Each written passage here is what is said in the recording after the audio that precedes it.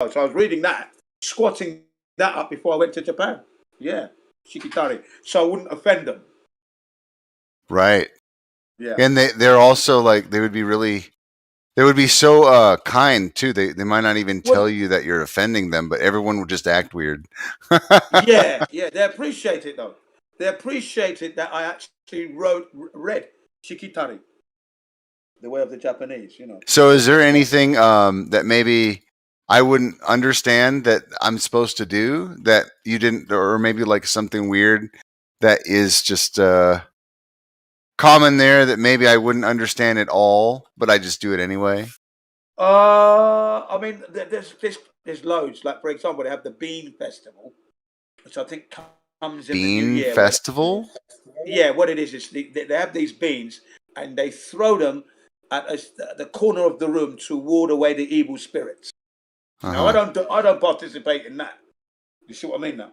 Yeah. I don't do that. You know, because you got to clean all the mess up. You got to clean the mess up afterwards. Yeah. Why would you make a mess? Yeah. Fuck that. What a waste of beans. What a waste of beans, and I don't do that. Yeah. So there's one right off the bat there that I don't participate in. Why do they do that? What does that represent? Well, it's supposed to ward away the evil spirits that can come into your house. That's a Shinto kind of like belief. Okay. Yeah, you know, but I'm not superstitious like that, and you know, I'm you know. Well, do you have any nice little Japanese ladies for me? I need to hit up, or what's going on? There's loads over here. There's loads over. I'm drowning in them over here, mate. I'll tell you. Oh my gosh. Drowning in You're just women. Well, do you are you working on your second wife, or what's going on here? No. I heard you talk about something like that before. Oh yeah, no. I'm not working on a second wife. No. They're all friends. They like me because they know what they know. Jin changed their diaper on his children. Every single one of them. They know what I did. They know that I was hands on with the kids. So they admire me for that. They said, no Japanese man's doing that sort of thing. You know, that's why that's like I said to you. I've got more women friends than I've got male friends. Even in London, I was the same. More women friends than male friends because I understood their plight. Like I said, I like the company of women. You know. One time I went out with like 12 Irish girls and I was the only black boy there. Went to the nightclub. They thought I was a pimp.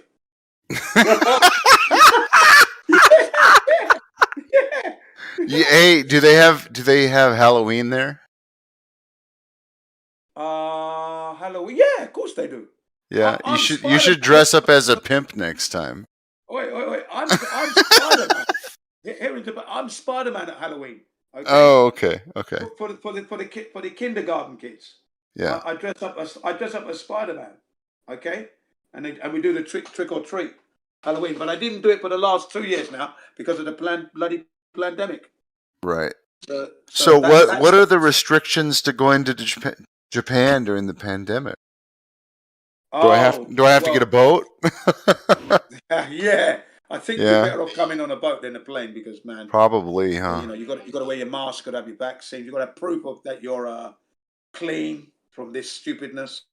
Oh, I need a vaccine to go to Japan? Well, you need to prove that you are not carrying the bug, as it were. Yeah. Well, I'll see what I can do. It is silly though, this stupid see what I can do. You know what? Listen, sad news, I'm afraid. Vienna, is it Vienna or is it Vienna? Vienna, Austria? I think Austria are going to yes, it's Austria. Definitely Austria. Vienna. Mm-hmm. They're going to mandate it. They're going to mandate that everybody gets vaccinated. And it's going to be kicking in from like Monday.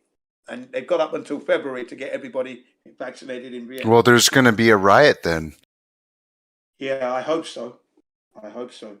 There's been a lot of protesting that you find on the internet, but it's not being reported on. Yes. A lot of it. On the main media, they're not reporting it. No, because they don't want they don't want humanity to gain momentum. They don't want that, you see. Because it's a domino effect, isn't it? Once one city or one country fights against its mandate and takes it out, then they're all going to follow suit. They don't want that to happen.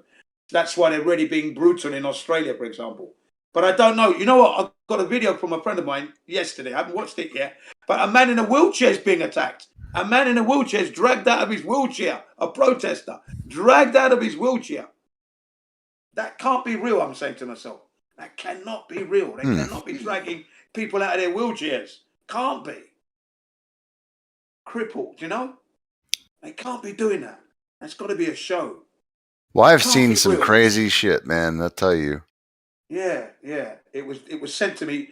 When I say sent to me yesterday, it was sent to me early this morning, just before I went out to the laundrette. And I thought, when I get back, I'm going to check that. I haven't checked it yet. I've got back. I haven't checked it yet, but I will do. And then reply and watch the video. But yeah, I can't send it to you because it's coming on my Telegram. Okay, it's come via Telegram. And when you want to share stuff from Telegram, you can't share it. It won't load up. It won't let me load it up. It's a real fucking pain. I can't. I want to load it from my phone to Hangouts, and then from Hangouts to the server. It won't let me do it. Real pain. It won't even let me do it on Skype. Skype only allows like 1 minute videos, so you can't send it there. It's a blasted pain. I'd love to send it. I'd love to send you this video. You'd be, shock. Well, on here you can do up to 100 megabytes, which is not bad. I wish you could do more, but I guess Yeah. Whatever. It is frustrating because I do want to send this, right? I do want to send this, but it won't. I'm going to see if I can. I'm going to see if I can send it. You know what I do now? I upload videos to Odyssey, and then I can right click on every if you upload it, I can watch it, and then I can right click on it and save. Right. Yeah, there's also bittube.tv. Okay. And it's like YouTube, and I can right click and save on those too. Very cool. Very cool. Yeah. Yeah, so I just any important videos I obviously save, and then I upload to some sort of torrent video website. Yeah. Okay. It seems to be doing something, but it never seems to load. That's the only problem. Yeah, I'm going to try. But it's real. Many videos of protests and things going on in Australia, Vienna, and around the world, but I can't load it onto Discord. I forget who I asked, but there was it wasn't 1 million people. It was about 500,000 people marching in Australia. Yeah, that's great progress, I think. Yeah.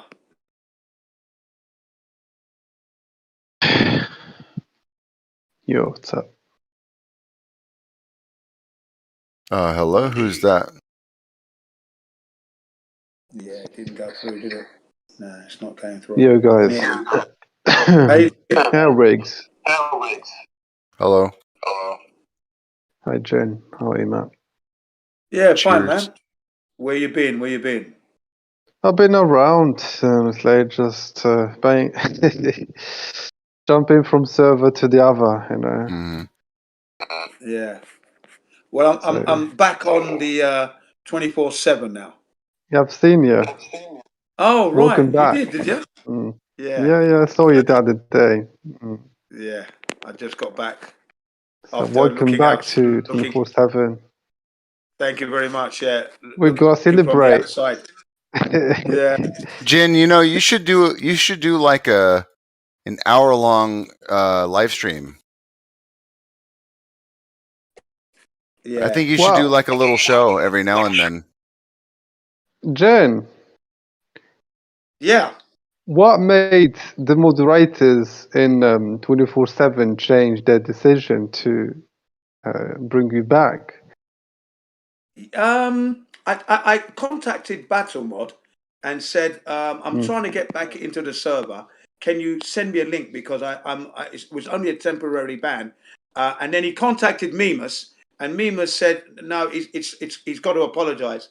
So I said to, I DM'd Battlemore. I said, I'm never going to apologize for something I didn't do. That's never going to happen. I said, I can't do that. I didn't do anything wrong. You know very well that I stood up for the historical event, the actual content of that history. I wasn't antagonizing.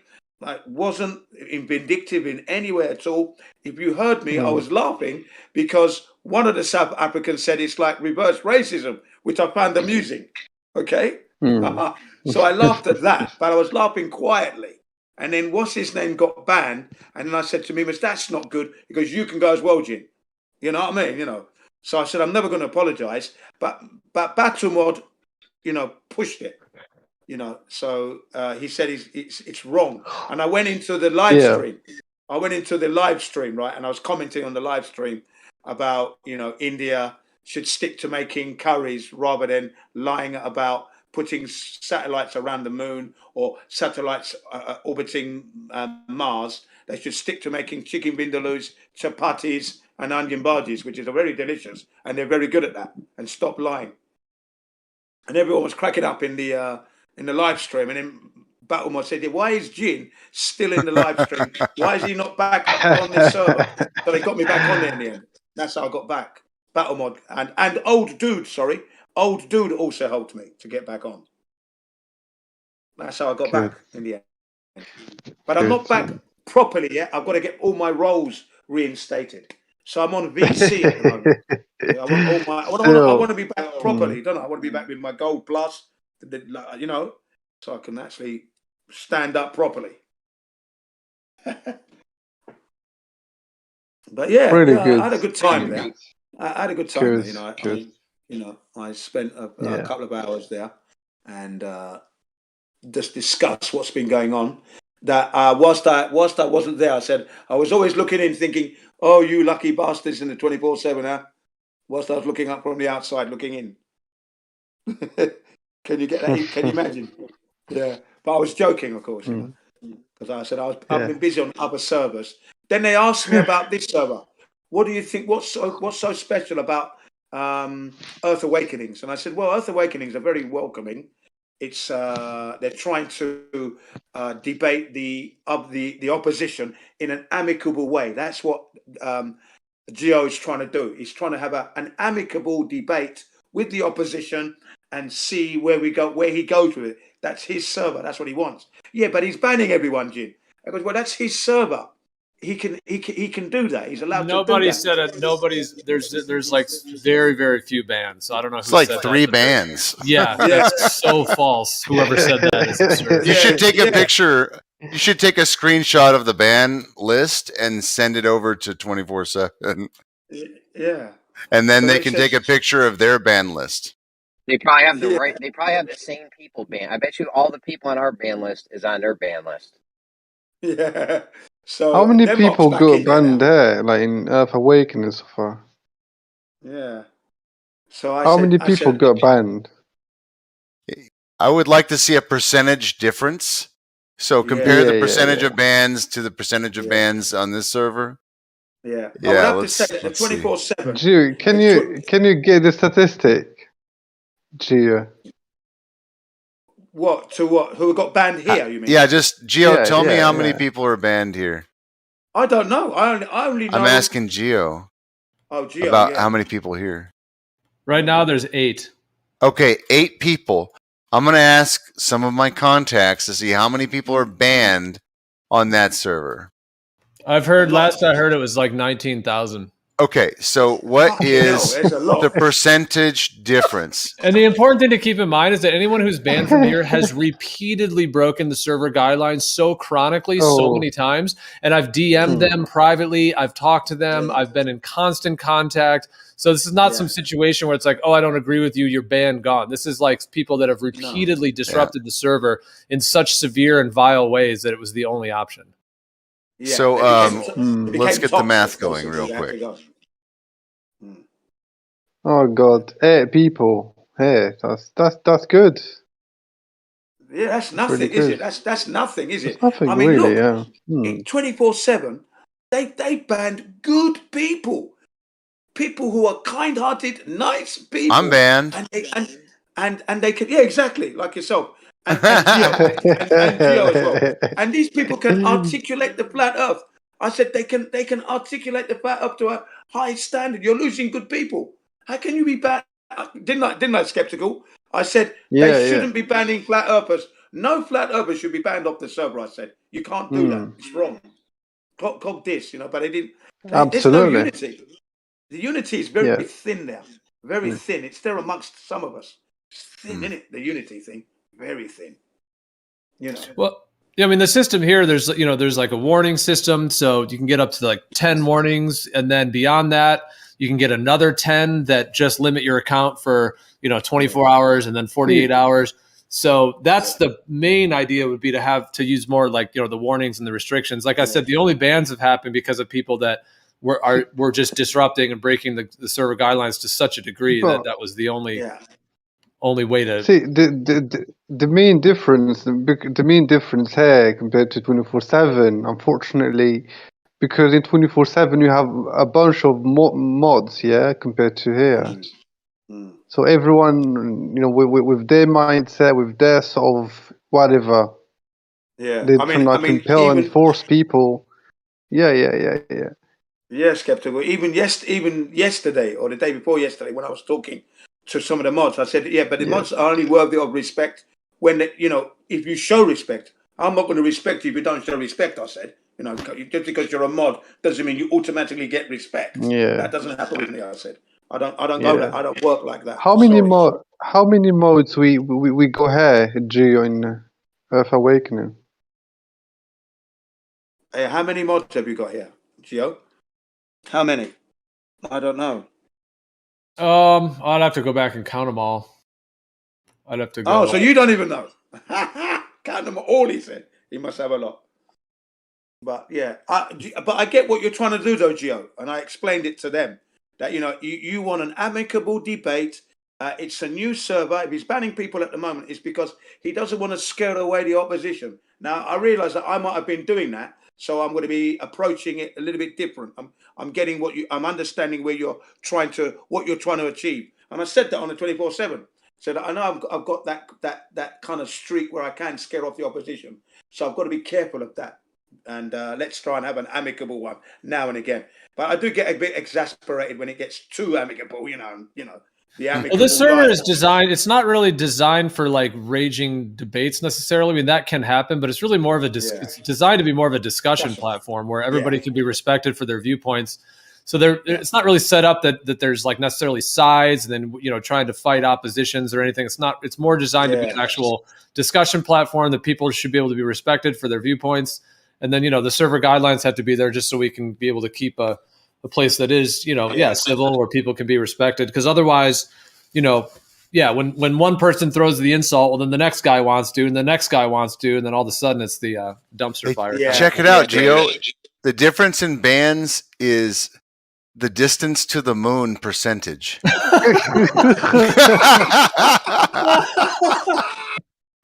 Oh boy, that's you can't make it up. 237, room 237. There it is. Yeah. Shit. Wow. How many regs? How many bans? Is it this? Well, it's 19,000 over 8 times. I think it's times 100 after that, but yeah, that's the. They have, and then they said that you just ban everybody, but they've got a bad omen over there. They're to the moon. There's a bad omen over there. Or is it being run by Freemasons? Probably being run by. I don't know. Maybe. Oh, ridiculous! If they're not Freemasons, they're trying to be. Yeah, I remember when I joined that server. It's going to be 3 years now, right? So we go back 2 years, whenever they mentioned gravity, that when they discussed gravity, there'd be a black guy's face being punched by a white boxer. Every time they mentioned gravity, that image came up. as a meme, right? You know, the black guy's face being pummeled with a shit. big red glove. Okay, this was 2 years ago, man. And I thought, who's posting that bloody image and why? What's the message there? I didn't like that. So I created my version. Where a black guy was punching a white guy in the face. Whenever gravity came up, I said mine. Afterwards, it stopped. That situation stopped. Straight off the bat, after I did that, it stopped. I thought, so someone's paying attention now at last. Silly, isn't it? You know? I thought, why would they do that? I mean, come on, man. I don't think that's funny. Every time you mention gravity, you got a black guy's face being pummeled. You know? Yeah, that doesn't make sense. Yeah. I mean, did it even make sense, or was it? Well, the caption underneath made sense. The pounds per square inch hitting, you know, and all that kind of thing, right? But I just didn't want to see a black guy being smashed in the face with a white man's glove. That didn't sit well with me, you know. Okay. Every time gravity was mentioned. Yeah, I can. So I understand created that. my version, and then so whenever gravity was mentioned, I put my in response. Yeah. I did that. And then the black sisters said, "Jin, thanks for that, Jin. Thanks." The black women would say thanks, and I said, "Yeah, I mean it's a joke." You know, when I used to deal. Man, they really are to the moon. Somebody should let them know.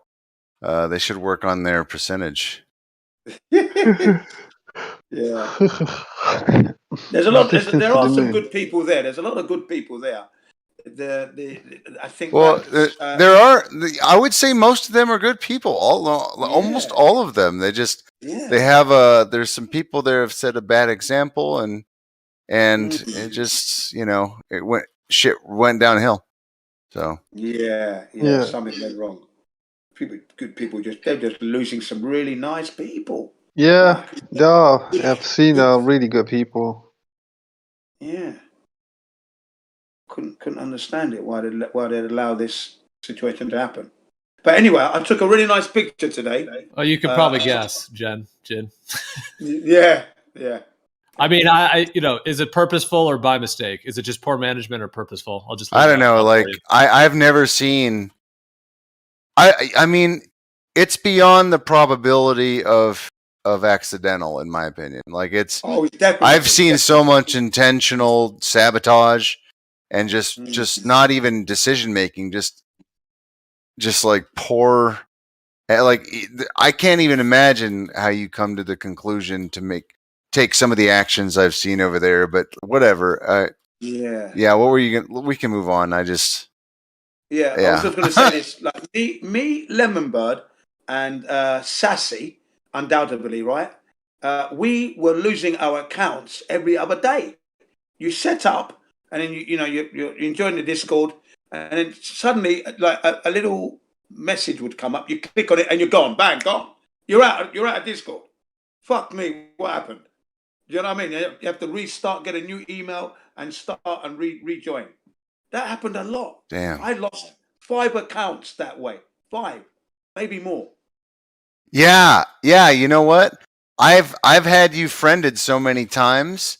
I just now noticed that this latest one I don't have you friended on. Yeah, that would be. This is the original one. That's why I'm protecting this one.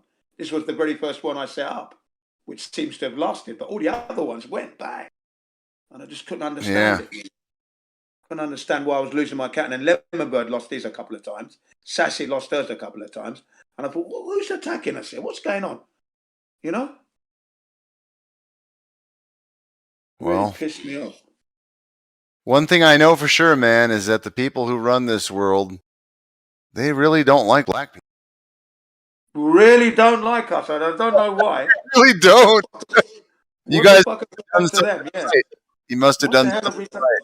Well, that's a deep topic, but I will say that I think it does have to do with genetics. I think that you guys have stronger genetics. You know, I mean, I'm not just making that. I mean, that could be interpreted in different ways, but there is something to that. And these guys are genetic psychos, so they want to suppress, some of the strongest genetic lineages. Yeah, it's a real shame, that is, because we could have a really beautiful Earth. You know, beautiful. If this would just let us live, man. Stop this nonsense. But anyway, I took a nice picture of the moon today. That's what I was going to say. You know, I did post. Did you see it, Joe? If you scroll back. Yeah, it's in nice picture Livestream. of the moon. Yeah, in the live stream there. Really nice picture of the moon at 6:39 a.m. Nice. Yeah, I see it here. That does look awesome. Yeah, Nice. beautiful shot that was. Full moon after. Yeah, after that was taken with my iPhone 6. iPhone 6 Plus. After the eclipse too, huh? Yeah. Beautiful, isn't it? Full moon. Look at that. 6:39 in the morning. Nice, lovely blue. Pastel blue, and the moon is there. Look at it. It's amazing, isn't it? Flat Earth. Now, would that count as a flat Earth proof because it's up at the same time as the sun? Or Yeah. Yep. and it's getting full light, which I'm not sure if the angles work out. That is fully lit. I watched it from the moment I got out of the house, which was at like 4:45 a.m. Cycling to the laundrette, put the stuff in the machine, came out, did my jog, and I was watching my moon, watching it, thinking, yeah, had a halo around it because it was still dark, yeah, at 5. Did me jogging and that, and then I looked at it and said, yeah, this is, oh man, the moon, you're lighting up my path. Thank you, moon. Nice to see you again, you know. Saw it yesterday and the day before that, but yeah, nice to see you again. Still there, but position changed slightly from the. What kind of camera is that, Carlos? You got a camera? Yeah, I took that yesterday. The day before yesterday, it was Eclipse, and I took it with my Samsung Note 20 phone. Oh, that's a with nice your shot. phone? You got that with your phone? Yeah. That doesn't even look like the moon. That's fucking insane. Yeah, when you if you It looks click like a on golf it, ball. yeah, but if you click on it, it's definitely the moon. You click on it on the image and that. Yeah, I'm It's looking crazy. at it now. A nice image you took that. What time was this, please? About 10:30 2 days ago, 2 nights ago. 10:30 p.m. PM. Right. Yeah. What, Australia? New Zealand time, yeah. New Zealand time. Thank you. What a shot that was. Yeah. You know, I was thinking about buying one of those attachments you can put onto your phone. Yeah. It's like a lens on Like a filter. No, it's like a lens on top of a lens, so you can zoom in a lot further. Yeah. And you can get filters for those lenses, is what I meant. Oh, okay. You can also get filters for those attachments. Yeah. Yeah, I think they're good. You know, they're really good. I mean, I'm very impressed with the camera. What they can do. That little camera can take that shot. It's amazing. Just amazing, man. Did you guys ever make a pinhole camera at school? Pinhole camera. Did you ever do that at school in physics? Pinhole camera? Yeah. No. I did. I can't remember. It was pretty rudimentary. Yeah, that was a great thing, making a pinhole camera. Yeah. Where you make the box and you had this like transparent screen on the back. You had a screen on the back of the box. At the front of the box, you had a little pinhole, and then you'd project an image through the pinhole, and it would show on the screen in your camera, and then you could, make an image of it through a pinhole, just a pinhole, and you could get that much image projected onto the screen, that much resolution just from a pinhole. Okay, that's what I learned at school, the pinhole camera. I like old cameras better, man. They had higher detail. I feel like they had sharper image. I agree with you 1000%. I prefer why is that? The old You know why? Because the old analog cameras, the lenses, the aperture, and when you let the light come in and the film gets exposed, it was better. Those black and white shots were clear, sharp. Digital's a bit moody, I think. It's not as good. It's not as good, you know. I've tried my hardest with my Canon G9 to get a picture that my eye is seeing. You know, what my eye sees is what I'm trying to replicate, and I can never do it. Can't. No matter what the settings I use, it's never the same as the human eye. But yet, the analog ones were good. Yeah. Yeah, I prefer the old cameras. I definitely do that. Yeah, you know, you had to work out the light meter. Yeah, and then you know what to set, how to set your lens with your light. Do you remember that? You had to have a light meter to read that first, and then you set your lens and you can set your aperture, and then you'd have to take like 10 shots of that one thing, and then you'd have it developed, and then take the best of the 10. You couldn't just take one and be done with it. No, you had to take at least 3 to 4, 5. You know, the rule photographers take about 10, don't they?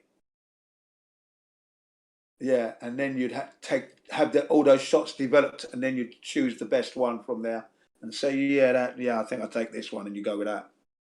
That's what I liked about the old analog cameras. You know, more work, more skill was involved. You know. Mm-hmm. And each camera that was made is different, and you have to learn all your mistakes. You literally learn by your mistakes in order to learn about the camera. Yeah. I'm gonna look up this. I'm gonna look up some like attachment lenses or something. Yeah, it might be a good idea if you need that. Yeah. But I've got a Canon G9. I've got this iPhone camera, which is taking some blinding shots. But I'd like to have a Nikon P900. I really would like to have one of those. Love to have one of those. Man, there's a lot of these. Wow. Like really pro-looking kit. Yeah. I've been looking. How much? Well, here's this one for example. Here, just look at this shit. Yeah, let's have a look at what you're looking at there. Be nice. Oh yeah, look at that. It's like, what? It's got a tripod and it's got a huge cone. What the fuck? Wow. I mean, that's yeah, 40 American dollars. Yeah, it's unreal. Oh, that's cheap. I know, and it comes with all that stuff. Yeah. Yeah, I mean that's. I mean, look at that! Look at that zoom in. Wow. Yeah, why don't you get it? I mean, that's really cheap, isn't it? I mean, I'm not buying anything right off the bat, but I just that would be really insane to own that. I mean, that is reasonable, isn't it? That setup. It is pretty reasonable.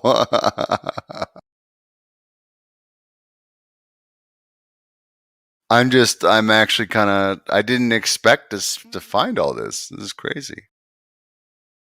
Yeah, the market is big, mate. You know, and they've got all the little filter lenses you got there. Look at this. Telephoto lenses, fisheye lenses, wide angle lenses you got there. Marco lens. Compatible with iOS, iPhone. Look at that. 10, 8, 7, 6, 6S. Wow.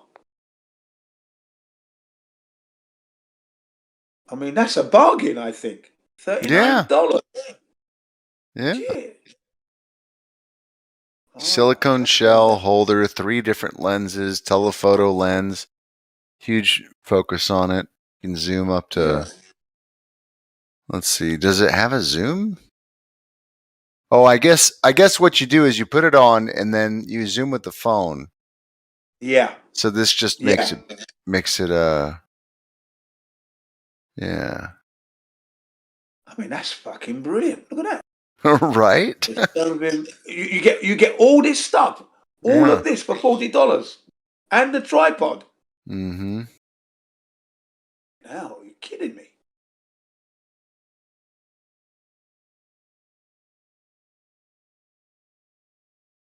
Yeah, Rick, be careful. Be careful ordering that stuff, man. I ordered one, and it was a piece of shit. You couldn't even see. No, you couldn't look across the field with it. I Oh threw it in yeah. the garbage. Yeah, straight up rip off.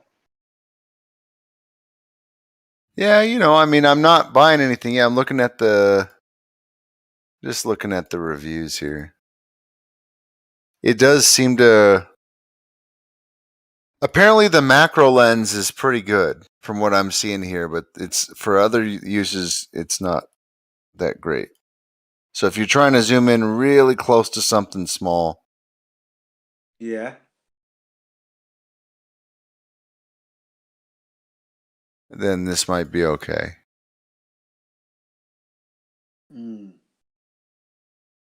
Just amazing, isn't it? The advancement in the camera on a mobile phone is just, they've just, leaps and bounds. No kidding. I mean, obviously, I would spend more money than that if it was a good kit. And yeah. The guitar I posted, that I'm going to make one of those later on.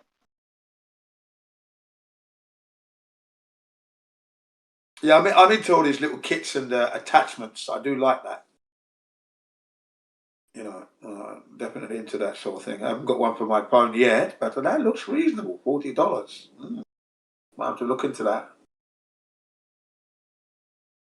I haven't ordered anything from Amazon because of Steve Bezos reckoning he went up to the Carmen line and that line dog. So I stopped using Amazon. Boycott.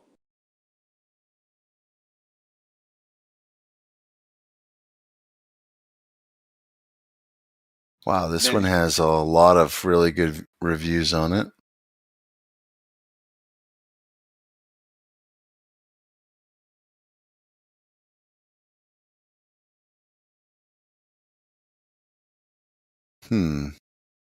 Oh, so it says touch the image to zoom in. Mic check, mic check. What's going on, everyone? Oh shit! How you doing, my man? We can hear you loud and clear, man. Yeah, Welcome back. you're very loud and clear. That's because this is an official mic, man. I just finished my setup, so I'm actually talking to with an actual mic. Cool. Well, yeah, you sound official. It's now the Matrix show. So what you been up to, man? Nah, just chilling, man. About to roll up a blunt and go to the hallway. Nice. Hey. That's always a good thing. So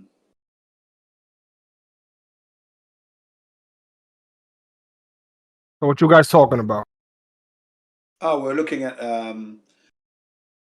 attachments for iPhones, lenses and things like that. I took a picture earlier on today of the full moon at 6:39 a.m. here in Japan, and we got on to talking about the lenses because the picture was pretty good for such a small camera. I posted it. You can check on the live stream. It's not that far away. Just a few minutes ago. You should be able to see it.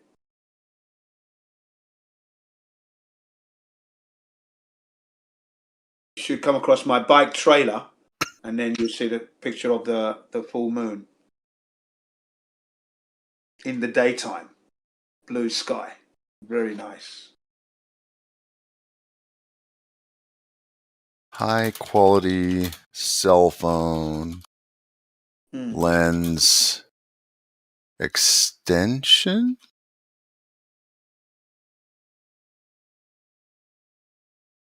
Oh yeah, I didn't see the $12 shipping though. Huh.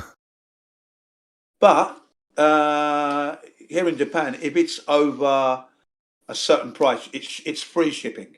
So this would be free.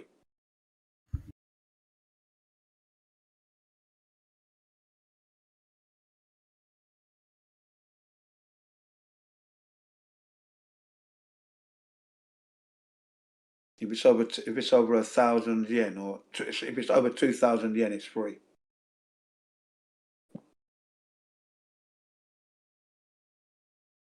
Oh wow, this one is $100, and it's okay. Yeah, $100. Wow,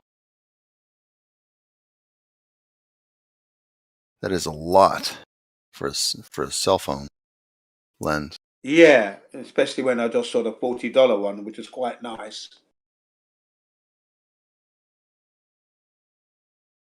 I have like an infrared one that's like $500, dude.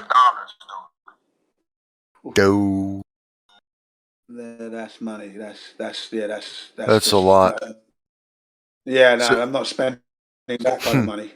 they have a 5 lens $100. kit here, and it's $99 each. So yeah, it's a $500 to attach to your cell phone. Insane. Look at that. Someone's got a nice EOS Canon there, RS R5 there. That looks pretty boss.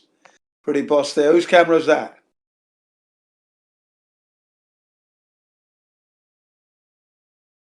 I guess Foolish that's Decisions. Druss. Yeah. That's Foolish Decisions now. All right. Yeah, that's a nice camera you got there.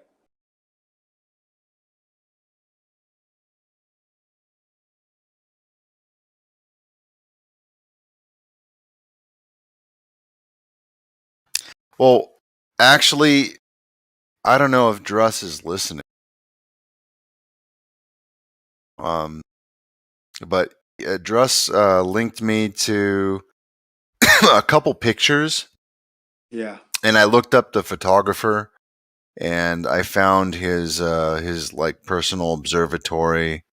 I was hoping that one day I could go check out the hardware, because there's a lot of people who produce some really good pictures of like nebulas and shit like that. And I want to know what the raw data looks like, because that shit never gets posted. You know? Yeah.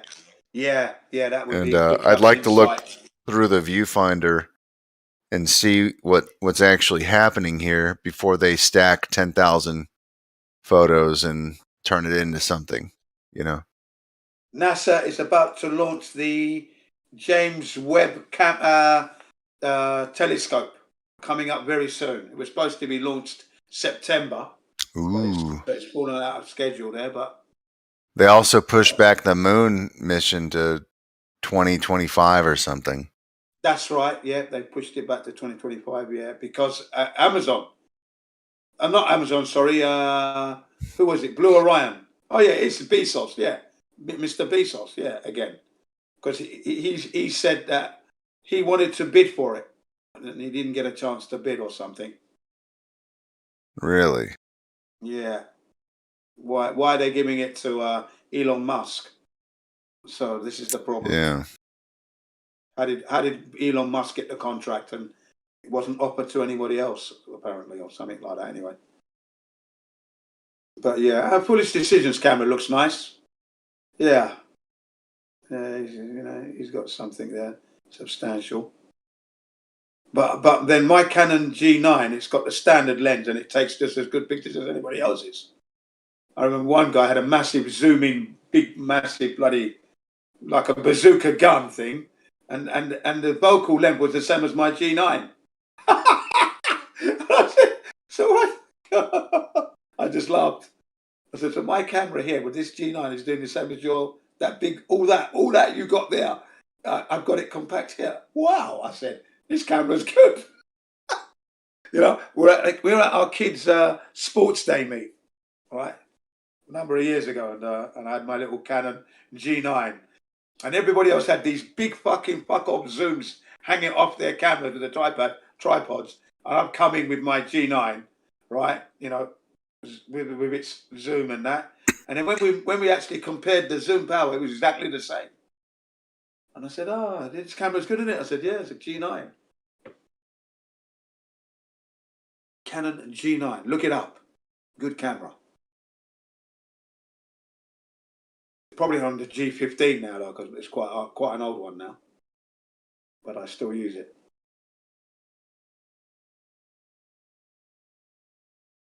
And I like it.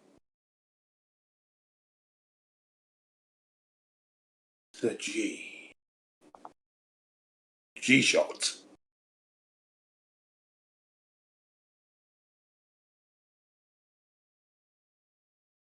I don't know about Japanese food, Jin, but you're making me really want some Thai food. Oh, I love Thai food, man. Mm-hmm. Yeah, you know, I love Thai food, man. Gotta get me some pad Thai, some spicy drunken noodle. Yes. Yes, sir. Yeah, man. Oh, I used to go to a place in London, Crouch End. It was a pub, and then the chef would come in and set up in the pub, right? This is before he opened his restaurant, so he was working in a pub at first, and just serving Thai food as you're having your beer, you know. And I was a regular customer, you know, for his stuff, man. And I took my girlfriend Sharon. We used to sit down and eat, and then he opened a restaurant just down the road from the pub, and yeah, I was a regular there. Beautiful food, Thai food, beautiful, man. Mm-hmm. Everything about Thai and you know food. what a lot of people don't do? they need to squeeze that lime on the Thai food, man. I'm telling you. Of course, man. Makes a big difference. It makes a lot of difference. You clean your palate with it as well. I clean my palate with it. Not only do I squeeze it on the food, I insert it into my mouth, clean out my mouth, ready to receive. I use a minimum of 2 limes per dish. I can't do any less than 2 limes. Yeah, you got to, because they're small anyway. You see, that's the other thing. They're small. They're not it's like the small. key limes, the little mini ones. Yeah. Yeah, they're too small. Yeah, you got to have 2. You're right. I do that as well. And then I lick and eat, squeeze it into my mouth, chew it, and then your palate's clean. Yeah. And then here we go. Ah, yeah, that familiar flavor. Yes. And the tangy taste. Yeah. Yes. I haven't been to a Thai restaurant in a while though. So yeah, I do miss the Thai food.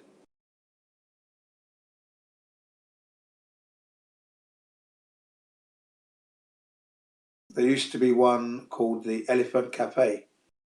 That was really good. That was a Thai food restaurant. That was really, really nice in Shibuya. Tokyo, Shibuya. That was really nice. I used to go there a lot.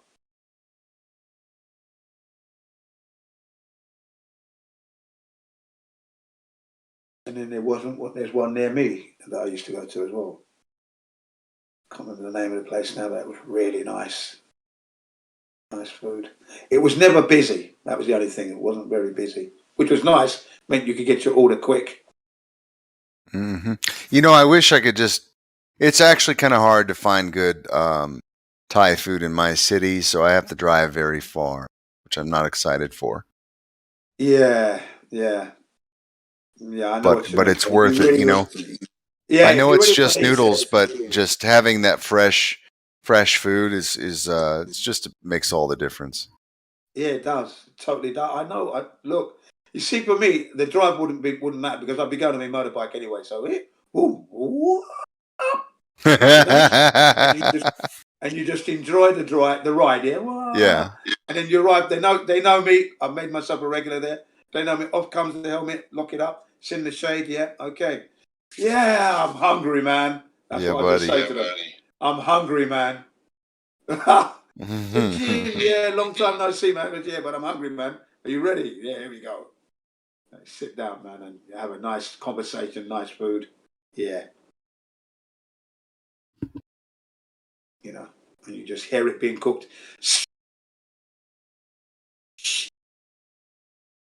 There's a place near us that I used to take my wife to go and have something to eat, right? Where they're serving Chinese food, okay?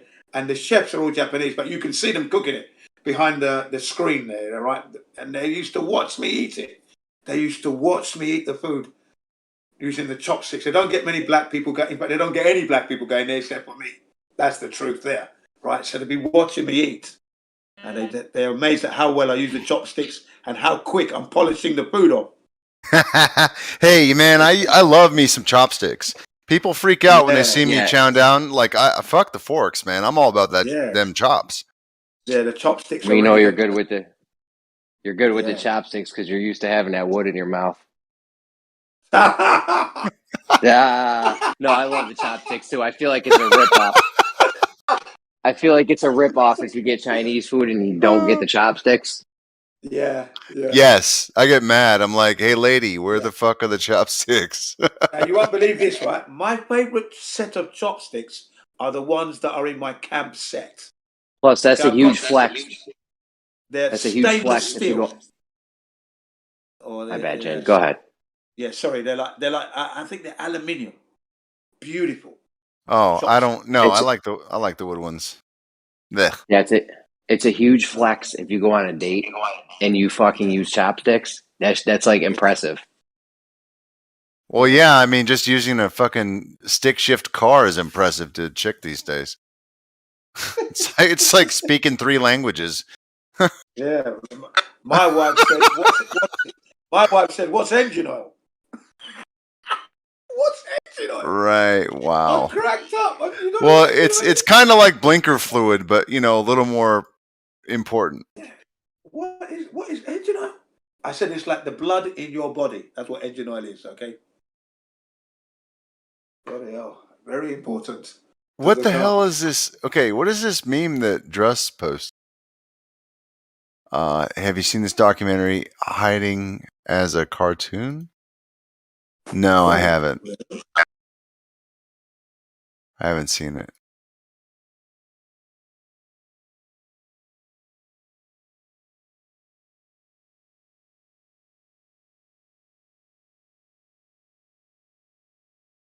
Sorry, I didn't mean to kill the chat. Inside My job. bad. Inside job, yeah.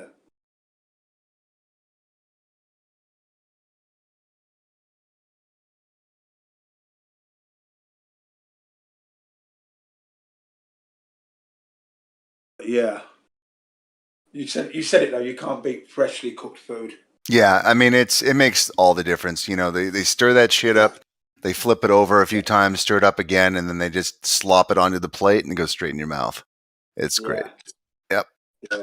I've got the reason why I like the chopsticks in my camp set is that they're like aluminium, so they're light, nicely round, and at the very end there's some like serrated grooves in it, so you can grip the food and it doesn't slide off. And you just insert it. Oh yeah.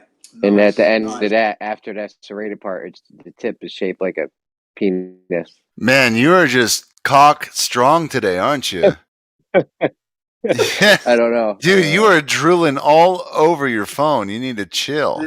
You need to chill. I don't know if it has the right IPS rating or IPX rating. You need to, waterproof that shit. It's the chopsticks. They're so easily, made into these penis jokes. I can't help it. Yeah. Yeah.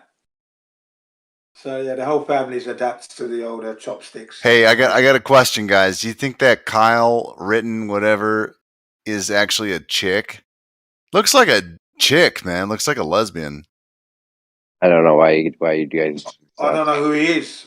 Just the guy that's on trial for shooting people at that protest or whatever. Oh, the one he got away with it, didn't he? He was found. Yeah, well, let's show up to some highly contested area with a weapon, and then shit happens. He was 17. He was 17 years old, wasn't he, when he did that? But it looks like a chick. Kyle looks like a chick, man. It's so weird. Is a 17-year-old legally okay to carry a gun? 17 years old. I don't know. I'm not sure. What the fuck happened there? I mean, not sure. I don't get it. Why was he allowed to carry a gun at 17? Is that the legal age? Something went wrong with that trial.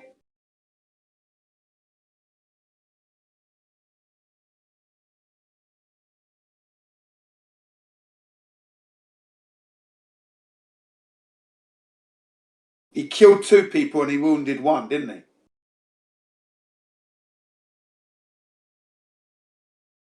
I don't know.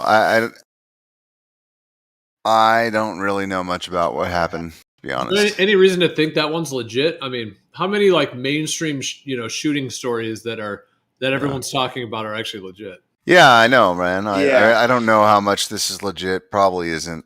I mean, No, I didn't think it was legit either. Not sure. Yeah, I'm glad you chimed in with that one, Gio, because I thought there was something wrong there, straight off the bat. It was a dead giveaway when Lewis came into the chat yesterday screaming at the top of his lungs about this guy being, non-innocent or whatever, then instantly left the chat. Yeah. What? Oh, yeah. You know what? I heard. I heard him going crazy in gems. Him and Twit were like going back and forth, and his cucked ass was just screaming. Whoa, okay. Yeah.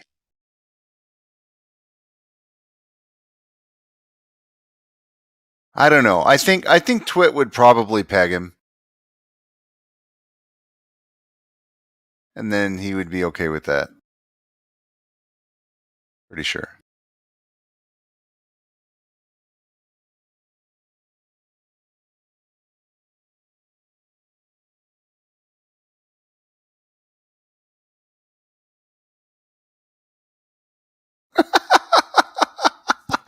No comments. That's fine.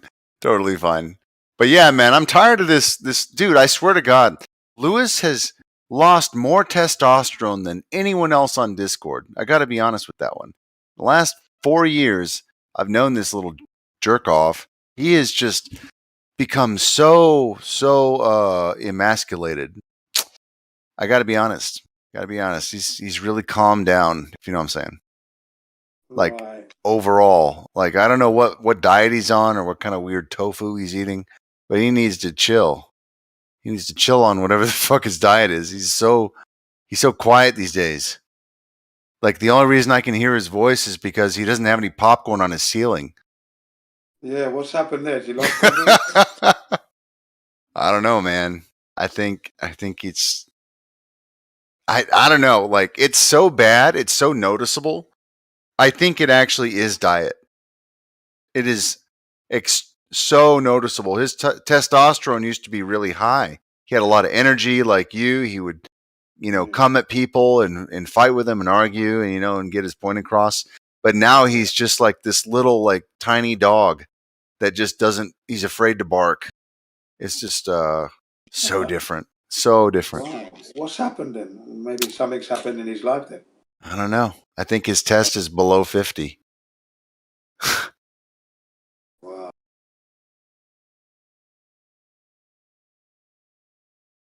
I'd be surprised if he even produces sperm anymore.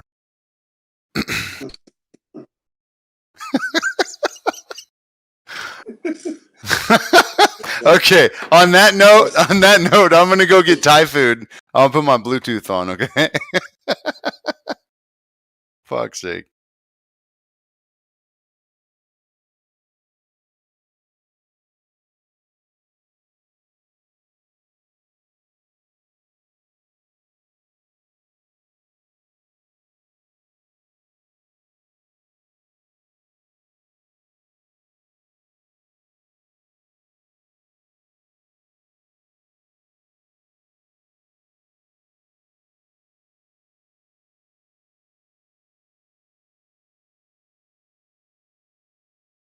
Hey, does this sound okay?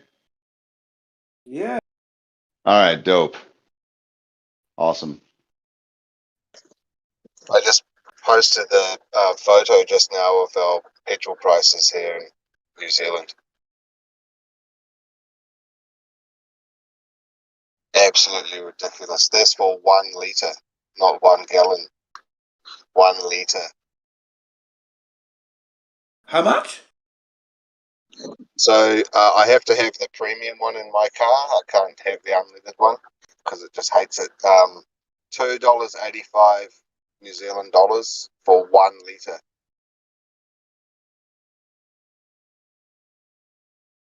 Right. I didn't catch the number. Sorry. $2.85. $2.80, nearly $3. Wow. Yeah, New Zealand dollars. Yeah, Yeah, I know New Zealand dollars. Yeah, I'm aware of that. yeah, it's crazy. Yeah, and no one's even said Yeah. anything. People are just laughing, like doing what they're told.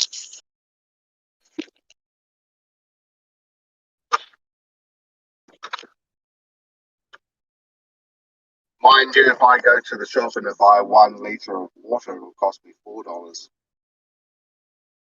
Right. So it's kind of stuffed up there.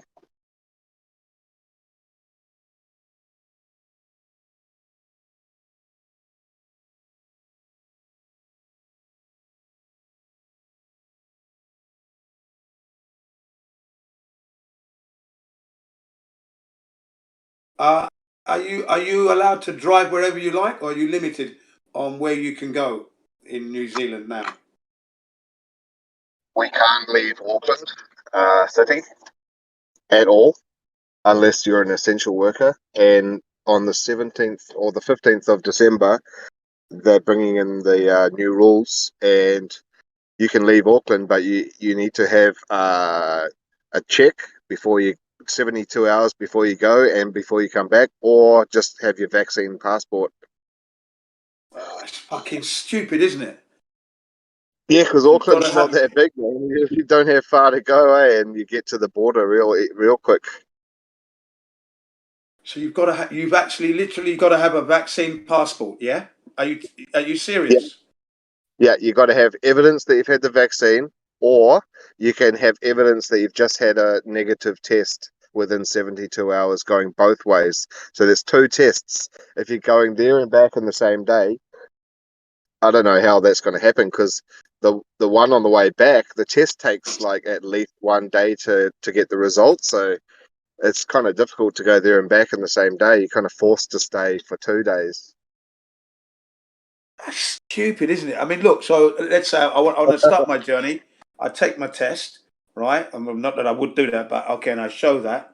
That's 3 days before, 72 hours before, yeah, that you're clear. But within yeah? 72, like if you could do it and you could get the result in 5 minutes, then you can, as soon as you get the result.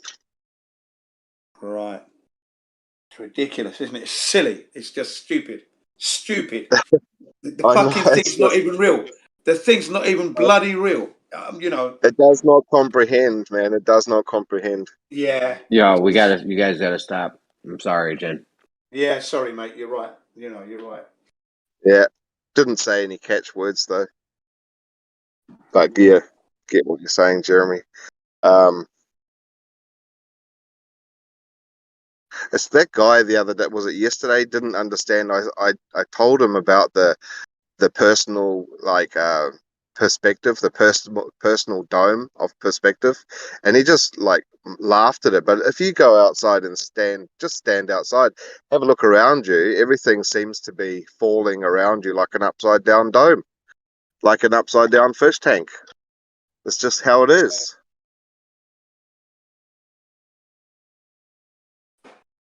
Oh, there's no such thing. No, they just go off into the horizon. It's ridiculous, man. In Britain, they want to introduce lockdowns. In Britain now, they're talking about bringing back the lockdown. They're asking to bring back the lockdown for 2022. Yeah, because they love it, because they can suck up some money and just stay at home and play on the internet. Yeah. Not that's a bad thing, but if they're offering. You mentioned the personal atmospheric dome. And what's interesting about that, even if the Earth was a globe, there would still be a personal atmospheric dome, meaning you would have your field of vision on a globe Earth as well. So it's funny that they try to deny that, but it would be, even on a globe, you would still have your local area that you can see, like the dome around you of your vision. Well, what do you think about this, Geo? That like the only way you're able to recognize this phenomenon is that because you can see part of the atmosphere, i.e., the clouds.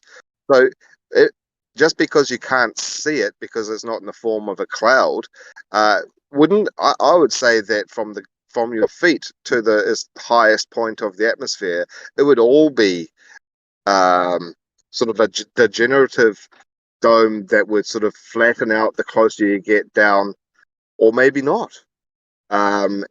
Therefore, the idea of the refraction, therefore other atmospheric, happenings, but it's just clear to see that the atmosphere is definitely part of perspective, but I think it's also separate from perspective. It's kind of like the atmosphere is doing its own thing. Well, yeah. The atmosphere has to be doing its own thing. These two things are definitely intertwined. This personal dome. I mean, maybe the chemtrails are trying. Maybe whatever they are trying to tell us something by doing these grid patterns in the sky. They're trying to show us, hey, look at this. Look at the way the atmosphere works over 50 square miles. You're getting these grid patterns. Work it out, dude. The only way that shape could happen in the sky is if the Earth is flat. They're kind of like crop circles. There's some type of a message there that you have to decode. And Jeremy was talking. Are you saying they're putting? Well, Jeremy was talking the other day about there not being curvature of chemtrails. Yeah. Yeah, so they're trying to tell you something like, look at this, work it out. They're like throwing some geometry, sort of a code right there in plain sight. Okay, so I'm not understanding that. You're telling me that these elite controllers are purposely doing chemtrails to show us the Earth is flat? Is that what you're suggesting? No, I'm saying that some of the chemtrails may not be put there by the powers that be. They might just be like crop circles. Yeah, but who's doing it? Or who's doing the crop circles? I mean, it's students with jandals on and big boards, or it's unexplainable. And I think some of these... No. Crop circles is man-made. No doubt about it. No, not all of them. Not all of them. There's been lots of sightings. Single one. No. Every single one of them. There's no aliens doing that. No aliens doing that. Not aliens, Jin. Just something that we can't explain. Like, there have been sightings of orbs above fields creating these crop circles. Nice. It's man-made. No doubt about it. I mean, if you can, have you ever considered those what is it? Plasma balls that fly. Have you heard stories about these like lightning or plasma balls that fly down and they go through someone's house and fly back out the back door? This type of thing. I've heard the story. Yeah. Or do you even consider these unexplained orbs in the sky at all? Yeah, I haven't really looked into it that much to be able to make any comment on that itself. Okay. But the precision of the crop circles and that, I mean, that is fascinating, you know, when you look at it from overhead, right? But I just think it's man-made, you know, it's man-made. They've been doing it secretly there, you know. But they're nice patterns, I must say that. Really nice patterns. Very intricate, you know. Yeah, but I look at it the same way as that's a really nice ISS, you know. That's how I look at it. Yeah. Very precise. The precision on the those crop circles and the patterns that are being made. I mean, they're very intricate, man. What machinery they bring to bear? Because Jin, you don't think it's possible that it could be some interdimensional orbs or something wild like that? Like, I'm not talking about from another planet. I'm just saying interdimensional. Yeah, I don't know. Yeah, I can't get into that yet. Because there's some interesting thing about the crop circles, like that there's no pathways, you know, to the actual location. Like, you know. Yeah. There's no pathway. Exactly. It's like it's been done from above. And also, there were experiments done on some certain crop circles. They registered some type of an electromagnetic frequency that came off them, and also the way that they were pressed, it seemed like it could not have been done by anything that was actually touching it physically. Like, one time we sent a... My bad, go ahead. I thought you were done. Go ahead. I think he is done. No, we love your voice, Jeremy. All right, thank you. I'll be signing autographs later. Now, they made some crop circles one time we sent up a record or a plate or something that was imprinted. It was in gold, and it had symbols on it. It had, the shape of a human. It was like pixels. So it had the shape of a human in pixels, and then it had like the third rock. You know the thing I'm talking about? Yeah, you're so talking one about the time thing they that sends found a you to crop. space. Yeah. So one time we found a crop circle that had that same kind of imagery on it, except it was like a weird alien shape, and it had like all different info on it. It was crazy. Right. Yeah. Man, But yeah, I think that they use. I think like our government uses some kind of like, like the energy weapons in the sky that they have. Yeah. I think that maybe they have a way of like printing shit on crops using like a geostationary balloon or something. Because it is precise. I think they print those. Dude, it's got to be man-made, bro, because a lot of that shit's just all like globe stuff, like globe worldview. Like they really want us to believe in aliens, bro. That's why they do that shit. Yeah. Like all the land I believe that people, like all the land that shit is done on, it's done on like Masonic owned land. It's fucking reported by the BBC. Dude, I still believe in aliens. Aliens perfectly fit my world paradigm still. I don't know. They shouldn't be out of anyone's. Aliens could come from underground. Now where they come from, yeah, but they could come from underground. They could come from places beyond Antarctica or, different places on Earth. But as far as them coming from, other planets and shit in space, yeah, we probably all agree that that's not the case, but. Right. It's definitely not aliens from from space. That's good. So, but what is this machine that they've got that can make this? Because it's so precise. It's so precise. Well, I think, there's a lot of possibilities. I mean, the directed energy weapons, like sort of like a mixture of 3D printing and directed energy weapons. It could be that. Yeah, I mean, how long have they been around? Whatever tech they've got, these, like, I don't know how they're making the orbs or what those orbs actually are, but it's definitely like, okay, well, alien or not, it's definitely some kind of technology, and it's definitely premised on the world as a globe.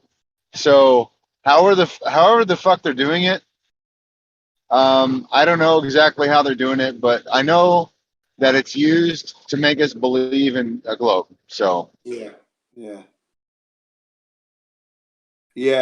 The old ones were done. The old ones were man-made, like with by hand and foot and tools and stuff. But the new ones, yeah, those look printed. Yeah, there's some seriously high precision there. Those lines are so close together, and then the circles on top of the line. And how did they do that? Yeah, those lines are continuous as well. Yeah, there's no break. It's perfectly true. And then the circles are done on top of that. Yeah, they've got some serious patterns going on there, man. Seriously intricate patterns. How could you organize that on the ground? How could you? You can't, can you? It's not possible, is it? And to get that level of precision on it. The technology they had back in the Nazca line days, I guess they must have advanced it a little bit. Well, tell me this: do they have pictures of crop circles from 100 years ago? I'm going to look into that. I don't think so. I mean, or is it more of a recent phenomenon? Because if they're real and they're consistent, then you're going to find that it's reported on a long time ago, and they look they'd have to look identical. Yeah, I'm going to revisit crop circles. I haven't looked into that for a long time. Flat Earth. So that's 5 years. Well, okay. I have looked into it a little bit, but not much. Just in passing. That's all. Oh, they're still there, are they? Okay, right. I'm going to have another look into crop circles. I'm going to have another look into that. See what's going on there. Those patterns are really nice. How did they get there? Yeah, definitely crop circles. What machine? I don't see how you get globe out of crop crop circles. I don't see the correlation. Sorry, you don't see what? Yeah, I said I don't see the correlation between crop circles and the globe. Yeah. Oh, I see. Yeah. You don't see the correlation in how they're trying to keep us invested because they're all over the world. Yeah, no, I don't see any of the crop The circles ones that I've seen, man, related. it like shows our position in our own solar system and stuff like that. It's all done like in a globe presentation kind of a thing. But Couldn't they like be crop circles are man-made, right? Showing the planets and stuff, and showing our position in relation to the sun. Like I don't know, man. I really don't. There you buy go. it. I really don't buy it. Heliocentrism. They're bringing that heliocentrism back in there again. There you are. Yeah, I don't see that. I see the crop circles as representing flat Earth. I can't see any relation to the globe. Yeah. It's Well, Carlos, there are some that show like the third rock from the sun kind of thing. Some of them even show a little heliocentric system. So maybe not all, but some of them do. Well, maybe those are the man-made ones. It's very interesting. I must look it up. I've got to look at crop circles again because I haven't looked at that in a long time. Well, that's actually a good point. Okay, so maybe what if crop circles are real and that's why they have to make the man-made ones to kind of confuse us from what they're really trying to tell us or something? That's actually a pretty good idea.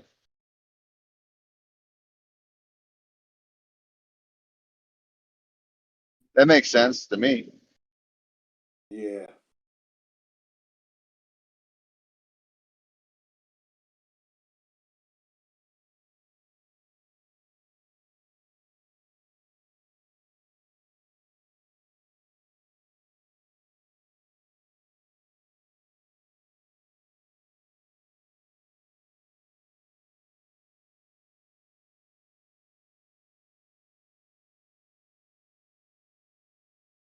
And is it like full on winter there right now? Is it snowing or what?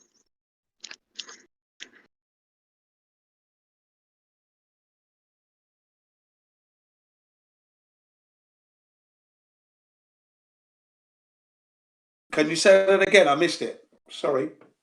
Oh, I just wanted to know how deep is your winter there right now? Is it full on? Oh, here in Japan, it's just beginning. It's not full on, nowhere near full on yet. I mean, we're getting temperatures of during the day 16, 17 degrees daytime. My mother-in-law last week had the first drop of snow, and it was up to her neck. Wow. In the Liaoning province in China, up to her neck in one night. Wow, that's fucking amazing. So Yeah. Don't they got the Olympics going to be starting soon, aren't they, in China, isn't it? The Winter Olympics. Oh, I don't know. I don't watch that shit. Yeah, I think the Winter Olympics is coming on soon. So it's the snow's coming right on time then, right on cue. Yeah, I only watch the summer one. Let me know when women's volleyball starts. Or gymnastics. Japanese are the best at gymnastics, eh? The Japanese, yeah, and the Chinese, yeah, very close. Japanese. They go hard in the paint over there, though. They're good with ping pong balls. Like when you, they're sick with it at ping pong. Yeah, man. It's fucking nuts how awesome that is to even watch. I couldn't even imagine trying to do that. You have to be the ball. I can barely like volley it back and forth if the other person's trying to make that happen.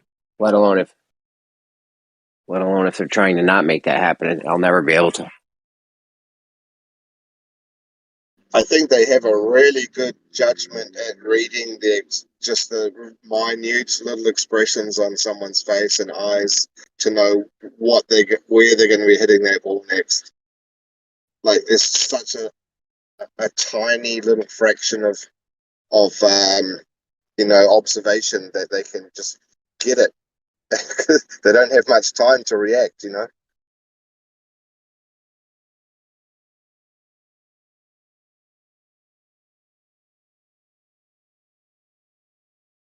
Yeah.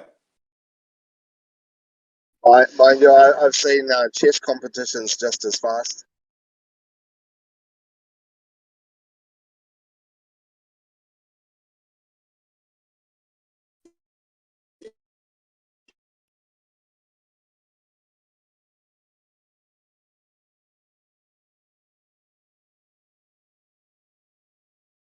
Are there any recent crop circles though? Or I mean, I haven't really heard of any recent ones. It seems like that was more of a thing in the 90s.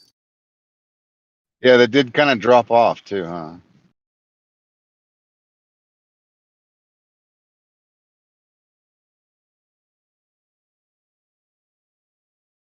Apparently, the crop circles happen when there are special alignments in the skies and the heavens.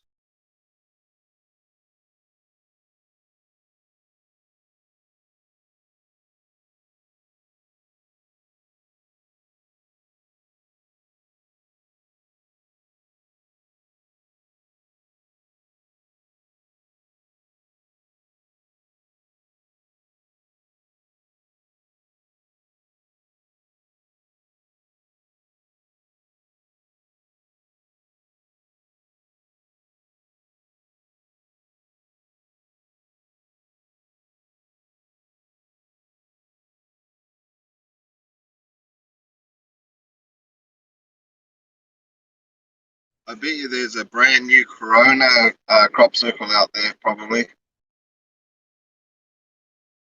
Yeah. Corona crop circle.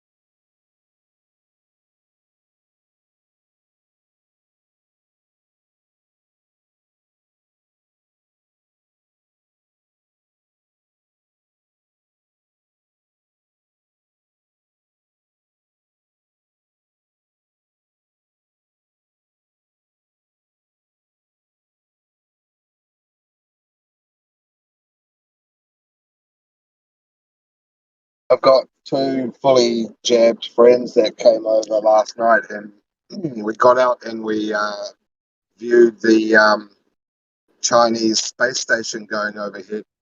Took 4 minutes to go across the sky and exactly where they said it was going to be and all of that. And I was telling my friends because they're totally like numb. And I said like if that's 250 miles up, 400 kilometers up, and it's the size of a bus, it's like I tried to use an analogy like you drive from the top of the North Island to Auckland, 4 hours drive.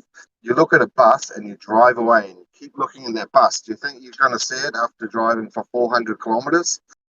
And not only that, how is this thing lighting up in the sky as well?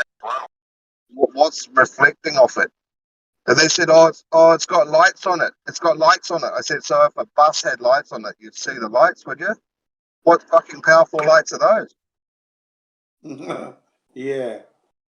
Dumbasses.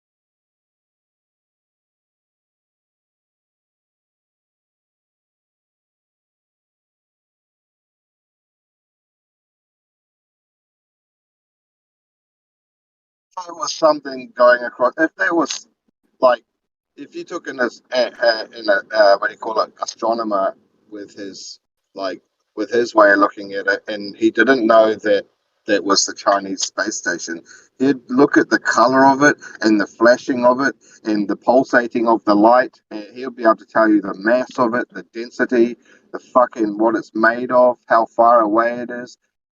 That's what he's not going to say, yeah, that's a space station. He'll try and tell you that it's probably the fucking light years away, and it's a fucking gasoid by like 5 pixels or whatever.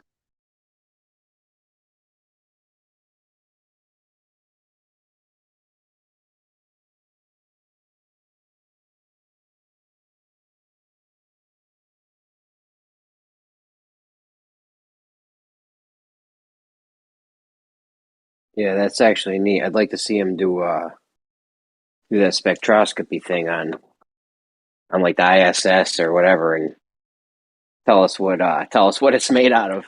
You know what I mean? They have no way. They have no way to tell you what that thing's made out of by doing, analyzing the light that's coming. That is a ridiculous notion. That is a really good idea, Jeremy. Like, I don't know if they can.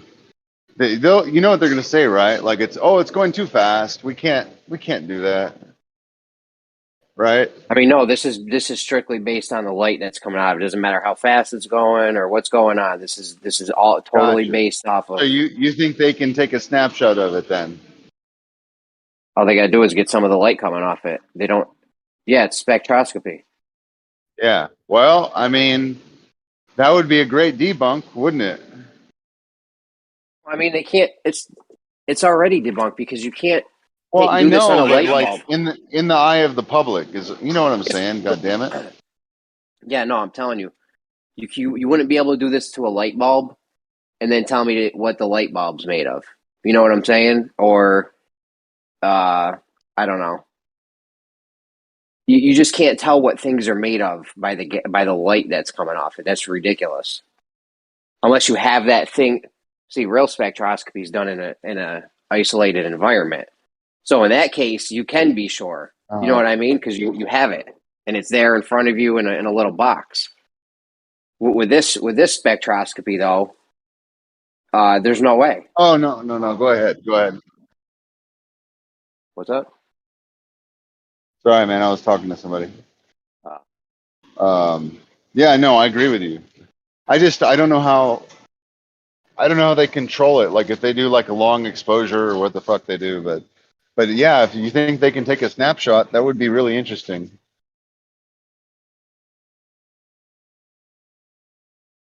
Yeah, no, it'd be nice for them to just point it, just do a spectroscopy on whatever, the ISS or a satellite or something, and just tell us what it's made of. Just think about the idea of that. They'd never be able to tell what what the thing's made of. All they can do is get the light that's coming off it. It doesn't tell you what the thing's made of. I think it has to be emitting light, like a light source, but the light coming off the ISS is reflected light, right? So they can't do it off reflected light? I don't think so. Right. So if I get a light bulb, so is a light bulb emitting light, left line? Yeah, you mentioned that, and that's kind of interesting. I wonder. I don't know about that, but I do think it has to be like emitting. Yeah. The light. Like the light bulbs got you, though, right? The light bulbs got you. you. I wonder about that. Yeah, we all wonder.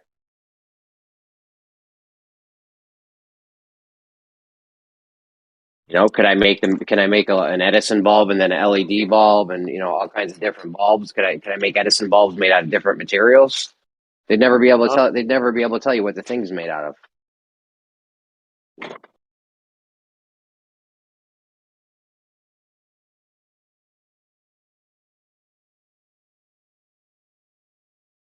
They took an actual real thing, spectroscopy. It works. It's pretty clear cut. And then they fucking pointed it in the sky. This is supposed to be done in a controlled fucking environment, people. This is very sensitive shit. They try to get as isolated of a system as possible.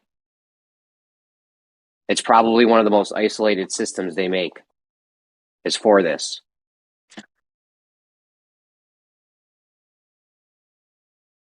Yeah, but is it as sensitive as Druss's mom?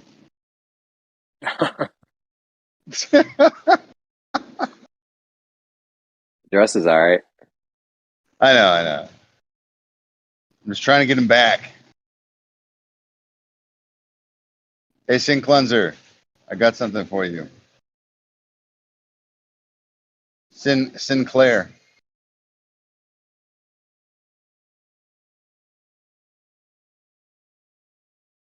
There you go.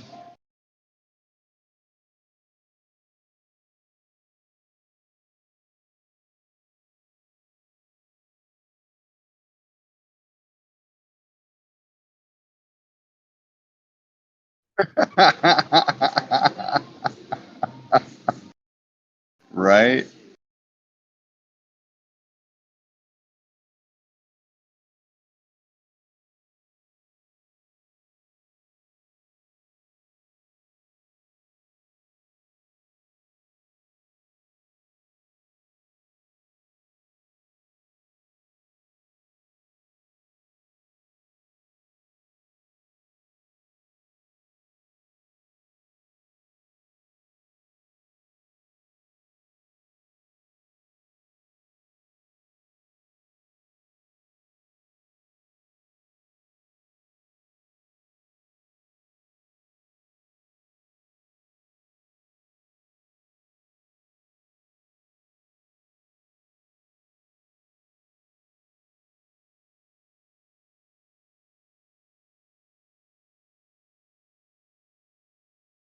Started watching this movie about this little orphan girl that likes chess, and she was nasty at it. It was pretty good. There wasn't a movie; it was a series.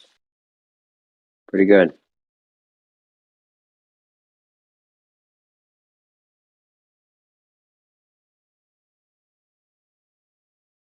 Netflix shit.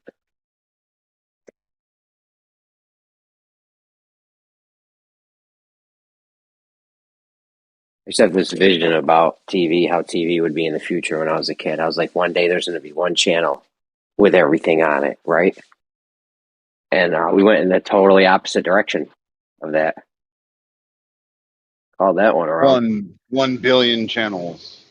Now it's a billion channels with the same thing over and over on most of them. You know what I mean? Like we went the total opposite direction I thought we were going to go in. That's back when I was young and naive and thought that, I didn't know how the world worked. That would have been the reasonable, efficient way to do it. You just have, you have TV, then you just put everything on it that you want. Every movie should be available on it. Everything, every documentary, every fucking, everything. They might lock that up, though. I think YouTube might lock that up, though, in the future. With the thing I just said. I feel like they're heading towards it.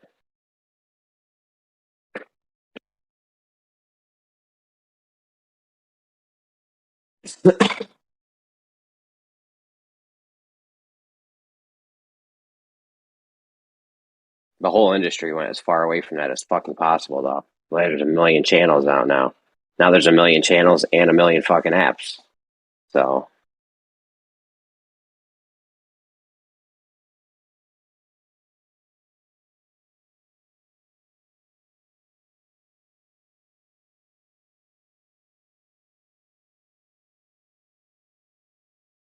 that's how they got you, though. More money, you know. I don't know if people are spending more or less money on TV now. Either way, I bet they're getting more money from ads or subscription fees. It's all a big game to get your money. The more money they get, the more control they get. And they're doing a good job because they manage to get a lot of our huge percentage of them of the public's, money on a weekly basis or whatever.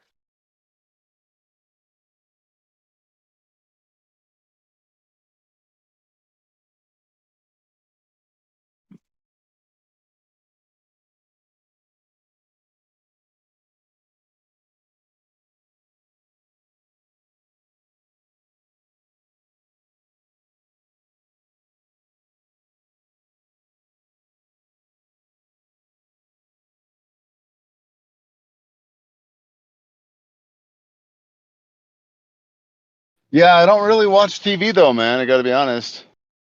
Like, I don't have TV. I don't have a TV. But you're watching Actually. YouTube, right? Well, I listen to YouTube, right? Yes.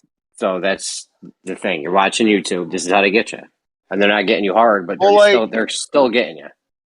Well, bro, I don't like distinctly watch YouTube. I watch YouTube while I'm doing something else. Like I'm educating myself. I know. I'm just saying, though. This is how they get the money, right? You're watching YouTube. You either buy the service to skip it to get no ads, or you watch the ads. So either way, that's how they're getting you. Yeah. So I pay $10 a month for unlimited music and no commercials. Yep, they get you for $10 a month. That's all. Well, yeah, man. I mean, look, if you buy one album, what is that, $10? No, I'm not knocking you, bro. That's the best deal you can do. Yeah. Yeah, like how much is an album these days? I don't even know. I don't know, $9, maybe $10. Yeah, so I'm paying $10. I get all the music, and then I don't have to worry about commercials when I'm like learning about shit, Yeah, those commercials are annoying. I've honestly thought signing up for that just to get rid of the ads, like brutal.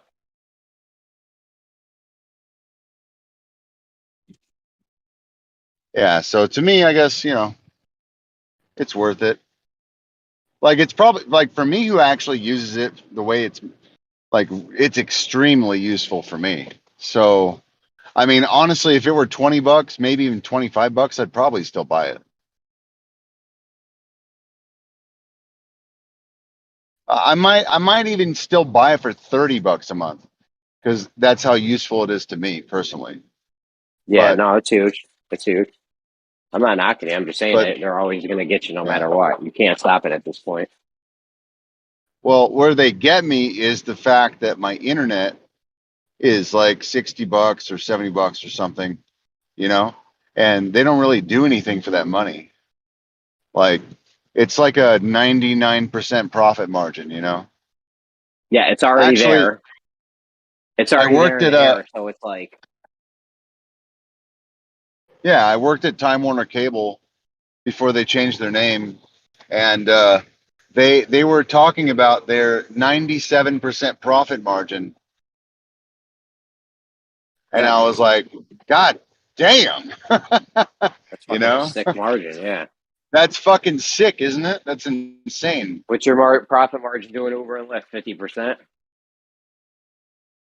60 maybe? What? Wait. For Uber and Lyft? Yeah. Oh, the overhead's fucking huge. Yeah, man. No, I fucking kill it, dude. I'm doing better than that. Yeah. Yeah, it depends on Yeah, how much you do, I guess. The more you do, the lower your well, yeah, like the overhead is. timers kind of get screwed, but as somebody who like you can't fuck me over. I'm gonna get mine, you know. So like, yeah, you do the math on it. It's really I do really well Yeah, if you're for doing 200-300 a money. night. Yeah, if you Yeah, do like if you only go out and do like $50 a day, then that raises your profit. right. Well, I mean, hey, if you need that $50, it's worth it, right? But like That's people still who huge, yeah. maybe Yeah. like I only do it the smart way, so I can't really fuck up, and I get my money. And like even right now, you do 3 rides, you know, Lyft will throw me $20 each time. So, and that's on top of tips, on top of pay, on top of any kind of like Yeah, I wish upcharge or my area whatever. had more. Kosho was saying they have sick bonuses. My area doesn't. My They area has do, yeah, bonuses like that, but they're rare. yeah. Austin has sick bonuses too, but the Yeah. ones here aren't that bad as well. I mean, I'm actually really impressed with the bonuses here because a lot of people have been using it lately. So it's become not too bad. My only complaint is the pickup time on Lyft is usually a bit longer because they don't have as many requests as Uber does. Like an Uber request will come in and oh look, they're 5-7 minutes away, 8 minutes. which is perfect. Yeah. Well, I mean, 8 is it's kind of pushing to the 10 mark because you never really know how they calculate that. but if it's Still better than 5, 20. Better dude, if than it's like a 5 to 7 20-minute. minutes, I can usually get there within 4. You know what I mean? Like there's when it's a short ride, I can usually get there fast. When it's a little bit longer ride, that means there's more lights, there's more variables and shit. So, Yeah. oh, with Lyft, like, dude, Lyft will give me something like 19 minutes away. I'm like, God damn, you know. Yeah, But they've done if that to there's me before. 20 minutes. I've had 25 minutes. yeah, if there's a fat bonus though, I'll just, you know, I'll just See, get on Lyft doesn't Discord. do this. Lyft doesn't do this, but Uber does. If it's like a 20-minute pickup, they pay you for the long for Yes, driving that far. exactly. Well, here's what they started doing just recently, which has actually increased my income also, is that let's say it's a 20-minute pickup and there's a fat bonus. I'm like, all right. So I drive out there, right? And they cancel at 17 minutes. Well, guess what, motherfucker? I just got paid for all the miles and the time and a fee on top of it. And I still qualify for the bonus even though I'm past the time period. So like you can't really go wrong. But before it didn't used to be like that. It used to be pretty fucked up.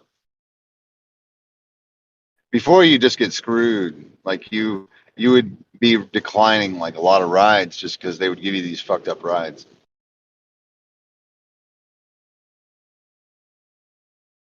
But in Texas, I don't know what it is. I guess maybe it's per state what the laws are, but they can't require you to accept a ride. So if you decline it, they can't kick you off the platform. Let's say you decline every ride. They're not going to cancel your ability to drive because you're not an employee. You're a contractor, and you can decline your ride. Now, if you accept the ride and then cancel it, that's when you're held liable and like they can get pissed off at you and cancel you.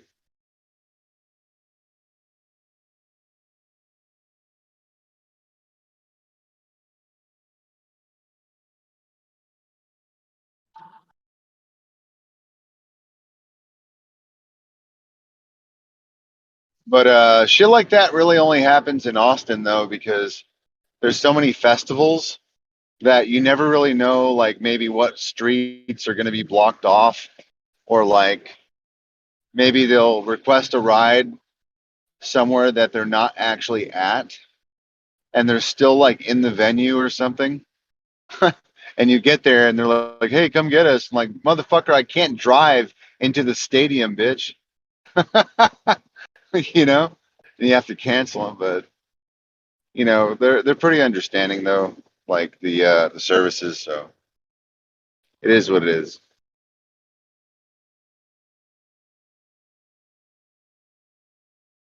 You know, it's crazy, man. I've held a 5-star rating on Lyft for like 3 years in a row, which is pretty nuts if you think about it. That's a Well, I'm lot of almost. people that could have been disappointed and like fucked with my rating, but I've had literally 5-star ratings only for the last like 3 years. Well, Lyft does it weird, don't they? Like knock the lowest one off at the end of the week or something. Oh, do they? I don't know. I've only Because had having 5 stars, so I don't know. that's not even possible though. Like somebody's gonna give you What? a four at some point. You know what I'm saying? Dude, I'm telling you, bro, I guess I'm just a fucking baller, you know? There's no way. No way? Huh? Maybe I should screenshot. Maybe I'll screenshot and you can eat your shit. I mean, on Uber, there's a bunch of. See, the problem with Uber though is that like, okay, so people who use Lyft, they usually live here, but people who use Uber, they're usually like people from out of town. They're traveling or whatever. It's an international service, so like those people are just way more. I don't know. They're not all very cool. Like I've had a lot worse Uber rides and Lyft rides, that's for sure. Like I don't know, some of man. them are just not cool. I was having bad luck with Lyft for a while. Like Yeah. every 5 or 10 rides would just be someone without a car seat for their kid. Ha Like ha, real, dude! I like used to get that shit all the time. I'd have to tell them, "Look, bitch, I can't. I'm not going to do it because the insurance won't cover me." yeah. If you get an And accident, you'll get a ticket. That's like endangering the welfare of a child or something. Like that shit's on you. well, no, that's not a ticket. If you're in an accident, they can not only sue Lyft, but they can sue you personally for your insurance. And then, Oh, what the fuck? yeah, so um, they can take you to civil court and totally ass ream you. Another one. Here's another one, right? So it used to be that Lyft and Uber they'd let you take like 4 passengers, right? And now they don't let people in the front seat, which I'm fine with, whatever. But the problem is the so the product is 3 seats with 3 seatbelts, right? Point A, point B, or point A, B, C, whatever. And what people don't understand is that like just because it's my car and I'm given the ride doesn't mean that I can let you sit in the front, you know? And it I understand why it would piss off some people, but like when Uber and Lyft they buy insurance from their aggregate insurance dealer, they're only insured for 3 seats. So if you put somebody in that extra seat, that shit's on you. If you get hit, Uber says, "Oh, they had a 4th passenger." Well, guess what? We're not going to cover you for that $1 million coverage. So if there's a big accident or something, you know, you're on your own. And then guess what? 99% of drivers don't carry the right kind of insurance. So then they find out their insurance provider won't cover them either. So they just got stuck with a $1 million bill. And yeah, they done fucked up. All because somebody wanted to sit in the front seat. And yeah, you might well, it used to be that people wanted to pile in your car. So like let's say like there's 5 little kids that wanted to jump in, just sit on each other's lap and shit. that would probably like get your license taken away or something, you know, at some point. I don't know. There's a lot of like weird scenarios where you have to just be stern and be like, look, I can't do this. I can't do that, whatever. And it happens sometimes and people get mad. And that's usually what happens with Uber. You get these like really sketchy people that just want to like pile in your car, or like I get these really smashed people that smell funny, and like, you know, it's just a lot of situations, dude.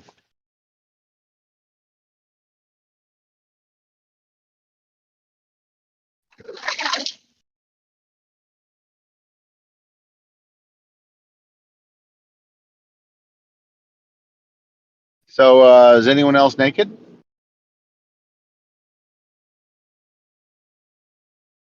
Pants are down right now. Oh yeah, just the pants. I'm pooping, so. You weren't even fucking with me. Yeah. Your pants are actually down. Yeah. All the way to the ankles. Damn. Get it. Get it.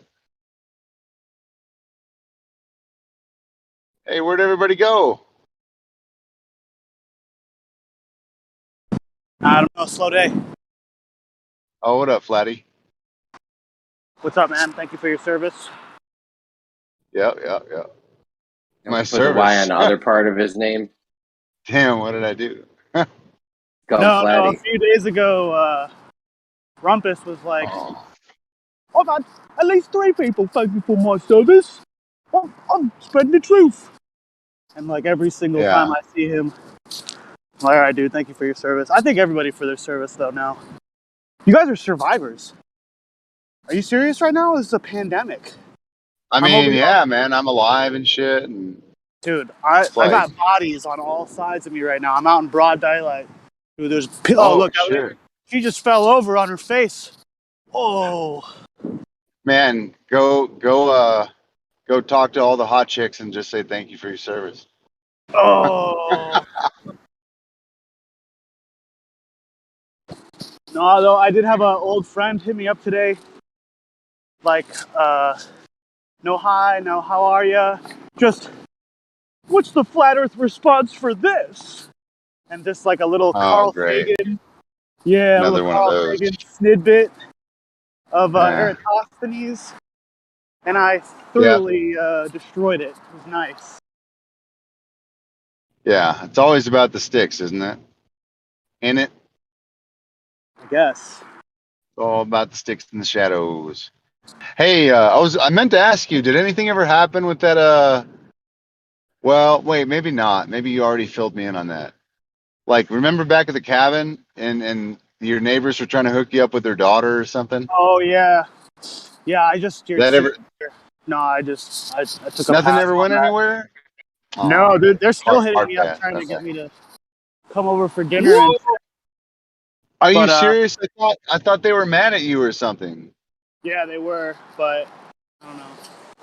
About the chickens or the chickens and Santa Claus and Christianity. Santa Claus.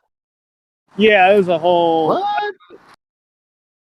Oh, Santa Claus. Yeah. No, her mom was being super manipulative with me. Like, she asked me if I needed anything from the grocery store, and it's in the middle of a pandemic when they're not letting me into the grocery store because I'm not going to wear a mask. I'm like, yeah, sure. You want to go get me some groceries? So she put me in these positions where I have to be around come drop it off.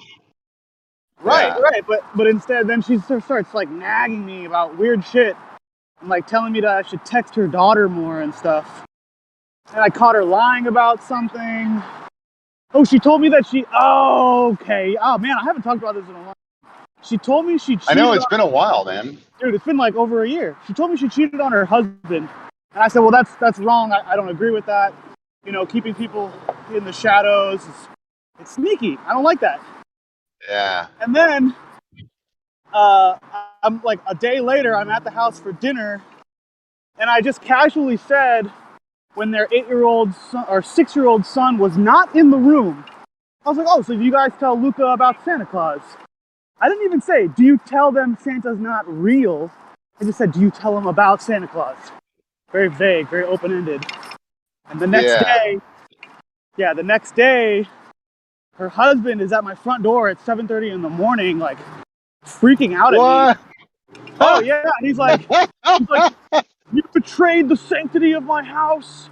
You know, like. Fuck you.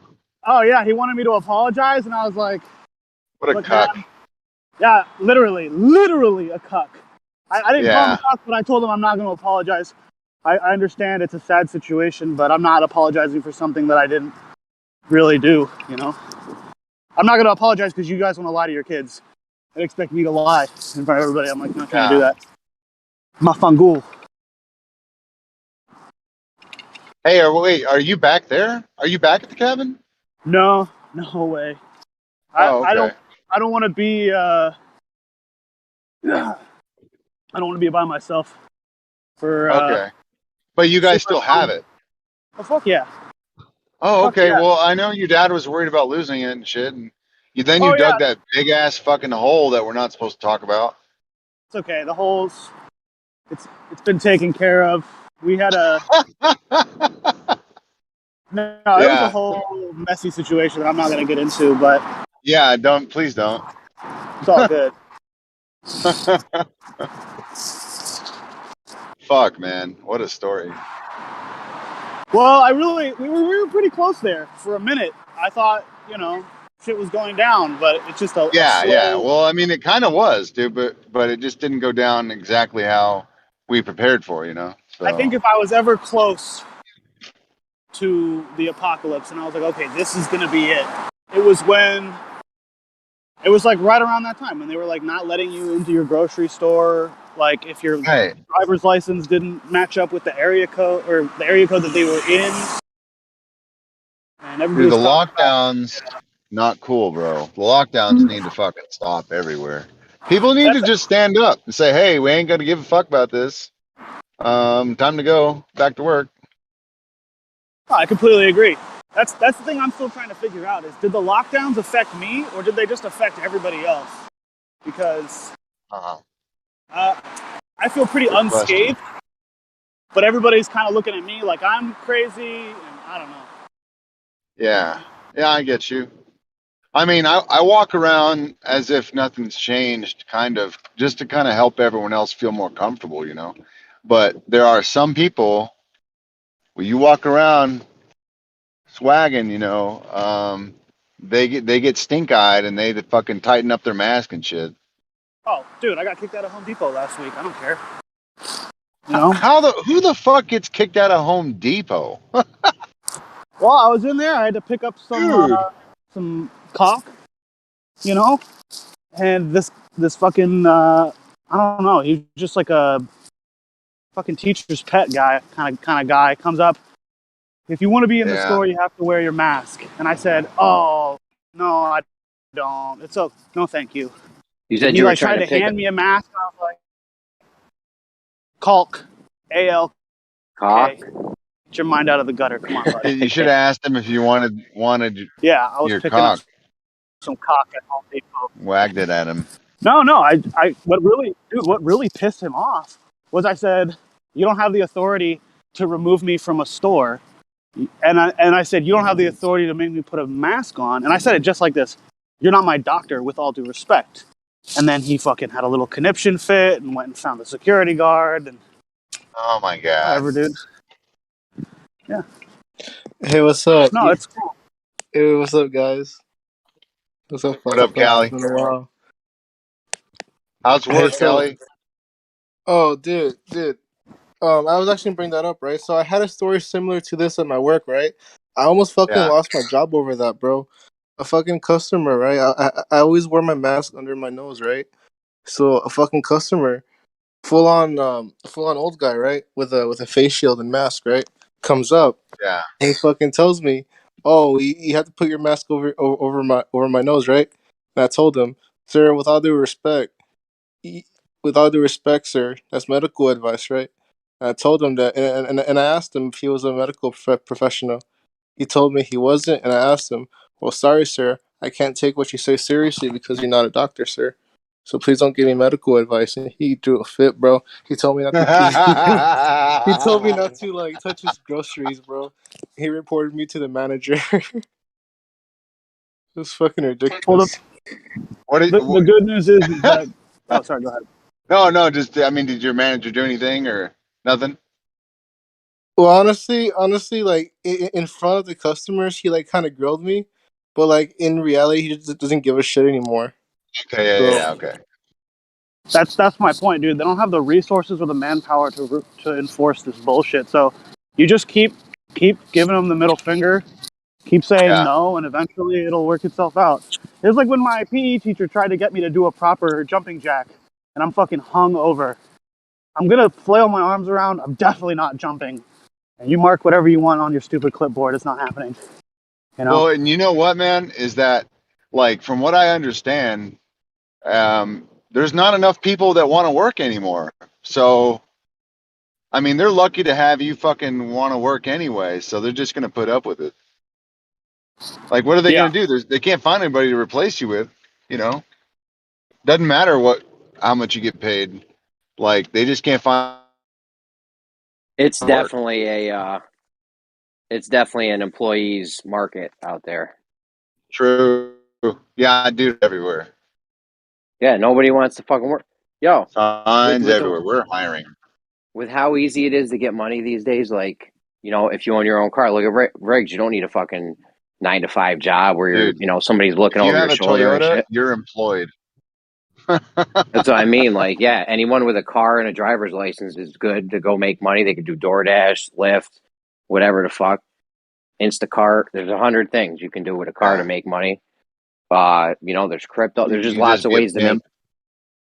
There's lots of ways to get money now. People started their own businesses and shit during the Corona pandemic. Yep. Their people's side hustles turn into their main hustle. Yep. It's true. Yeah, they just got to eat the dick. That's how it goes.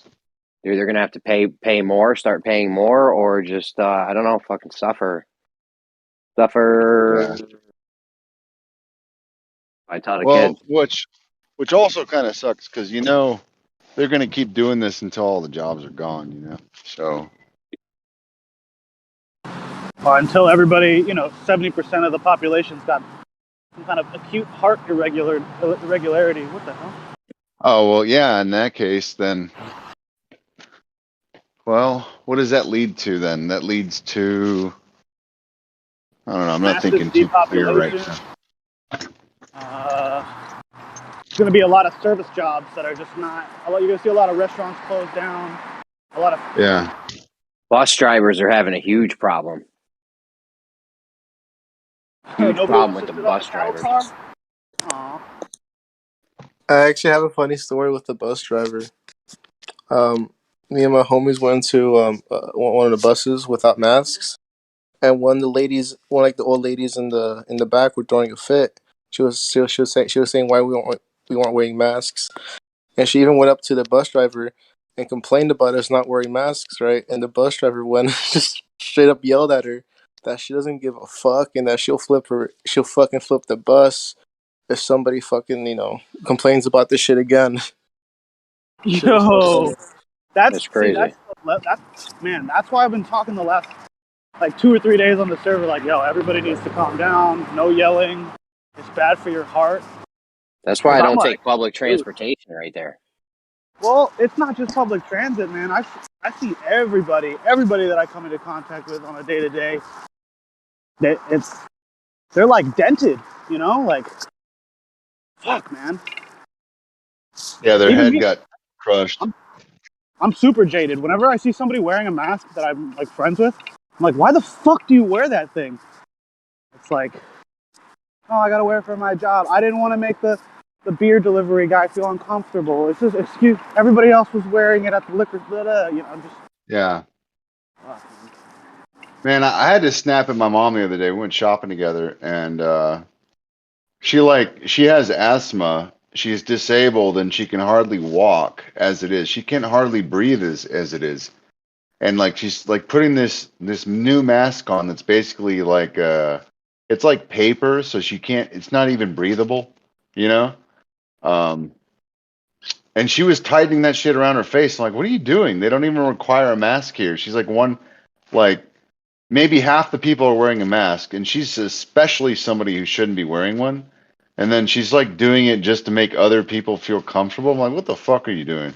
God damn. You're like, this is the kind of mentality that's going to get us killed. You know, that really pisses me off. Like, if you don't fight for your rights, like, say fucking goodbye. I don't got time for that shit. I mean, there's just so much collateral damage involved in resisting these draconian measures. That's like, I don't know. I think about it a lot. Like, I can't even believe that I'm her son, to be honest. It's just, I was just so pissed. Dude, that's not fair, you know? X amount of years in front of the TV, I'd probably be doing the same, you know, putting 2 masks on. Have you brainwashed me good enough? I think I just smoked pot for so long and none of it stuck, you know? I think I just combined took and stuck. Stuck. That's not a word, is it? Hey, works for me. Works for me. Get stuck.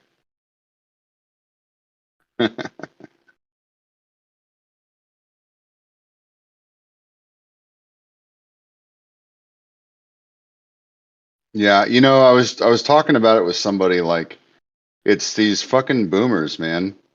These fucking boomers. They walk around with this "I earned it" attitude.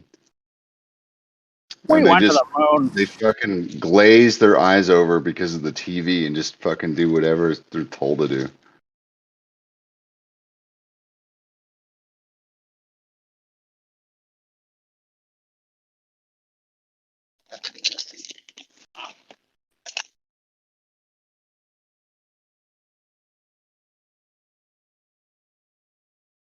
Well, what is it? What's that freaky deaky Dutch place? Not Copenhagen. Hague? Science is real. 7 people died in the anti-lockdown protest out there. I gotta say, Where? in Hague, Hey, Hague or Hauge, something like that. where's that at? Hey, I'm not smart. No, I think it's in Holland. Okay, yeah. Yeah, That makes sense. I bet Hague has like 2 dots on the top of it somewhere in there. I don't know. I'm also in the name. I don't speak Dutch. That's a language I don't want to touch. I'd rather learn Chinese. Let's see. Is it over the A or is it over the E? Hague, with 2 dots over it. Let's see. I'll Google it.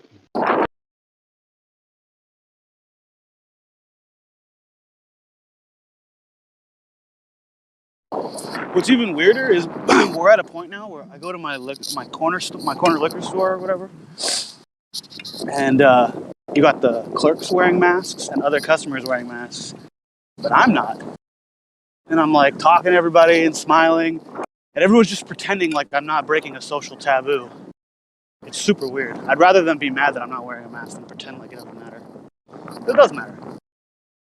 I'm Oh actually man, noticing- there's no dots. Wow. Okay. No dots. No My bad. lot. All right. Yeah, I'm actually noticing that more people are stopping to care.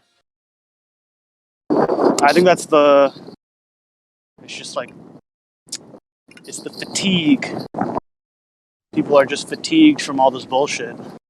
They're just like, you know what? As long as there's food in my fridge, the power's on, and my phone's got, you know, over 30% battery, we're gonna be fine. They just keep going. They don't care. Bro, did you see this meme? This thing that Sinclair fucking posted? Like the girlfriend of one of the shot It's not real. people. Oh, okay. That'd be fucking hilarious though. Yeah, there's a picture of a dead man's face cropped into it. Like, it's definitely. Trust me, I've been following this trial because it's some of the only entertainment I actually get these days. Yeah, that would be insane. She looked really haggard in the court too. Definitely. I mean, do you guys read the court documents on Rosenbaum? The first one to take the asphalt temperature challenge, convicted of I don't even want to say it, but just, the worst. 5 children under 11 convicted. That's who everyone's upset about. A literal pedo that was released from the fucking sanatorium that evening. The news is, dude, the media is disgusting. Man, my Facebook account got banned for months because I said something about Kyle Rittenhouse. Now the dude's found innocent. What are they going to unban my account now? Probably not. Dude, you know what they should do is just reinstate all of your posts and unban your account. They should, but they're not going to do that. Yeah, I know. Mark Zuckerberg.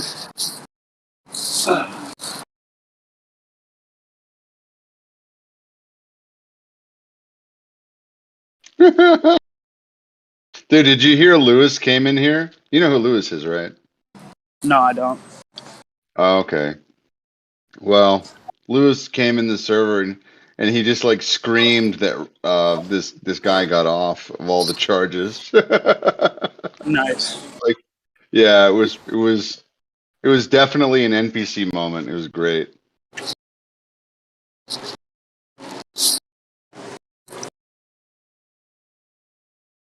Oh, dude, they got Scrubs playing in the liquor store. Hold on one sec, I'm gonna pay for this. There's actually a liquor store near my house where the employees are not wearing masks. It's kind of funny because some of the customers are actually wearing the mask.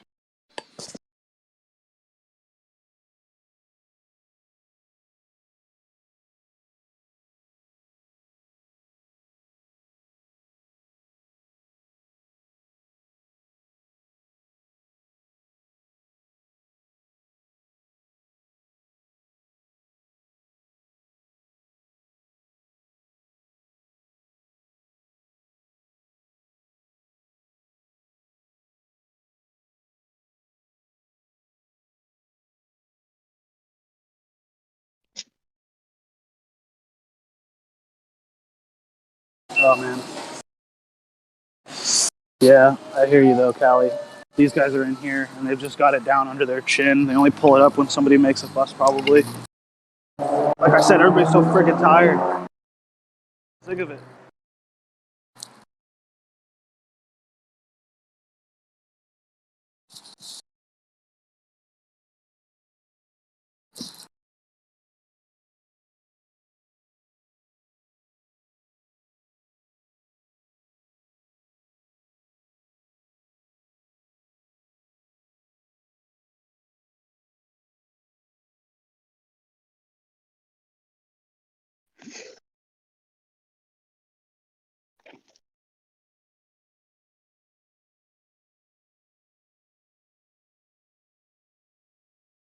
Now, it sucks that we can't really talk about it, but I'm dying to know if globe earthers and flat earthers, at least the ones interested in discussing, planet or whatever realm shape, if we can find common ground on this this issue, these very trying times we have, I think that would be therapeutic. I haven't been able to make the argument. They're lying about, blank, what's going on in the world today, but you think they're telling you the truth about where you live? Dude, just... Yeah, no. If you don't realize that the Earth is flat, you're not going to realize anything else, man. Not true. One of the only Globers I can think of that actually is like aware of what's going on right now is the Rig. The guy from Australia, the Rig. I think he's maybe the only one that, I don't know, that's really aware of what's going on right now. I know someone who we've gotten into big fights over flat Earth. He's taken both doses of the vaccine, but now it's like realize, okay, I don't like this. This is not good, and it's totalitarian and stuff. Yeah, but if you can't realize the biggest lie of all is the shape of the place we're on, you're not going to understand the scope of how they can lie. I don't think that you're just still asleep, man. Still asleep. You're not going to get it. Yeah. Oh well. It's just not possible. They don't comprehend. It's two different types of people in this world now.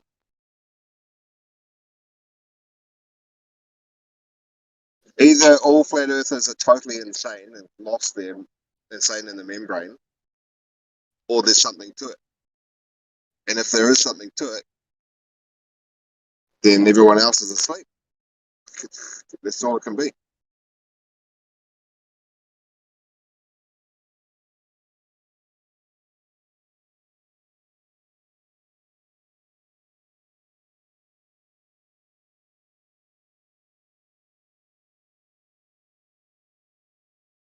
That's a good question. Are all flat earthers verging on insanity?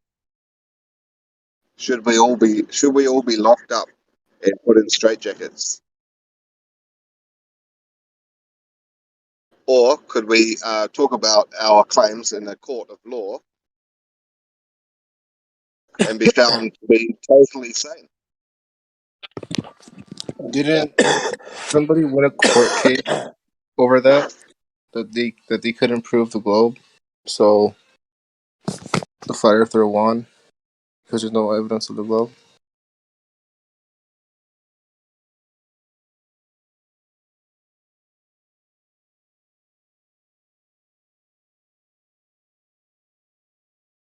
It's hard, man. It's a battle because you sort of have these conflicting. Sometimes, I mean, if you're really like hard out, full on with knowing that it's a flat Earth, but you're surrounded by close family members and their friends and stuff that are just so adamant that you're insane.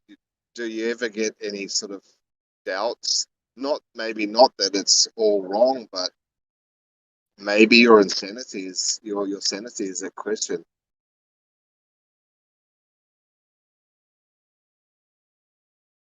It's hard to say.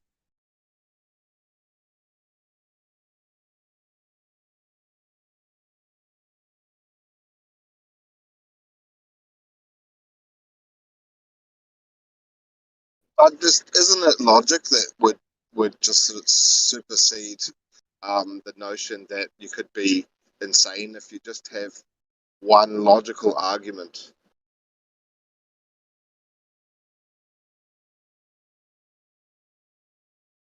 Like being able to see the Chinese space station 250 miles away, and it's only the size of a bus.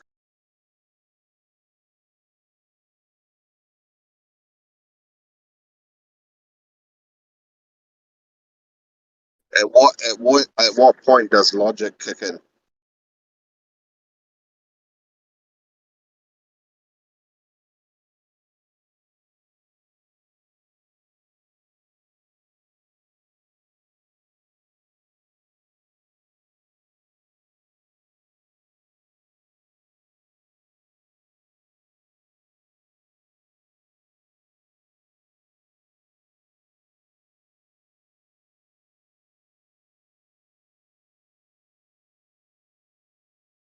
Heard of and know of and have listened to quite a big handful of people that have got PhD degrees, they've got successful businesses, or they've got a lot of accomplishments, and they're flat earthers. So does that mean you can still be totally qualified in the world and be insane at the same time? Is that possible?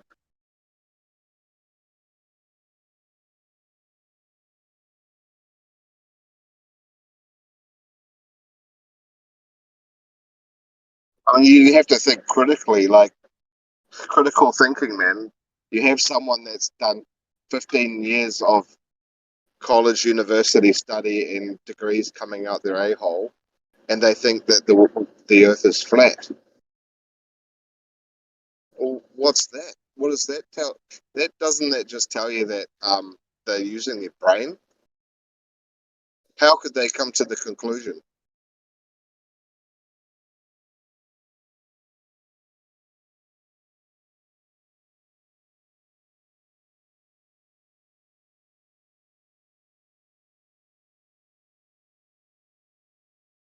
What? Why is it quiet? What the fuck?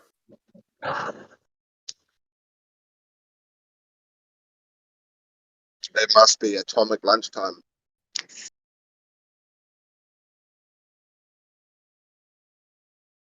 Dude, I swear to God, every time I get Thai food, I tell them extra spicy, and the shit comes out looking like baby food. I swear to God, I taste it. There's no spicy in there at all. It pisses me off. Like, what do I have to do? Do I have to like stretch my eyes and paint my face dark brown so that they do it the right way, or what? Yeah. You do. Just send it back. Make them do it again. Bro, they're like 30 minutes away. Yeah, that sucks. Hopefully you've got. Oh well, you can't fix the baby food. You could always add some fresh chili.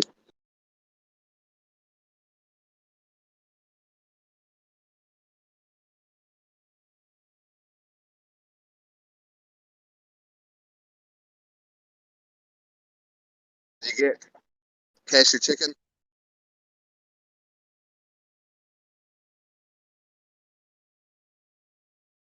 No, I just got pad Thai, and they forgot to put the peanuts. Oh, that sucks. What the fuck, man? These guys are garbage.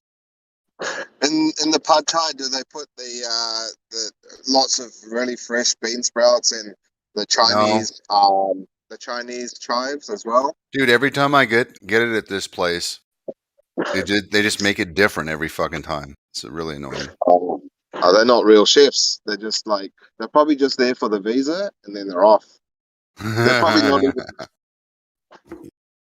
I've come across a lot of that going on here in New Zealand, where it's like I'm probably the most qualified Thai chef in all of New Zealand, and I've met a lot of Thai people that they've never been trained to be a chef. They were fucking tilers or carpet layers, and next thing you know, they got offered a job to cook, and just because they're Thai, they look good in the kitchen.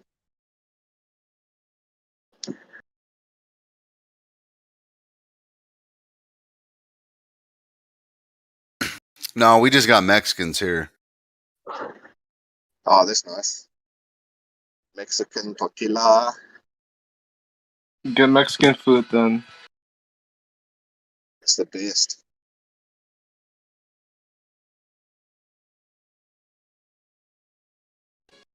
At least where I live, we have like a mix of Salvadorian, Guatemalan, and Mexican food because of all the different people that are here.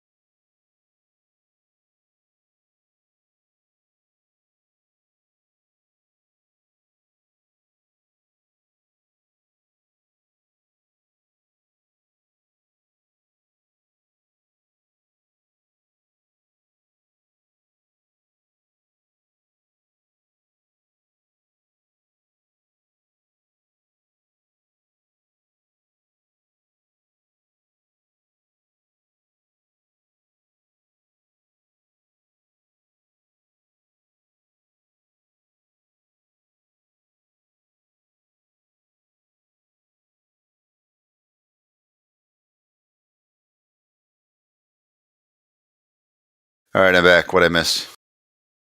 What's going on, Gio? You getting lots of cryptos?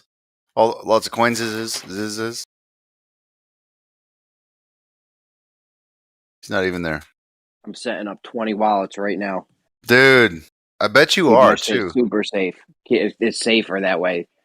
In case something happens, they only get Yeah. hit one wallet. You're still good. Hey, do you have like secret wallets just for your kids? They'll be fine. You're like, they'll be fine. They're smart. They'll figure it out. My wife has instructions on what to do. Oh, If I okay. die, so If you die, that's the only way motherfuckers are getting my money. What are you talking about? damn. Well, unless I give it to them. I mean, yeah, if the kids get older and I'm filthy rich, I hit them off with a few bucks. But nobody's getting at my shit unless I'm dead. She don't know how this shit works. She fuck around. Listen, I came home one day. Listen to what happened. I came home one day and found her on the phone. She's on the phone, right, at the computer, and that was kind of unusual. Like she really didn't use that computer much. I'm like, what's going on? She's like, the computer's got a virus, or something's wrong with the computer or something. I'm like, what's wrong with the computer? She's like, I don't know. Dell's walking me through it right now. I was like, oh, all right. I was like, when did you call them? She's like, no, they called me. I'm like, wait, what? She's like, yeah, they called me. I was like, all right, give me their phone number. So I got their phone number from the people. Shit.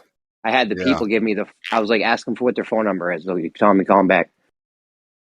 So I got their phone number. It didn't match Dell's phone number. It was one digit off at the end, right? Mm-hmm. I call Dell and I hear what their setup is. And I asked them, I'm like, yo, is this your guys' phone number or whatever? They're like, no, that's not us. So I called these people back. And the setup, the whole voicemail intro, you know how it's like all automated at first? All the same, exactly the same shit. I'm like, yo, that's fucking good right there. But I had to explain to my wife, I'm like, listen, they don't fucking call you. They don't call you if your thing's broke. That's fucking unheard of. So she's definitely not handling my crypto. True. Just based on that alone. Plus, this is a complicated space, really, for what I do. I mean, there is easy things to fuck with, but what I do is a little bit more. Man, is your wife an old lady? You can actually call her an old lady now because she did that shit. Yeah, right. That's crazy. I had to redo the whole fucking computer. There's a little bit of too much sexism for riding on eggshells.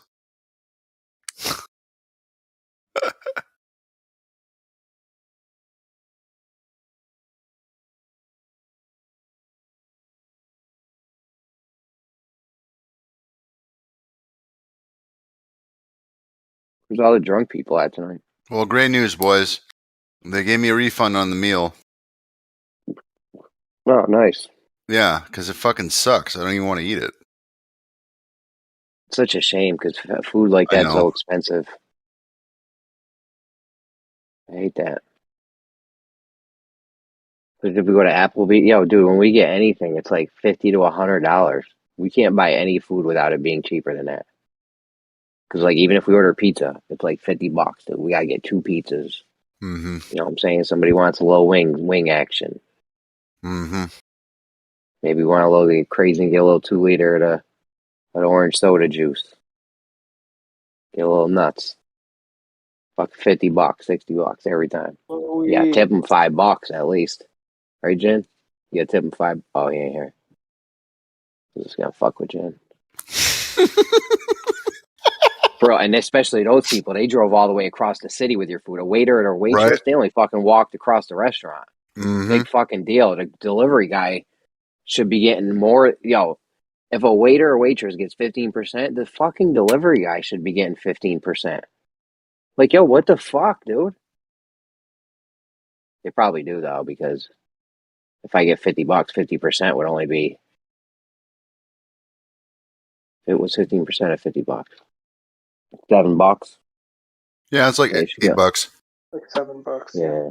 They should get like 20. They should be getting 20% mandatory. Always round up.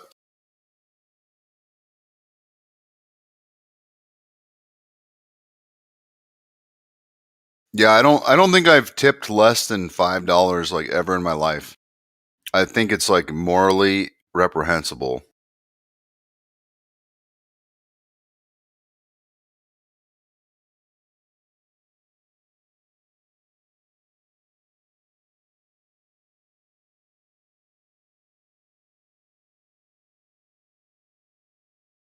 The hell did Eggshells say? What question did he ask?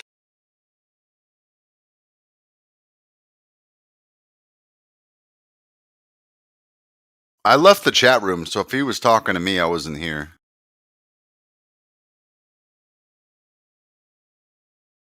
I had to make that phone call.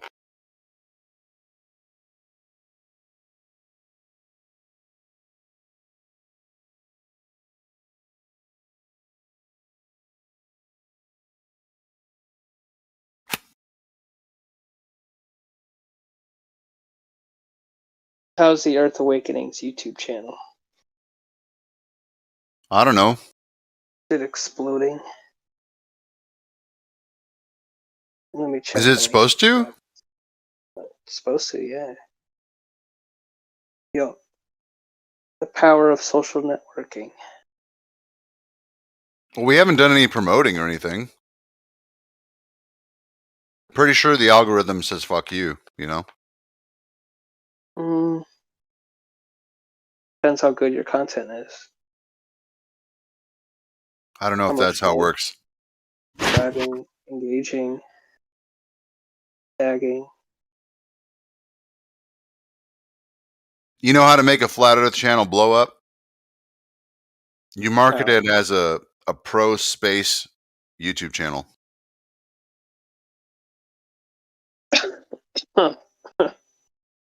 That's how you market a flat earth server. Pro space YouTube channel. Got him. I don't know. I don't think. I never really thought Flat Earth was that edgy. Not really. It's not as edgy as Flat Earthers think it is. Taboo. Wait a second. You think that we think it's edgy? Yes. No, man. We're just fucking censored. They delete all our shit. They delete our shit on Facebook. They delete it on YouTube. They delete it everywhere, man. It's not edgy. We've been like fucking sidelined and stopped like everywhere we go. Dude, my whole playlist, all my favorites are fucking gone. Like epic shit from 5 years ago, fucking gone. Shit that was posted last month, fucking gone. Shit that was posted last week, yesterday, gone. Gone. So is it edgy? Probably not. Do they treat it like it's the worst thing in the world?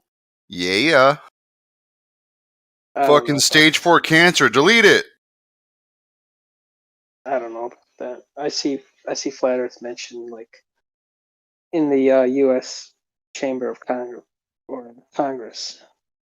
Yeah, and you know what they said? They just mention it. Yeah, what they do is they say that they're gonna post authoritative content at the top and then put little reminders that the earth is round just below the video. And now on Facebook, they got these fact checkers going fucking nutso. Where I had a fact checker thing yesterday that was so nuts, it blurred out the image. It asked me if I actually wanted to be a cuck or not a cuck. One button was white, one button was black. And then if you click one, you get a menu. You click the other one, you get another menu. And then 3 clicks later, you actually get the image that you're looking at. And it was the image of like a flower. Are you talking about a capture? No. But beyond that, right below the image were 5 different fact checker warnings that took up my whole page. Was this a Facebook No cap. group? No Facebook group. Just a fucking post from my friend. No cap, dude. Like, they hate flat earth more than anything. I've never seen anything censored more than flat earth. And it kind of makes you wonder. Possible people are flagging you. That's why it's happening. It's not coming from Facebook. Bro, these posts are from people who are sharing it with their friends only. It's not like public posts. You could point me to a Flat Earth blog that documents. Heard of this.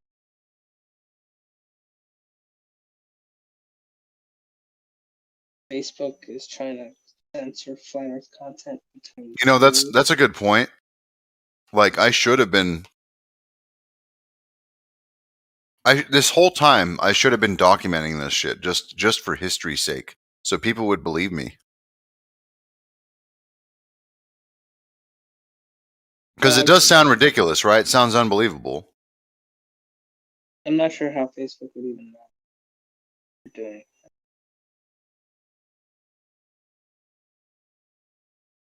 Well, I tell you what, my dude.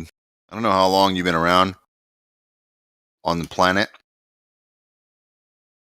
but Flat Earth stumbled on something that they really don't like.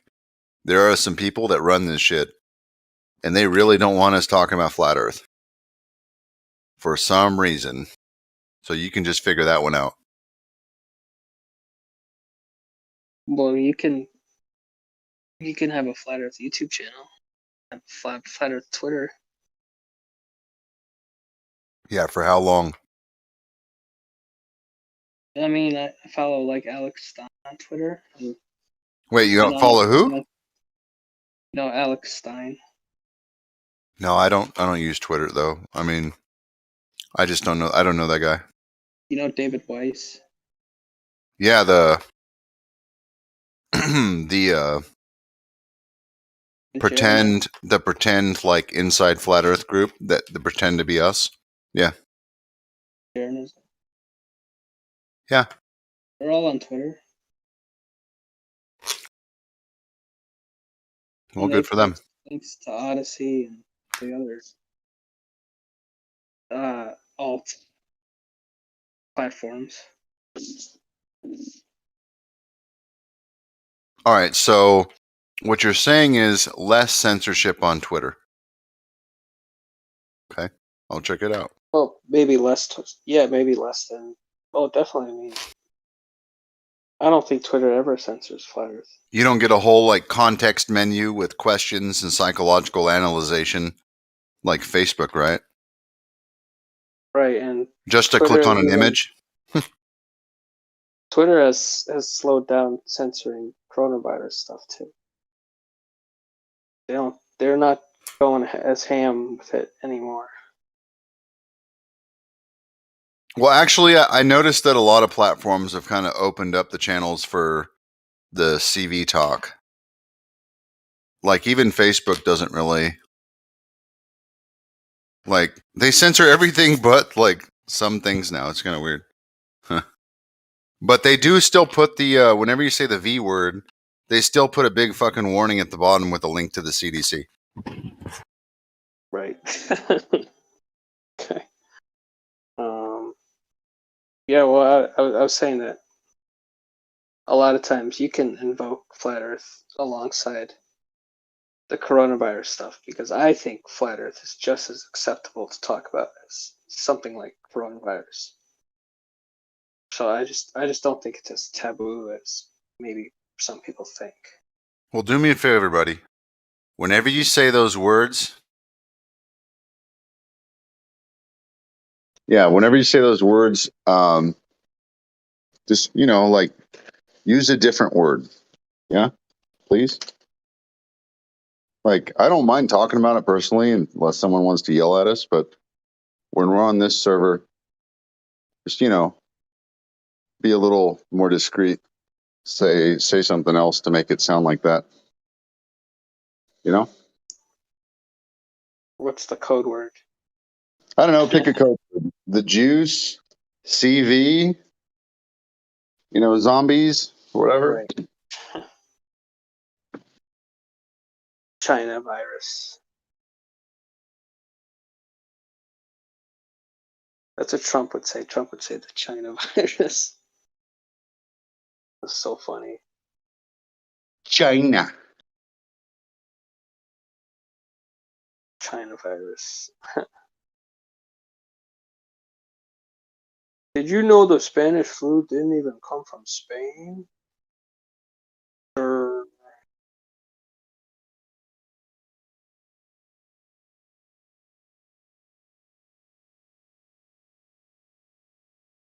I mean, if there was a thing called the American flu or the American virus, that just would not catch on. It just doesn't roll off the tongue. It just doesn't. I just don't ever see that being a thing. Like we got Havana syndrome. That actually sounds like a legit thing. Because when you talk about Havana, you think of people with like Ray-Bans and like CIA Wait, where? CIA planes. Savannah? Havana. Oh, Havana. Okay.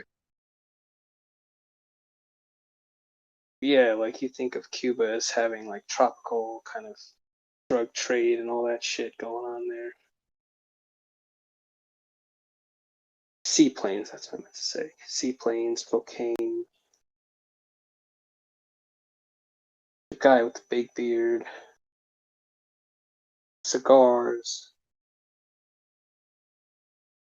And now, like, there's spies. American spies have this, like, disease. And some people think, like, they're getting poisoned. So it's kind of it's a developing story. It's been around for, like, it comes and goes, but it's been in the news for almost a year. These CIA agents that are talking about feeling like sick to the stomach.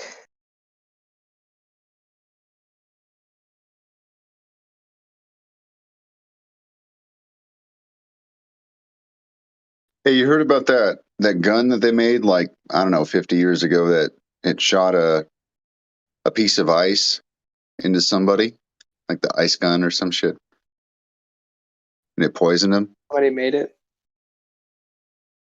Someone made What? one. Yeah. The CIA had this like ice gun where it'd shoot like an ice bullet and somebody poisoned them when it melted. Right. And they couldn't figure out what it was because there was no projectile or anything. It just died. And it was small enough not to leave a big enough mark to see it or find it, you know? So they found a dead body and they think it got shot with an ice gun. No, they admitted in court or like in some kind of conference that they had they had one of those. Nice. Yeah, it was like a spy weapon or some shit. I mean, maybe Mr. Freeze had one. Mr. Freeze. Yeah, probably. Makes sense. Well, so much of what military tech is inspired from the movies, and then so much of what you see in the movies is inspired from real technology. So it's always hard to tell which way it's going. Like the invisible car in the Bond movie. Like now, I guess there is like an invisible car.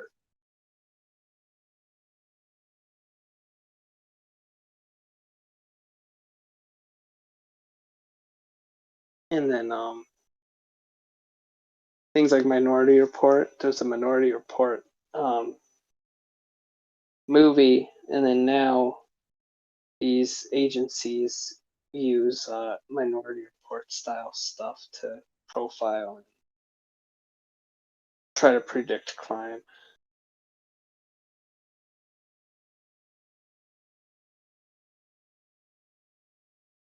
I think the first case of minority reporting was the using computers to predict like financial crime.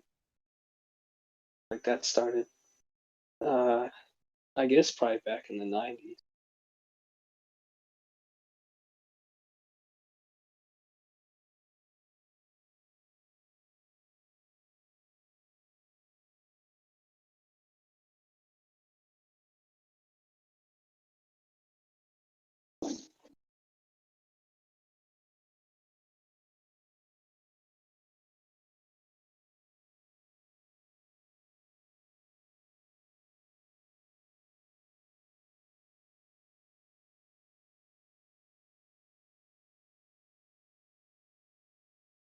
I just updated my phone, and like everyone is like the whole internet's exploding because there's some bug where if you scroll the screen, it like stutters really bad. Is that Google or? Yeah, Google S21 Ultra. They came out with some Android 12 update, and I guess a fix is in the works. But yeah, it's really bad with the lag. Yikes. So your internet connection's fine? Yeah, it's not internet. I mean, it's a confirmed issue. Everyone is bitching about it, and they're working on it. Oh, okay, let me look that up. Yeah. Do you have one? Twitter, see if people are talking about it. Yeah, just the keywords are like stutter, scroll, you know? Stutter, scroll.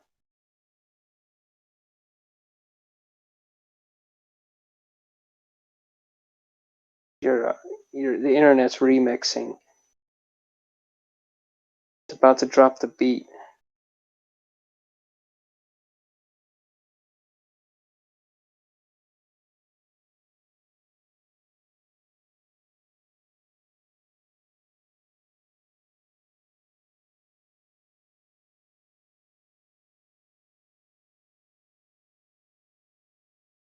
Oh.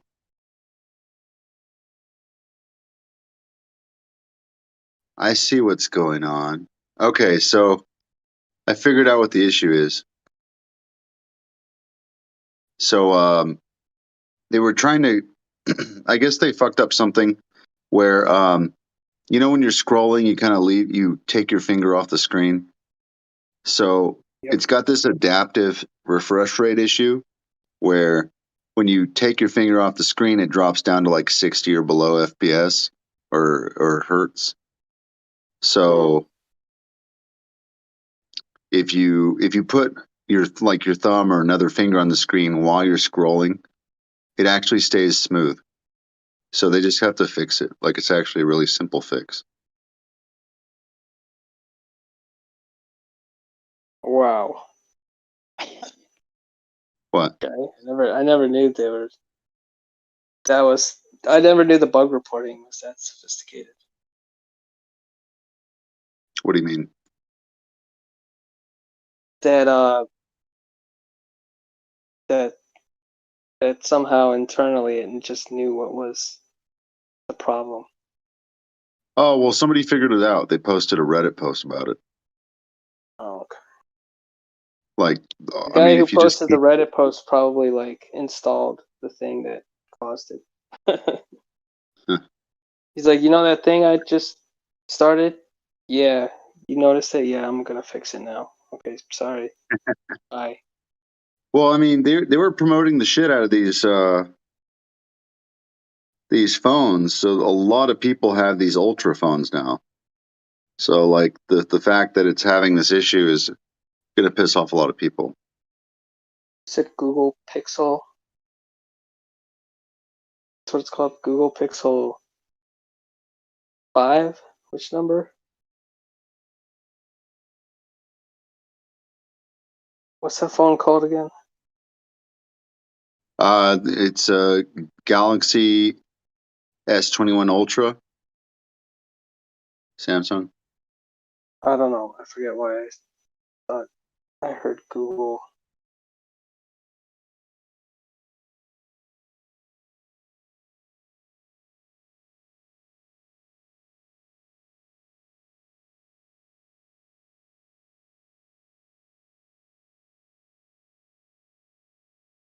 $5G.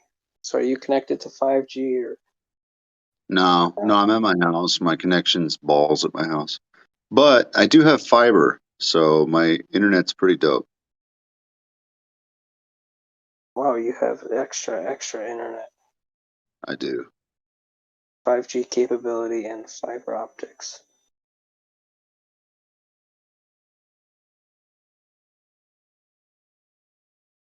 You should run your own YouTube show. Why's that? Twitch show. I don't know, you got all the internet, so cash in.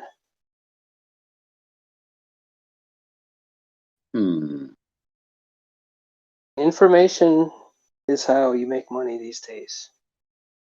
Yeah. The knowledge economy. Well, I guess not for flat Earth.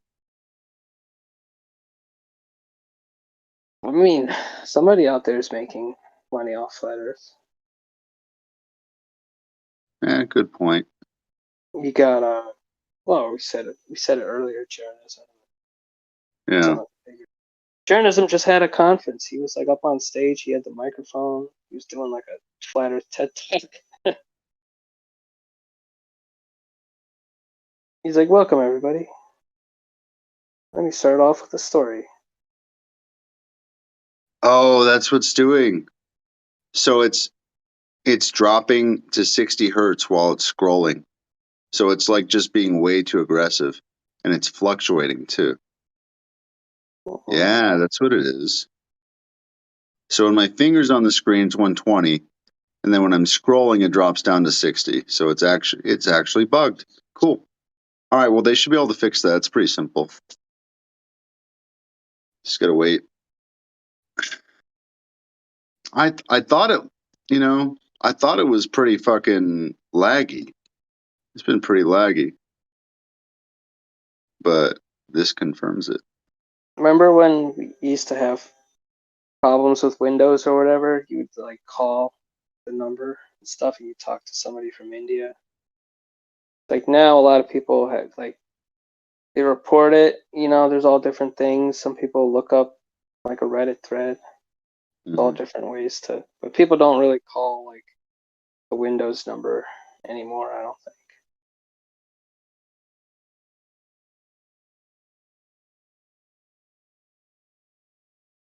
We used to have those like you'd buy those books, those like Windows troubleshooting books, tell you what to do, like Windows for Dummies or whatever.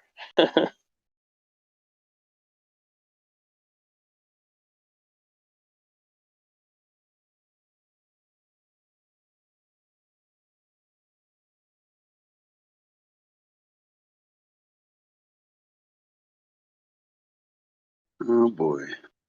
Well, that's kind of how it is, right? Like, it's like if you buy a car that was made the first year, you're going to be the one who gets all the issues until they can fix it.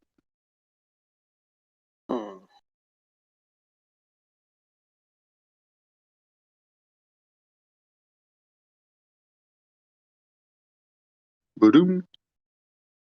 So the Cleveland Indians changed their team name, and on the first day, they went about like rebranding, putting up new signs on the stadium. And people are already like knocking the signs off. Oh god.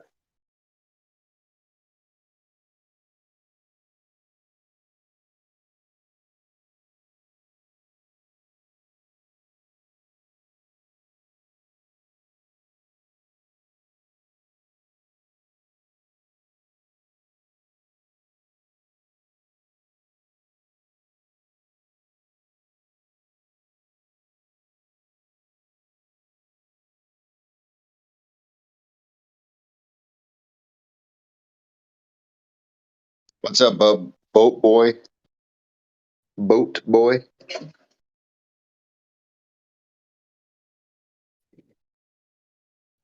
Boats boy. Trying to put the kids to bed. Give me like 5-10 minutes. Boat boy. Boat. Say that like six times. I thought he was an island boy. Boat boy.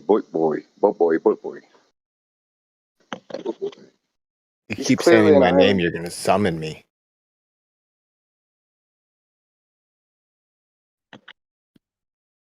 You can't handle this hole, baby.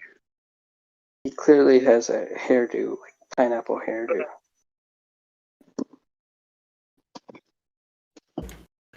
No, I came back to you repeating boats. Were you talking to me? Boat boy, boat boy. Cool. Boat boy.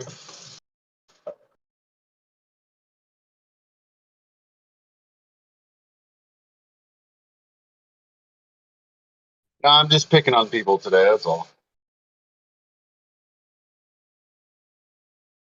All right, cool. Yeah.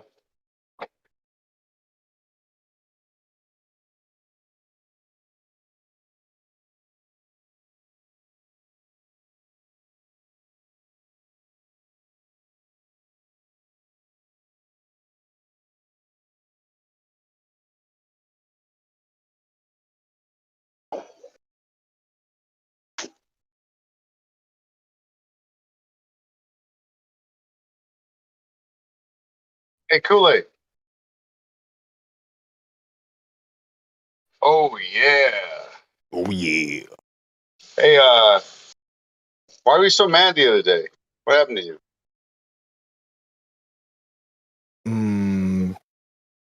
It wasn't Discord, I know that for sure. What happened? I'm not sure what you're referring to. Was I twerked up about something? Yeah, you were pretty twerked up. I apologize. Probably problems at work or something stupid.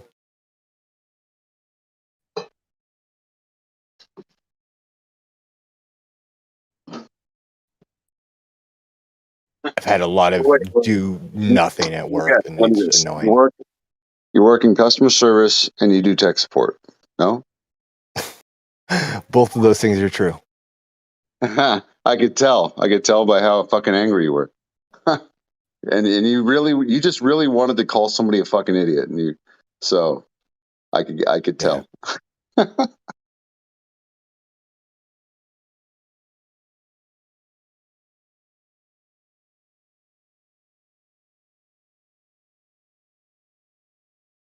My girlfriend got some more bad news about her healthcare too, and that stuff always pisses me off. So, well, I'm sorry to hear that. Seems to be a trend these days. She's actually going to be published in a medical journal.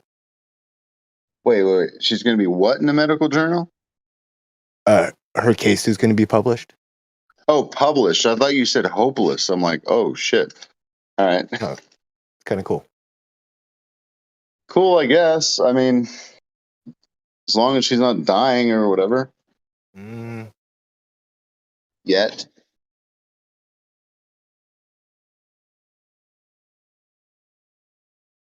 It's a heart procedure, and you don't usually get those when things are doing swimmingly.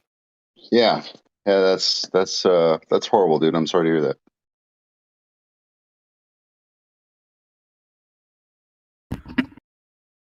But I shouldn't have taken it out on you guys. Oh no, it's okay, man. It was just Dodo. Oh. In that case, I don't take anything back. It was Dodo. He deserves all of it. Yeah, man, but you have to think of it also, man. Like Dodo, he's had a shit fucking shake in life for a long time now, and then he got his ass beat like not too long ago. You know, that just sucks. I'm sorry to hear that, but not surprised. Yeah, he does kind of. Yeah, it's in his nature. He says shit just to be inflammatory.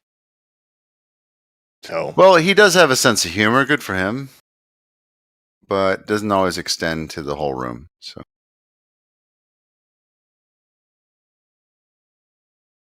yeah, it's a lot of bad shakes out there, dude. I mean, I've had skin issues since I was, dude, like most of my life. Really? Yeah. From what my mom tells me, she's pretty sure I was vaccine injured because I didn't have anything wrong, and then she put me through some of the schedule, and it just kept getting worse and worse, and then new shit started popping up, and yep. But I was too young to know any different. But I still have the problems. Just random skin issues every now and then. That sucks, dude. I have leishmaniasis, so I get the skin issues. Mine was from an infected sand flea. Sand flea? Mm-hmm. I'm not sure I know what that is. It's a flea that lives in sand. Oh. Yeah, in the country of Kuwait, we think. We're not 100% sure, but pretty sure that's what did it. They're a known positive carrier. So.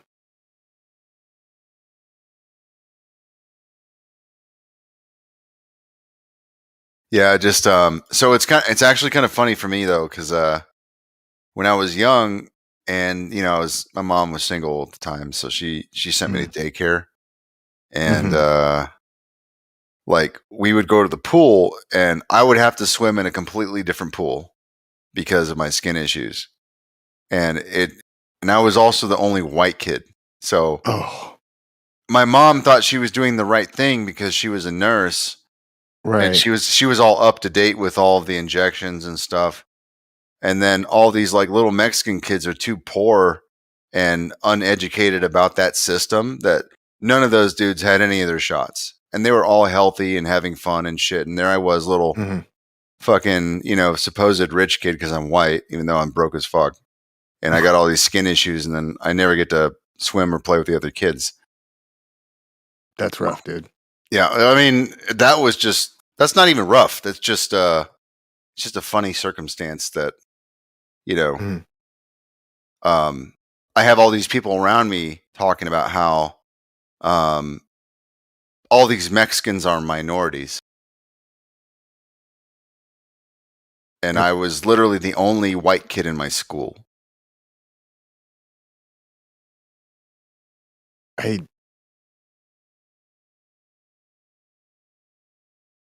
had a lot of different schools growing up and moved around a lot. I never went to the same school twice until high school. And then my school moved with me for a couple of years. So.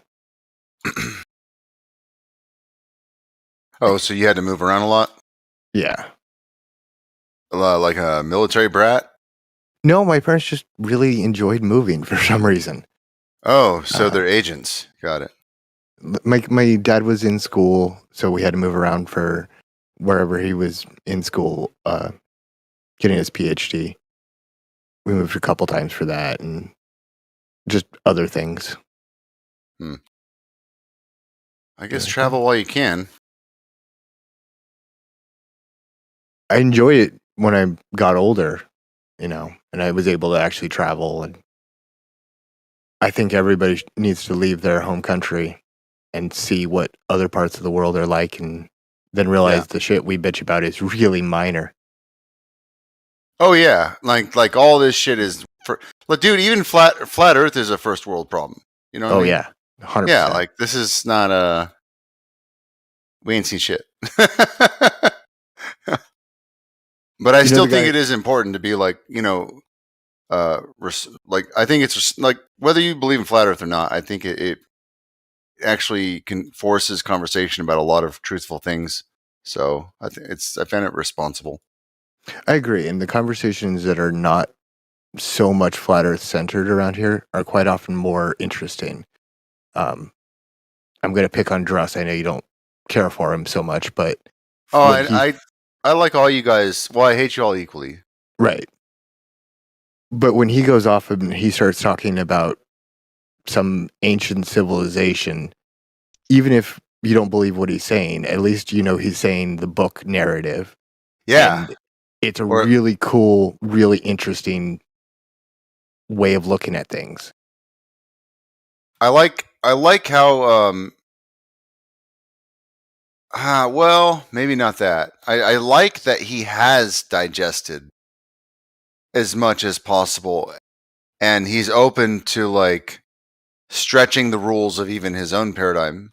Because a lot of people don't even do that. Like he's told me that he's really not convinced by like the Big Bang, and I find that's pretty responsible as well, because like he's like putting some thought into it. Right.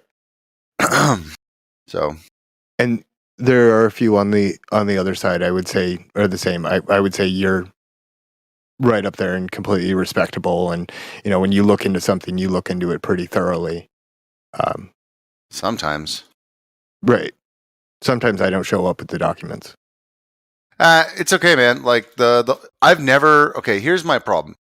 I don't know anything about boats, sailing, the sextant stuff. Like that's totally foreign to me. So when you came into me with this whole like boat thing, water thing, I thought, okay, well, this is something I could like get into a little bit and maybe figure it out. Like as like a stepping and now stone I can't to actually find this stupid document. Well, I mean, honestly, the reason I thought it was like a opening the door for my education on this whole like aspect I don't really know much about is that I could understand or at least have people help me reference like the laser testing stuff. Like I know people who know about laser tests, and if I just put my time into the documents, then perhaps I could understand what your argument is, and then maybe I can get into like learning about boats and sea stuff. And my problem with that one is it gets very engineering very quickly. Oh, I like that. Yeah. Cool. I'll keep looking for them. I have no idea what I did with that document, but I'll keep it around. My my ex was an aerospace engineer and not electrical, and she was a mechanical engineer also. She had 2 degrees. So like we spent a lot of time like going over documents, and she was explaining things to me, and I had more practical experience from work. So like oftentimes I would tell her like the functional aspects of the things that she learned and why we can't do it the way that it says it's in the book or whatever, Right. So like it was actually kind of eye opening. I mean, I wouldn't say I'm an engineer, but I would say that like I probably understand it more than people who are not engineers. Yeah, my second ex-wife was an engineer, mechanical and environmental. So okay, yeah, I met an environmental engineer recently, and I just some preliminary flat Earth arguments and discussions happened, and she started to get really man. Actually, I should check in with her because she was having like clearly a cognitus moment, especially about like climate change stuff, and she was understanding at that point that the information she thought she knew is perhaps not as clear as maybe the IPCC report, put it. And all of the stuff that she had learned was supposed to help her, like, basically make everything green and to be in green industries and promote all that stuff. And now she's realizing that, like, a lot of these things are like a net negative because of all the construction necessary and the fact that, like the production of the batteries and recycling and like disposing and like really the best thing to do is just to go with the most natural path to getting the result you want instead of starting all these new industries and making new pollutants.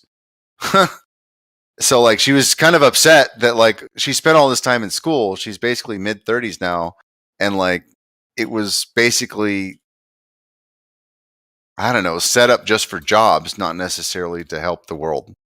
I don't know about that, because with industrialization and the production of these pollutants you're talking about, you open up our free time and to allow us to pursue more advanced topics than spending the time, hand sewing clothes, for example. Hand selling clothes? What? Sewing, like sewing. Oh, okay. Sitting there with a loom, and if you want to look closer, my ex worked at a factory where they make filters for tractors and cars and whatnot.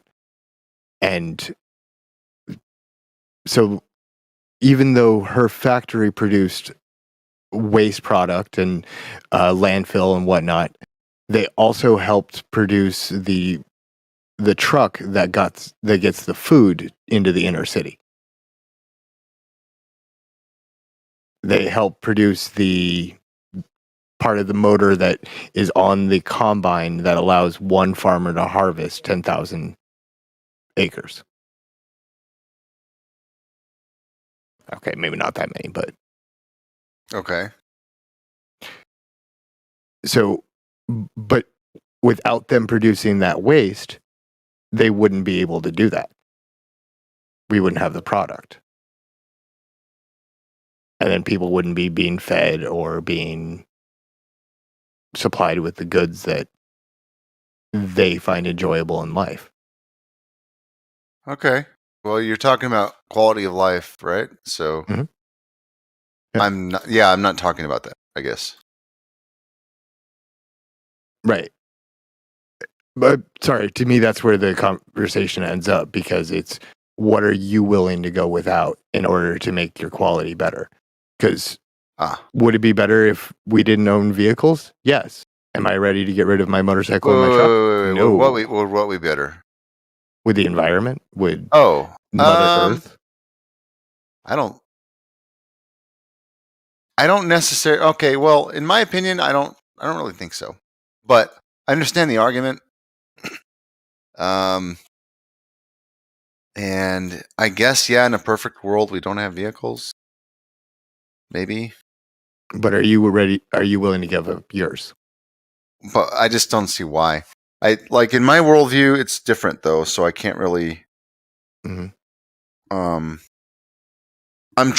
literally trying to run a simulator, like a globe simulator in my brain, so that I can empathize with your point.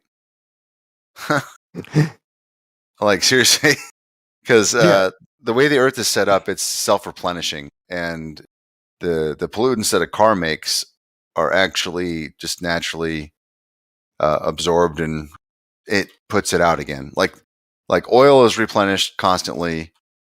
Okay, and then well, oil like in all the constantly, but it takes a really long time. Right? No, it doesn't. It takes thousands of years. It actually doesn't. No. Oh, interesting. Yeah. Okay. It's just one of those things they want you to think it does, so that there's scarcity, and they can scare you with it and stuff like that. Yeah, there's so much oil we couldn't actually use it all, and then even if we could, well, even if we could run out of it, it would still replenish itself like a river. So it's there's no shortage. There will never be a shortage of oil. I promise. Where does oil come from? Okay. I'm going to ad lib a little bit because I worked in the oil industry, and I will tell you this much: it is my hypothesis that the biomass in the oceans, they are sucked into the earth through channels of pressure, and that pressure will process that biomass, and it will naturally separate into pools of oil and water and deposits, and that oil will naturally float to the surface of the earth. So as long as there's biomass in the ocean, which I'm pretty sure you're not going to have any concerns about, you're going to be fine. It's always replenishing. So with that said, the carbon dioxide that comes out of your car, especially with the like the precious metals that destroy the rest of the the stinky gas and stuff. Not that matters really. Like the earth loves that shit. It loves that shit. Like plants grow. I don't know if you noticed, but with the industrial age, everything's become more green. Like if you look at the side of a road, you'll usually see plants growing right next to the concrete.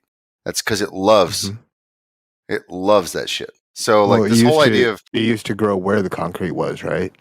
So there's a net less of it there, even though it's growing right up to the edge. It's not. I agree with that. I agree with that. I really don't like concrete jungles. That's why I left Dallas. I really don't like concrete jungles. Is awful. So, in that respect, yes, and that is actually one of the reasons why I think it's so much easier to convince people that this climate change topic is like a real thing, real issue. It's because when they're living in these industrialized, like huge fucking circuses with concrete everywhere and fake shit everywhere and bad water, and whenever it gets hot, you don't get enough breeze to cool it down at night, and then you literally drive 20 minutes out into the country, and the temperature drops 20 degrees, and it's fine. It's fine during the day, and it's fine during night. But people spend so much time in their little, areas. They think, yeah, this is fucking uncomfortable. Like, yeah, of course. That shit's going to happen. So, yeah, locally, the climate change issue, locally, sure. Okay, in a city, yeah, that should be a discussion. As far as, like, the world heating up, no, you can fuck off with that bullshit. That's not a thing. But, I mean, and not only that, but we're about to hit a fucking solar minimum that is really about to make shit. We're going to have, like, an ice age for, like, the next 30 years, dude. So, they are really fucked if they're trying to... If it's only 30 years, it wouldn't be nearly long enough to be an age. Sorry. Definitional.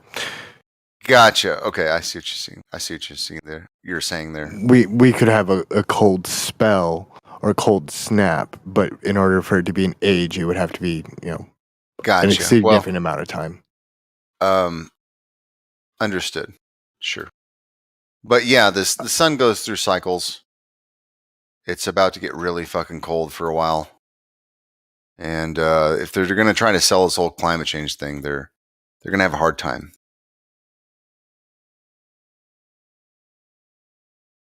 Okay. I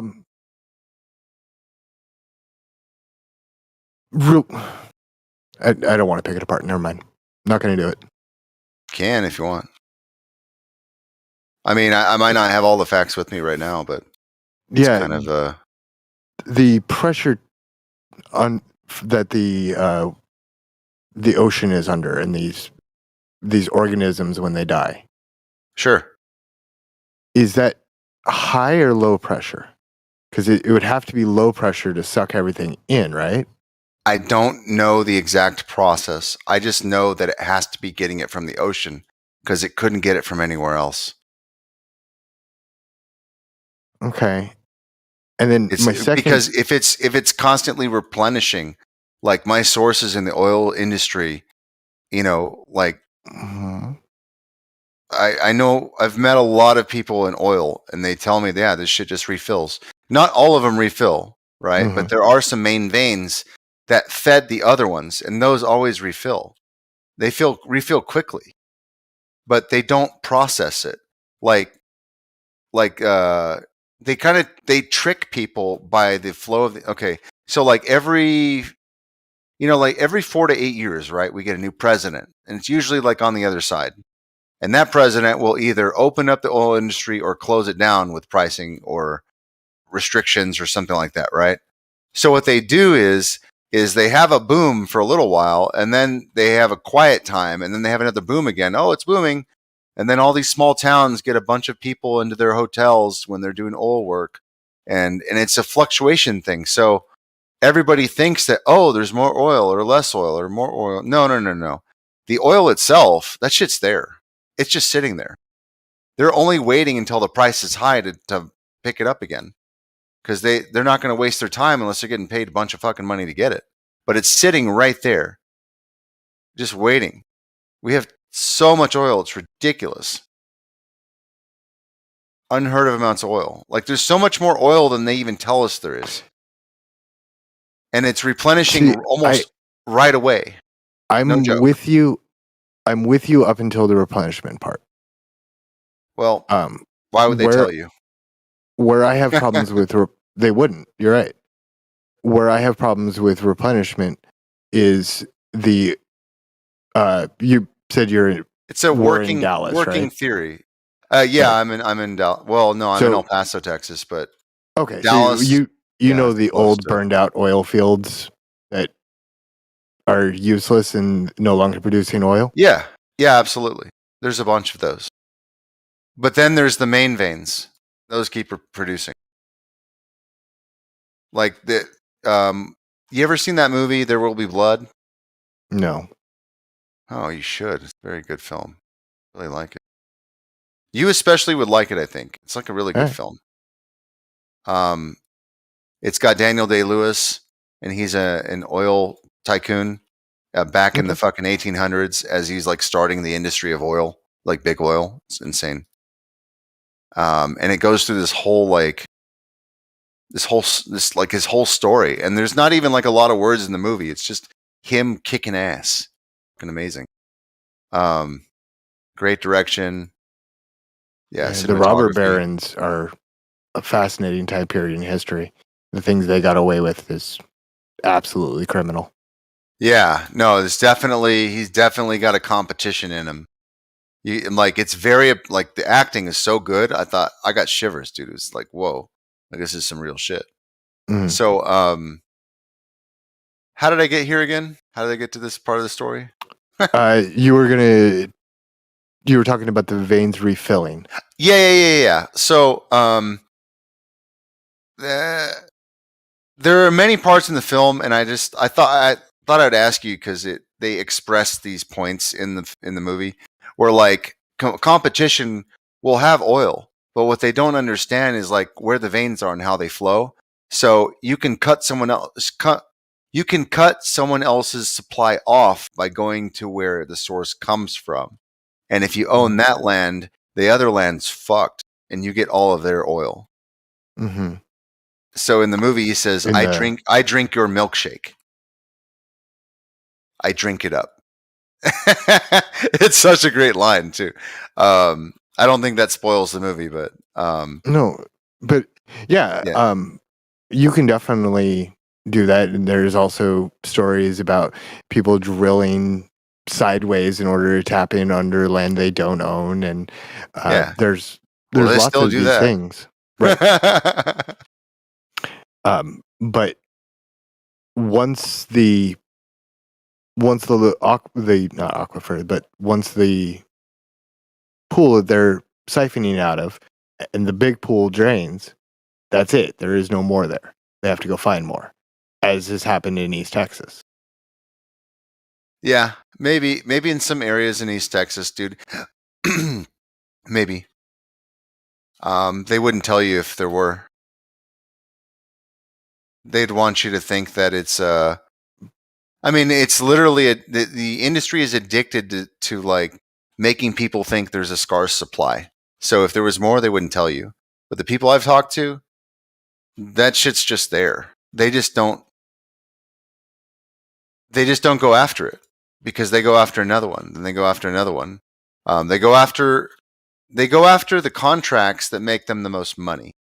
Of course, it's not necessarily the supply. It's just where they can get it for cheap. Right. Which also leads to dangerous practices and all of the other problems we had. The Deepwater Horizon being one of the most recent, most vivid. What was that? 10,000 gallons a minute for like a week? I don't know.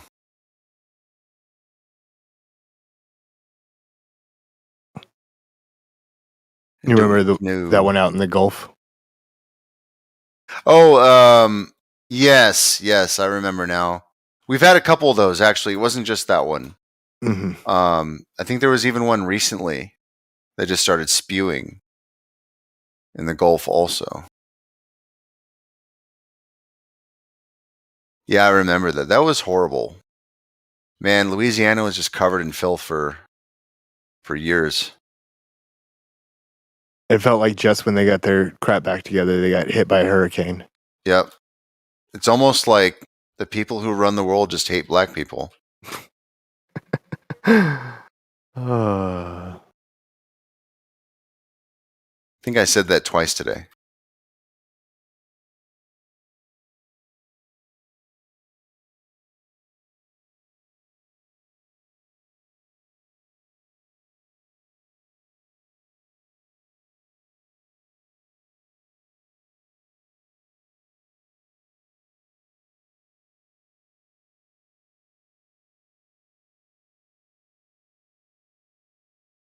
Oh boy. Why can't these work people do what they're supposed to do? It's not hard.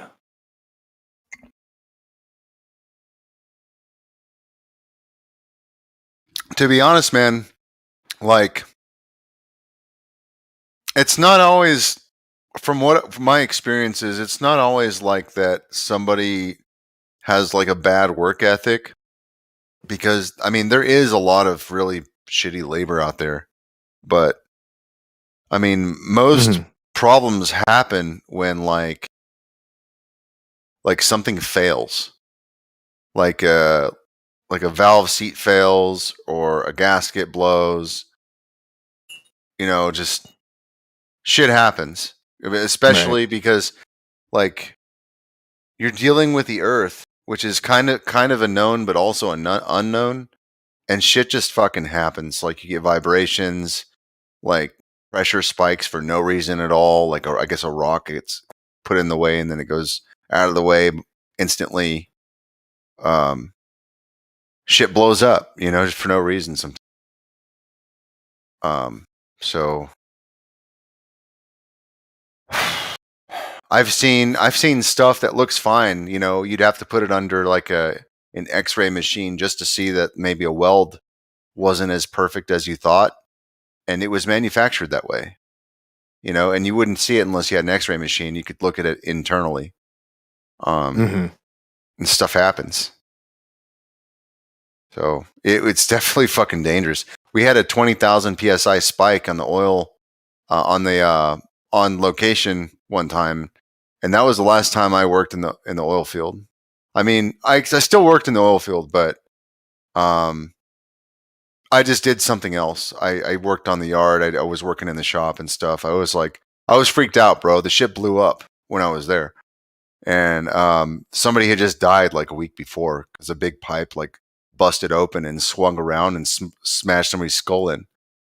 And after that, I was like, oh, you know what? I think I'm gonna go sit in the truck and check people in at the gate for a little while. Like I'm not better than me. Feeling it right now.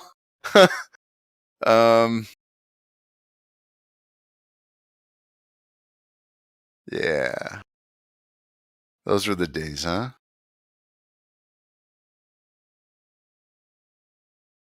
But yeah, so my working hypothesis, I mean, obviously I couldn't, dude, if I could prove this, I guess I would be rich and famous and maybe win an award or whatever. But to consume, in order to produce as much oil that is apparently being produced, it would have to have an active supply of biomass. Okay? And I'm not talking about shit that was there millions of years ago. I'm talking about that shit's there ready to, to go into the conveyor belt. So the only thing I can come up with is it's coming from the ocean, the biomass in the ocean. So that seems to be the only constant supply of biomass that I can come up with, unless you have any better ideas. We started with a supply and are working our way through it.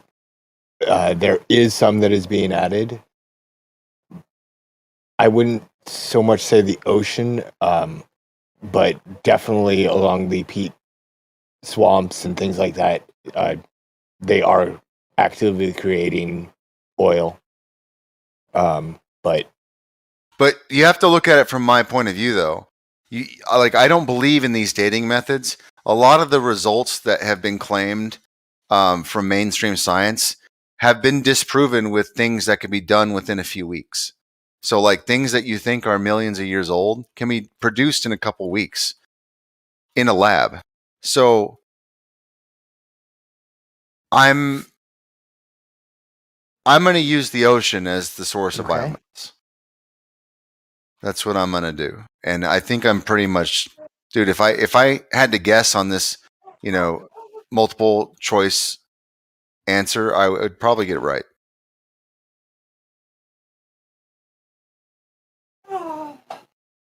Well, luckily it's not a test, right? Oh yeah. Yeah. Well, I mean, I wish it was. I did. Thank you. Everything okay? Yeah, I just got to step away for a second. Yeah.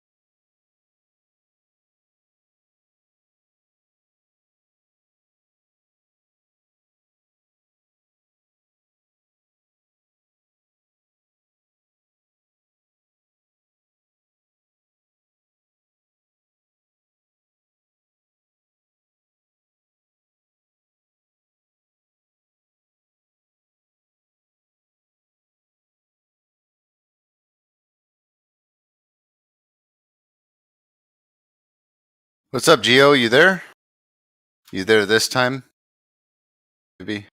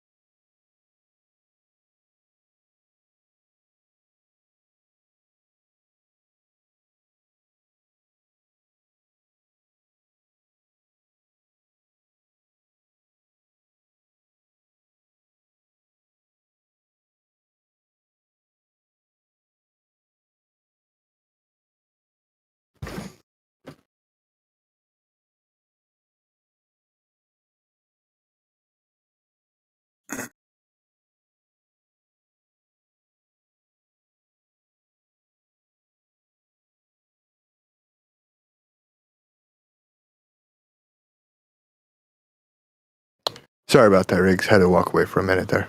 Oh, you're good, man. Do what you got to do.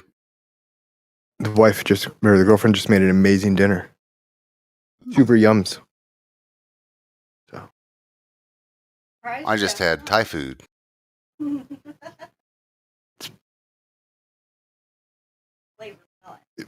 I love Thai. Good Thai.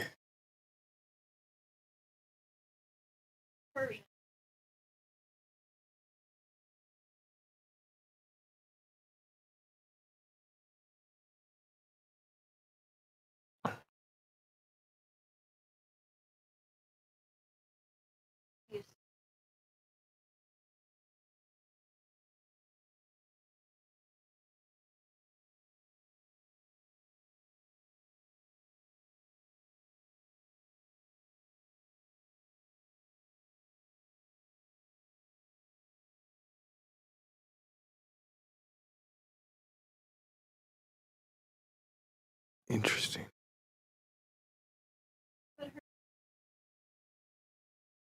How fast does it get cold? That worked out.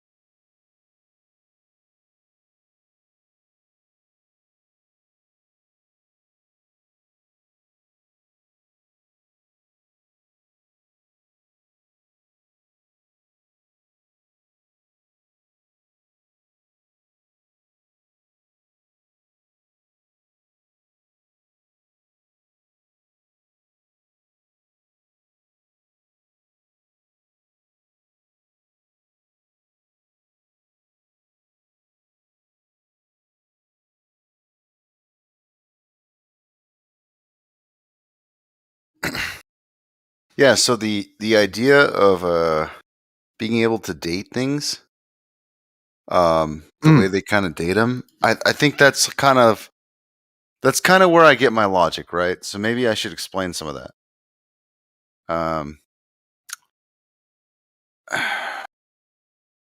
Let me see if I can source any of that, since I just beat the shit out of these guys in this game.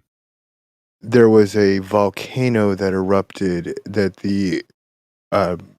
produced a magma, or not magma, but the rocks that were exploded up were then sent in for carbon dating, and the rocks with a true age of less than a year were dated to have several million years range. Oh, you know about this? I'm well aware of this. Oh, okay. And specifically, I can't remember which volcano it was, but it was one here in the States. The method that they use to date those rocks is not capable of dating rocks in that way, because there are inclusions inside the rock that are basically things from earlier that didn't fully melt in the molten state that throw off the answers. And that's why they got such anomalous answers. Okay. You know, if it's like if I tell you to complete a Formula One race and then give you a horse, you can do it, but it's not going to be right. What do you smoke? Sorry, you hear that? I'll judge you. What do you smoke? I smoke pot. Oh, okay. Did my video get taken down? I was just clearing out the last ruble. I wonder if my video got taken down. Huh. Maybe not. Maybe not. Maybe I didn't upload it. Whatever. I believe the Creationist Museum also has one that they like to brag about that they sent in, where it shows the rock on two different strata being dated a couple 100,000 years apart, and a tree growing between them. That's one that they like to trot out. Hey, would you be bored enough to watch this with me? It's well, at least as long as you can handle it. I've got like 10 minutes, so. Oh, well, maybe. I don't know if I can fit it in that amount of time. It's kind of slow. Goes over a bunch of points, but maybe sometime. Tell you what, send it to me and I'll watch it. I just have a game that come up here in a minute. Sure. You may have seen it already.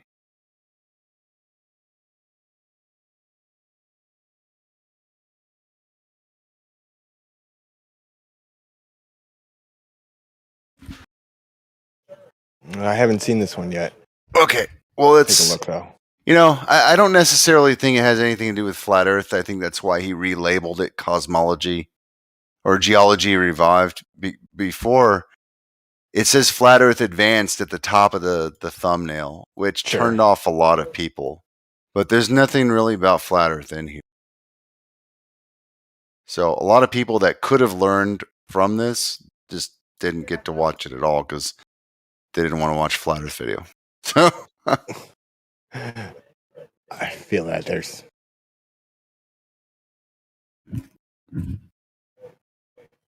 it's got to be such a weird thing to put your name attached to. To Flat Earth? Yeah. Oh man, I'm way past that. I'm just like whatever now. Are you? This sounds wrong, but are you out to your friends and family? Oh, I've been, you know, I'm just one person. I don't like hide anything. I'm not a different faces kind of person. Like with the people who know me, I'm just, I'll just tell you whatever. So I'm not like a different person online, if that means anything. Yeah. So yeah, like everybody knows, like this is not a secret or anything. I'm much more attractive when you can't see me. Awesome.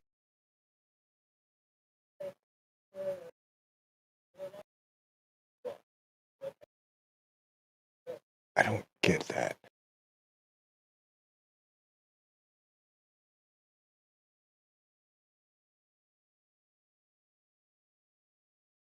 There's no submariners in here by chance, is there? Any what?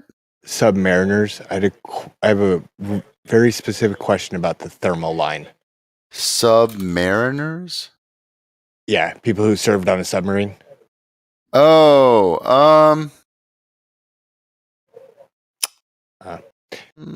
don't think nobody so. answered up, so.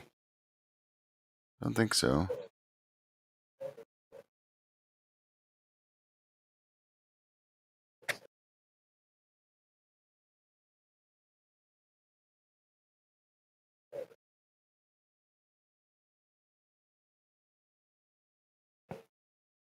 Yeah, this is probably some of the best research this guy's done that I've found. But also, I think there's one error in the video, but it's not video breaking. I forget what it is. Mm-hmm. So yeah, sorry. No problem. I'll definitely take a look at it here in probably tonight, but whenever. It's just really interesting. So, I mean, whenever you want to. I'm gonna watch it again right now and actually like stream it in here because it's that cool. Awesome. Yeah. One of my good friends who used to be Young Earth, so maybe I'll share it with them. Well, like, isn't it just nice to see something Young Earth that's not related to what's his name? Oh Hovind? fuck. Yeah, Hovind, right? Mhm. That's pretty interesting, right? Hey, it's not Ken Hovind. Just on that point, I think you might have it. Well, enjoy your stream. I've got to get running. Yeah, Nice bro. talking to you. Adios, have fun.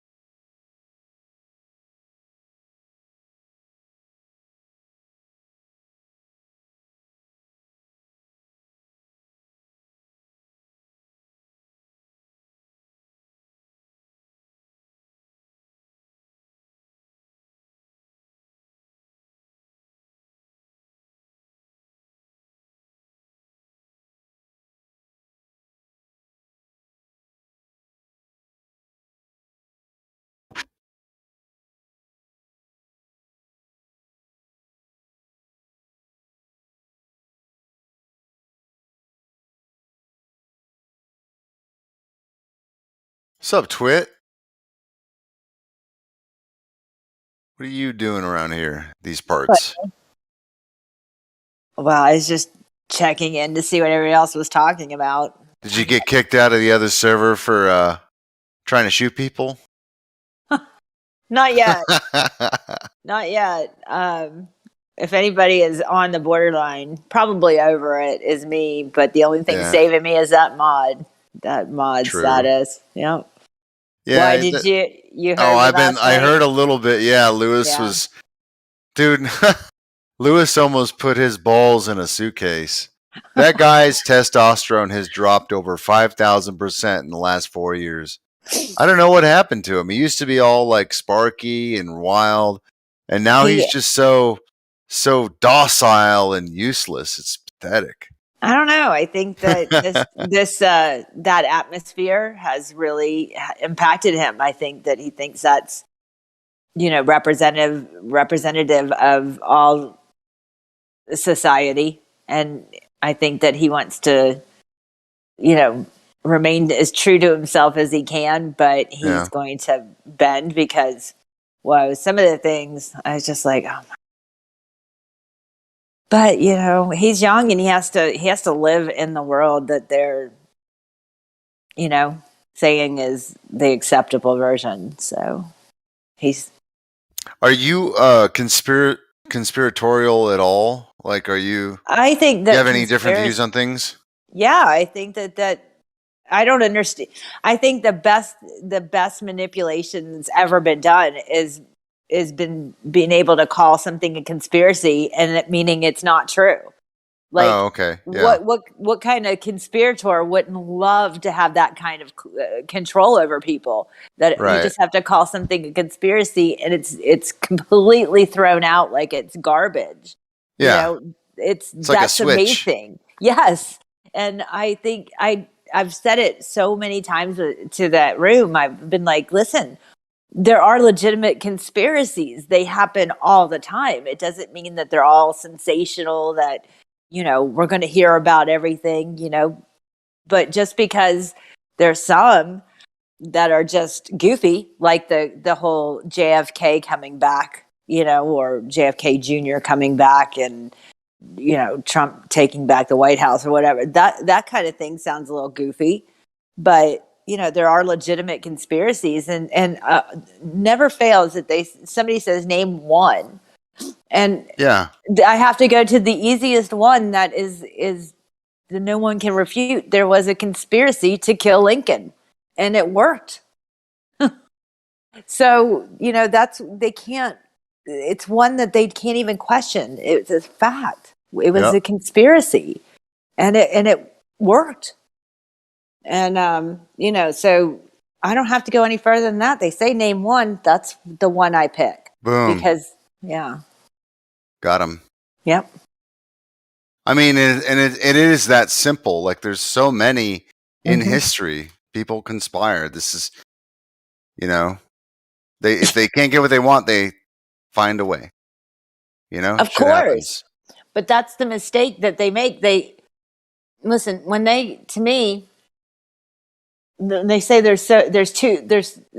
divided. There's so many sides, this side's such and such, and that side such and such.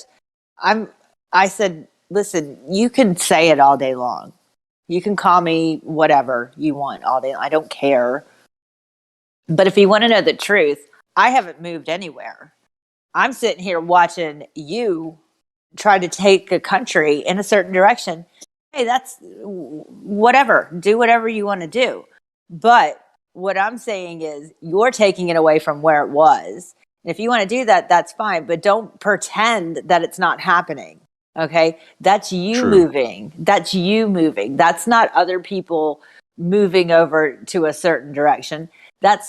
Here's a bunch of people who are just minding their own business, living their lives, and all of a sudden you want to change everything. That's you doing it. That's not me. And when I'm sitting here and I'm watching, I'm looking at it from what the fuck is happening perspective. So I don't have a side. Don't try to assign me a side. And when you do, that says more about you than it does me. Yeah. But that whole case, I said it from the beginning, and I was lucky to survive that day because I said, I don't think it should have been brought to trial. I mean, it kind of, I agree with you. Like, some shit just doesn't make sense. It doesn't. And if you can't see, listen, I don't know what's really happening because I'm not there. I don't know. I don't have inside information. But if you can't tell that there's people that are you manipulating the fuck out of people, then you're manipulate it. That's the only option. You either see it happening or you're the one who's being manipulated, so you have no idea it's happening because unfortunately, you've been manipulated. I see them being manipulated. I see these really people who think that they're very intelligent. They may be. They're very good at their careers, which are, they have to be well educated to be. Okay, whatever. If you say you're this, you're this. I believe you. And I think you're a smart person. But doesn't mean you're impervious to manipulation. And, unfortunately, that's what it takes in politics or in positions of power. Let's put it that way. How do you think you get your power? By manipulating other people. And either you can either be one of those two groups of people underneath these people who are in power. You're either manipulated or you see the manipulation happening. And if you don't see it and you call it a conspiracy theory, then you're manipulated. Sorry. It doesn't take anything away from you other than you're a victim of manipulation. And, unfortunately it happens. And I'm not saying it's never not happened to me, but in this case, I am seeing what's happening and I'm not the one being manipulated. You are. So it's sad. I feel bad for people who just, they believe it. You know, they believe a Oh, lot of yeah. stuff because, Yeah. like if you can be in their shoes, that's really scary. You know, it sucks. I don't want to be. I can't. It's not me. So that either I have to look at it this way. Either they are, and this may be true. I think a lot of them act to fit in. You know, they're afraid to actually say what makes sense to them because sometimes things make sense to you that are wrong. Sometimes things make sense to you that are right that no one else ever thought of. Mhm. But the position that I think that a lot of my friends in the other room are in is that they can't be wrong. Like, Yes. not that they're never wrong, but they can't afford to be wrong because then that might take something away from their status. And their status, they're perfectly comfortable with their status being nothing special as long as they're in the collective. And they're afraid to admit when something doesn't make sense, to be kicked out. Like I think a lot of people have that as their biggest fear is this Yes. being kicked out of the collective. We've been talking about this a lot recently, especially Yeah. myself.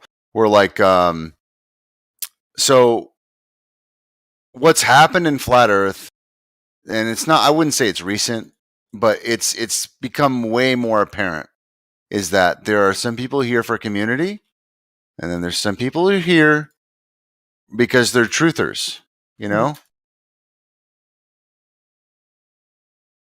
I don't think there's anything wrong with that. Well, no, it's nothing wrong with that, Yeah. but it definitely changes the dynamic of the relationship. Sure. Because I'm here trying to just expose whatever I can expose to share the knowledge or whatever, and there's a lot of people here just trying to get along and have a good time. Sure. And and I'm finding that everyone is kind of like being sorted right now into these groups of who's trying to have fun and get along and make appearances, and who's willing to cuck for the narrative to get along. Yep. And who's being strict with their values. I get it. Same thing can be said for the group of friends that I associate with, I don't know. I call them friends because I don't know what else to call them. The people I hang out with, I guess, when I go online, they, it's very similar to them. Of course, it's not in the exact same way because they're not here for, truthers to be a truther. They think they hold the truth, and and then there's the ones who they couldn't be social if they tried to. I don't know if it's actually a flaw in their biological makeup, but they just don't know how to There's a lot of people. Well, some people are just better equipped than others. Like, this is just how it is. Yeah. Like, I'm coming to realize that I'm not going to convince anybody of anything. But if I can walk my walk and I'm confident in certain aspects, maybe they can be inspired to ask a question. And I'll explain myself. I will give them that respect. But, like, I'm not going to sit there and be like, oh, the Earth's flat, and just argue with people all day. That's kind of like not even very interesting to me. Like, there's so many other topics too that are truthful, that are also very important, Oh, yeah. So. Well, I mean, I, of course, where I stand. We're on opposite sides for that. If there's such a thing, I don't really happen to believe there's sides. I just think there's just differences. And, but what I've learned from flat earthers is that you really are not going to win with the in your face. It's flat. It's flat. It's flat. Yeah. Because it's more of a process where you have to, find out sort of what you were saying. Like, you could possibly walk your way in there finding out what the other things are that people have feelings on, like different topics and things. And then, try to make the connection. Well, if you think that there's issues with 9/11, the event 9/11, then what is stopping you from thinking this or whatever, that kind of walking your way into it that way, rather than just like, well, it's the earth is flat, you're a freaking moron, because it doesn't work with the globe earthers going, the earth is a sphere, you're a fucking moron, when does that work? I see so many failed attempts. Like, I'd say a primary example of a failed attempt is the living example of Witsit. And that's just because, and I know maybe you're surprised by that, but you have to look at it from like pretty much everybody's point of view. If you're walking down the street and some guy's yelling at you, bye. Yeah. That's it. I'm done. We're done already. You're that guy with the fucking weird hat on saying Jesus is coming back. You're waving a book at me. I'm done with you. So like he has to know somewhere in his rat brain that is not the approach. Okay?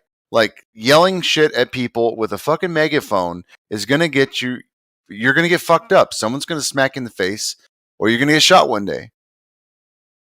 Like it's a stupid endeavor.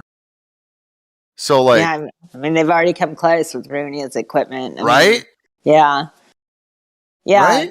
I think he got lucky on that one because, I mean, he put himself, well, he would say, maybe other people would say that God protected him, but I think he just got lucky because that girl had no control over herself.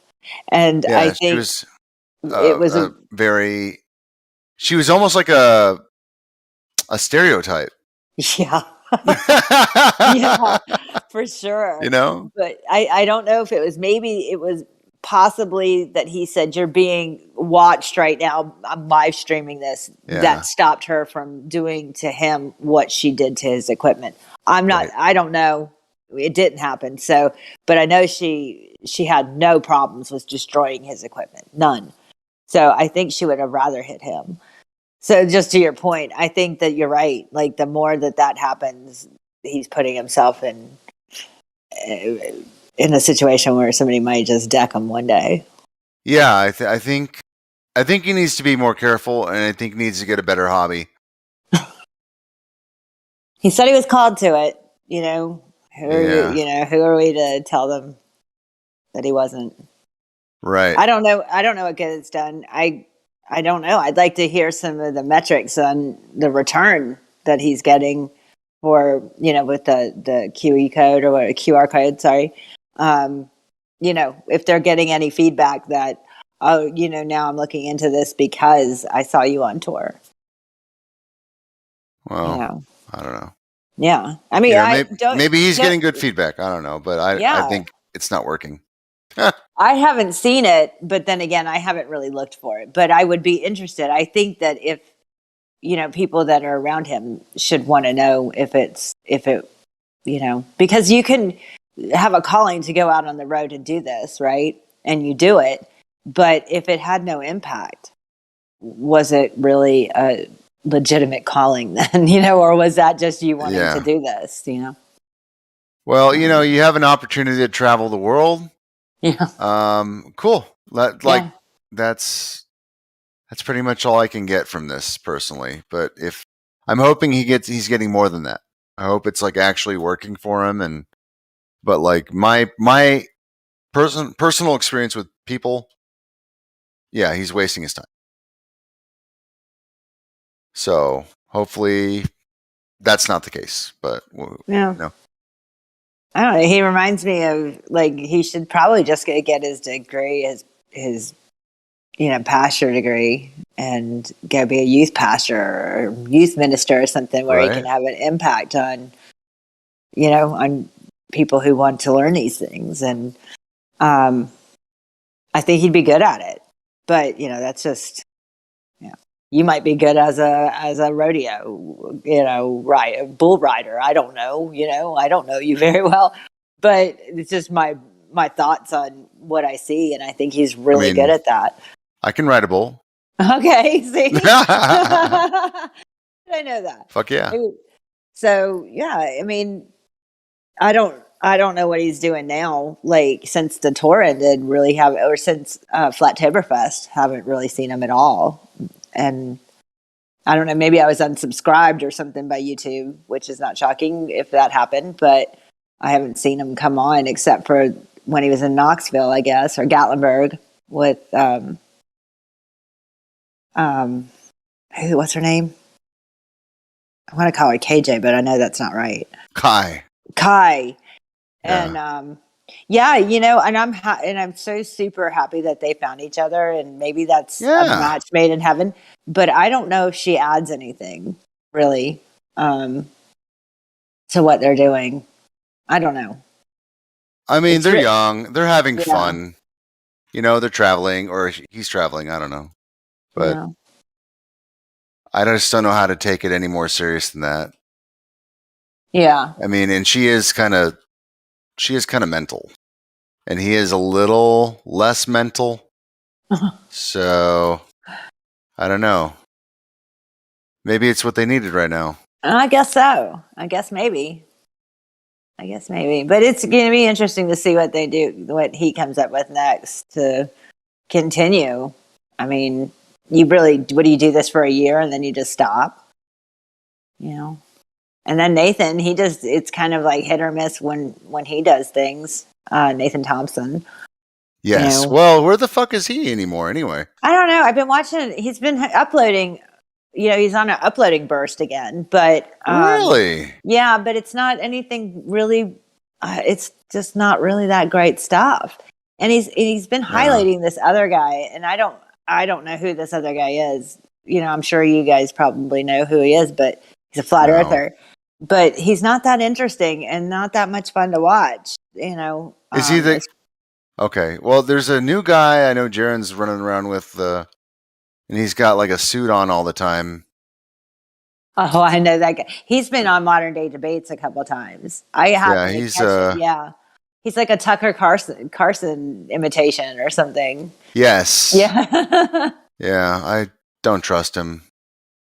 No, and you know why? Because that is definitely an image that he's doing. That's fine. Whatever works. But I don't know if you can really, you know, trust him, like you said, like fully trust because he's putting on a persona just by, you know, having to wear a suit, at least in the top half of him when he makes these appearances on camera, which is quite often now.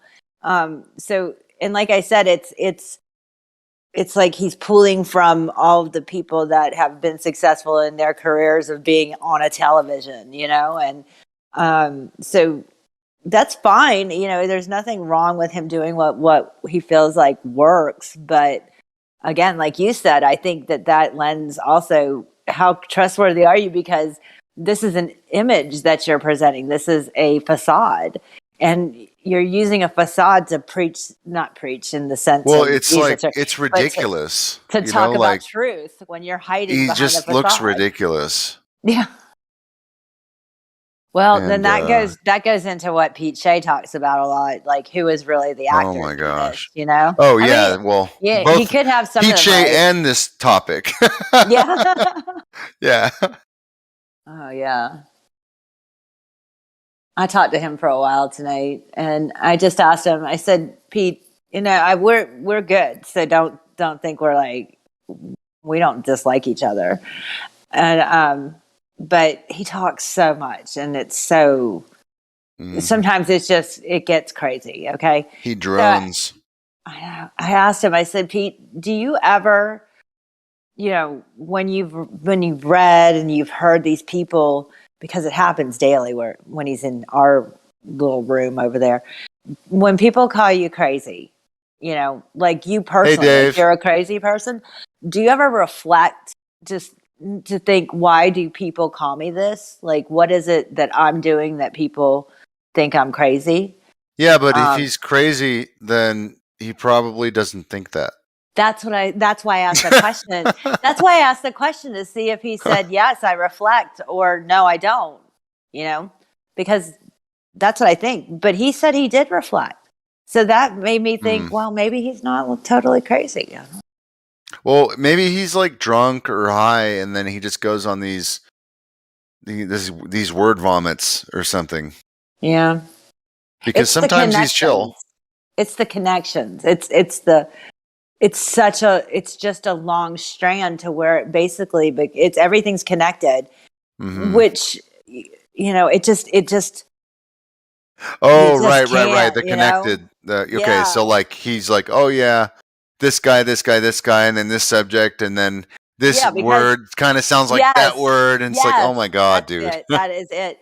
And then at some point when you're listening to him, when I listen to him, I feel like we're just voices in his head. Wow. You know how some people hear voices like this. We are the voices in his head. We're the voices in his head. Oh. Like he's a total solipsist or something. I don't know. It could be. That's different. Like Where did you talk to Pete Shea though? I just wondered, like, where did you talk to him earlier tonight? Because I haven't seen him on here for a while. Is there another platform? He's been on Gem Panda server. Yeah. Like, he's over in Gems. Okay. Yeah, since I guess somebody here kicked him out, and well, so he's been over at Gems. And Is it's he like banned from here? I think so. Yeah. Oh, okay. So it's like his shift, though. He shows up and he does this all day. It's all day. Like, I'm not saying he doesn't do other things. Like, of course, he's writing music or whatever, you know, spending time with his family or whatnot. But it really is, he fits in because he comes into his shift, just like a lot of the Glow Birthers do. They check in on their shift, you know, they're there all day. Yep. Yeah, I think, oops. My headphones just cut out. Yeah, I think he's on target with some of the stuff he says, and then way off target with other stuff. You know, that's just my opinion. I'll be right back. I gotta get headphones. Yeah. Yeah. So that's just, sometimes I feel like that's it. It's, again, I'm not really talking behind his back other than he's not here, but it's nothing that I haven't said to him just a few minutes ago. But yeah, I was curious when I asked him that, and he was honest. So I was like, okay, then I think the only other thing it could be is that all of us are just, because we call everybody characters, you know, we're all characters, right? So we can't really, I mean, when he thinks about us, because he knows some of us and he recalls us, he remembers interactions with us. So there's no stupidity there, you know, he's not dumb. He's just, I think it'd be like, imagine if you were creating your own world where you are the only real thing you know, that you can be sure of that you're real.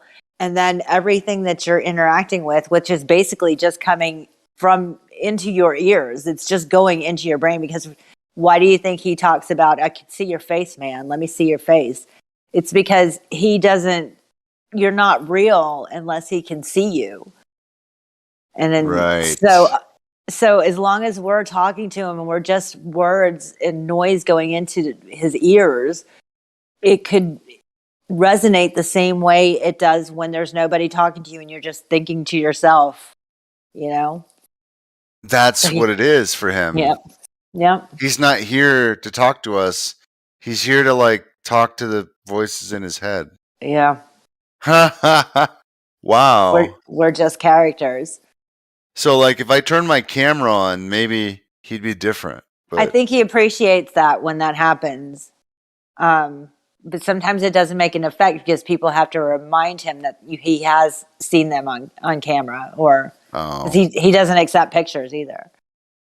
He's had a lot of trauma, I imagine, that has something to do with this condition. Well, tonight he said that we were talking about DNA, and he does, believe it or not, he brought up the fact that some people think that DNA is a hoax. Like there is a whole on that conspiracy place that he goes to a lot or whatever. He said that there's a whole section on DNA being a hoax, and I said, well, I don't, I don't know. I don't think it's a hoax. And he said, well, I don't either. And I know you're surprised that I'm saying that. And the reason he went on to explain that he had to be involved in an actual DNA test because, you know, of a relationship in his past and whatnot. And so he got the results of that, and he knew that the results matched what he felt. Like he knew in his heart, his being, whatever, that this was a result that is accurate. And so the science matched up with the feeling he had. So he believes in the DNA test because of that. So he doesn't think DNA is a hoax, but he does consider that there is that possibility that it could be, because other people have brought up reasons why it's a hoax. So I think that he's one of those guys that if there's that chance, I call it the chance, it's that zone, that 99, that 0.1% that remains unknown, is enough landing zone to live in. Like you can just remain there in that and everything. And I don't know if you ever have to leave. I don't know if there's any reason to leave. If there's a doubt, should you leave before that doubt's been either legitimately fulfilled, or do you just stay there as a placeholder until they do it and not let people just say, no, we're 100% sure of this?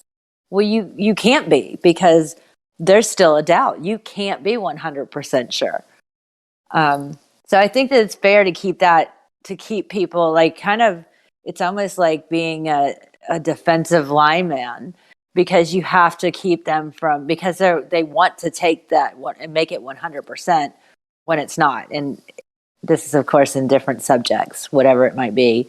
And they being the people who want to, let's say, not admit that it could be something else still in existence. Like, I don't like people that won't admit that. That drives me nuts. When they think they know everything. And when I say no, they know it fully. Like, they have eliminated that chance that it's something else. And some things are always going to have that chance. Like when like over there, you can just forget it. Like, as far as most of them are concerned, God does not exist. And that's fine. That's sad. Yeah, it is sad in a way, but that's fine. But you can think that, but you're wrong, because you don't have definitive proof. So you can't, just because, even if you could take it to 99%, I give you 99%, there's 1% chance that you're wrong, and that's enough for me. So you're never going to defeat the person who stands in my position, because you don't know. And then, of course, they go, well, prove that there's a God. That's the only answer I could go is, I look outside. That's enough for me. I don't even have to look outside. It's literally right there. Okay, well, you're even closer, but I try to help them visualize. Yeah. Well, like, the way I see it is that the whole, like, everything is God. Like, we're all like this. Okay, if the earth is, let's assume the earth is a globe, right? Mm-hmm. The whole globe is God. Everything in it is God. And you and I are part of that. Mm-hmm. We're little chunks of the God thing. Mm-hmm. So, like, I don't need to think about it that much. It's like this whole thing is the gift. So, and it's living too. Like, when something dies, something spurts right out of that dead spot. So, like, life is always being created as things are also dying. So, like, to me, that is exactly what God would do, and that's why I would call the whole system God itself. Like, I don't think God is some old dude, whatever. No, I get it too. What I was thinking about is that they don't have an explanation of why we're different, why each of us are different, not just physically different, because in reality, there's subtle differences in all of us. But if you look at two females or females and males, we're all the same. We have 2 ears, with exceptions. Wait, they don't know why we're different? Yeah, they don't know. Why does that matter? Because why does it matter? Because I believe that we have souls, or something, spirits, whatever you want to call it, something, our personality that makes me different from you, even though we're the same as far as our physical makeup, not our looks, but our you mean you have a nose, I have a nose. You have well two eyes, I have two in eyes. their evolutionary belief system, that would have to do with like different ages of evolution and like different stages of it. So I don't think so. I mean, that doesn't make any sense. Well, it doesn't make any sense to me, but like in their worldview, that's what they're working with. So. That's what they got. That's pretty bad. That's pretty awful. That's easily debunked. That makes no sense. That's sad. So you're not really of the evolution. I haven't discounted evolution, but here's why. Because I don't think that whatever God is was incapable of starting that process. Do you understand what I'm saying? Like, okay, yeah. That's the most fair answer I've had yet. Yeah. Yeah. Like, because I do think that, I know the creation out of the rib and all that stuff. I know that story, and I think that that's a very direct, less complicated story. But I also think that sometimes, why don't trees just grow as tall, fully developed tall trees? They start off as a very small seed that you can't even really see with your eyes sometimes, and then it develops over time into what becomes a very giant tree one day, right? So instead of being just direct, where there's just trees are just trees, right? That's how they are. When one falls down and dies, another one just appears as a fully grown tree. It's a process, and I think that evolution, if it's true, was started off as a process to get us where we are now, which I don't think we're actually done yet either. I don't know what we're evolving to. I know that I feel like there's a part of society who is trying to force an evolutionary change, and it's not going to work, because I don't think that they could force an evolutionary change, because let me ask you this: man-made evolution. Do you think it's more likely? Okay, I understand how you could believe in evolution, but do you think it's possibly more likely that humans were just always this intelligent, and this is just how we were made? Yeah, I guess that could be, and that I don't think I don't give a lot of people credit. I think that one of two things are true. Either, people are not nearly as intelligent as they think they are, or they're either like NPCs, okay? Yeah, where they're just empty shells. Do you know what I'm saying when I say NPCs? Well, okay, if they're NPCs, then you'd have to think, you could also think that maybe, simulation or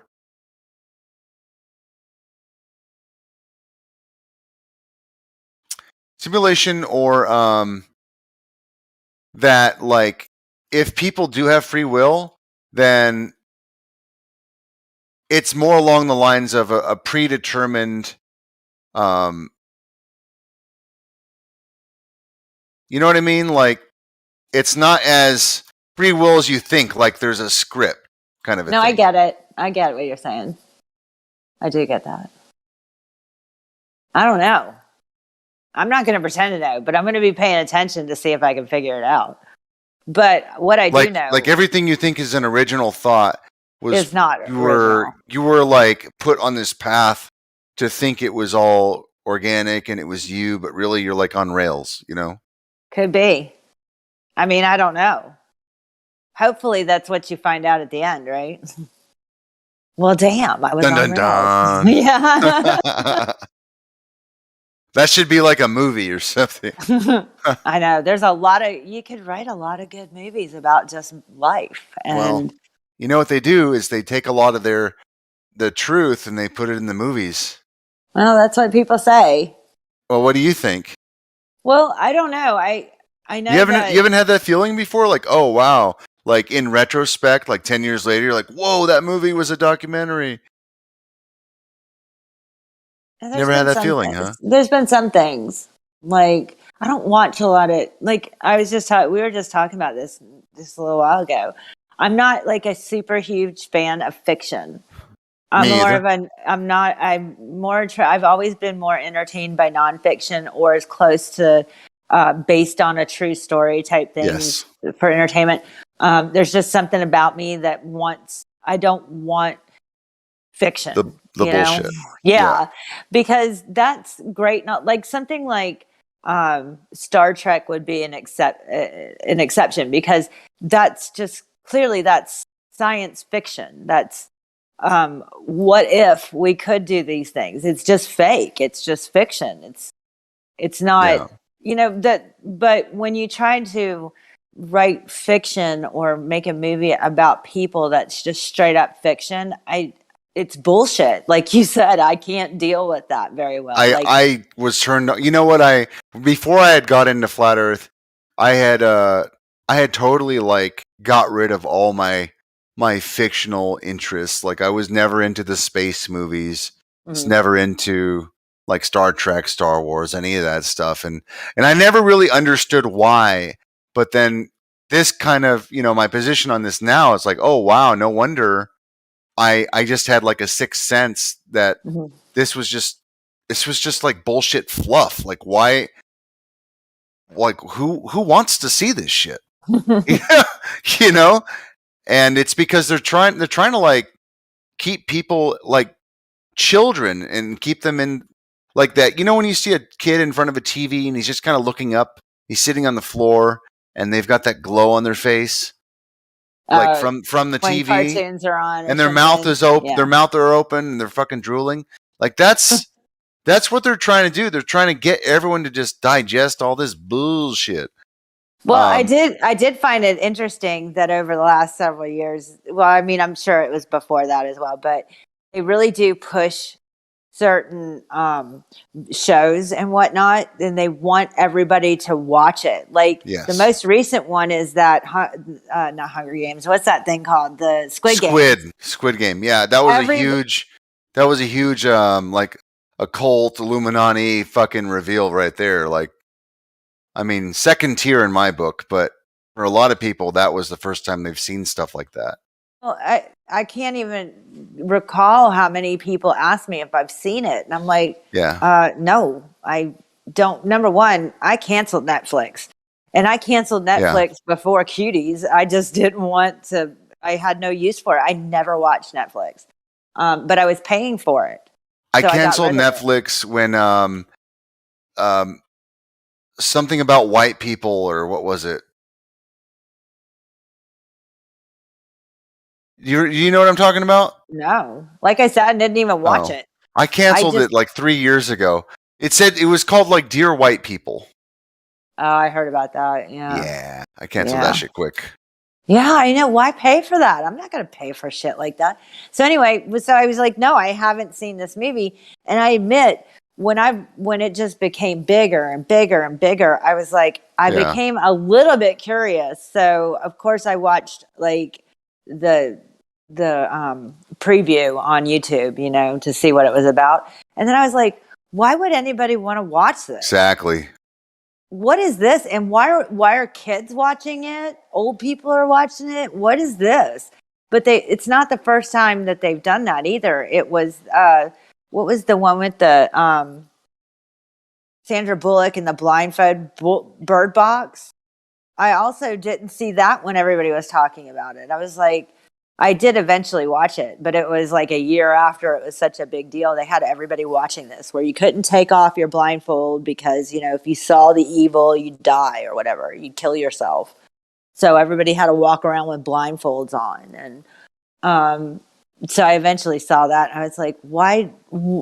What made them make us all want to watch this movie? Because it wasn't just, hey, there's a new movie. Hey, Rig, I'm going to go to the movies. There's a new movie out. And you just happen to hear me mention which movie it was, and it doesn't faze you at all. But if everybody just all of a sudden 100 people flooded into this room and we all started talking about this movie that's out, and you're like, oh, really? I didn't know. I didn't hear about it. And wouldn't you, all of a sudden, now you need to know what this movie is. Yeah. Because why is everybody, not that you dictate your life on what everybody's talking about, but everybody is talking about it. Why? What is this? And I've noticed that they're doing this. Why are they doing this?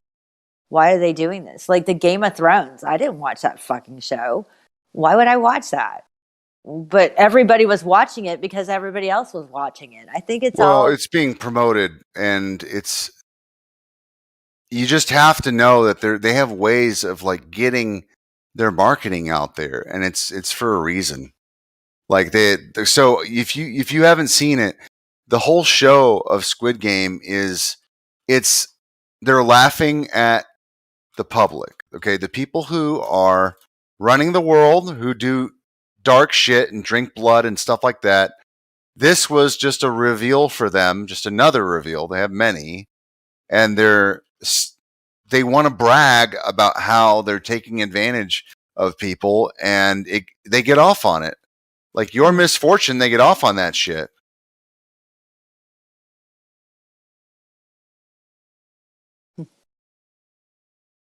So that's what it was. It was just a disgusting display of like taking advantage of people and not blackmailing them, but like how you ever heard of the concept of they have to reveal what they're doing because they need your consent? Like that's part of their magic. Yeah, like I've heard about it. Yeah, so that's what that movie is. It's the whole, not movie, but show. The whole show is about gaining people's consent and then corrupting them, and then people at the top just laughing about it. So it was like a ritual thing. It's a reveal. They're getting off on it, so they want to make sure everyone watches it so that they know how fucked they are and that they're laughing at us. What I find interesting about that, again, I don't have any desire to watch that show, but I know that most of the people I know have watched it. And what is interesting is how they respond to it. Like a lot of them just respond to the actual games. Just that's what they focus on for some reason, and it makes. I found the games to be the least interesting part. Like you would think it would be, because how simplistic is your brain? Yeah. You can build a rocket to go to space, but you can't think beyond a red light, green light game. You're not seeing what it is. And when I've approached these people and asked them these questions, they're like, it's fiction. It's not real. It's just what somebody created. It's and I'm poison thinking, in wow. baby food. Is what it is. It's poison in baby food. They want everyone to be, and you know what else it is?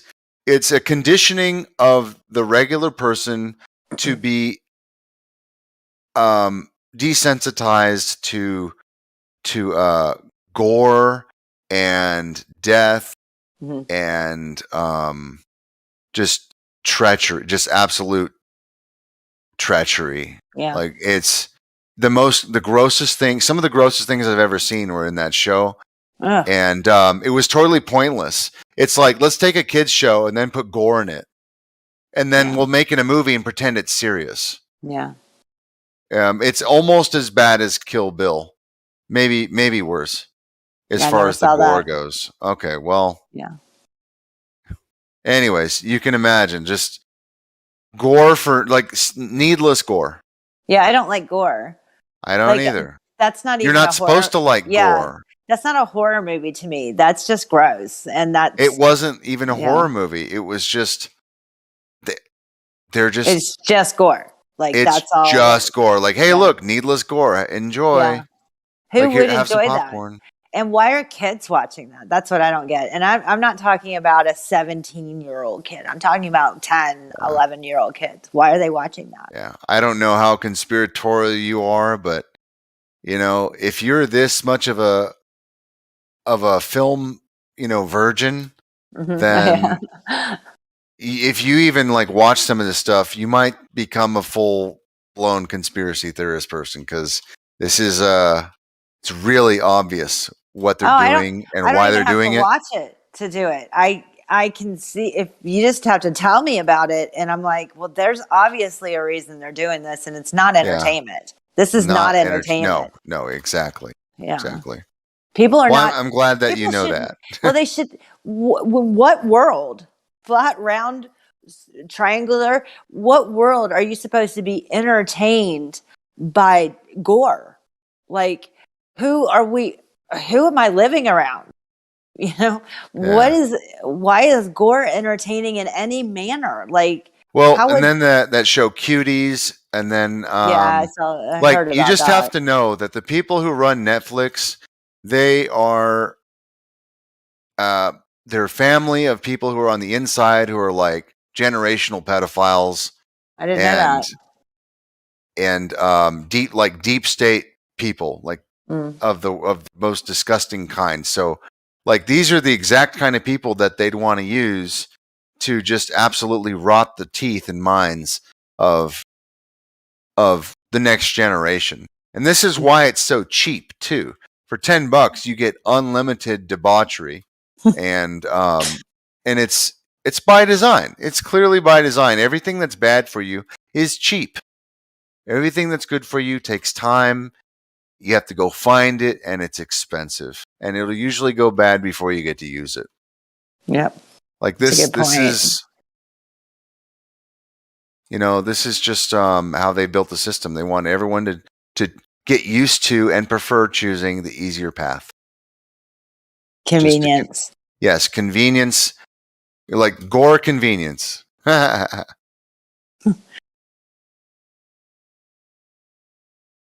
Well, I mean, because when they finally separate themselves, completely shake out the rift from the raft. You know what I mean? Like when the gap between us and them becomes so unsurmountable, then when they have to, no, by no means is there any requirement to keep us all alive, but there's going to be a minimum that they're going to feel out of guilt that they're responsible to do. And it will be very minimal. And what they're going to hope for, and what this is just my thoughts, what they would hope for when that division is done, where they're there and they don't have to think about us on a daily basis. When we're just, we don't exist, and it literally could be a whole different world because we're not going to interact at all ever. And but there's going to be people that remain on that world that are going to remind them that we do exist still, that there are still humans here, and they're going to feel some sense of responsibility. They're going to owe us something. So they'll keep us at bare minimum. Like they may still provide us that gore, but what that's going to do is just help us to eliminate each other. So that's exactly what it is. What they're doing here is they're conditioning us to fight against each other, to be desensitized to the gore, and it seems as if they're trying to spark like a civil war kind of a thing. Yeah, it's more like a purge. They're pretty much going to ask us to do something similar to a look purge. at Lewis. Look at you. What? Right? What? No, I mean, I'm just saying, like, this is what they're trying to do. They're trying to break everyone apart and then and just coerce us into like killing each other off. Yeah. And if not by that, by medical means. So it doesn't really matter what you choose. It's all roads lead to Rome kind of a thing. I get it. And I would rather just not participate. And that's part of the show, is that in the beginning of the show, he basically he gives his consent at the beginning of the show, and he's reminded a couple times that all of these problems, all this death and gore is his fault because he agreed to it at the beginning. Sure, because he didn't have to do it. And this is what we're doing right now. Everybody is participating willingly, and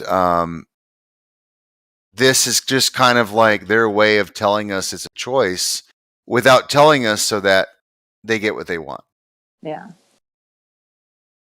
Yeah, it's crazy. I mean, it's right there in your face. And the only thing that they can do, the only thing, because it's been done, this just happened to me last night. The only thing they can say is you're a conspiracy theorist. Okay. Yeah. Yeah. Okay. About what? Yeah. When I try Yeah. to go deeper and then be like, hey, you're like, what the fuck are you talking about? You know, they just kind of rage. Yep. You know, they'd rather Oh, yeah. scream. And they do. But then at the same time, they have the, excuse my language, the balls to stand there and say that somebody who doesn't take this vaccine, I don't know if you're allowed to talk about that in here, but if somebody doesn't take that and then they get sick, they should just die because they shouldn't be allowed to go to the hospital. That's what they've said. This is their feelings. Not all of them, but this is a very loud few people who absolutely are representative of more people who think that if you do not conform to their demands, that you should, and you get sick, that you are not allowed to seek medical attention, that you need to just die. Which my response was that these are horrible people. They're horrible. They're horrible people. Like, who thinks that way? Who fucking thinks that way? Who thinks that way about people, about their fellow man? Who thinks that way? Somebody kill this mosquito, please. Sorry. More Keeps people flying in front of my face. More people than you'd think like that. Oh, hey, Merle. We're in a disposable generation, unfortunately. If something doesn't work out with someone, just ditch them and get a new boyfriend. If your house burns down, who cares? Just build a new house. If your car gets stolen, just get a new car. Everything's replaceable. Who gives a fuck, right? So a lot of people think. Well, now we're at the point where if everything's going to be automated, we're going to have whole generations of people who just don't have skills, and they will be equally disposable. Like their whole life will be determined by their decisions of social status and their social credit score. Well, it's interesting that you bring that up because there's a guy I know on Gem Server who acknowledges that we're headed that way, right? And is completely on board with that's the way we're headed.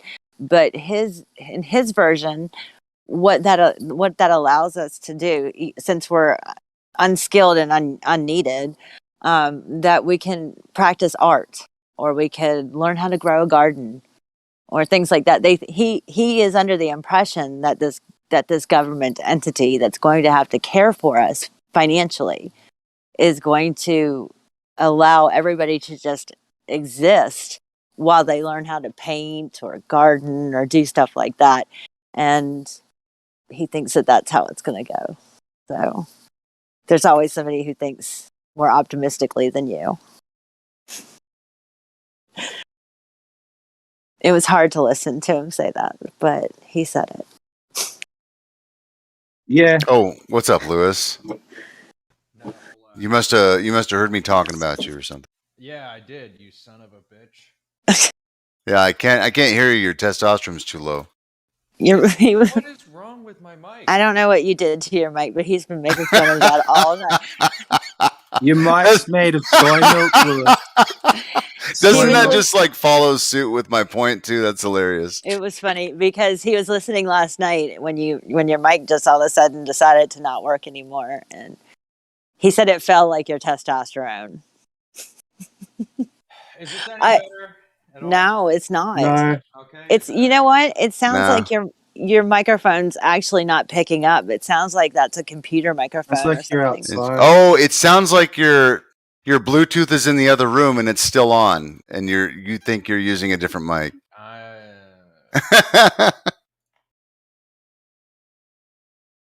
Or maybe just do some squats. It'll boost the test.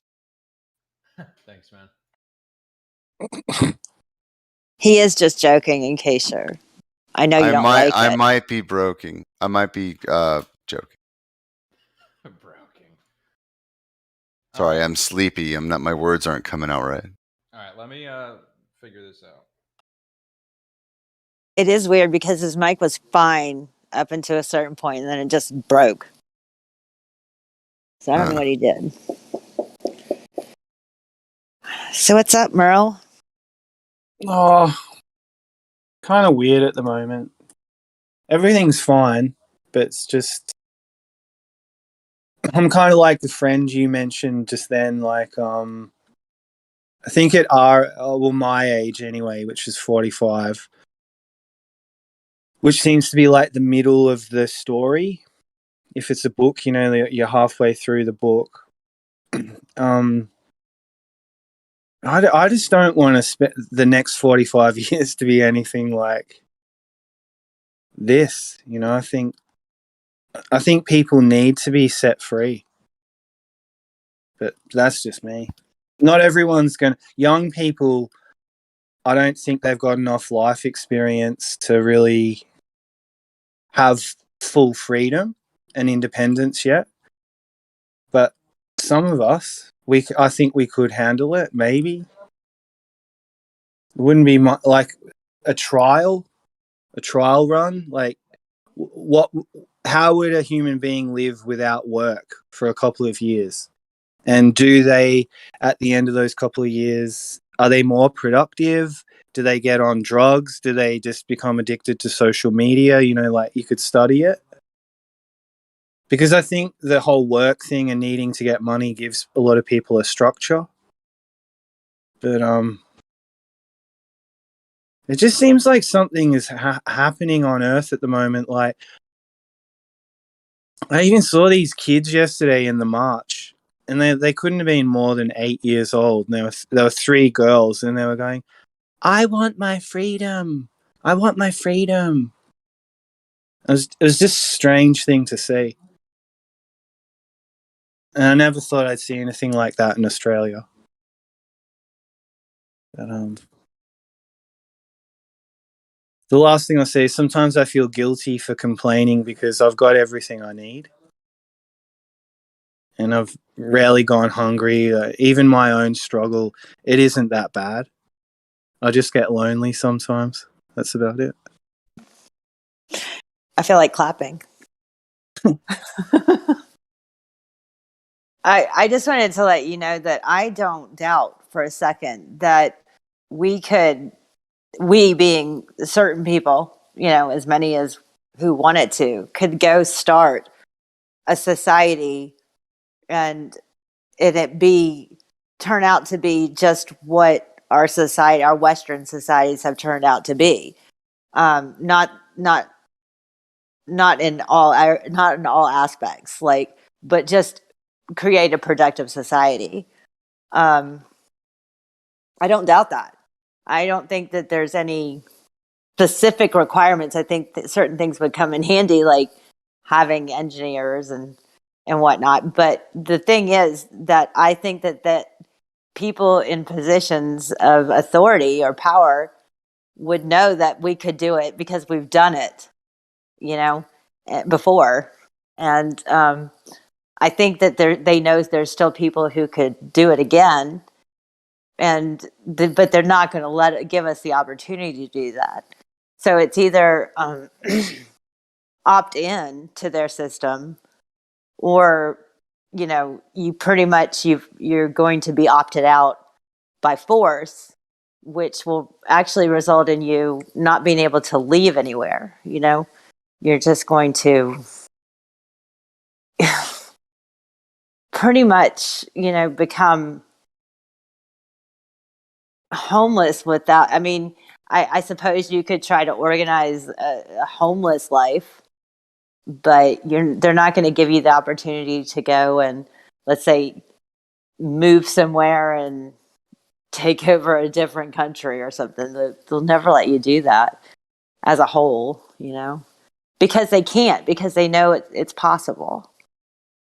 Like, honestly, I think about it sometimes, and if you could get together enough people in this country that are willing to say, listen, clearly you want this country because you want to turn it into whatever this utopia is that you have in mind, right? I don't want to be a part of it, I'd rather remain, the way that it has been. So here's what I'm going to do. We'll get all those people together, right? And move somewhere to, like, I don't know, El Salvador, where apparently there's a problem with their government, right? And what you do is you just go transfer yourself, all of these people who are happy with or at least satisfied to some extent with the way America has been, or Australia has been, the freedoms that you did have. And go transplant yourself, you be the migrant somewhere else, and change their government into the new America or the new Australia or something. Like, there's nothing that's stopping us from doing that other than not wanting to leave our homes. But I think that what would happen in the future is that would become more likely that we could do that. And I think that they're going to stop that. And I think that part of what's happening now is already stopping that from being even an option. As far-fetched as an option it is, they're going to eliminate that option by just forcing you to either conform or just lose it all. Like, these people, I'm not kidding you when I said these people, No, they feel like you don't even deserve health care if you don't get this vaccine. Yeah. They want you to die. It's funny you say that. It is funny you say this because in my 20s, when I was in like a newspaper factory, I worked with a lot of people older than me that were always encouraging me not to give up on my dreams, things like this because they go, look, you're going to end up like us. We're just like bitter working in a factory, waiting to retire. You know what I mean? So, like, there's more for you on offer. Go get it. Apply yourself. That was the message. And I did. But part of me thinks, like, why don't I have that conformist gene that just wants to get along? You don't have to be famous. You could be poor too. Live a humble life. No one will ever know you, but you exist. You're out there, but you just keep to yourself. You know what I mean? I do. But I just think there's something in me that has aspired to something better. Whether I've fully realized that or not, I don't know. But I gave it a go. But at this stage, if I knew what the government was really about, I could get on board with it. They just never lay it all on the table and be really honest and transparent about what the plan really is. The Earth could be in a transition now that it could be transitioned into a utopia, like you just said. Because they can't. Because you know that they don't have good plans in mind. That's why they can't fucking tell you. It seems a bit scary, right? There's like some scary thing going on too. Well, they have good plans in mind for themselves, but what the problem is they can't let everybody in on that because they don't want us in there. And the silliest people of us all, in my opinion, are the people who think that they're included in these plans for the future. They're not. Because if they're talking to me, they're not part of them. So, you know what I mean? Because I'm not part of that world, that these people who are in positions of power, that it's not a conspiracy. It's not woo. They're actually people in positions of power over people. And, I don't run in those circles. I'm not part of that. They don't talk to me. They talk at me. And if you're hanging out with me, then you're not part of them either. So wait, you sound like you've woken up. Have you always felt this way? Yeah. I can't talk about it because I drive them insane and they get mad because they can't kick me out because I'm a mod, but they really, really get angry, very angry if I talk. So I've always felt this way. Well, you're hanging out on the wrong servers then. I've had some great conversations with Twit over the years. She's very aware person. Hey, what did Scott tell you about those people on the Challenger? Oh, you mean the lookalikes? I mean, I've always I'm I always thought that was crazy. Some of them do look very much alike, and I'm sure he's got to have a gatekeeper answer, right?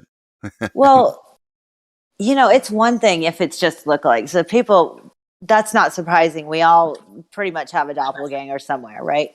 But well, a lot of the people they send in space, they have twins. Did you know that? I've heard that. Yeah, Yeah. and that's interesting. I know Isn't that that they interesting? I thought they did a study. I thought at one point they were actually seeking out twins to do a study on twins in space or whatnot. But so you have one DNA that stays on Earth that's identical to another DNA that's in space to compare changes. Like that's a legitimate thing, right? But I didn't know that it had been longer lasting than just one experiment. Do you understand what I'm saying? Like I wasn't aware that it had just been a practice that they actively sought out twins. Well, I'm not sure. It's like I don't know if they're public about that behavior. You know. Mm. So I think we've just kind of inferred that this appears to be what they're doing. If you find out that somebody actually has a twin, you're like, oh, okay. And then another person has a twin. Another person has a twin. You're like, okay, well, is this like regular practice? And they're not like, I don't think they've actually just come out and said, oh, yeah, this is what we do for any particular reason. But it appears that this is what they're doing. So.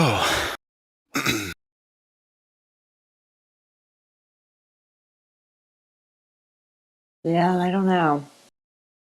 A lot of things, are just, are they conspiracy or are they real? I don't know. But it's just, if it's there, I don't get why you wouldn't look at it. I don't understand why they're so angry at you even proposing to look at it. Like that's enough just to even say, yeah, but, and they will literally cut you off and say, stop before you say something that I can no longer talk to you. If you go one more word. Well, then why are they on the server? It's literally open topic. Look at the name of the server: Debate Flat Earth and more. Yeah. But that means debate, and that means sharing points of view. Like, just don't talk, or I can't talk to you. What? I don't know. Like, what if you guys running a safe space now, or what? No, they're just it's a different. I don't think that, if you ask me, I don't think any of them are agents. I know some people think that there's some agents. There could be. I mean, we've never had more than we do now out there. Man, I'm just trying to deconstruct that fucking answer you just gave me right now. What? I don't think that there are, but there could be. Yeah, there's a lot of. Well, listen. I know the facts, though. I know that under Obama, and it didn't change. Like nothing that I'm aware of changed under Trump. That we had more agents. I tell you what. There are a fucking lot of military people that do not talk in VC. I will tell you that much. And some that do talk in VC, but like half the people on these servers are fucking military and active. The military has special like groups of people where all they do is fuck with people online and shit. Yeah. Well, the other agencies do that too, though. Yeah. Mm-hmm. And I have no doubt that there would be, if there's any kind of opposition, the first thing you want to do is get a handle on it. You want to get your people in there inside the opposition. Yeah. That's what they do that with countries. They'll do that. They'll go in, there'll be a revolution and they want the people out. They'll go in, or if they want to keep the people, either way, they'll go in and just lead the revolution. They want to be controlling both sides. Oh yeah, for sure. Yeah. I mean, so my point was that I don't know. There could be, but not from what I think. None of them are, but there could be, because I can't say that they're not. But what I'm not going to do is just because I think because it would be a lot easier to just call them all agents. Do you know what I mean? But I can't do that because that's ridiculous. I think there's probably a few on both sides. They would probably we had literal interaction of that. I don't know how much I should say, but what evolved into Globe Lie, a particular person's name was at the front of it too. It sort of happened with Dell at the start. Like there was a military thing that approached him, infiltrated Dell, that was connected to MI5 and MI6. and he's been watched, and that's not a conspiracy. But they backed off. Almost like the military became flat Earth, if I'm being honest. Well, So the they thing are that would flat. be the thing that would be scary about that is not because they're going to try to make you look crazy. What would be scary if it was me would be what extreme action would flat Earth now be known for taking? Like, are you actually going to overthrow a government? Will they just use that? They're trying to attach that same similar thing to Trump supporters for the January 6th thing, which when you actually look at it, nothing happened. Like, nothing that they're saying happened. Like, there was that no. was a created event. Like that was Yes. actors. So But what I'm worried about is that what I would be worried about if I was a flat earther is that there's people who are going to make me look like I'm so anti-government that now I'm going to go do something about it. You know what I mean? yeah. And all it would take is somebody you guys don't even know. Like, none of us would have ever ran across this person. Maybe they made Right. some crazy appearance once in a while, but And they're going to attach it all to us. and it all because it only takes one to call themselves a flat earther, and then all of them are. Well, and it doesn't even take that. Like at any time they want to strike, they will create a person or a persona and use that person against us. I've seen that's actually how I got into the truth movement the first time. Is that I can't there was this whole Pizzagate thing, and then we literally watched them come up with the story with this shooter, which was also an actor. Nobody got hurt. Like the whole thing was a created story. They moved the cameras the night before. And then I got to watch the news and the media literally tank the whole story by stealing the name and turning it into an event, even though it was a research group. And et cetera, et cetera. Like I watched the whole apparatus work against us to secure the livelihoods of just a few people who were laughing behind the scenes. Like there was a whole apparatus of thousands of people, including all the media sources. Like if major, like, I mean, the CNN, the CBS, the NBC, every apparatus was being used just to protect the character of one dude who is actually fucking guilty and all of his cronies. And this guy was just laughing on his armchair. So you have to imagine the power that they have whenever they want it. They will create an event if they need to. They will find somebody, they'll juice him up with some drugs or find somebody who's kind of crazy, program him with some story, and then let him loose with some guns one day, and then say, hey, look at this crazy flat earther. They'll do it. They need to. Yep. Well, I mean, just to put a full stop on it, I think they knew beyond the imaginary curve and Dell himself had sway, but they were sussing out where he was going to go with it. Like, was he a threat to the Scottish government, or, you know what I'm saying? Like, it was on that level. And when he made his intentions clear that he wasn't a threat, it's more about the Earth question, not the government, not science, the establishment. It's about what the public can establish for themselves using the same approaches like technology, empirical means, discernment, knowing the difference between objectivity and subjectivity, bias. This has been the study. How do we find out what's real? And I think that's why it was allowed to proceed. If it turned into, Dell was a cult, he wanted everybody to join, become anarchist, overthrow the government, break out of the Earth system. I mean, that's where some of the conversations led. Why? Because some people feel like we're being contained, that the Earth's not only contained, but the inhabitants of the Earth, the human population, we're in here. If you can get on board with it, the Earth isn't what we've been told. It's a contained environment that we don't know the full dimensions of yet at this stage. And so that's why I think it's always been a much bigger question. that has serious ramifications. And there weren't too many people handling that maturely, because it's so easy to get triggered and flip out on the internet. And we've all done it. I mean, hey, remember when I was on Gems, I got banned 6 months ago or whenever it was? No, I don't remember you getting banned though. I was I don't know talking to what Merle. happened. Merle was there. Oh, okay. And You the had a topic of showdown with discussion. Gem.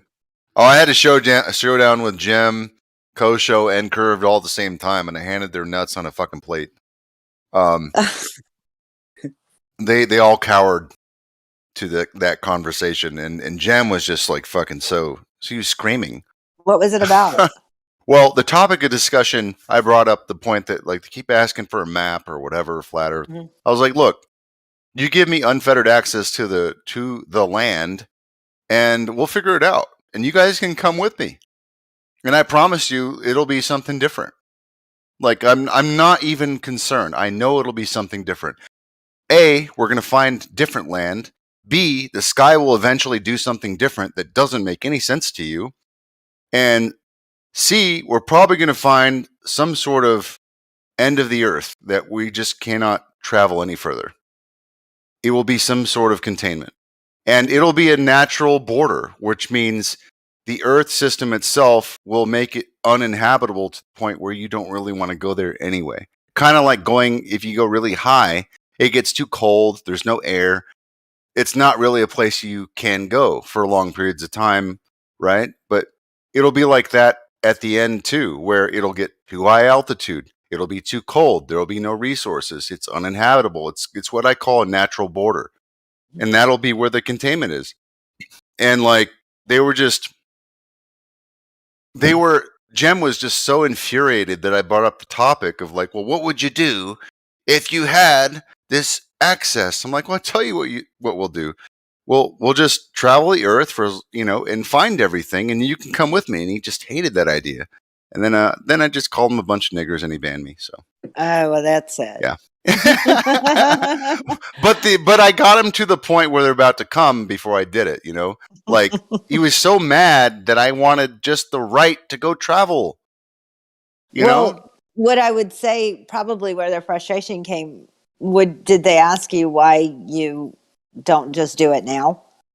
Like what makes you think you can't do it? that was it at the beginning, but then I had Merle and a couple other people there, and it's pretty clear why we can't travel. I mean, I think, what is it, like after 30 nautical miles, you're in international waters, and it's basically a fucking pirate ship after that. Like, they can get on board with your ship anytime they want with guns, unlimited ammunition, resources. We don't have that. We don't have this. Okay? They have a treaty of like, I guess it's over 70 fucking countries right now. They can do anything they want. And one country will just agree with the other one because they all have a like interest. Like they don't have to follow the law. They can do whatever they want. It's open waters, and whatever happens. They don't need to ask somebody for permission. That's my place. Yeah, but I'm wondering what it is that's stopping you other than that. Like, is it just out of not wanting to go through the hassle of potentially being boarded by, No, that's not it. It's like you would need a lot of resources. You'd have to punch through a lot of red tape. It's an impossible journey without the cooperation of something like a government. Look, if you want to know how hard it would be, right? If you want to know how hard it would be, go back and read The Adventures of Admiral Byrd and all of the ships and all of the fuel and all of the food and everything they needed to have just to make it happen. And they lost half of that shit along the way because it was so dangerous. And I get it. I wouldn't want to be on that voyage anyway. But what I'm saying is like, so you're just not, you don't think it's a possibility no matter what then? No, it's totally feasible. It's just not likely that I'm going to be able to assemble something like an army and get away with it. Oh no, you wouldn't be able to. But what a voyage that would be, like a convoy. Right. Could you imagine it? Like a steaming north, like every direction. One Dude, I goes would east, one goes personally, west. I would steam north. I would tell everybody Same. we're going south and then go north. You heard it here first. Sounds like for you're all begging you for, agents out there. What you're you been begging for reading? mutiny. Shang? What you been reading? Art of War by Sun Tzu. Oh, you read my book. Yeah. Okay. Grandpa.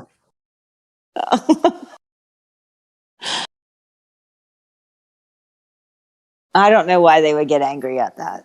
Like that's still the kind of thing that puzzles me is the anger that Flat Earth just on its own ideas merits from people. I can understand frustration very well. I've gone beyond my limits, but I don't understand the anger that is actually shown as hatred a lot of times. I've asked, they've given me answers, so I got to give them that. I don't understand their answers. The meaning of their answers, I understand their words, but I don't understand where the hatred is justified. And you know what but it is, they do though. You know what it is? It's like this though. There's no consequences in this discussion. Like it's like there's no like judge to like make a Is that rule. Isa? Yeah. Hey, How I you haven't doing? heard you in forever. Yeah. Hey. Oh, I please miss your continue. voice. I Yeah. miss your voice. I wasn't gonna say anything because I don't want to like. I feel like whenever I show up, you're like, all right, I gotta go. I'm like, damn. No, I haven't heard you in forever. God, Fuck that yeah. is such a fun. Go ahead, please Yeah. continue. I was just thinking, like, there's no consequences for these people. It's like, like imagine like if you like, when you catch like a liar or like, even like the villain in like Batman, like they're like, I didn't do it. Like they're lying to the very end. Huh. But because there's no like, like in this whole discussion about cosmology, there's no like final say, like, you know what I mean? So like they just get filled with rage. And like, like kind of like some evil character from like a Batman fucking cartoon. Except there's no consequences because it's a discussion about, like I was saying about how, like I was talking to somebody about it and I was like, look, either way, your theoretics about like cosmology and the rest of it has nothing to do with anyone's actual daily routine. So you're fucking meaningless. Like you're still useless. Like, I don't know. Like it just has no effect. But in this, there's no consequence. And like I look at it like the ballers are like, it's like we took their girlfriends and they're just mad. That's what I think. It's not even just that. I think it's just that you have the audacity to not fall in line. Right, but it's like, and we took their girlfriend. You know what I mean? Like, that's what I think of it. Like, it's like they just, they can't relate. I don't know. God bless us, though. And you, Twit. Fucking hey, you're so. It's like funny. Like I always say that, like the flatter. Actually, Jeremy is fucking hilarious too with the bank scenario. Because like whenever we hear like somebody start like, going off or whatever, I always just thought it was funny that anybody who's like a baller and like a, like if the the gulag was coming and like they come down on everybody and they're like, so you were part of about 5 different flat earth servers, but you're not a flat earther. And they're like, no, I'm not a flat like, I was there defending the globe. And they're like, okay. Like, yeah, okay, sure, buddy. It's so funny. I like to know the people I'm going to spend my FEMA camp retirement with. Right. Well, you know what's thrown in the FEMA camp. You know what would be the worst part to it is if we're all there and like we're in separate rooms and I still never get to actually meet you. Like, I'm like, talking to you from like, one stall to the other. Like maybe they'll let us out once a month for some sunlight. Right, We might like we're see each like, other. or like, Yeah. right. Even then, we're on the wrong schedule. I'd be so pissed. It'll be like in V for Vendetta. We'll leave messages for each other on toilet paper or something. Yeah. On. Or no, even worse, because we know each other's voices, so you'll be able to hear each other. You're like, "Is that you, Twit?" Yeah. I'm like, fuck. We'll hear Lemon over there. Yeah, I know. It's the voices that you know that you'll be like, oh my God, somebody else is getting to talk to Lemon. Right. He's got new friends. Right. Dude, I remember, like, I was in oh my God. Like, I was arrested at the New York protest, and they brought us in on buses and, like, fucking, like, put us in the bus fucking. Yeah, it was crazy, like, to see them do it. To see how they round up motherfuckers. And, like, I mean, dude, I was in there. They had a pizza delivery guy because he got rounded up and arrested with, like, 50 other people because they just take orange fucking, like, bike, you know, like the traffic tape with the mesh. Mm-hmm. And they just wrap everybody up. And so, like, there was a Domino's pizza guy literally in jail over this That's shit. crazy. Right, dude. They arrested everybody. When was this? This was 2003. This was the anti-war fucking Yeah. anti-Iraq shit. Yeah, it's crazy what they, you know, what I saw them do. And then, you know, now that's what makes you know, like, what the fuck is going on now is so controlled opposition because I've seen them shut it down. Yeah. They know exactly how to shut it down. They know exactly. And then, dude, the best part is, like, did you see them all, like, chanting for, like, George Floyd today? No. Oh my God, they're so stupid. Mm-hmm. They're literally They out there did. like, you know, remember, say his name, and they're like George Floyd, and it's like, dude, this is something completely different. Yeah. There's chants used to, like, actually make me feel intimidated, and now the words are just so empty. Oh, well, I mean, you know what, man? I've learned it, you know, I guess y'all have to go. Dude, Everyone has Lewis, to go waves. Lewis is back. you have a voice Yeah. changer, or did you fuck with the K hertz of your fucking your microphone? Is it too much? Sound like Tim. All right, just tell me when. Bro, you couldn't fool me with that fake third nut if you tried, bro. What? Like your testicles are making your voice deeper. Or something. Just is my mic quality good? We can hear you, but you sound like Timmy Ostrich right now. I can't help that. Yo, Twit, We doesn't it cannot sound have like a Timmy? serious conversation with you like this, just so you know. I'm Yeah, not doing Lewis, anything. Never gonna happen. hold on, Lewis. Tell me about how there's 60 nautical miles for 1 degree of fucking curvature, dude. Please. It's more or less how it is, man. Yo, Twit, am I wrong? He sounds just like fucking Timmy. What the fuck?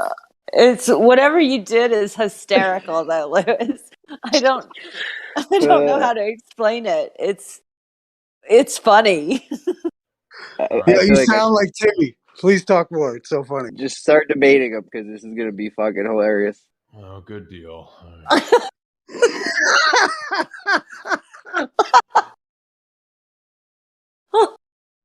Dude, you sound like, I swear to God, it sounds like Timmy to me. It's so funny. God. No. I got this. He actually sounds like Eeyore. Oh, dear. That's fair enough. Oh, man, so much for a serious discussion now.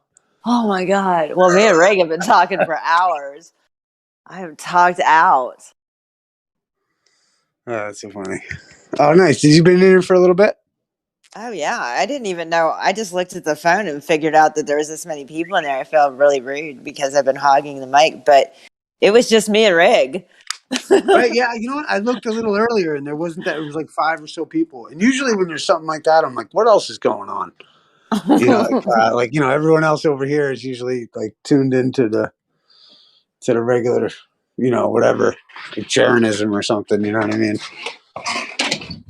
Oh yeah, I have no idea what usually goes on in Saturday nights. You know, like I if know you go, this is a great little room. yeah. Well, I mean, there was nobody in here earlier. I was like, I wonder what show, or everybody's out having a life or something. But I just couldn't take the same conversation over and over again. It's just, I just can't. I can't do it all the time. I think I have a pretty good tolerance. Like, I've definitely built my tolerance up of the same conversation, but I can't some nights. You know, I'm just like, nah, I can't do it. The worst part is it's like 30 different topics, and you're just going to hear the same, advancements and detractions from both parties. It gets so tiring.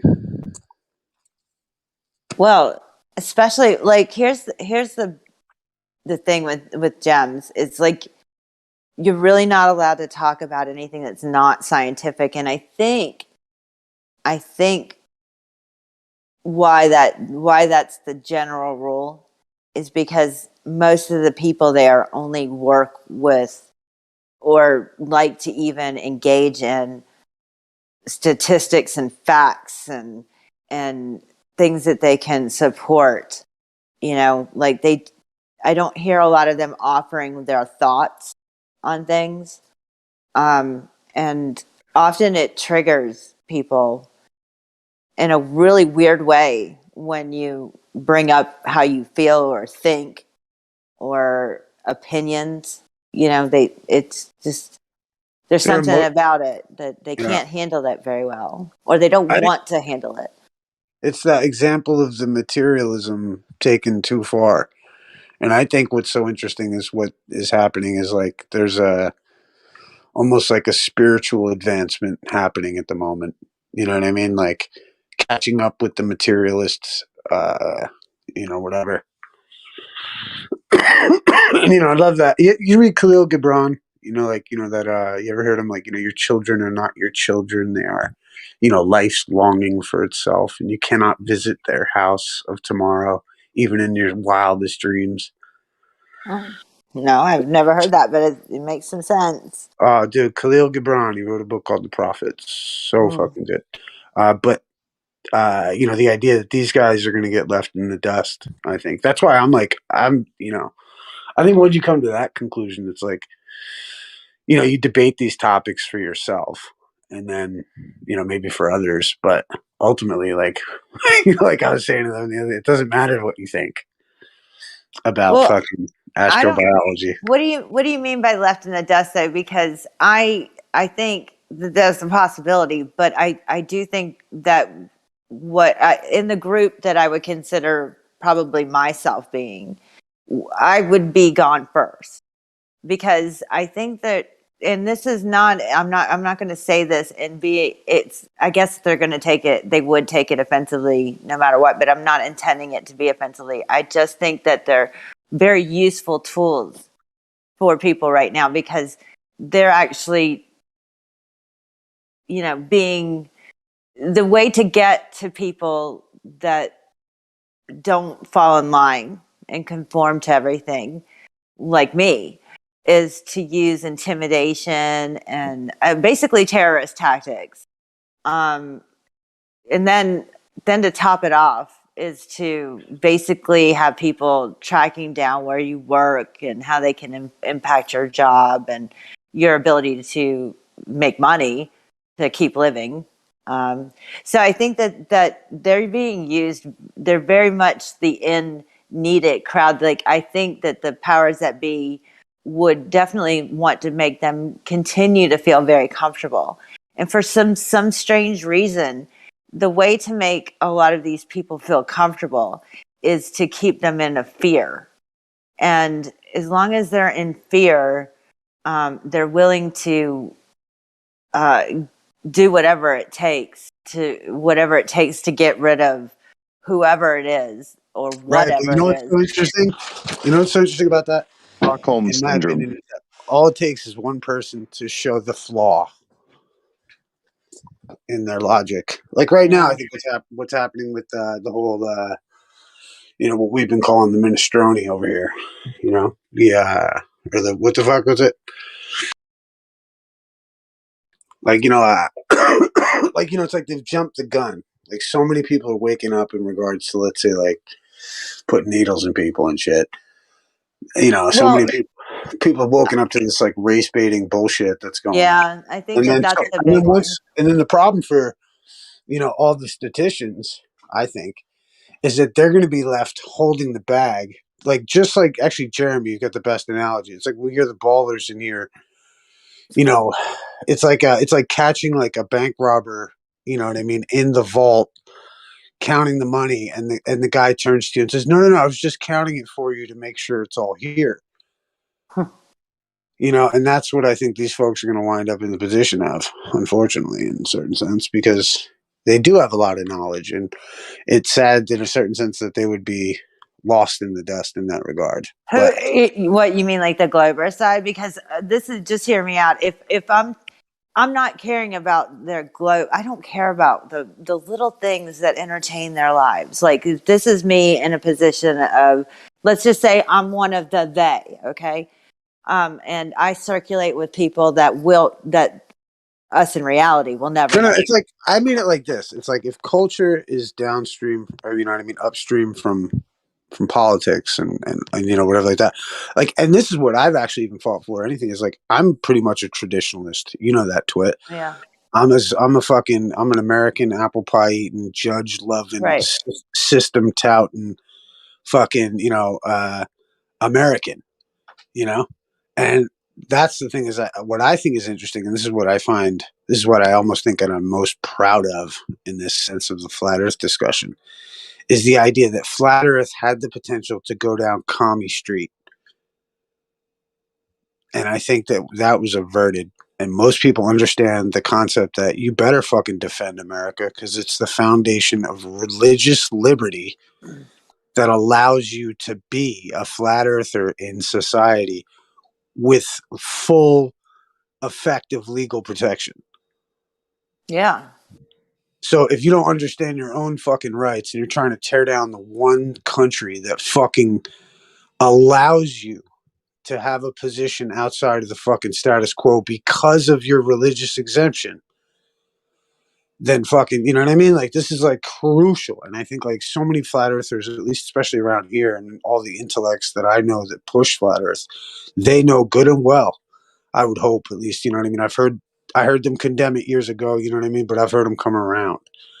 And I think like that's the coolest part about it, is that unfortunately, like, I agree with, like, I love all those fucking boomers and fucking, moon believing people, and, the science. And I love all that shit. I'm glad those people know secrets about life. They've lived, they're elders. We should respect them as such. However, they're cutting themselves off. They're not teaching the youth. They've chosen to be right instead of to be with the community. And they've lost their grounds to make the correction that they think that they have the right to do, because they've been such pricks. That's what I think. And I think they've left themselves in the dust, because the culture is going to continue to move forward. And we've got all their knowledge in Wikipedia books and fucking the internet, so it doesn't matter anyway, right? But it's pretty dope. I don't know. Like, what are you thinking about things? The Maxwell trial started. Maxwell. Yeah, Ghislaine. Maxwell. Yeah, Ghislaine Maxwell. They picked the jury or whatever, I guess. They're ready to go to What's trial. What's she being charged with?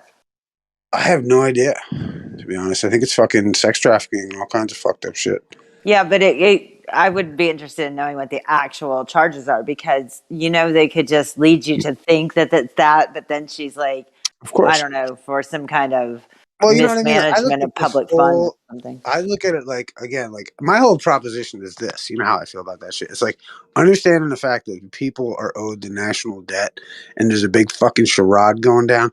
Like, this whole show is a movie to wake people up from being complete materialistic retards. That's what I think's happening. Like, I think I think all these cats are still gonna go down, and Trump's gonna come back in 2024. We're gonna enter into like the fucking golden age, and we're gonna stomp a boot on these fucking clowns. Well, I mean, they ahead, can Glenn. steal the election. I was just going to say they can steal the election through fake, digital voting, and with all the No. mail, What I'm saying is like, it'd look be like like this. really It's like, hard. look, the fact that like I look like let's go back to like conspiracy 101. Your vote doesn't count, right? Because you're an employee of like each citizen is an employee of the United States. When was the last time you got to work at a job where you voted who the president was? So we know it's all shit show. What it is that it's a fucking movie for the lames, like any of us maybe needed at any fucking time to help us wake up. And right now we're getting exposed to the fact that there's been a bunch of corrupt, evil fucks in power. And that maybe you should question your government and maybe you should cherish Americana. That's what I think is going down. This is like a lesson from the good old fucking rulers of the galaxy that fucking or whatever, that motherfuckers need to wake up. And that's what I think's happening. Like you got a bunch of like think of how anyone who's a part of that like BLM crap right now in New York or something like that, where they're running around talking about George Floyd. It's like, dude, that's not even the case. Well, we've already seen how they manufacture fake consensus with their Twitter bots. Like, I think it was the Outer Light, the YouTuber The Outer Light, showed how they were just using the same bot for the same messages over and over and over again on Twitter, saying, "I can't believe Kyle Rittenhouse got acquitted" or something like that. They're just manufacturing fake consensus. Yeah, it's like, well, Twitter look at like Bill stuff Gates just like got. that. It's just fake. The whole thing's fake. It's Well, dog Bill and pony Gates is show. caught like paying for like good press. You know what I mean? Like all these, like we know what they are. I mean, they're institutions, even. You know what I mean? Like they're fucking. What is it? Correct the record, and like all this shit. And like I just think there's like something bigger in the mix. I don't know what it is, but I think like all the good American principles will prevail in the end. That's what I think. And it's gonna happen. Like I don't know. I think like flat Earth is just part of it.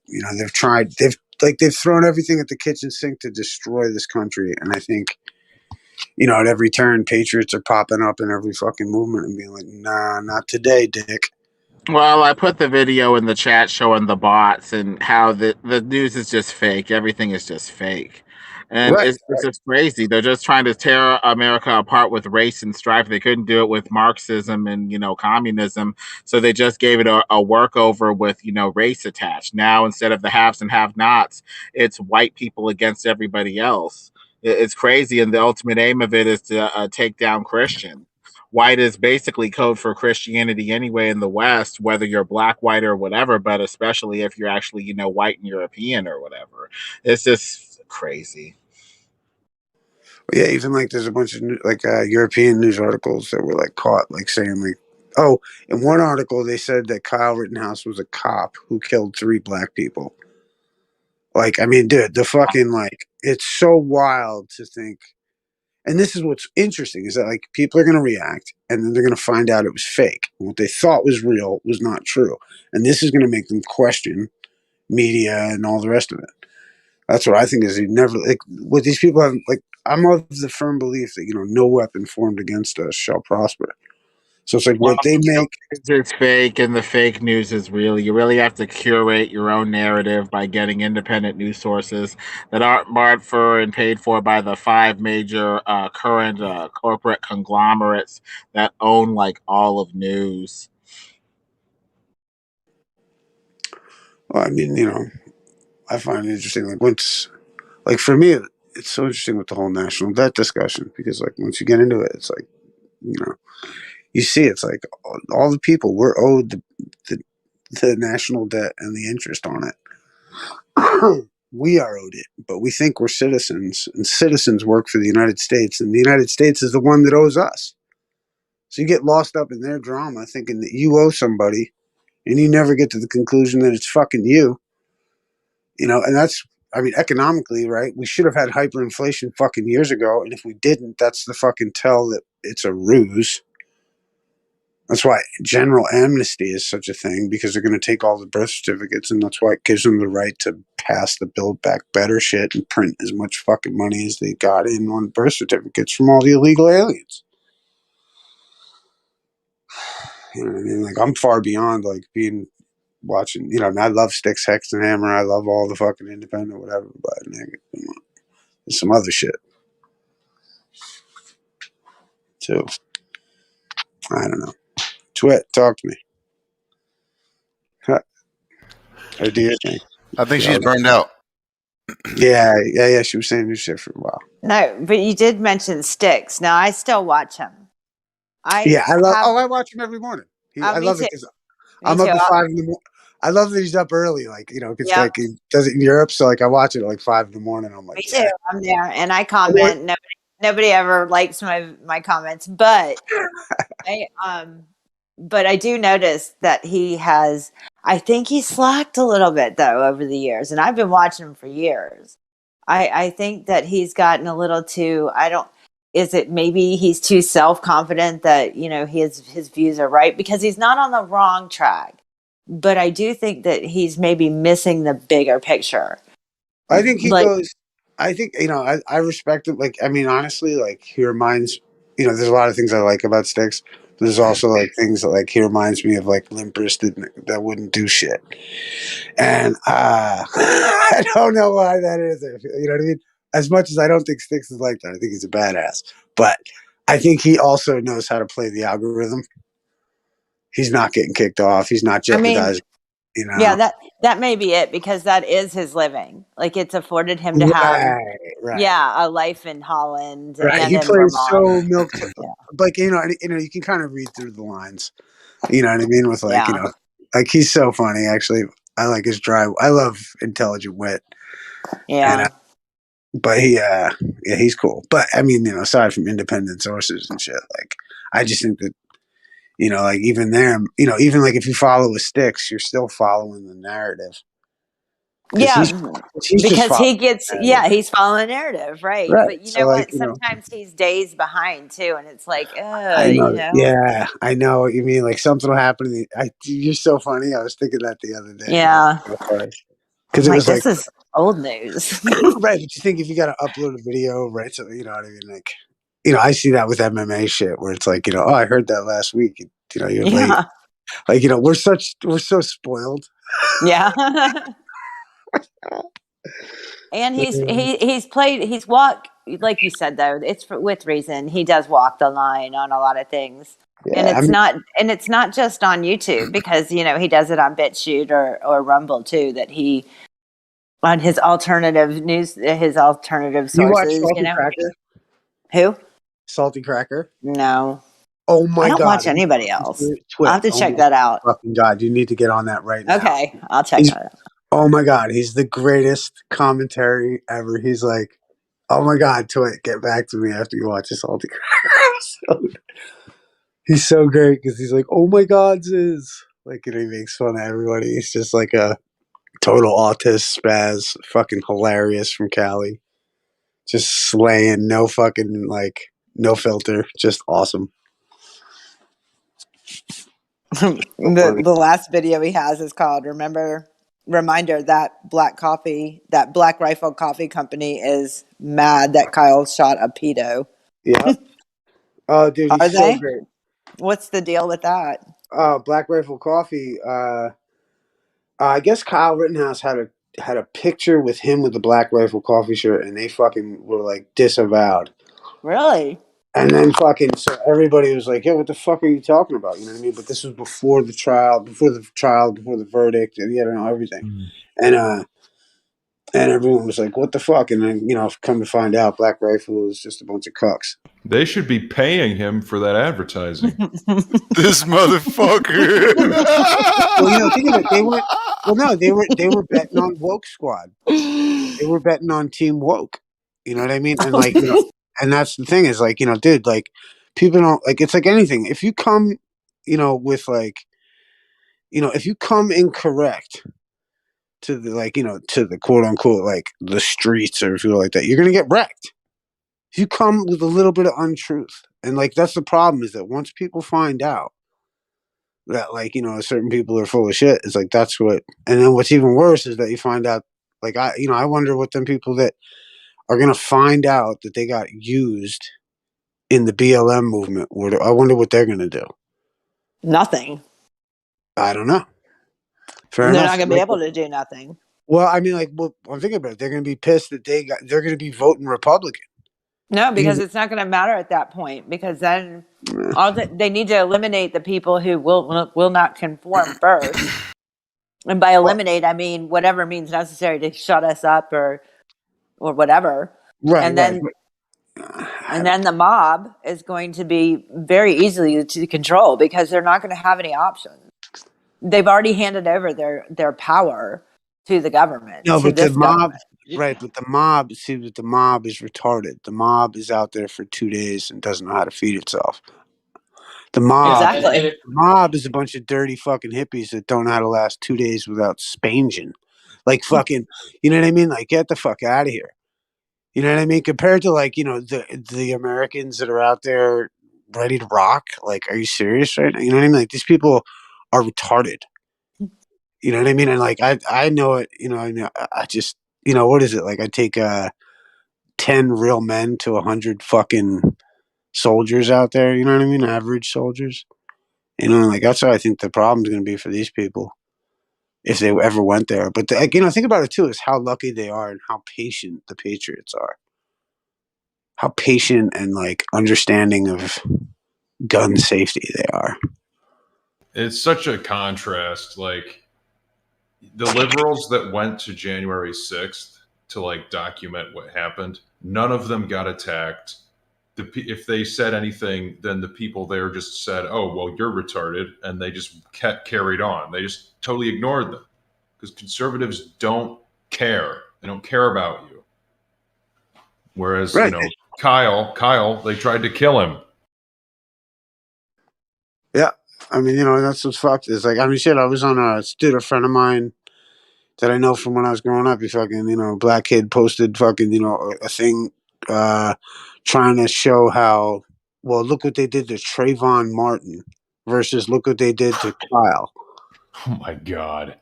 And Those I people, fucking, they just don't know. Check this out. So I made a comment underneath it, like, "Yo, what the fuck, dude? Why are you drinking the race Kool-Aid, my dude?"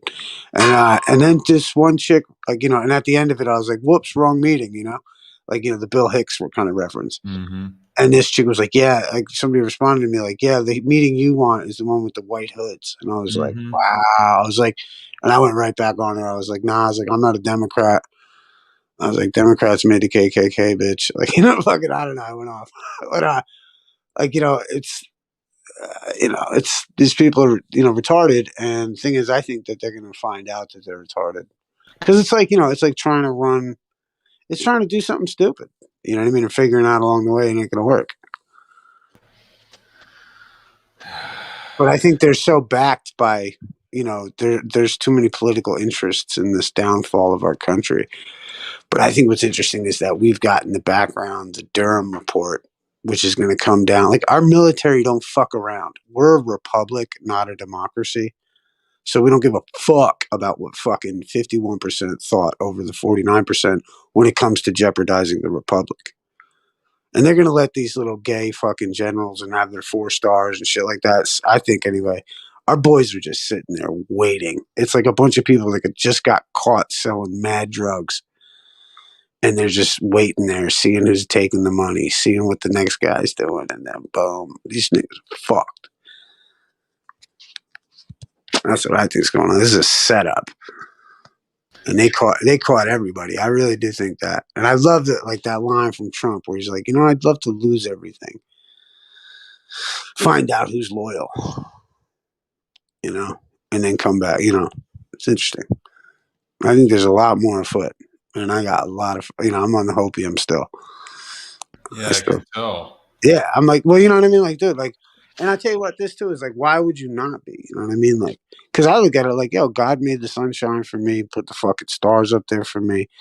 What the fuck would make me think that God didn't provide a way through a bunch of commie bullshit in a system that says that I'm the self-government, right? I got to govern myself.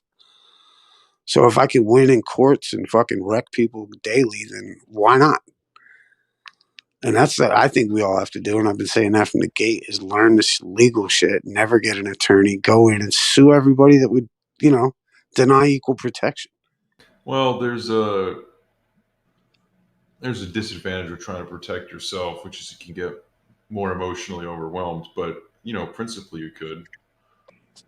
Well, I think, like, I'm just saying, like, in a legal sense, like, Like, for instance, like, let's say if you're at a school board and they're teaching some fucking crazy, or somebody, your child's in a school, fucking whatever. It's like, and they're doing some fucking weird ass shit.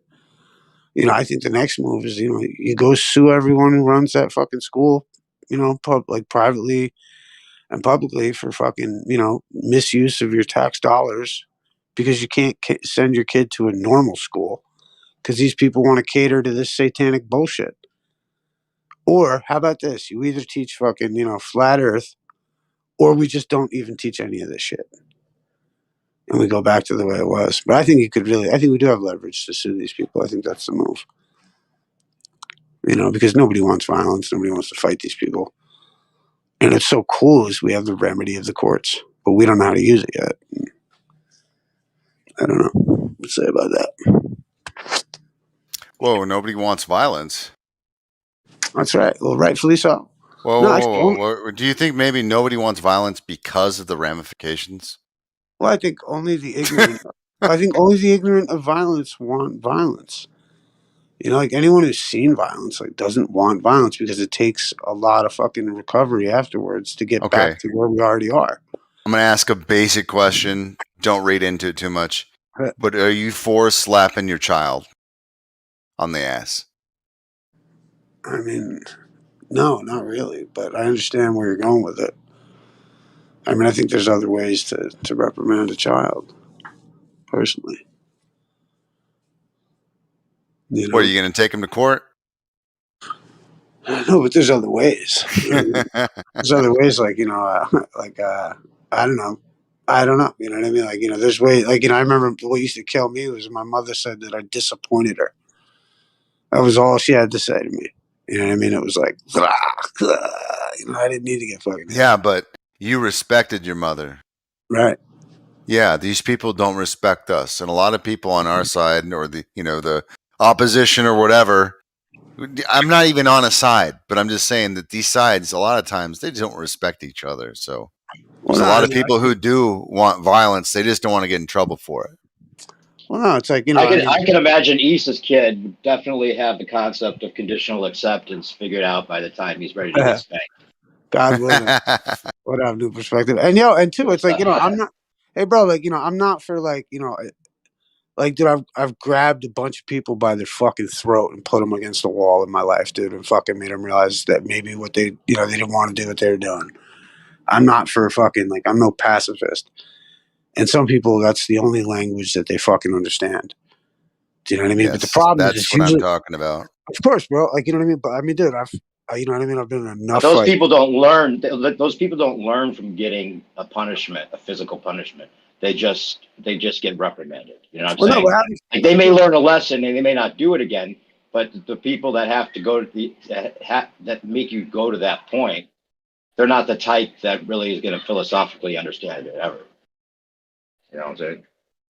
Yeah, I mean, like, and that's, there's a distinction too, because even like, it's like dogs. It's like, as soon as you get around, like, the right heads, it's like all of a sudden, like, like, I don't know, dude, like even there's this MMA fighter right now, Sean Strickland, who's like in trouble in hot water because like he's like, he said like you tweeted that shit about me. He's like, I'm gonna fuck you up when I see you. You know what I mean? And everyone's like, oh God, like, and like, but it's like, a lot of people, it's kind of a little bit of a discussion, like, there's no repercussions for these people on the internet that do all kinds of shit like that. Like they would not, these are the same people that I just don't think would really do much. And they'd be highly intimidated should they come across real people, that sort of thing. Only weak people. Keyboard warriors, yeah, totally. Right, like, you know what I mean? Because they don't. I don't know. I'm not trying to psychoanalyze them, but. Hey, Issa, could you explain something?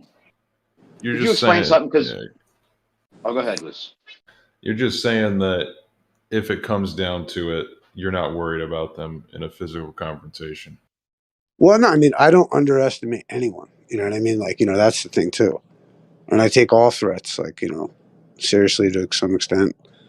And, but it's like, what do you focus on, man? Like, even myself, it's like, I think of all the great leaders of old that, like, they just focused on their mission, man.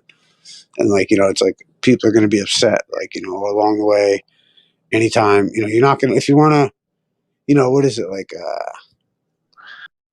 be wary of the man who has many friends almost, you know what I mean? Like too many, because it's like they have no position, you know what I mean? Like, and that's, but I think also too, it's like in this discussion, like I would, or any of this shit is ideas.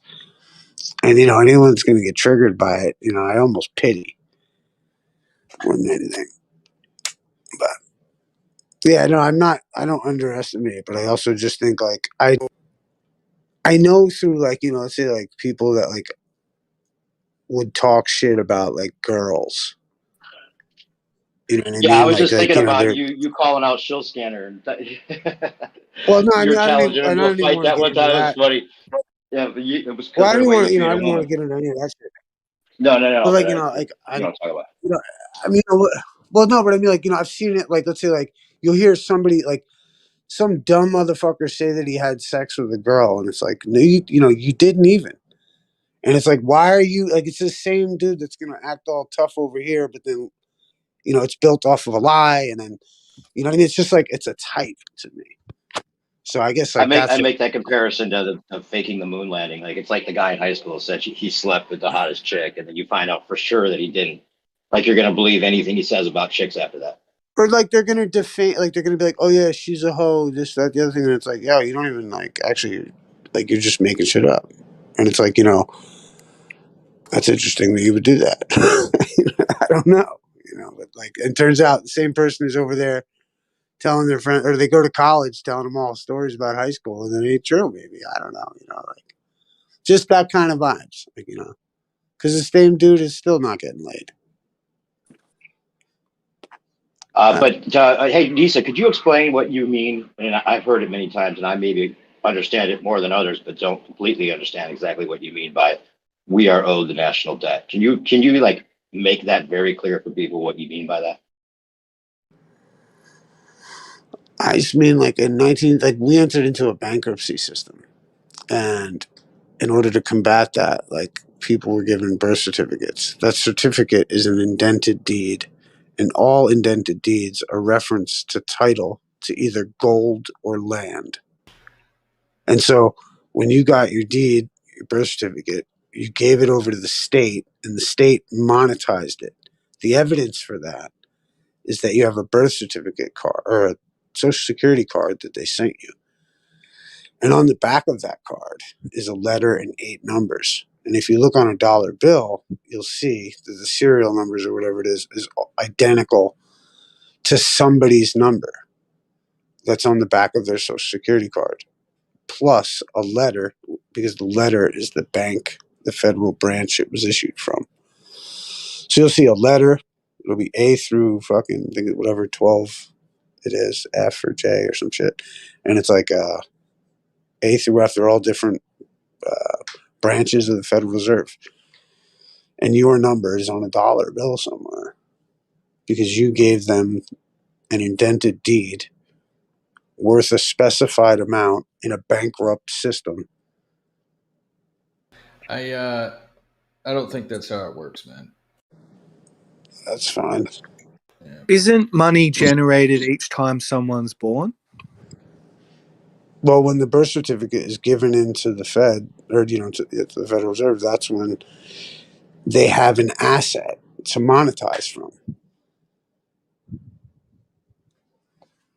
And that's why for the normies, they've got to let them think that China owns all the national debt. And that's why they're doing the corona hoax, because China's going to get blamed for this. And they have to have a way for the public to digest the dissolution of China owning the national debt. Because of the fact that there's a 3-year, 70-year, 3-term contract in international law that constitutes that there has to be a jubilee at the end of the 3rd term of the 70 years. And when's that up? When's that date? What's that date? Do you know? It's already happened, allegedly, 2020. Or, not 2020, 2001. And what I find interesting is like the Federal Reserve System was set up in 1913 and they implemented it 20 years later in 1933. So I find it interesting that in 2020 or 2001, maybe they set up what's happening in for 2021. Like this idea of the reset that they're going for. I just think that there's an effort to because either we're going to go down the situation where everything is owned by the United Nations and everything is collateralized and taken over by the United Nations pretty much, or we are going to have this absolvement and discharge of the national debt because of what China did to our currency. That's what I think is going to happen. There's no other logical. Even though you don't think it's a real thing, but that's how they're going to blame it on China because of the labs and all that, and say it was their Right, because bioweapon. we won't forgive the United States the amount of money that it owes us, because we hate the United States. Most people hate their government. They hate the United States, so they would never be able to come to the Christian principle of forgiveness and forgive the United States all that it owes them. And because they can't do that, they're constantly in debt because they think that they are a citizen in a system wherein that citizen owes the priority security interest holder. But that same person who thinks they're a citizen is so materialistic and limited by their chain of reasoning that they can only see themselves as a citizen and not as a man or a woman who would be the guarantor in this situation. And So if they got rid of the debt and discharged the debt, what does that mean for the person? It puts value back to the currency. Okay, so that it works out better for us if there's value the reset happens. I mean, I don't know. There's fluctuation. Value to the currency, okay. You know what I mean? But it puts But value. as far as like the interest being owed to us, if there's a reset, then did people lose out on their chance to discharge at that point after the reset? I think any man, like, you're always given the unlimited right to contract. Like, the system is for you. It's just we don't ever put ourselves in the position of power because the person in the position of power has to be knowledgeable about the subject matter, and people have chosen not to become knowledgeable about the subject matter, which is fair. Plus, you got a lot of disinformation agents out there completely misinterpreting it. I mean, of course. I just think like if you deduce what the fuck it is, like I was asking people what is money for my entire fucking life, almost like why are my parents working so hard? What is this thing? Where does it come from? What does it do? And I've had people tell me about fucking supply and demand. I've studied Keynesian economics, fucking, what's his name? Ludwig von Mises. You know what I mean? All these conservative ideas, all this whatever that thinks we need to go back to gold and all this fucking bullshit. It's a bunch of bullshit because hyperinflation would have already fucking happened. Yeah, the IMF could just balance the books and do whatever. They just fucking say it's good, and everyone's like, "Dirt, it doesn't matter anyway." That's what I think it is. You know what I mean? It doesn't make any sense for it to be anything other than that to me because I just haven't seen any evidence. You know what I mean? Like I get it, supply and demand and all the rest of it. Like I understand the concept of the day-to-day principles, but I just don't think in the collective thing that there isn't a way for them to just have it rigged and have it not go into hyperinflation. Otherwise, they would have had to go into hyperinflation already. Hey, I just put a pic in the live stream for you to check out. It's a flat Earth type concept, outer pounder map that someone was showing on their video. I haven't found a good copy of it yet, so you can't really read this one very well. But because you mentioned Maxwell, just like Maxwell, the flat Earth thing could tie into her case, maybe, or at least it has already, because she's claimed to be a citizen of, what was it, like Vista Del Mar, or something like that, basically an island that no one knows of, and it's they said it was in the high seas or something. But if she was actually a citizen of one of these outer ponds, like this Tierras de Marte or something like that, that's like kind of similar to the Vista Del Mar idea, maybe that would be an interesting thing to come about if that gets talked about at all. But yeah, I don't know if it's because I want to believe that you're right about the tides turning, but it does seem like the tides are turning. They're allowing YouTube videos to like actually call out some of the injuries that people are having to these pokes, and actually some of the people I thought were like, well, maybe they're still shows, but They thought they were promoting the minestrone, and then this guy's My having thing is this: is that interviews with people about their injuries and stuff. So it seems like they're going that way, and the Rittenhouse thing might kick it off. well, But it's like yeah, it's like I used to say it's like people are out here like, okay, now we know the Earth's flat. Why isn't the fucking Pope in handcuffs already? You know what I mean? Like, it's like, dude, relax. Like, you know what I mean? Like, I don't even know if that's ever going to happen. Like, you know what I mean? Like, it's about, first off, the general population realizing that celebrities aren't all good. Now, we know that. A whole bunch of motherfucking other people know about. But if you're looking at a bell curve, the middle portion of the most people are like retarded and don't have a clue that those people might be bad. And so the fact that more normies are waking up every day to the fact that something's wrong here. And as long as they want to point the finger like they pointed the finger. Right. So I'm not worried about not even those people. They're satisfying. just actors. Well, I'm not worried about satisfying the wet dream of a flat earther. I'm worried about normies waking the fuck up so we can get over some of the shit that we're dealing with right now.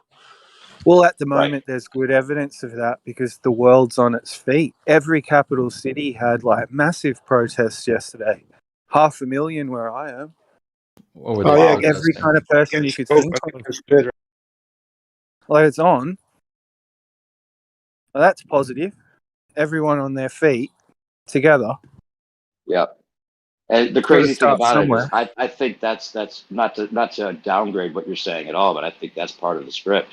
They do want they want people to react. They want to push as far as they can and take all they can, forcing us to demand something better, and then maybe they'll leave the pieces for us to pick up or whatever they're going to do. But I mean, this is part of the plan in a way, and it's good. It's not to say it's bad because it's true that people have to they have to be pushed because these people will take whatever they can until you actually push back.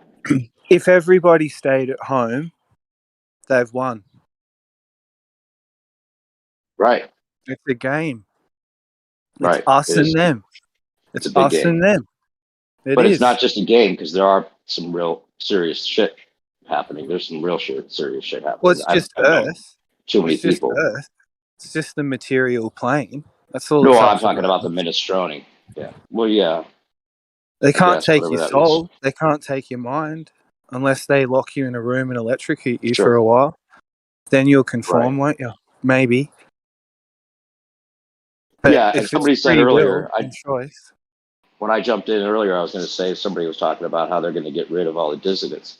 So they only have one side left. And that doesn't work for them either because the one side doesn't have anyone to yell at if they're the only ones left. I mean, just having a complete communist type, everyone's on the, the cuck train doesn't do the cucks any good. They have no one to look at, they have no one to yell at. They need to keep balance with this. They've got everything they want already. They can play both sides, and Trump is probably going to be back in office. He's the one that signed off on the whole minestrone to begin with. You can't forget that. But he's an actor too. The whole thing's kabuki theater, right? So if it's all theater, the reason these guys are maybe being so patient is because they know how the script ends, and or at least the next act is going to be played out, and that's going to be when the balance beams tip a little bit in the other direction because they can play both sides. Why would they get rid of one side ever? Or then it's the illusion of choice and the illusion of free will. Of course, it's always been that way. He's here. He'll tell you, like he always says, why would a corporation ever give the employees the right to pick who's president? Right?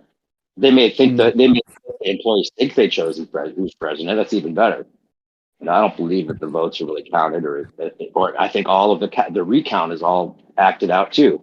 I think it's all an act, but it doesn't mean that it's not important how the act plays out for the balance to somehow come back into some kind of righteous thing. They can't build on people's depression. They can only build on people's inspiration.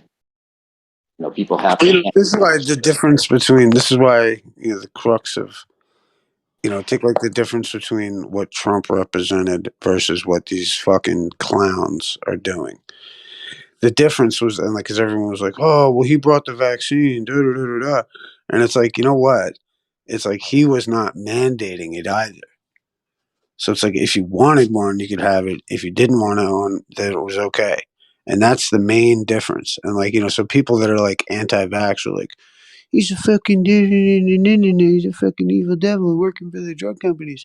And it's like, Don't get okay. me wrong. I don't think he had a It's like, choice. I don't well, think he I'm had looking at much it of a like this. choice. It's like, But dude, anyway. it's like if you're playing the game, this is the fucking game. And the point Yeah. is that again, it's a trigger to the concept of people to put together the fact that one of these people is trying to mandate it and one of them isn't. And which one would you want to live under? And people have to come to the realization that to have choice is what you want. You don't want to be mandated or forced to do anything. But they're learning right now, I think. Or they will. I mean, they've just got, think of it, George Soros and these clowns are just paying a bunch of homeless people and a bunch of dimwits to go march in the streets and get paid. And when that day is over and they're not going to get paid tomorrow, they're out, man. That's what I think. Yeah, they have to keep all of these people somehow still believing in whatever side they believe in. Like, yeah, think So of they how can't. smart. Yeah. Think of how smart it would be for our government, like knowing that the most legitimate presidency ever was totally paid for by China and all the rest of it. How fucking smart to let them think they won. To let them think they won. Give them let them think they won. Let them expend their Let resources. China think they won? Yeah.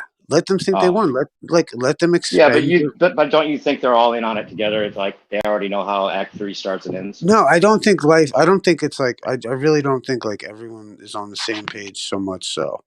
I think there are still competing interests between people. To a certain degree, but I mean, maybe in like kind of like a tongue-in-cheek kind of way, like that wink, Well, I'm wink, just nudge, saying nudge. they could. We're I still think having like our wars, even though we're all lying about space travel. Well, I think capitalism trumps. That's why we still have Chinese goods and shit like that. But I mean, just like in general, the populations don't fucking want to live under that shit either. Yeah, I think it's a part of this, the establishment of self. It's the Red Scare. It's a Red Scare tactic, basically. Well, it's not. It's the establishment on of acid. It's the establishment of self-government. It's the establishment that you can't rely on the media. You can't rely on the government. Nobody's coming to save you. You better know your own shit. And that's what self-government is. America is an experiment of self-government. And we've tried to export that throughout the world is what it looks like, right? Well, they're all in on this one. They can't really brush this one under the rug. They've gone so far with this one that either, like you were saying the other day, I think that it seems like it seems like either it's going to go one way or the other. You really total communist China is actually going to be moving into all the directed energy weapon flattened homes that they want, or they're going to be it's part of the play for us to think that's going to happen, and then they turn the table. Forget it's people talk about how like big the just for like also too is about America is like we have more hunting licenses every year than's in the military of China. You know what I mean? Right. Like we're like, you know what I mean? Like it's not going to be easy for anyone to try to come to America in that way. But at the same time, this is why it's so important. Like right now, it's like this is why all of these functions of Discord, or these apps that we're using, are so important because we can communicate and relay this information and further awaken people. You know what I mean? To understand the value of living in this country and and not wanting to tear it down. That's what I think. Yeah, I think that we're the I don't know what I'd like to say it's because we're the one hope for the rest of the world. Like we're like the carrot on the stick. Like if America fails or gets completely destroyed and capitalism goes away, then there's nothing to dangle in front of the other countries as like a hope for a better life. That's my hope. But we're the prototype as well. And if they do want to have like the new world order and everyone be on this, communist dole or whatever it is, then, that's scary because they're in position to do that now. I think they got tricked into they're a couple years too early. Like somehow they were triggered into pulling their switch too quick. You know, I mean, think of how exposed they are. I mean, they're all sitting there on video saying, I'm not going to take an untested Trump vaccine. But, you know, 6 months later when their guy's in office, they're like, yeah, mandate it. Like, you know, all they have to do is go look at their hypocrisy, and they're shining examples of their hypocrisy, which is, as anyone comes across, it breaks the spell of their bullshit. They're fucked. Well, yeah, except that their people are in such denial about just the basics of all of this. I mean, it's not even I'll say the word, but we should just say Minnesota. It's not even it's a fucking genetic modifier. It's not even what they're calling it. So, I mean, what are we talking about? And maybe trying to say that they're not even claiming it. They're telling you it's not that. They're telling you it's a genetic modifier, and people will just like plug their ears and scream if you even mention it. Right, but whether it's sugar water or not doesn't matter. The fact that they're trying to mandate it is what the fucking problem is. You know what I mean? Like, it's like, you know, and that's the issue. And granted, never mind the side effects and all the rest of it. I mean, you know, shit. I mean, I was wondering if it's not the cull. You know, a bunch of people. You know what I mean? Like, who knows? Well, that's what it seems like. Yeah, it seems like directly like that. It seems like the evidence is showing that directly. At that. People gotten the vaccine that are fine. You know what I mean? So I don't know. Yeah, I think that there's only a percentage, just like 2 out of 5 maybe are called. But it's also there allegedly the people's running around with it, giving it to everybody. You know what I mean? I don't know. I don't know. I've heard too many people like personally have people in their family or somebody they know that had direct either death or injury from it, like directly afterwards. And that it's been like overwhelmingly like everybody I know knows somebody that's had some kind of complication afterward. So regardless of that, I think that they have played their cards out, and maybe even on purpose. This whole thing has been you know, completely obviously not what we're being told, and a lot of people are waking up to it, and that's part of the script as well. Who knows whether it's scripted or not? I think that the tides are turning, and there's signs of that happening. To whatever degree, I don't know. It's Operation Trust the Plan, just like Operation Trust was to out people before. I hope not, but yeah, but that's why, like, I look at it again. It's like, I mean, I just feel as though, in regards to some of their ways, that like once we understand our legal position in the game, you know, I really think like they're, you know, if they're, you know, if we understand our legal position in the game, we also understand that we're not trying to create a fuss. We're just trying to handle our business. Then, you know, I don't know.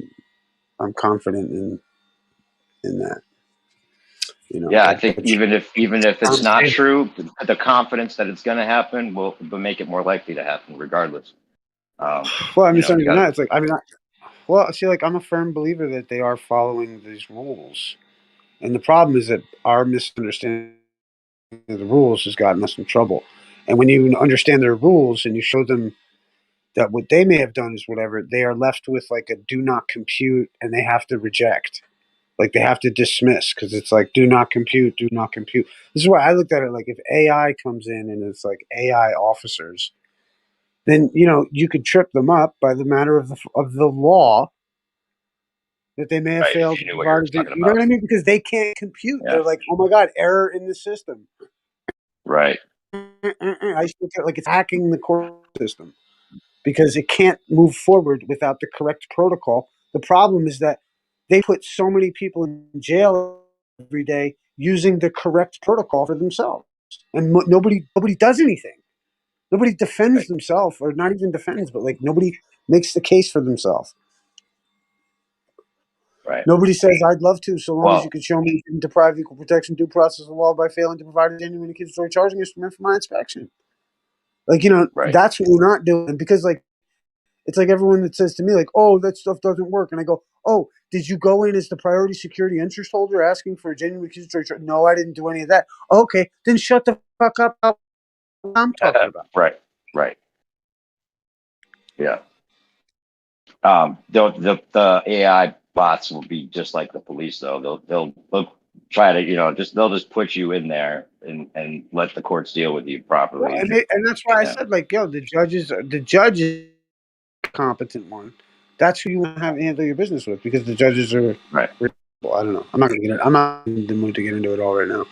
Yeah, I just yeah, heard yeah. Twitman But in here earlier. the scary part is they've got a gag order on some of these. I mean, these doctors aren't even able to put down what it was that these people were either killed by or injured by. That's the scary part. When they've got like Right. the Well, whole medical industry completely on a gag order, then what the fuck are we doing? well, it's like they got a gag order, but I mean, in a certain sense, it's because they want to keep their license. Right. So I mean, Exactly. if they really But give, I mean, that they means that fucking there's a give. power that's threatening to take their license for telling the truth. Right. And they're choosing to hold on to the license. Sure. Yeah. Right. So how many You judges know, are going to be they threatened made by the, the I mean, same kind of I'll power tell is you the what. question. Well, the thing is, they're bound by their oaths to their society of doctors, and you know, the problem is they took the Hippocratic oath and they're hurting people. Right. And that's where, for them, even they would be able to say in a court of law, "Look, this is violation of my Hippocratic oath to remain silent." If they don't even think about it like that, they're just like, "Oh, they threatened my license." When reality, they should go, "Oh yeah, well, I conditionally accept you threatening my license so long as you could show me you're not trying to force me to violate Hippocratic oath." But they don't think like that. They don't think like how to attack back, so they just shut down because nobody ever taught them any of this shit. That's why I've been trying to scream it off the rooftops for the last fucking how many years. Has there been anyone that's challenged this whole thing in court like properly yet, as far as those kind of things go? Not Besides that what I we've know. seen with Fauci or whatever, Not that I know. I mean, he's getting grilled. I know, I like mean, for me, not it's like that. I've told the Yeah, he's getting story grilled like pretty where hard. like you know they tried to. What's that? Fauci's getting grilled pretty hard. You know, part of the theater of it all. But go Oh no, ahead. yeah, he's fucked. Rand Paul Yeah. screwed him up. He put him on the wall. Yeah. But yeah, no, I think like with the legal shit, like you know, the only thing I'm concerned about like individual. You know what I mean? Exercising his constitutional protections.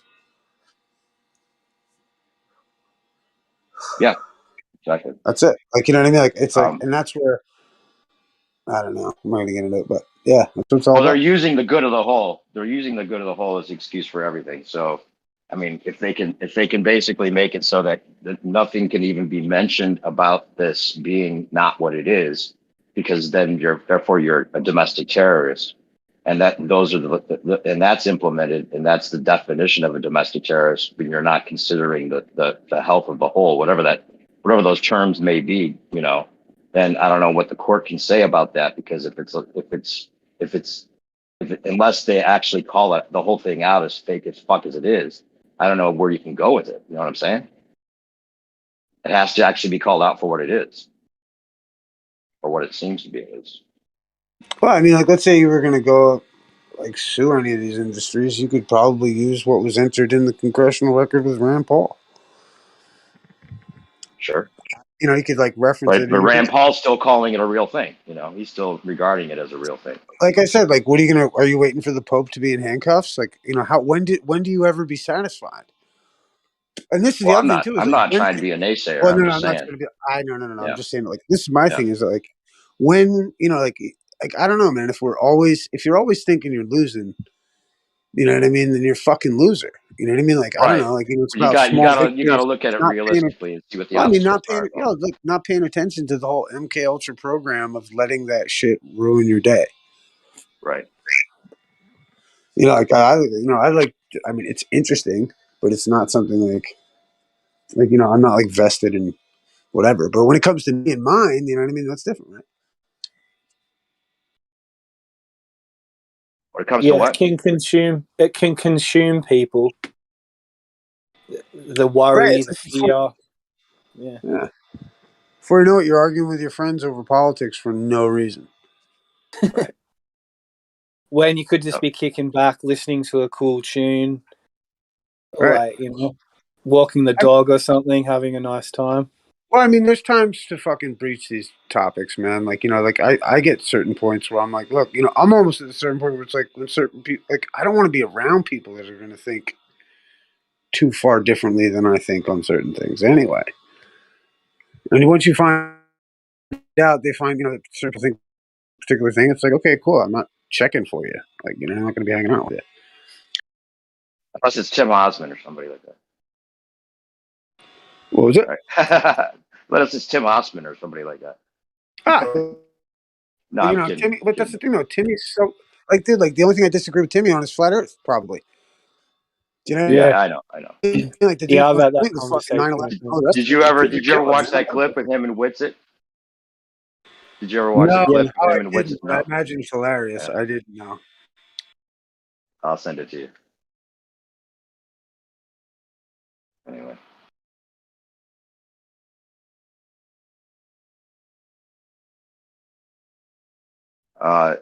It does seem like it can't just leave people out to dry, and whether QAnon is mostly a LARP or all a LARP or whatever percentage that actually is, they have to give that half of the country something to believe in, and they can't just give them, like, they can't make them lose all hope. I mean, I don't think that's the plan. That doesn't work. What are you going to build on? If you're trying to create a society of like individual leaders, then you don't give them a leader. Like, there's no leader in any of this. It's like you're the leader. Right. Nice. Right. Well, I don't think that's what they want. I don't think they want to empower the See, but hold on, small though. guy You know as what I much as. find interesting? But I know what you're saying.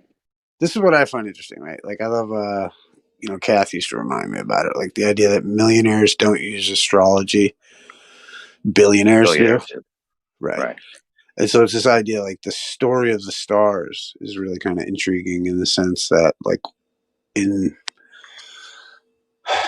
I guess around 2024 or whatever, we're moving into this new fucking thing. And, like, this idea that you would have this golden age coming. And I think that the powers that be, just like good movie directors, are going to make you terrified till the very end, at the end of the movie, when everything turns out great. Or at least not as bad as you thought. Yeah, I mean, also, too, it's like, again, it's like, what, as long as you're controlling your own space, this is just a movie that's going on in the background, and it's intriguing. It's fucking interesting, Right.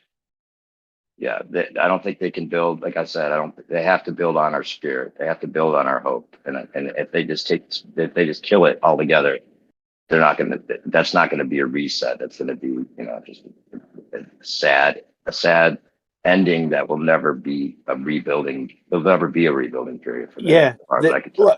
it's like empowering an angry mob, like the military coming out and just leaving a bunch of boxes in the street, like machine guns, hand grenades, but everyone's riled up. Or bricks, by the way, wink, wink. Right?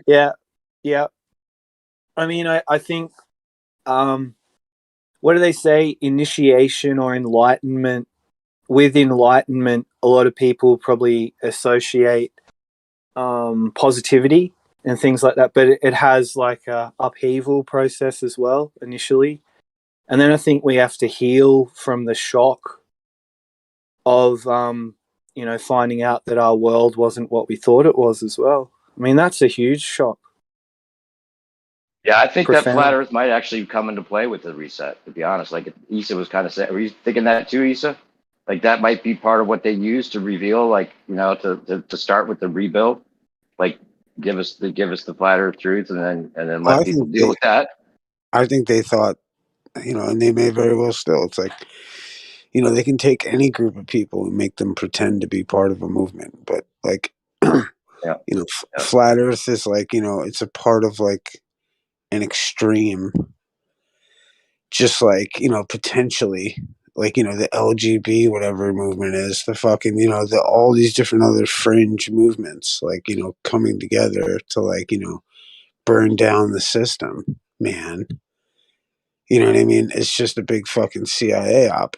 And in that regard, people were not wrong in the sense that it was a rollout, maybe. Yeah. But you've also got people that are intrigued in it. And in that sense, you would never be able to know who the fuck is what in any of it. But again, this is why Flat Earth is so ill. Welcome to the show. Right. Because the point is that you realize, there are no leaders again. And then all of a sudden you're faced with that terrifying feeling that you're the motherfucker that has to be in control. But the problem is that nobody wants to be in control, so they're willing to give themselves over to the system. And that's why you see those people, instead of thinking for themselves, they're taking on the mantra of the system. Whether it be George Floyd to fucking whatever, or get the vax, or whatever the fuck it is. That's like, because they have no place to go other than that's their only, what they think, a voice of reason. Because they can't think logically and put things together for themselves to say, wait a minute, this and this don't make sense. They'd rather argue for the contradiction than try to fucking come to the conclusion that everything they think might not exactly be so. Because that's too terrifying for them. Yep. And it's designed that way. It's designed to be terrifying. And Right, but that's also like, you know, but that's also the best part of it. Right. Because you wake up at the end of it all, and like, you know, you have, like, I remember the first time I heard about J-Trig, and the first time I was terrified of everybody, and you thought everyone was a fucking agent and all the rest of it. Right. You know what I mean? And you go through all that, and then, like, you know, like myself, it's like you just come through it. You know what I mean? You realize, like, hey, you know, I don't know, man. God put me here, dude. I don't know. You know what I mean? Like, I don't know what can you do? Right. You know, the Bible says don't hide your talents. You know what I mean? In a certain sense. And I feel as though with some of this information that I've garnered, I feel as it's worthwhile for my brothers and sisters in the world to hear. So I'm fucking. You got to dig And deep. we have an sometimes, obligation to right, speak Issa? out. What's that, Merle? You got to dig deep sometimes. Right. You know, that's it. But you also got to play in the sand on top sometimes, too. You know how it goes, Merle. You know, it's like being nice to, like, I don't know.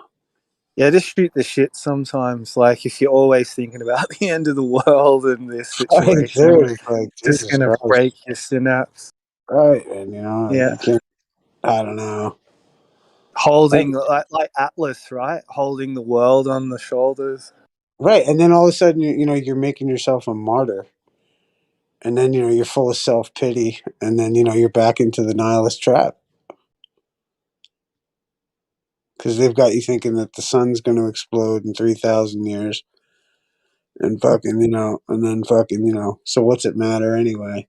And then, well, if it is flat and it's been wrong and there is a God, well, then maybe I'm just a sinner and I'm going to die. Like, no. Man, the good Lord didn't make anything but, you know, like, I don't know, man. I just look at it like, I'm grateful, man. Every day the sun rises for us, for me. You know, the stars, the moon, the weather. You know, how glorious, man. Give thanks. You know, and I pity the fool that don't understand it.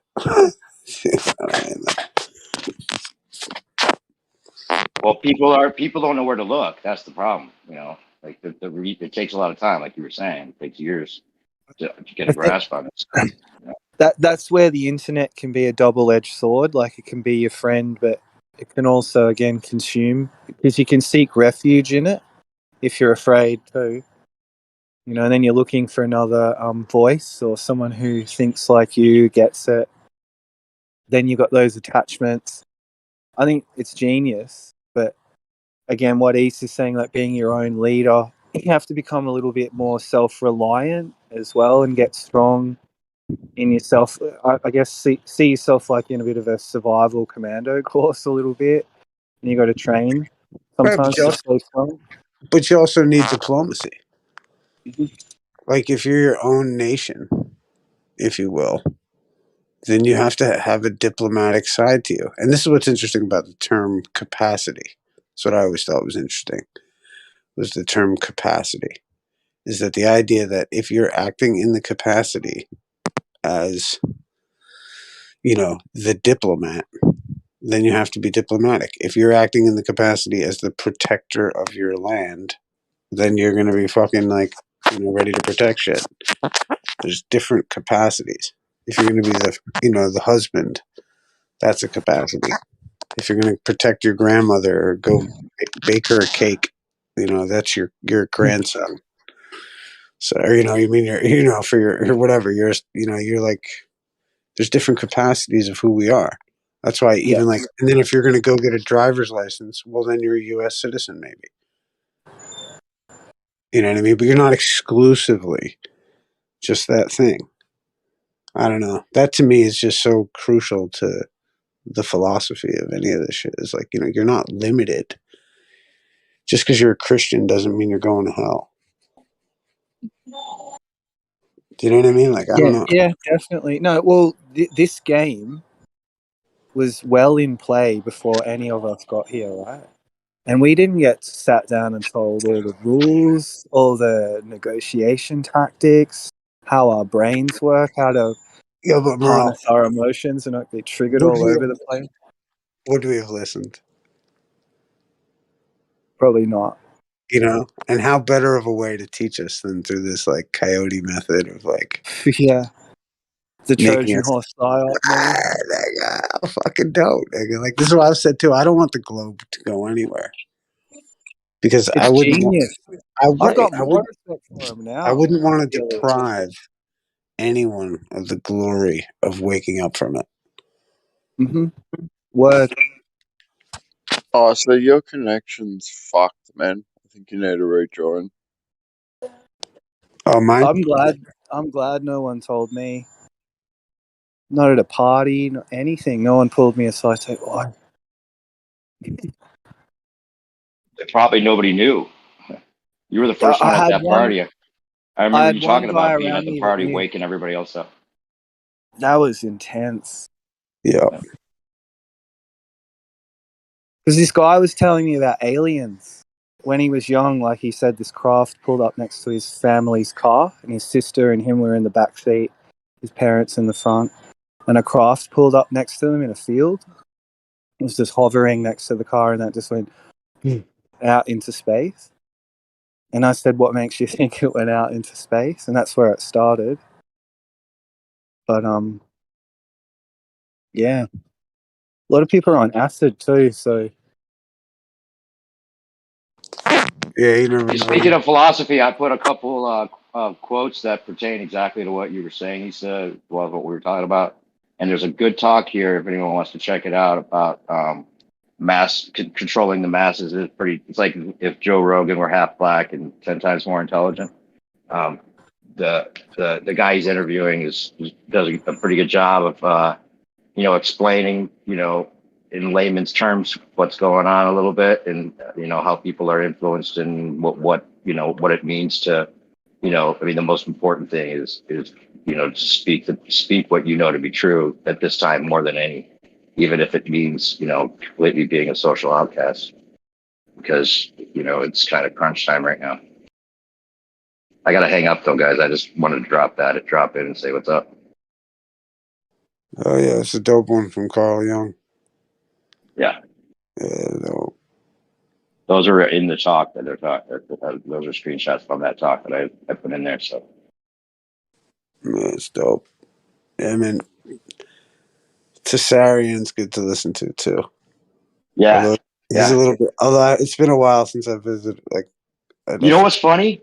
And the other server 24/7. I dropped the Tessarian link because I was trying to explain Tessarian to people and some of his ideas about the the seating and the different he goes into the whole thing about the different attempts, the Adamic race, and then the making the next one with the reptilian blood, so they could have a race of people that were less sensitive and able to be used. That whole thing he goes into. Anyway, I dropped it in the 24/7 link, and I guess there's some troll over there with the Michael Tessarian name. And one of the mods over there was freaking out, like, "Why are you dropping Tessarian stuff? Like, what? Who's that?" Like she didn't know who it was, and she thought like it was some kind of weird thing that I was dropping it, and there was a guy in there that's been trolling him hard with the Michael Tessarian name. Huh. Not that it would be him, but you know what I'm saying? It was just a weird. Right. Well, actually, I know he's not into flat Earth. I supposedly. Right. I guess it could be, but it seemed more I like don't think it would. I don't troll. think it would be him. He He's pretty wouldn't much spend all. time doing that. No, I don't think so either. He's he knows though. He has to know. Well, you got to remember. I think of it again. It's like he's such an interesting cat. Like you got to remember. I think on that world, like when you go on the public stage, like that. You can't talk about flat Earth, man. It's right. It's for it's for the mysteries. Right. You know, And it's he's like, already gone into the especially whole check it out spaceship too. coming here. Hey He man, he kind of dug himself a hole with some of the gotta scenarios, remember. even if he wasn't aware of the flat Earth time. Right. You got to remember, man. These kind of ideas are part of like the occult. You know, in a certain sense. So like Right. some people have taken oaths not to talk Yep. about these things. Right. So only God knows, man. But you know, like for those of us who haven't taken any oaths to men, then like you know what I mean. Like God knows, you know. But that's why it's upon our discretion to have wisdom about these subjects, Right. and also when not to talk about them and shit like that. Yeah, I'm with you. I don't know that everyone waking up like being told. Like if they ever tell us that it's flat, then we should worry. You know, like then that means they're using it. Like the outer ponder invasion, you can expect that next, right? If they ever, But you know, we're never going to force them to tell us. Is what I'm the saying. problem with the whole They flat, would do it for a reason. the problem with the flat Earth cosmology collectively is that it pins you into a religious control structure. And that's why even too, it's like what's interesting about the secular ball Earth theory is that it allows you to choose for yourself. Because if you're in a religious totalitarian government, you know, they're going to tell you what you can or cannot think, and if you don't do it, you're a fucking heathen. You're a witch. But in our society, you know, like they don't condemn. You know, like thankfully, you know what I mean. You can be a flat earther, but you know, it's not like you're going to be persecuted for it. Whereas, like if you lived in a flat Earth cosmology and you were a baller, they could persecute for it on the religious grounds. So it's like religion not in government is a good thing to some extent because people suck. What up, Electric?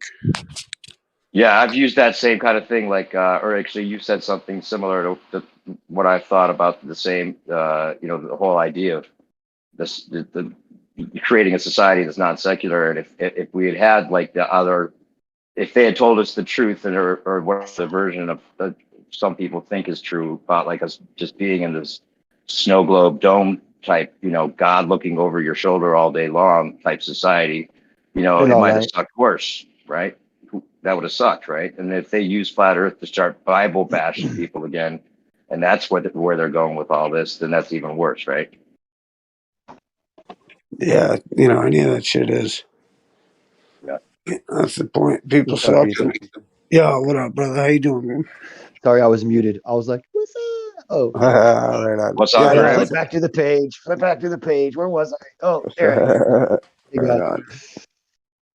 Yeah, All right, man. I gotta go, guys. But yeah, I'll listen. I'll be listening in. All right. All All right, right, new later, brother. perspective Yeah. before you Yeah. take off. Yeah. New perspective Yo, before you what's take up? off. I was checking out that link you dropped me in the DMs. I just now dropped you one that I think he's here too. Fuck, what's his name? God damn it. Don just gave me Don not Gio? Dawn, but Don. No. Oh, Don Yeah. Treader? No, I'm such an Don Gio. idiot, Don man. Gio. Yeah, depressed. Don Don. Okay. Okay, yeah. Yeah, it was about some fire, some hot ice. Pretty cool shit.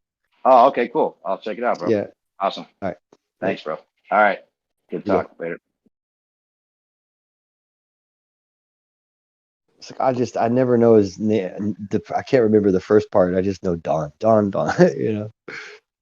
Oh, dude, the worst is like, yeah, there's so many people, so many names. It's so funny how many like voices you're like, hey, is that fucking, you know?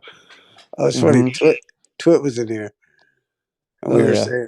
we were saying like, you know, how horrible it would be to like be like up in the FEMA camps and like you could still like imagine like I could hear you talking, but like I still never got to like meet you. It's just right over there. Yeah. So I still never saw what you look like in person, kind of thing. Like it's just like, damn, you know, Nah, man. you recognize everybody's voices. Yep. That's funny. Our own little familiar self. Right. You're like, oh shit. It's really funny. You know, which is pissed off because you're like, damn, can't even meet the dude. Right. Well, we've known each other for, I mean, half a decade in some cases here. Oh shit! Yeah, you're right. Of our voices. Yeah. Yeah, that's true. Shit, man. Wow, that's pretty cool. Hell yeah. Twit remembers when I was crazy back when I was saying shit like, "Oh, are we on a show? Are we on live?" I can't even ever know what I can say or not Oh, anymore. dude, I remember me and you were having it out about When would it. you ever imagine me saying that right there? Oh, I gotta watch what I say, get somebody's channel shut down. Yeah, right. I used to come in I'm so being hot. polite. Yeah. I always remember when you and I were arguing about whether or not you could see the Southern Crux over the bulge of the Earth. You had like a globe out, and you were showing me how, like, I don't even remember how it just feels yeah, dude. silly. Oh my god, dude, I was dying laughing. Oh, dude. Oh, actually, I was probably all serious about it at the time. Oh god, Half and half, I think. oh, it's so funny. One I half just was just like, I remember those days. Some of it was like, because I have a lot of respect for you too and your talent and everything. So I never was just like full bore, fuck you, Lisa. no, Except man, when we dude. were like, Dude, I used to always I used to always love you because it was like you were like Timmy with that. Like, you know what I mean? Like, you guys were like, fuck flat earthers. But then, like, the normies would start talking about 9/11, and you guys would just turn on them. fuck So, you, normies. I know, yeah. bro. And, like, and that's what made me realize, like, I love Timmy. And then when I heard you do that, you did that about some vaccination shit. Like, you slayed some niggas. And I was like, holy shit, I love this dude. Yeah. Yeah, I Said remember that. Because, like, useful bits. dude, it's right. Like, how fucking cool. Like, I just thought it was so funny that you guys, like, hated flat earthers. But like we're Well, here's the thing. You saw so how up I to saw it, speed on right? everything else. You saw how I saw it though, right? Like Of we course. are actually the way I looked at it was flat Earth. It literally the whole topic is a psyop to distract us from and to people will add that the things that we're already talking about that we've already got evidence for to this idea that the mainstream people are going to hear is flat Earth stuff and you're going to tack it all together with our vaccination stuff and everything else and they're going to throw out the baby with the bathwater. And you got to tell the truth, man. That a lot of that has happened. I mean, a lot of that is still Yeah, happening. no. I tell you, I look They're at it still like, trying to call us flat earthers and shit hey when we're man, I talking look about at it this stuff. like a lot of people that were calling the flat Earth the psyop and shit were not wrong. But I look at it Yeah, like, but the thing is, for me, is it's like, okay, once you start entering into psyop territory, you got to weed out what's right versus what's wrong. And remember, and then that's also too. I think nowadays people are almost like immune to these nut jobs just calling people outlandish shit. Whereas like back then it was like very like I felt like personally attacked the first time yeah, that kind of shit ever happened. You know what I yeah, mean? yeah. It's a True. different like nowadays it's like people are like, oh my god, you're coming with that bullshit. Right, because you're not really in my face, so there's not that same level of threat. But my brain doesn't know the difference. Right, Yeah. when I'm hearing the vocals, just like with your TV, at first, your first initial reaction is, no, this motherfucker is in my face because I can hear you. You know what I mean? Right. But you're not. You're not. So a lot of that, I've learned to, you know, eat that, not worry about it. Right. There's no half of it, there's no reason to Yeah. that's the other thing too is but that's the thing is like because they're gonna it's like that's why I'm just kind of like, my whole thing was like, well, fuck it. If you say like flat Earth is, you know, I don't know, like I was a reaction to that idea that it was, people were going to say like, oh, flat Earthers don't know what the fuck their arguments are. They don't know da da da da. And that's where I just felt like, wait a minute, Yeah. hold on, dude. Like, you know what I mean? Because in my Yeah. opinion, I just pointed out a lot of the stuff because the first stuff I started looking at was just, the stuff that you guys are today, like a lot of you are like, oh, okay, that I don't know why we were letting those people say that shit. Like this is what the stars really look like because they had their cameras out of whack focus and stuff. And I right? started All that showing well, think people. about all the nitpicky work we kind of did. Yeah, it took a while to weed a lot of that out. And we did it And to first. be honest, We still did a it lot of first. people. Yeah. Came to the same conclusions as a lot of other people. You know what I learned to do though? I mean, I learned to just try to stay away from the whole arguing about the flat Earth stuff with the flat earthers, right? I'll argue some flat Earth stuff with the ballers because sometimes it won't be flat Earth stuff in my mind, right? It'll be an argument that might go in favor for a flat earther, but it's still me just showing the ballers that they're trying to limit you guys to particular boxes that you don't have to be in. And so I'll see that and they'll do that, you know, like, oh, there's no other answer. It's got to be this expansion thing, or else, you know, because gravity alone does all the heavy lifting. And I'm like, wait a minute, your own scientific papers say that electricity has more to do with it. And I try to curb their attitudes because from Mr. Know-it-alls, I know everything. Check me out, I'm the smartest man, and you guys don't know shit. To wait a minute, we don't know shit either, and maybe it levels the playing field a little for you guys. You know, well, that's where the interest in for me got is like, and that's why it's so intriguing is that because at the end of the data, at the end of digesting all the information, nobody really fucking knows still.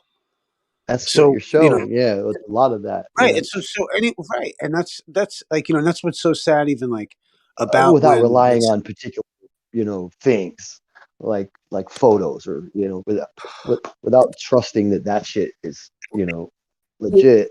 And I don't Yeah. blame you, right? Because Fe didn't give like the key and then open the door, and the creators on the other side and the blueprints, and like that moment like in Pulp Fiction where they look in the fucking suitcase and it's just light, yeah, and there, whatever what is that it? is. Right. That's The mystery's still there. light is illumination is knowledge, right? That's the whole secret. Right. So in the suitcase were files of knowledge. I don't know. But I think that's what keeps like us going, though, right? It's like the quest. Yeah, that's always been my, what brought me to life, like science and things, because it is changing and it isn't a know-it-all kind of situation, and there are no absolutes without being presumptuous. You know what I mean? So. all right. That's a And good. that's what turns me off about the narrative, the standard narrative guys who are in those other rooms, and they come in here and stuff and try to tell you, no, it's like this. We know within a 16th of a decimal point, the time for the Big Bang. Well, explain Methuselah then. Well, I mean, what? Yeah, shut up then, because that's, 14.5 billion years. Yeah, I was thinking. That's older than your whole universe. I mean, I let's was get it. thinking too when you say It's in Big our own Big galaxy. Bang. When you say Big Yeah. Bang, you have to say it like an ancient deity, like Big Bang. Big Bang. Big Bang. Yeah. Yeah, that's like 'Cause And then Big Bang came along and opened the universe and threw up the universe. It's yeah, like it's like a the Chinese creation deity. story, Big Big Bang. Bang. Big Big Bang. Bang. Ping Sounds like pong. some Filipino word, Big Bang. Ping pong. Ping pong. Firecracker. All right. That was my limit, my racism for the day. Is it really racism? I mean, there's more of them than there is of us, right? It's weird how it's almost like we got this thing like where Americans are brainwashed that white people are pretty much the only people who are racist because there's just more of them than anyone else. But not in the whole world. We're less of us than anyone else in the whole world. So we're the only ones allowed to be racist, right? I mean, I'm Bro, kidding, but I'm just I've been saying. a minority my whole fucking life. I don't know what the fuck anybody's talking about. Right? I mean, thanks, Mom, Dad. I mean, I was born in Atlanta. White privilege? Get out of here. Get out of here. And if anybody doesn't know, Atlanta is like fucking 70% black, and then the rest of everyone but whites.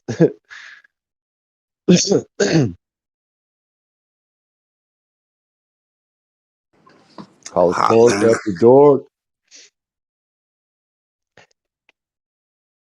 But honestly, it's like I didn't even You didn't even really feel it there either, to tell you the truth. I don't know. People are people. I didn't even know they were all white neighborhoods until I was like 11. Got into it, went to Norcross, Georgia, and was like, what the fuck? This is different. But by then I'd already picked up all the dialect that made me absolutely different than all the whites. So I was a minority then too.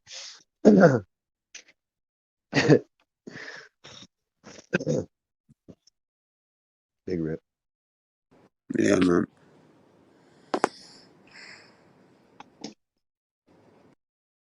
I guess at by my age, what I'm trying to say is I've seen this curve of racism coming back. It's like it seems like the television shows and the movies and stuff, they want you to remember how we don't like each other. Remember. Keep it that way. It's like that for me. It's what it looks like they're doing with that shit. Oh, it's like, dude, you see, like, there was a couple of news articles where they were saying that, like, one of them in Europe was like, they said that Kyle Rittenhouse was a cop that killed 3 black kids. Yeah, I don't even. I don't. Yeah, I don't even. Yeah, dude, they're I'm like so trying to disconnected. stoke the race of. They're just trying to put fucking. It's a kid who got acquitted recently. I don't know if you're paying attention, but Oh yeah, but weren't they yeah, white? but yeah, well, he was like a white kid that defended himself against a pedo, a burglar, and a fucking like some other dipshit, Yeah, and like anyway, all the kids were white, I and just saw fucking that. Yeah. outlets were reporting like one Oh yeah, outlet, that they. Yeah, I and like didn't know so, that like they you were know, reporting they were Biden black, called but him. that's crazy. Biden called him a white supremacist, like fucking, you know, they called it vigilantism, fucking like. Well, it's just it goes to show, and even if our president jumped on in it, it just goes to show how incompetent that man is and that whole staff and everything that's going on. What's really happening here is we're being led around by our fucking stupid feelers Yeah, and it not kind by of the truth. sucks. But I think I'm of the opinion. We were just talking about this earlier. You know, I'm of the opinion. It's kind of like, you know, they've caught the Chinese paying them. They've just, you know, they're waiting it out. I don't know. I think it's like something along those lines. Ghislaine Maxwell's trial started up. Shit's going down. I'm curious. Well, I think they're all in on it, and the fact that somebody got their eyes on the Chinese money, they're gonna we're gonna look into that. Don't worry, and then move along. Well, for the matter, yeah, You know, because I know, I they're know. all in on it I too. just, you know what, dude? It's funny. 'Cause I had all the optimism about an hour ago. Right now, I'm too fucking tired.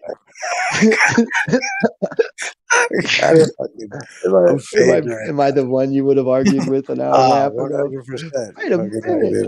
Fucking right, dude. I'll give you. I'd pass along some hopium. But fucking no.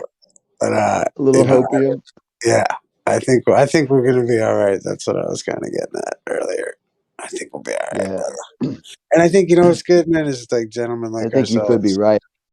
Yes, I think you know, and then gentlemen like ourselves teaching the people around us, you know, doing the good work, Right. keeping up the good tradition. You know, I think there's a lot of people like us, man, and they've had enough of this shit, and they're not just going to be like as patient and as steadfast Yeah. as they have been. I think they're just going to fucking keep. You know, they're going to have to.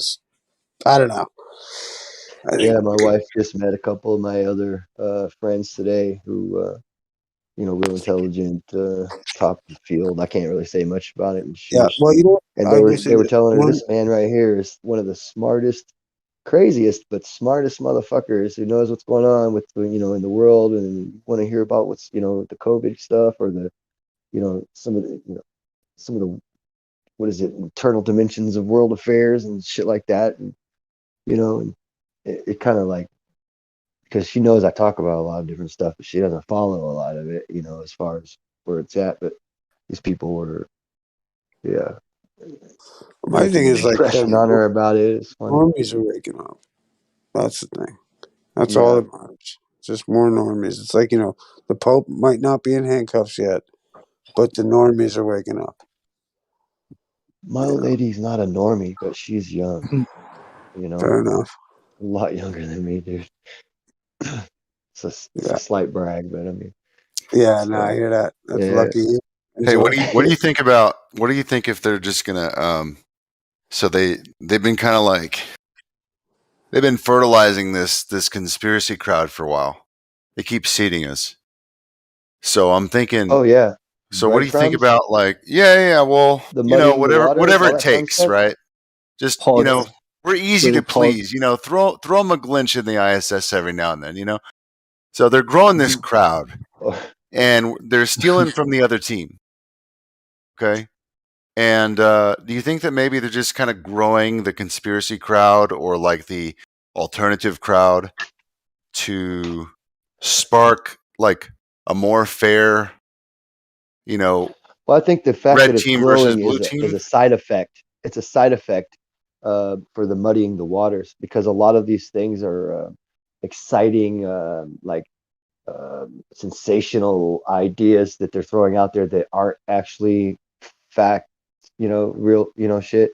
And in the middle of all the actual good information that's coming out that would already by itself be what's needed to end this shit. But they have Well, I don't think they so that really all this care what extra fancy stuff sells, information we and have though. Like as they long as have there's a they have a lot of tight it. grip on the percentage of, you know, the people who follow the rules and the people who don't. So the fact that they're growing our team a little bit more is that like I think maybe they want to have like a head to head, like they want us to go against each other. You know, they just want to have a more fair That's battle by coming. growing the other side. Yeah, absolutely. But I don't. Yeah, but I would say that's probably a percentage of it Nah, because but yeah, they just want they're always camps. trying to generate They're the always trying to divide possibility. the people. Yeah, if there's two things happen, right? It's not that they want two camps. They want 40 camps. They want 70 camps. So they're all separate. So the smaller and smaller groups are much easier to disseminate and destroy than, you know, the one bigger group of us. So like That's what Isa's saying, it's not just that's about what you could see yesterday too. conspiracy tards and non-conspiracy tards. It's the whole You could thing. see in the march that was moving like a river. You could see the subcultures going past Yeah, within that's what the happened. crowd. That's why I The was crowd mad at and Flat everything. Earth for a while, right? Because I was sitting there with full steam ahead. It took me, just a few weeks to get 2,000 something subscribers on the information I was shooting. And then all of a sudden, this new fanciful thing that was straight bullshit in my eyes. I don't mean to be offensive, but some of the things that were, I was listening, I did measurements. I saw Eric Dubai was like, this is 68 miles. It was 14 fucking miles. He was doing shit that was just way out of the league of honesty to me. And I was like, how is anybody falling for this shit? Right, sure, there might be some really interesting arguments later on, and they're not, he didn't grasp them properly. He was giving the wrong goddamn measurements to known distances and places and stuff. And then he was forgetting to tell people, yeah, there was a tower on top of the cliff that they were on because it's been there for 47 years and all this other stuff. When you do a little bit of research, I was like, well, this is a psyop. This is designed directly to interfere with the information and the momentum that is already going on with this real truth movement that's already happening. And it sure as fuck did, man. Because Is it it took those weird that camps and it broke I them up never into really 30 camps. I never watched his like 100 or 200 proofs or whatever. No. I was never That's weird. interested in it. It seemed Well, like I no, started it and it was just so boring to me. I just turned that shit off quick. I find it interesting that he had something lined up with Neil deGrasse Tyson on Joe Rogan, and that got pulled. I find that interesting. Yeah, because Well, I love alternative stuff, so I you know, thought, Eddie oh, this is Bravo going to was be lining cool. that shit up. But if that had have gone down, I think it would have drawn a lot of attention to because he's not like Mark Sargent. He can be real. Oof. I wish I He never. I just wish I never heard like the name Mark Sargent ever again in my life. I Didn't really even have to dislike that not person. say it ever again. I'm kidding. I really dislike that person. That's the only reason I didn't go to the conference in Dallas is that I'd probably get kicked out.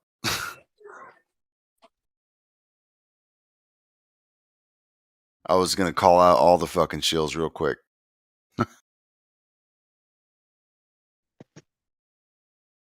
I got a chance to talk to him once, and I asked him before he goes on TV, does he get like pulled aside and get briefed on what he can say and what he can't say? And he just sort of made out that that didn't happen. He could say whatever he wanted. He had artistic, creative license, but I didn't push it. I didn't believe him. He's such a cunt. I hate him.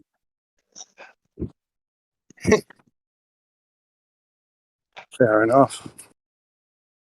Powerful. You know, to this day, I still never monetized my YouTube channel. It's all controlled opposition. That was me 6 years ago, constantly saying that literally every day about every single thing, because it is true. From Pepsi to Coke, it's all controlled opposition. It's fake. But it is true. But I was from the rooftops with a lot of energy, remember? Yeah. Yeah. Yeah, it was funny. I got demonetized. It demonetized me, bastards. Yeah, I always felt like early on too. Early on, I got demonetized. I always I was thought I was making altruistic, like right? $100, $50 a show almost. Dude, I was like altruistic, right? So I wasn't getting any money. I wasn't out of principle. YouTube The owes me principle. money. They didn't. I felt the same way, but the only reason that made me convert to doing it was I figured I'm doing music. Well, yeah. Plus, it's anybody else's choice. It was just me being naive. Really, because I mean, I was getting some fucking hella views on some pretty wacky videos. Yeah, what a cool little thing. So weird, like just some mirrored videos got like 65,000 views and shit. nice. Yo, I am fucking fading. Yo, good to talk to you, Graham. I gotta fucking step though. I'm Always fucking good, bro. fading. Yo, Gio, big up. Merle, fucking love you, dude. Merle's See you in the guys. house. I'll be hopping Later, in soon. If I don't pass out, I'll be back. All right, Riggs, later, brother. Whites, peace. No, man.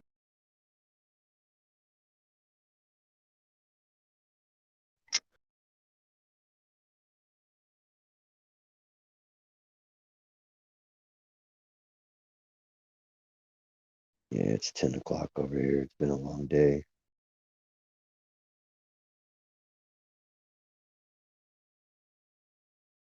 Anything controversial happened today?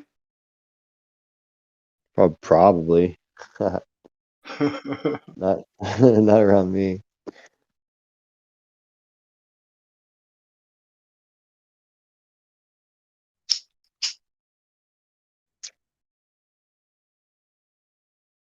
I haven't been online all day. Just thought I'd hop on and say hey to some familiar faces.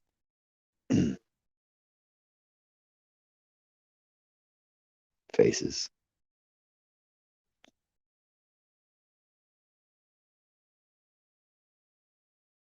Oh yeah, that's what it was. I was telling New Perspective about the link that Don had given me. Saw his name in here. Wanted to let him know I watched a video that he DM'd me earlier in the week. You guys seen this Don't Look Up commercial? It's about some blue ice.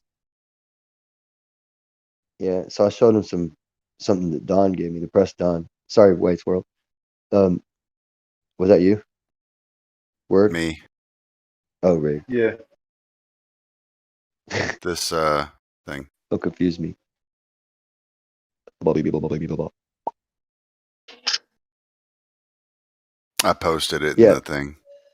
Fire ice or that hot ice? Don't Look Up. Oh. That's the name of it.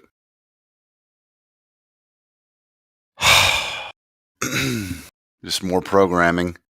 So in this film, it appears that they want to make everyone look stupid. except the astronomers. Like everyone's a moron, like literally idiocracy type of idiot, except the astronomers. And there's a big asteroid coming towards Earth with a 100% chance to destroy everything. Oh yeah. Well, So wouldn't that be convenient? Yeah, this is, dude. This is like cosmology programming right here. Yeah, it's almost if you just flip the script, everybody's an idiot except for doctors. Well, like right now. Yeah, I mean, this okay. comet Let's comes focus on the trailer, bro. Yes, of course. I get what you mean, but man, like, No, I mean it's the same thing. I Yeah, know yeah. you don't believe in flat Earth, but this is scientific fucking science is God programming. See, back half a century ago, they would embed government as God in your Right, yeah. subliminal. Now they're Absolutely. embedding science as God in the subliminal. Because Absolutely. science is the new government. And everyone is going Absolutely. to bow down. They're going to get rid of all their governments, have a unified currency, all under the name of science, because that's what we can believe in. Technocracy. That's what. Yeah, they've been pushing for that. That was one of the morals This and is the new dogma. subliminal right here. Yeah. Astronomy is the new God.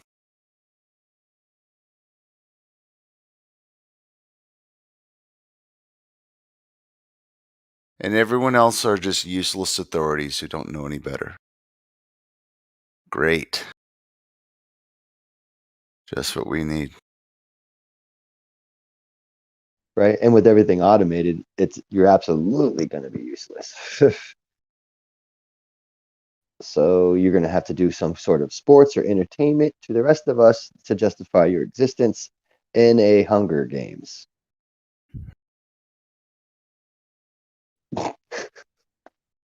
Yep. I volunteer as moron. Or these new, whatever this new,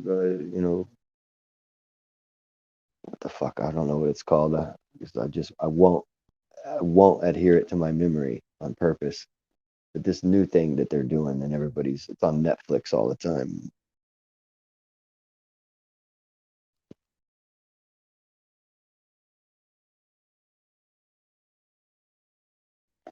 Where they play the death games or whatever.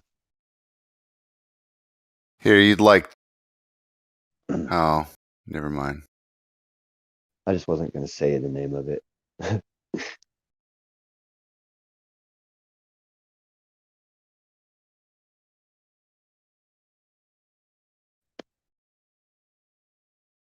me play this trailer though.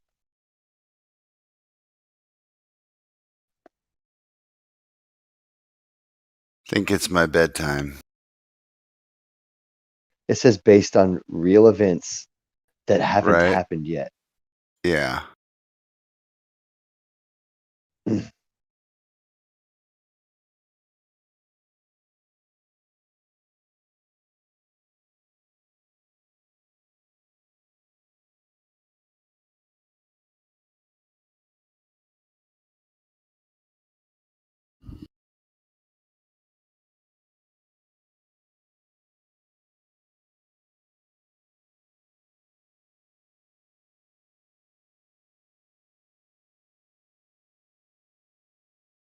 Too bad they didn't know comets were electric and they're already lined up in their electrical orbits. Not running Oh, is it a around comet or an smashing in. asteroid? He said a comet. Oh, okay. They're really going dumb on this one.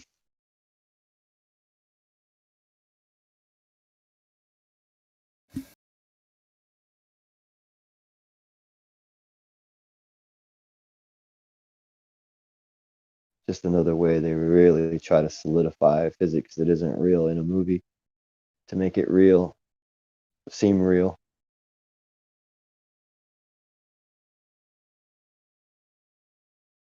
I hate the fact that there's like a bunch of good actors in it though.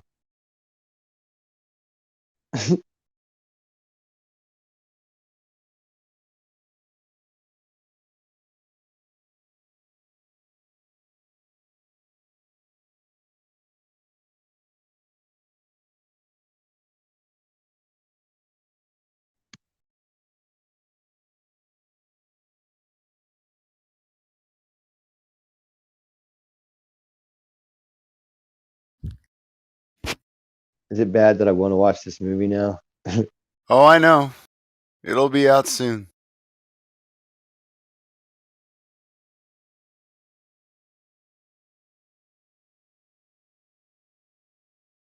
I'll look for the torrent right now. Why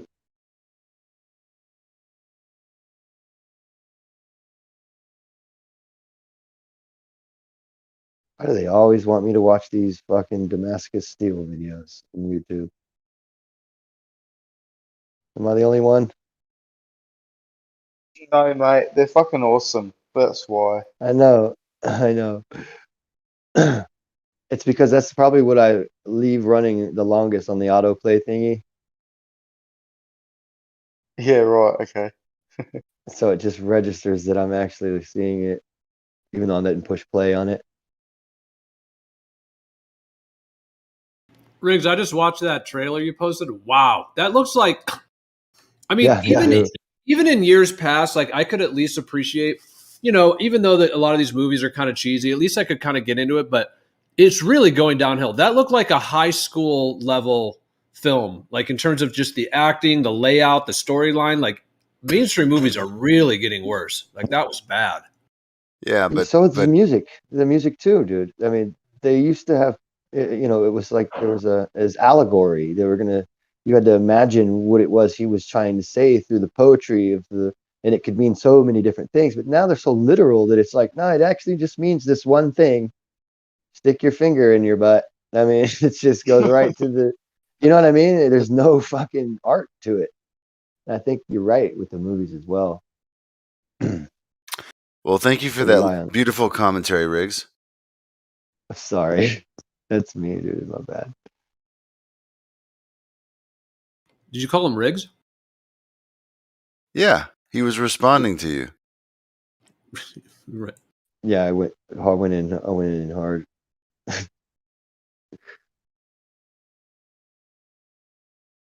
But yeah, I mean, it's like a lot of those big actors are in that thing. But wow, it's just the acting, the storyline, the build up. It reminded me of like a high school skit kind of. And then what happened to her hair? Is she going bald?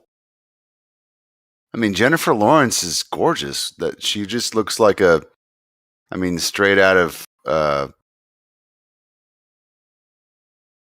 Seattle or something. Right. Yeah, I don't know what happened. Yeah.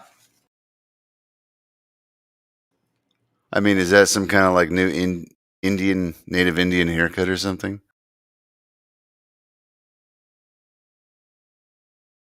And anyways, then, the asteroid coming to Earth programming, of course. Yeah, I mean, did you see pretty much everything I articulated in there? Yeah. I might have been muted when you said it because I was watching it, but okay. Well, so what they're trying to do is create like an idiocracy, except where the astronomers are the smartest people in the world. Right. So everyone else is just trying to live their new normal life and everyone's just joking around. But meanwhile, these brilliant astronomers are the ones that are going to save humanity. Yeah. They're the ones freaking out and everyone else Dude, is laughing. Oh, wow. Yeah. Dude, I nailed it. This movie is literally a remake of Idiocracy, except the astronomers is the smartest guy in the world. That's all it is. It's literally the same fucking story. It's Brondo, it's got what plants crave. So, like, they're going to have to come up with a solution to this shit going to blow up the earth. It's the same fucking movie. Great movie. Idiocracy is still better. But this is a great remake. Other stuff I've seen Jennifer Lawrence in, I thought she was a pretty good actor, but whatever I just saw in that trailer was like 10 levels down from whatever acting that was good. Well, for both of them. Yeah, Leo used to be great. What happened to him? Well, it wasn't even convincing. Like they don't even look like professional actors. Maybe I'm being too critical, but I mean, like I said, I can normally appreciate even like Hunger Games and stuff. I've seen that. Like I could at least be like, all right, there's some good acting and something in there, but at least from that trailer, it's like almost like Twilight Zone of poor acting. They just kind of woke up and said, okay, well, I'll do this. I know this is going to sound wild, and I know, and And Grim, I'm not trying to open the doors to talk about about what you want to talk about, but I will say that like the old minestrone pinprick deal, I'm just wondering how much it's actually changing people on deeper levels. Like I noticed the new Curb Your Enthusiasm, like there were some new episodes, and I think it's probably pre-jab, and it's just like not the same. Like they're all disjointed, and the acting is really bad, and then this band Fish that I've loved so much, like I'm sure they all got it, and like their music is just terrible now. It's all fractured and broken, and there's something going on with what this thing is actually doing, like to people. Like it even though on the surface it may seem okay or whatever, but it's like it's almost kind of like it is like a zombie apocalypse. Like something's changing. It's kind of sad. Anything after season 8 of Curb Your Enthusiasm just blows ass. I wonder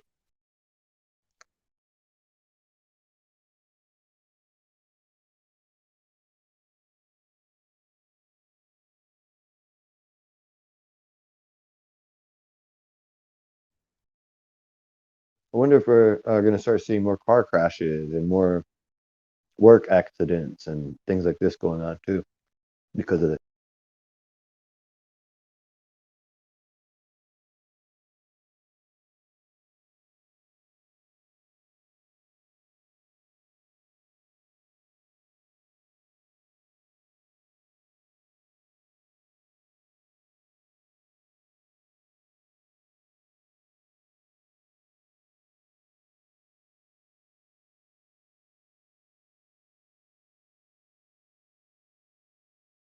Well, maybe on a positive note, maybe there's some old part that's dying, and perhaps something new will be rebirthed out of all this to try to keep some hope there.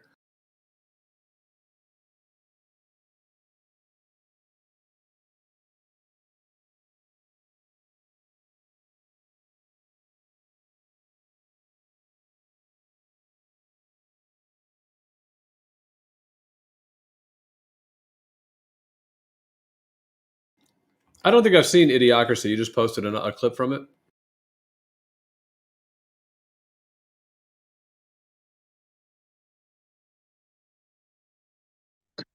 Are you fucking kidding me? Oh, by the way, Discord broke. It keeps dropping people out of voice right now. Huh.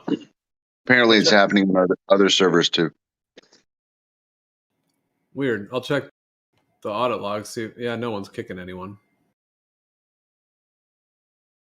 No, they're not.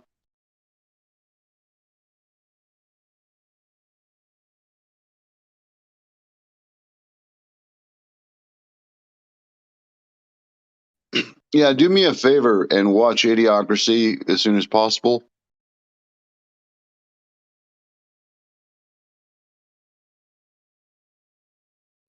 Where can I get it?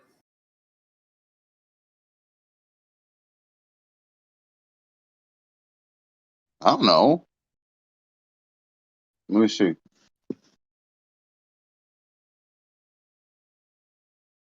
It's probably not on Netflix. No idea.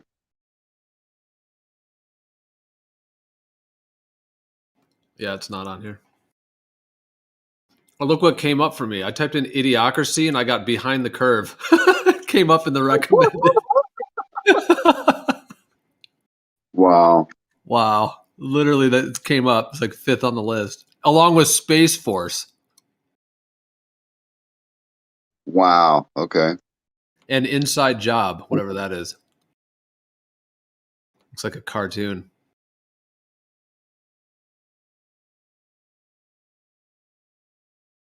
I guess it's pulling idiot because I'm also getting like Tommy Boy and Step Brothers and movies of kind of idiot comedy.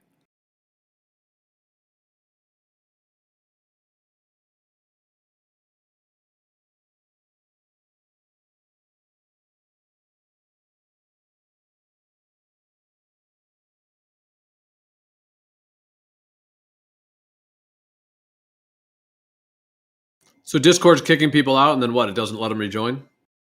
No, they can rejoin, but they have to notice.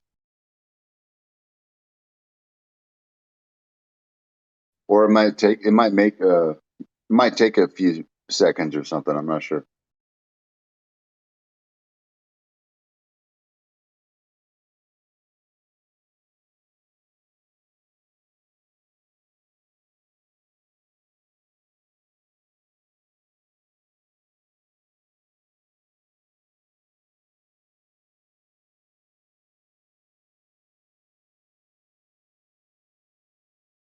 All right. Well, here's the movie.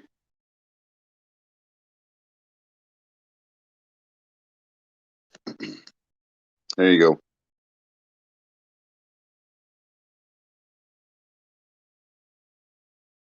Doesn't look like a sketchy website at all. Well, it's called watchfilm.net.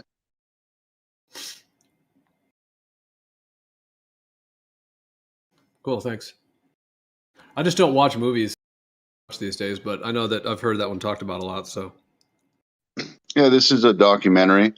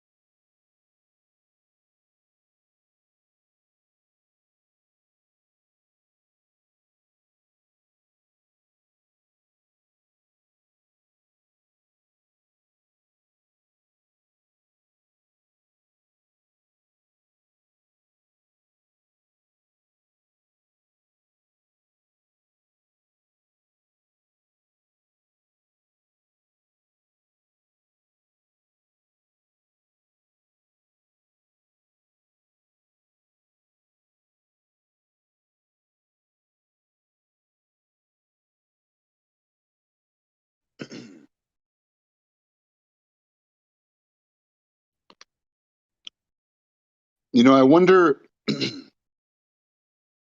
if they put electrodes inside of a tree as it grows, just to see like what's going on.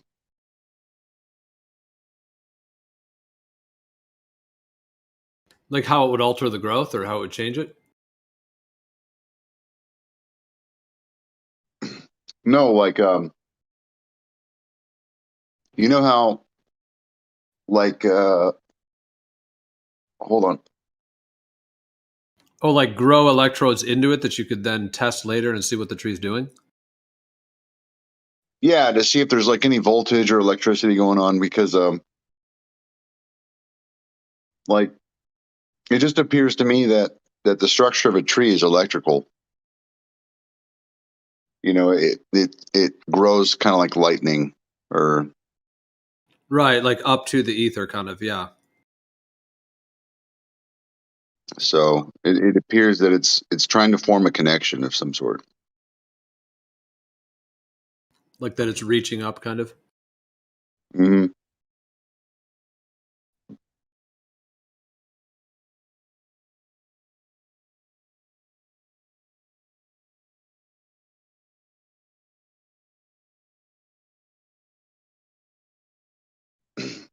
I mean, have you ever seen people who've been hit by lightning? Yeah, I met a guy that was hit twice. But that was late. That was later. I didn't see him get hit, but he had been hit by lightning twice. But you're talking about, yeah, I've seen some videos of people getting hit. Did he ever show you his scar? Nope.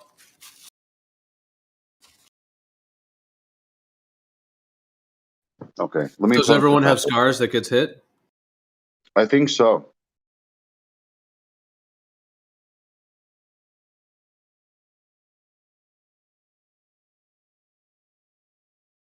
You know what's interesting is trees, lightning strikes on like people. Like I've seen those tattoos that people get from when they're struck, and placentas.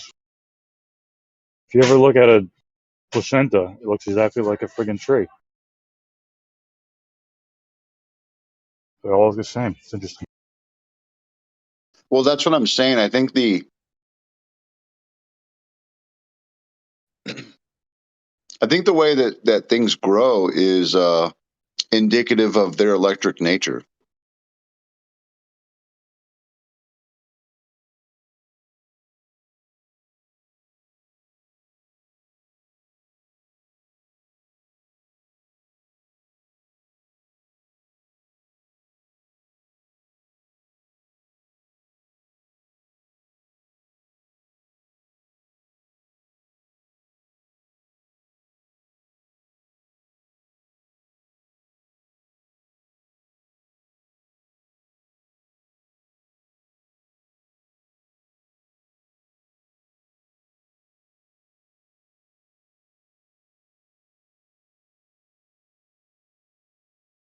Also reminds me of what's it called? I think lithography. Is that the name for it? Where they take like high voltage electricity and put it through wood. So they'll put like one, you know, the positive on one side of the wood, the negative on the other, and then they do a mass amount of voltage, and it creates like a fractal looking tree growth thing that of electricity that shoots through the wood. Have you ever seen that? That's why I brought it up, Gio. Grim had just posted that video.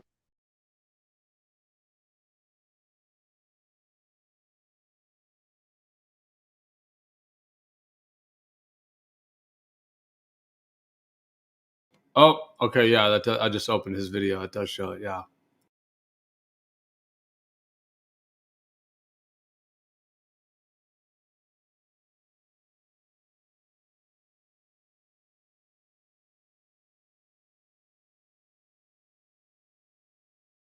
Yeah, so here we go. This is what I mean right here.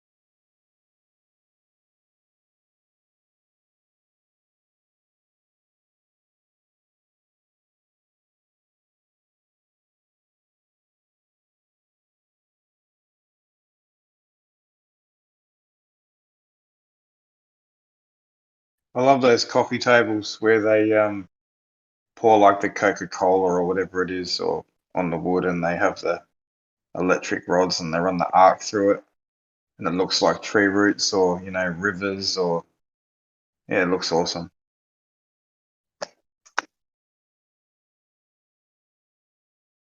high voltage.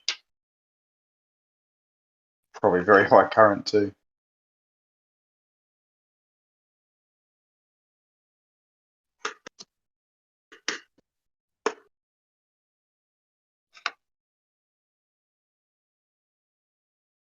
It's amazing how familiar all the patterns are.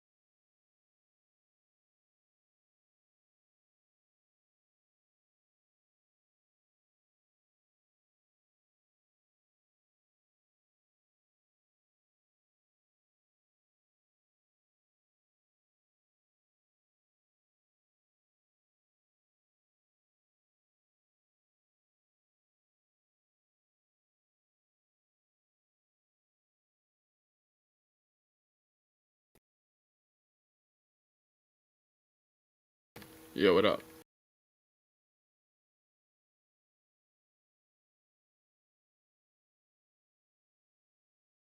A lot with cheese. What's going on? So what was that? With cheese? Royale with cheese.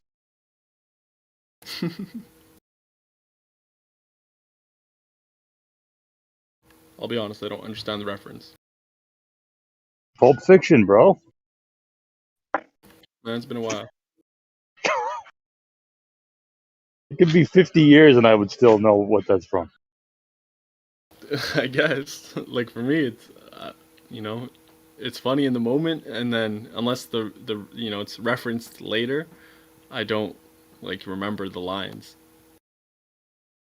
What's your favorite movie? You know, like English, motherfucker, do you speak it? I remember Yeah, that there one you go. because it's been brought up.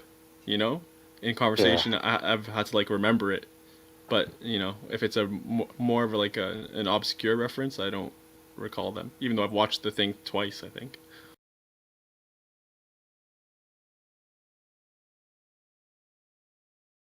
Twice. What's an obscure reference? That It's not one enough for me time. was an obscure reference. Got to get some more culture.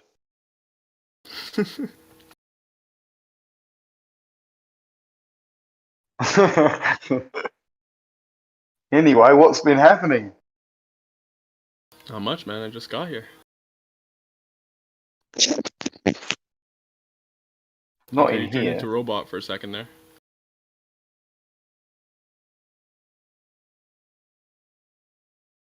Have you had a busy day or night or Yeah, morning? it's been busy.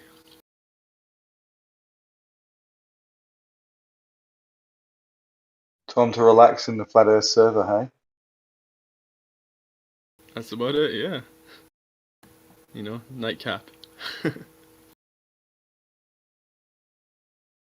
I feel privileged to be part of that. That's what it's about, man.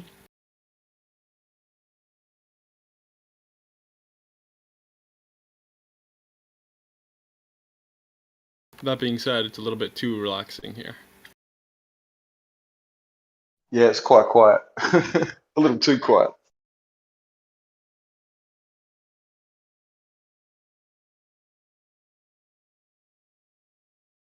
I'm gonna game for a bit.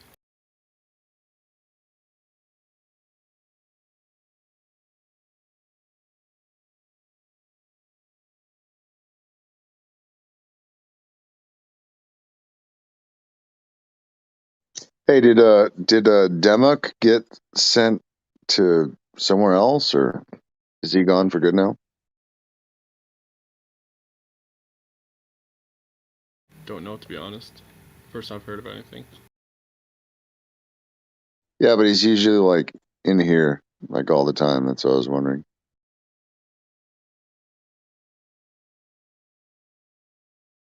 He does have his own server. No shit. Yeah. Demuk has a server. I did not know that. And actually he's like quite what's the word? Consistent? No.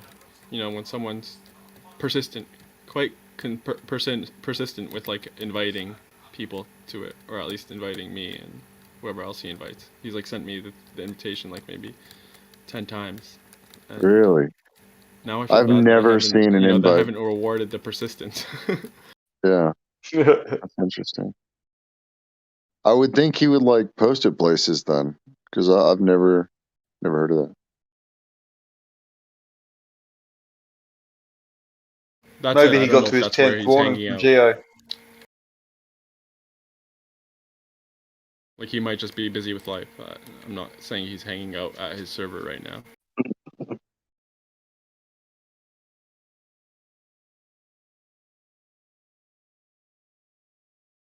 Life? Yeah, you know what that is, right? The thing like that's like a box of chocolates.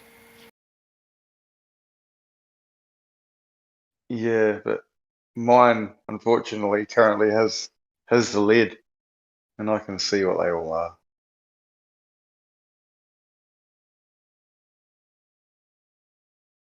It's no mystery.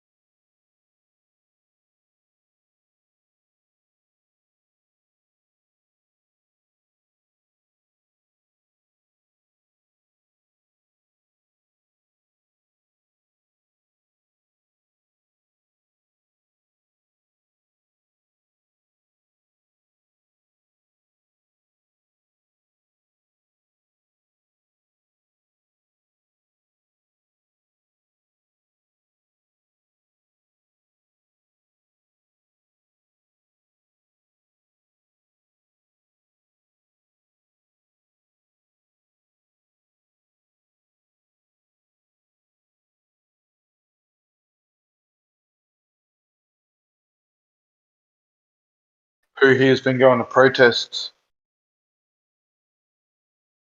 against, the current narrative? Anybody needed to? I mean, we can all, we just should all need to, right? We should all go if we can, but I haven't, to be honest.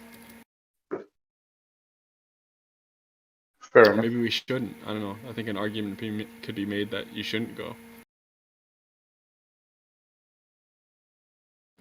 Like with facial recognition software and stuff, you might be put on a list. But I doubt it. Yeah, my counter to that argument, which is valid, everyone could be being baited in, but is that if everyone did nothing because of the worry that something was going on, nothing would ever eventuate, would it?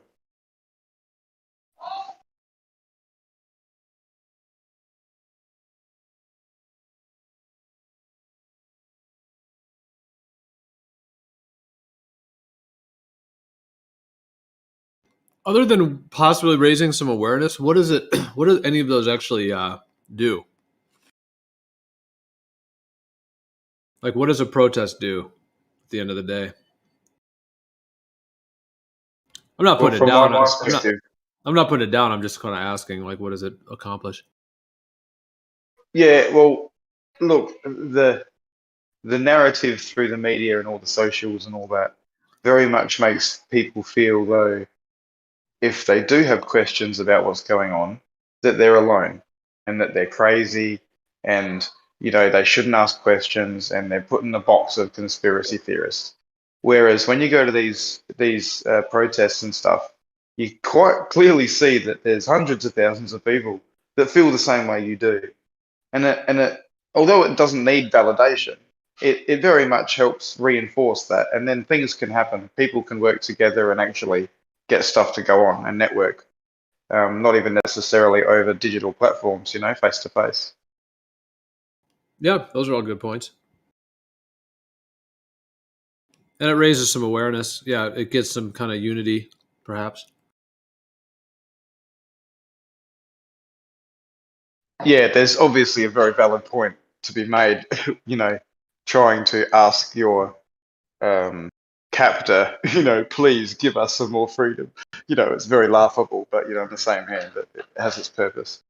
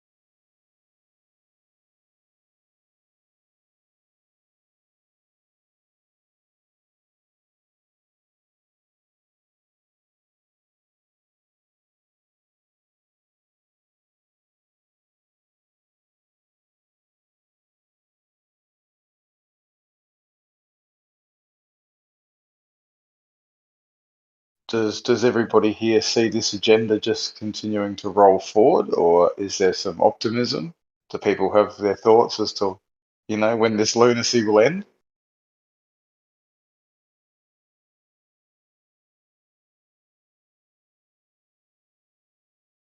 It's gonna go on as long as people believe it.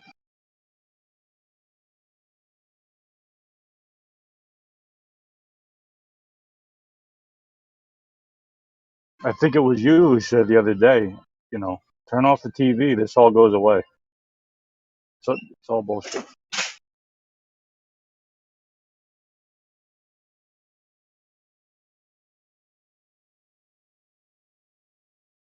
Propaganda, very much. You turn that off and that goes away. But when laws are being passed to have police on your street, so that you can't go to the shop unless you know what. You can't turn that off. So yeah. Is that happening? In some places, definitely. Yep.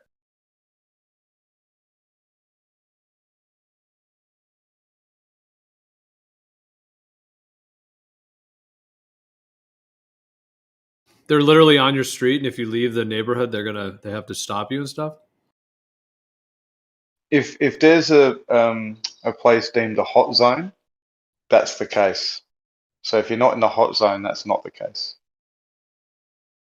Right now, it's there's certain states like Melbourne and Victoria, for example, New South Wales, they were very heavily locked down until they got to a certain percentage vaccinated, double vaccinated, and now they're open to a certain percentage of people. They can go out and sort of do certain things, but there's restrictions on the other people. But even with that, like flights have been allowed into my state from their states, but not from a certain zone within those states, because that particular zone, even though people within it have been double vaccinated, the majority haven't hit a certain percentage. So everyone in that zone is not allowed to fly, which that's full on.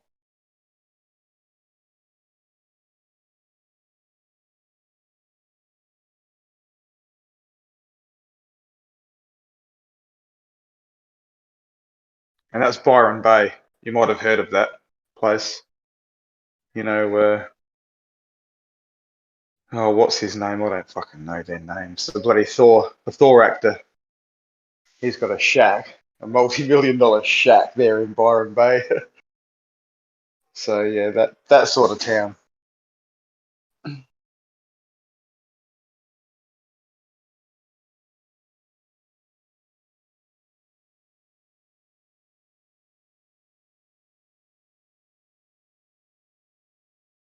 I think.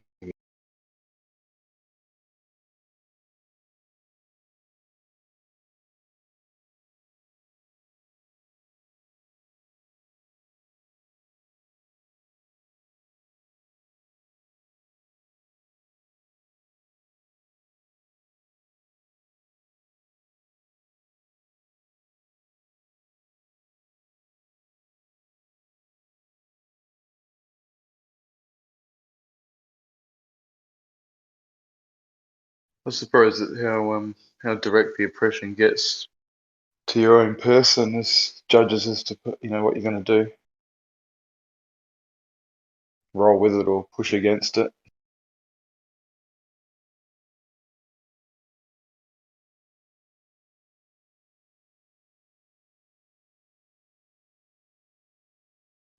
Minestrone, hey, I used to like minestrone when I was a kid. Fucking not anymore.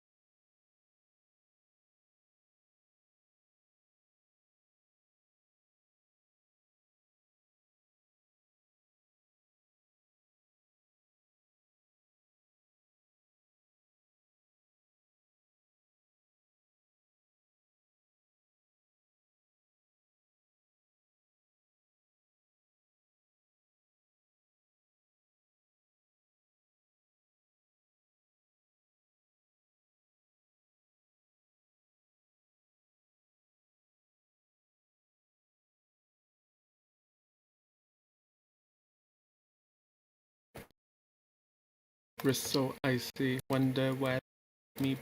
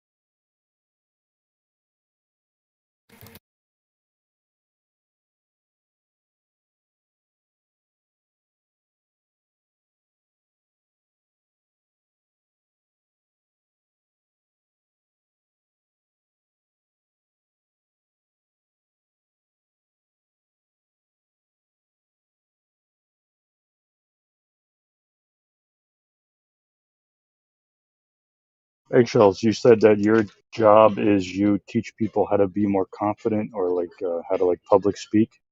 Is that it?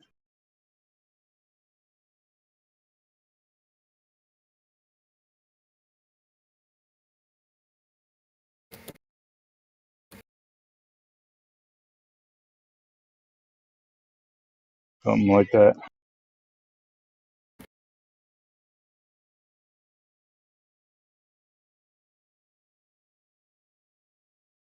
There we go. Now it's on.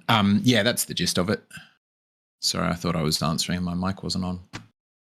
How do they know about your services? I mean, like, how do you advertise? Ideally through referrals from another business. And I do associate work, so I'll train and deliver other people's content for them, which is most of my work, really.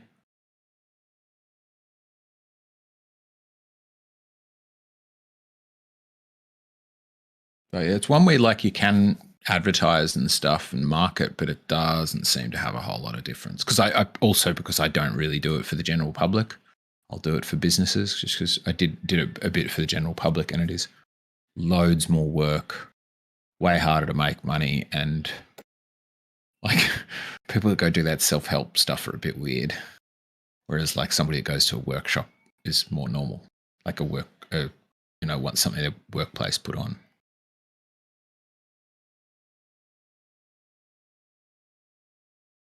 So if a business needs to pitch something to someone else, to some other business, yeah, they might hire you to do so. Yeah. Interesting.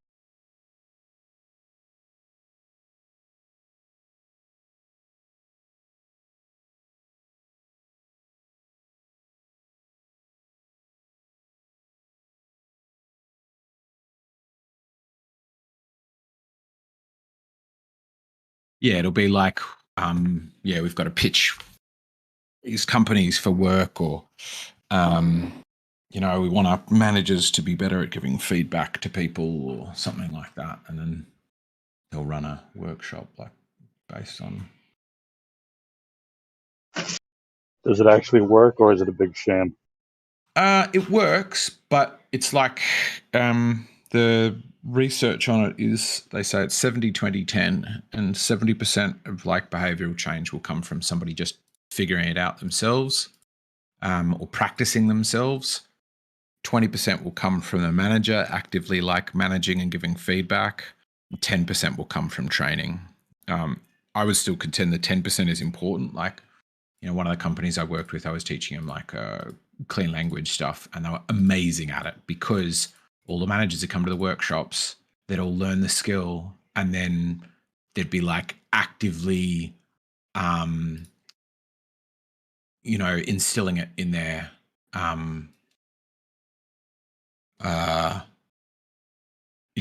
in their meetings and stuff, and be like, "Oh, make sure we're using that thing," and and they'd have like posters stuck up around the place and that kind of stuff. And that's when it'll work. But it'll, like, if you just run a workshop and then expect people to be happier or better at their jobs, but you don't do anything else, yeah, it's a bit of a sham.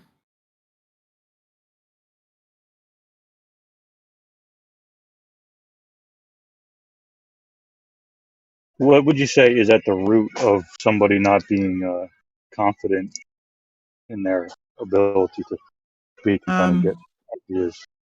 It can be a variety of things.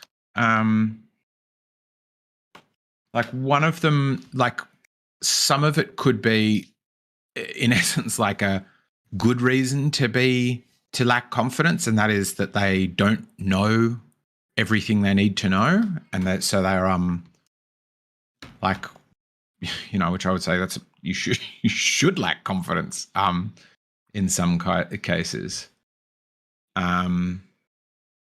whereas in some cases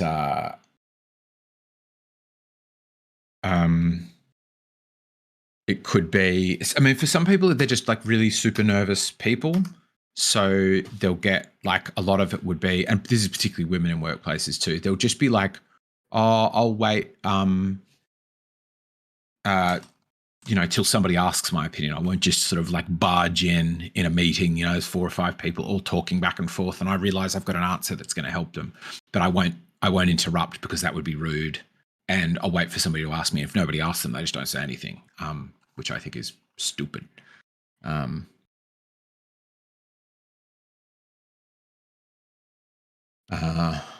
So it can be that. Obviously, there's there's deeper psychology behind it, like how they've been brought up. If you've been brought up to be outspoken amongst your family, and they sort of, you have sort of lively talks or whatever else. I mean, I'm sure there's like neurochemical things at play too. But I mean, I can't really do much about them, nor can they. So I largely ignore that.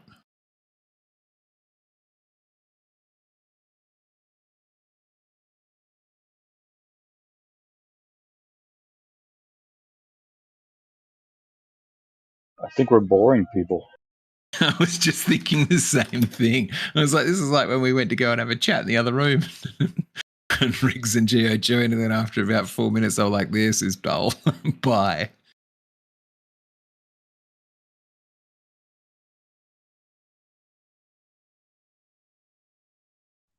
Yep.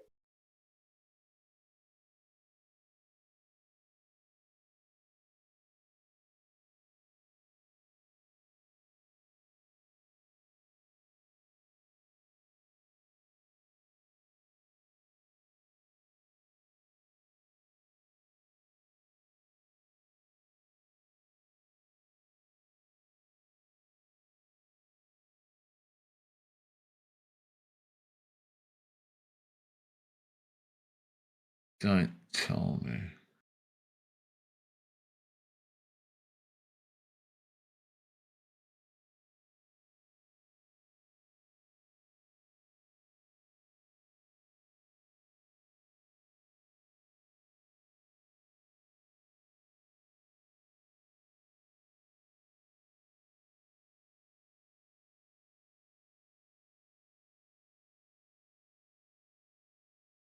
Fuck off.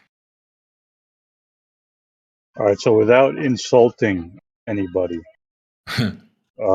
you've been in this kind of, I don't want to say community, but you've been talking to people who think that the Earth is flat for a Yeah. while. So, trying to think of a question that, I don't know. What would you say is the issue with getting the information out? Would you say that it's lack of evidence, or is it just that Getting people the can't like? What do you mean by getting the information out? Do you mean like sort of spreading the message about flat Earth? Yeah, because like because you realize that a lot of the people who talk about this stuff aren't nuts, right? Yeah. Like they're pretty normal people, right? So what would you say is the can't really put it into words.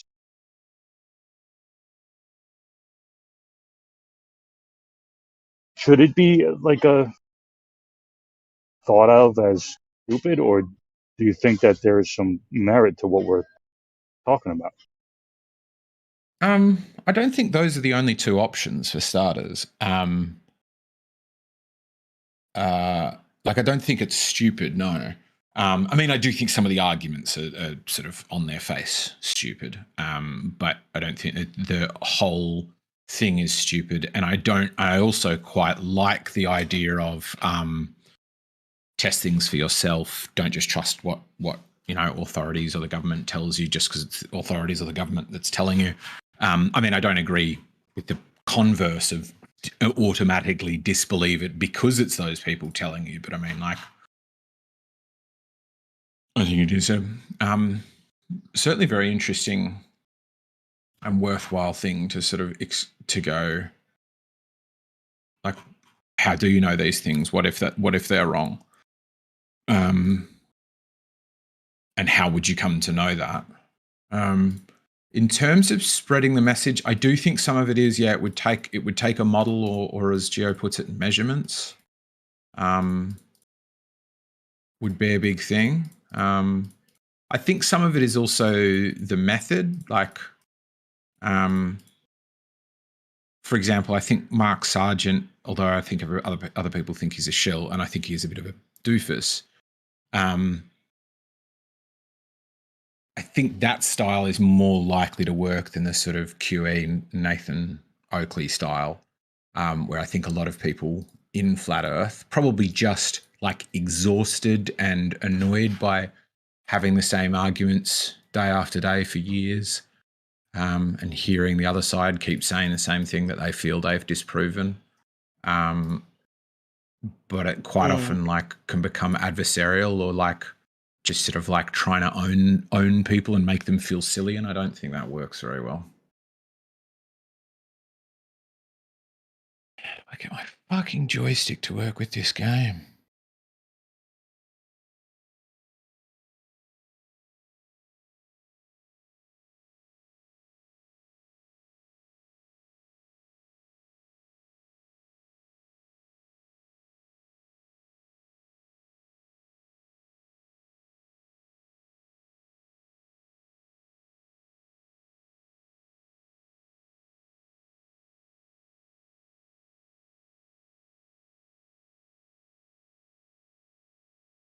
I don't know. What are your thoughts on it? It's the same. What would be your answer to the same question, I Joe? don't know, man. I don't know. I think that's the issue. I don't know.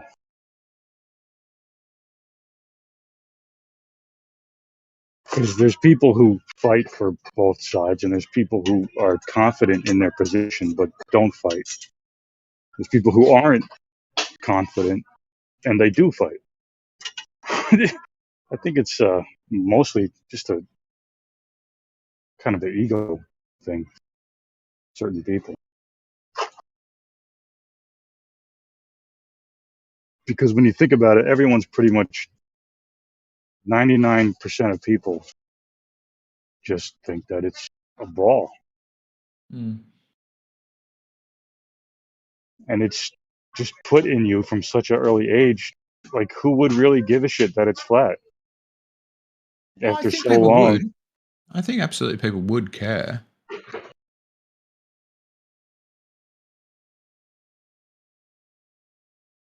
What change would it make for you if it was? Oh, I mean, it'd be huge. I don't know if I could keep just sort of living an ordinary life if that were the case. It would certainly like terrify me on a certain level to think there is a organized, massive, organized, long-lived conspiracy. It would also probably come around to being somewhat exciting, I think, which is because I would suddenly want to like find the wall or find what was beyond Antarctica, or like go and discover, you know, the true nature of things. You know, where's all this this missing space? Not space in the way that we talk about, but like if it's anything close to the Gleason map, there has to be large, vast tracts of something that isn't on all of our maps as the Earth to make up for the increase in diameter.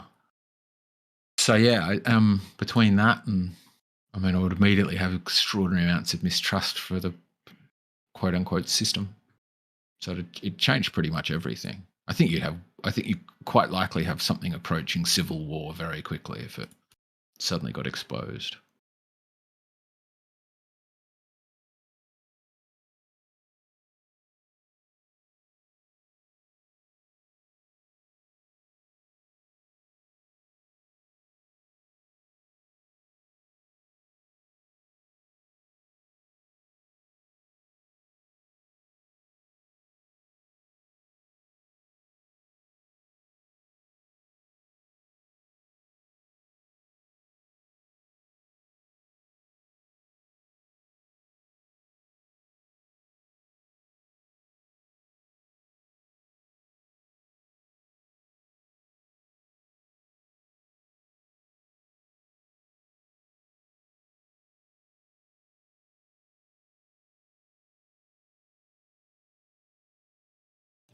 if you knew riding 100% that the Earth was a stationary plane and absolutely wasn't a globe spinning in a vacuum in some demonic mind state that somebody thinks is happening.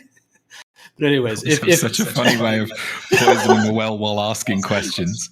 No, it's not poisoning. You were an idiot. And No. There's no idiots. I'm just saying that these demonic entities have created this ball in an infinite demonic vacuum. That's all I meant. Anyway, I'm just. I was laughing at my own way of putting it, but anyways, I'm just saying it was funny. It wasn't trying to put anyone down. I'm just calling it a demonic vacuum. Okay, so I'm just saying if you knew 100% there's a stationary plane, like right now today, like you measured it, whatever it was, you 100% knew, but we live in the world where everyone's deceived by it or whatever. What would you do, if anything, in terms of taking action? Would you want to spread the word? Would you create a website? Would you create something, or would you just kind of chill? Like, I'm just curious, what would you want to take action? Like, what would your approach be in that way? Oh, I'd definitely take action. I don't think I'd set up a website, but I'd probably start converting other people. I would work very hard to convert other people to have them see it. And then it would probably be something I would want to do, something like exploring, figure out how to navigate the seas on an ocean going vessel and go and find all this missing space. Partly because it's always what I wanted to do since I was a kid, and because I think it'd help prove it. So you would actually do that, like today? I'm just saying, if you found this out today, tomorrow, you literally would take those actions, like right now. Yeah. I think so. Yeah.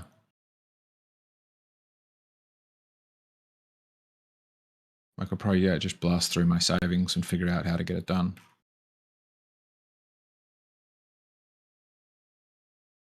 It just wouldn't make sense to do anything else to me anymore.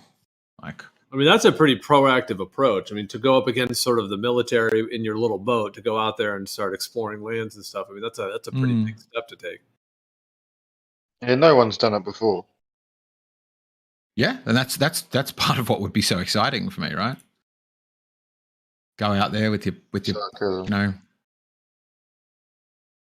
Twitch account and live stream whatever you come up against, strange armada of vessels or whatever it might be, or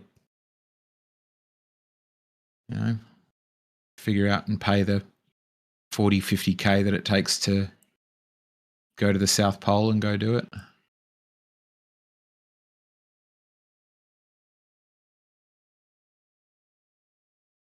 But if you had the information that already convinced you, couldn't you just show that to other people and then they would be convinced? Possibly. Depends what that information would be. But it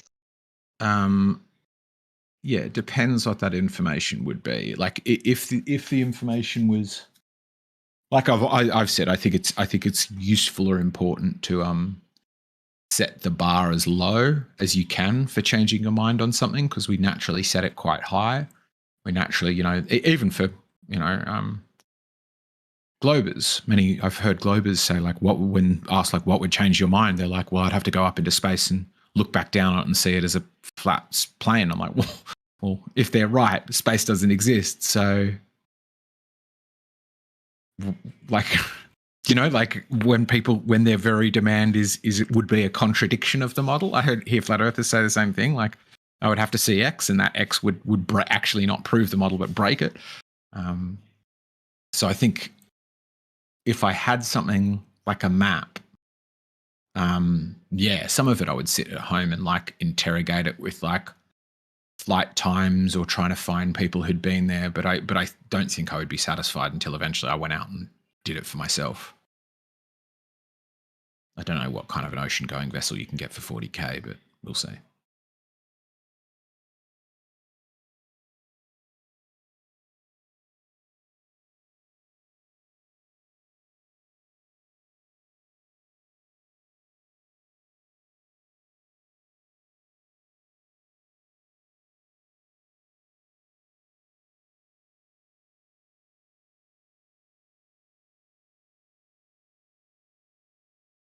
What about the converse question? What would you all do if suddenly somebody managed to convince you that it was a spherical gassy ball. Well, just get on with life, mate, because nothing would change, would it? Yeah, because flat Earth was kind of the last thing. I mean, I've been through all the other stuff, so all that stuff would still be true, as far as Catholic Church and the thing that's going on now that we can't say, and all, But yeah, it would just be like, all right, well, this is the ball. Everything else is true. I mean, they're lying about mostly everything else, so I would just go back to life. I don't know, man. It would suck because. Why would it suck? Because I would feel like I wasted a bunch of time doing, reading Newton and Einstein and all that shit on geography and all that stuff. You think it's a waste of time? I wouldn't. But I kind of get what you mean. One of the things I mean, the footage they give us from space is so, in my mind, easy to see that it's fake, and everything I've seen and analyzed. So I would still be like, well, why are they faking space? And why did they fake the moon landing? That would be one question I'd have. Like, okay, why are they faking all the pictures of Earth, outer space footage, and the moon landing? So I would still think there's a massive conspiracy going on because all that shit is fake as F. So that would be a weird problem. Like, okay, well then it is a globe or whatever. Like if I'm able to verify curvature or something like that, I would have no reason to assume it's moving. But well, I guess this is under the assumption that I 100% came to the conclusion that it's moving and a ball, right? That it's spinning as well. Well, I would think so. Yeah, I mean, the one implies the other, at least to me. Well, to the model, yeah. I mean, I guess you could have a stationary globe in which the sun is circling it. Yeah, but not you could. Yeah, I wouldn't say one requires the other; just implies the other.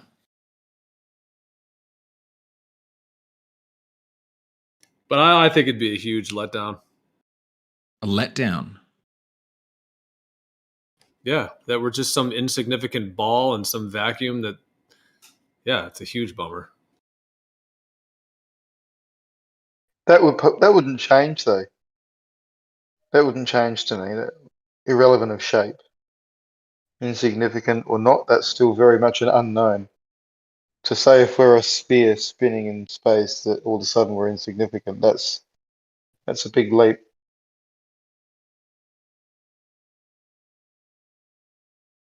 I can get it though.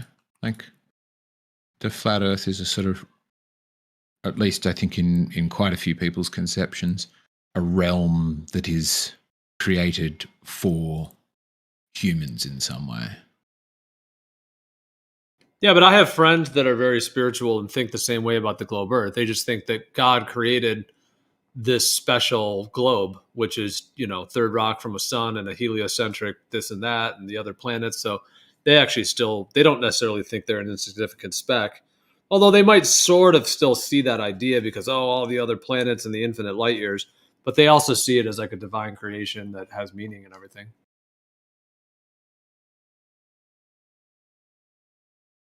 Yeah, other life is yet to be proven, that's for sure.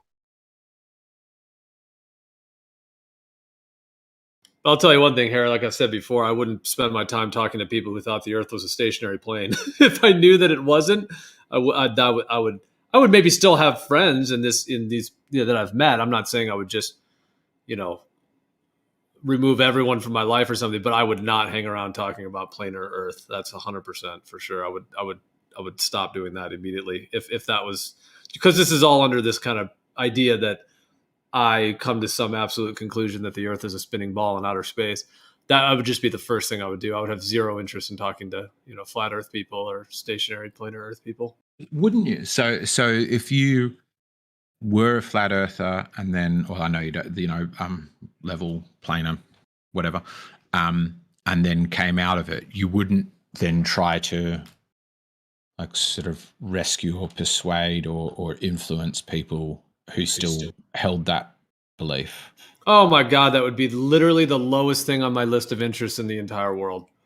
Really? To try to convince a small group of people that think the Earth is something it isn't. Oh my God, That would be like going to like a mental hospital and try. I'm not calling flat earthers mental hospital. I'm just saying that would be like going there, people that think that the Earth is purple elephants and trying to convince those couple people that it's not purple elephants. It's just like my interest in that would be absolutely zero. So what about if like you used to have that view and then you like talk to somebody in your family that you'd convinced of that view and they were like, "Yep, I'm on the level Earth thing." Would you be like, "Well, cool," or you wouldn't try and bring them back over to your side? All right, if that's the case, you're saying that this is all just hypothetical. But if I was, planar stationary Earth person, convince someone, like in my family or something, just as an example. And then if I somehow did some great measurement or figured out the Earth actually was a globe, I might feel some responsibility to go to them and be like, yeah, you know what, I was wrong about that. The Earth definitely is a globe, and this is why. But I wouldn't spend enormous amounts of time trying to convince. I mean, I don't really like convincing anyone of anything, so I'm not really into that anyways.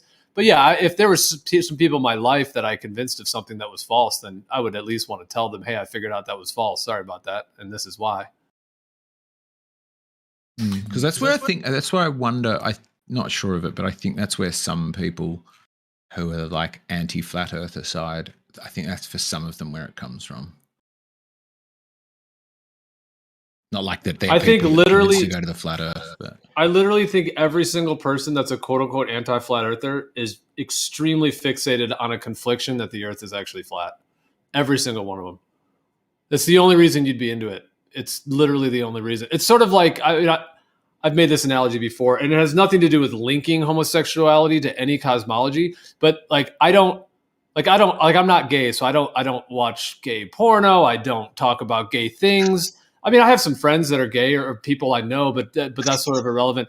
But I don't go to gay bars. I don't wear gay T-shirts. I don't do any of that, And it's like because I'm not into that, So why would I? So in the same way, like if I don't think the Earth is a plane at all, or if I don't think the Earth is flat, just to use that term, why would I go talking to people who think it is? Other than if I had some deep confliction that it actually is. That's the only reason psychologically that any of people would even do that. Geo, it could be a job. You could be paid to do it.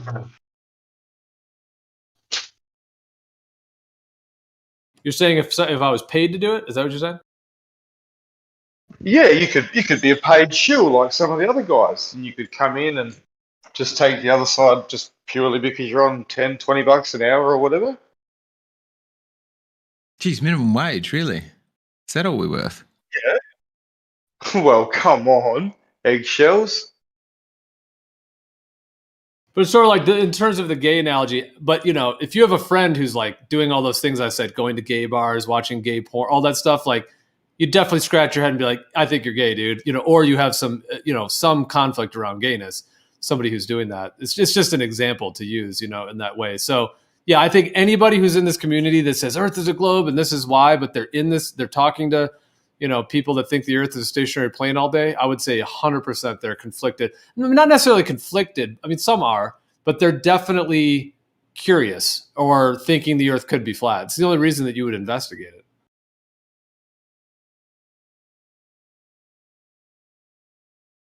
Yeah, obviously I'm not of that opinion, but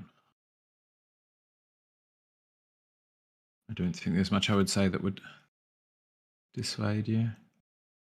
Well, you're not genuinely investigating it. You're just here to take the other side. I mean, I don't know how I would know if I was genuinely investigating it, much less how you would know that. I mean, it sounds like it's just going to fall into the no true Scotsman fallacy, right? Well, how about something like investigating would only be a flat earther, right? I don't know all the names. So anybody who's not a flat earther is therefore not investigating it properly. You never know. Well, how about you guys like White's Word or Jerry? Like, if you guys, tomorrow absolutely were like, okay, yep, the Earth is a globe. I got verification. I got measurements, whatever it is. Would you still spend time talking to planar stationary flat Earth people? Like, would you spend a minute or are you like me that you would just bounce from this in a I would. Well, I would still be here, but I wouldn't fight for either side. Because I enjoy talking to some of the people here. Mm. But I suppose it would be like Grim, right?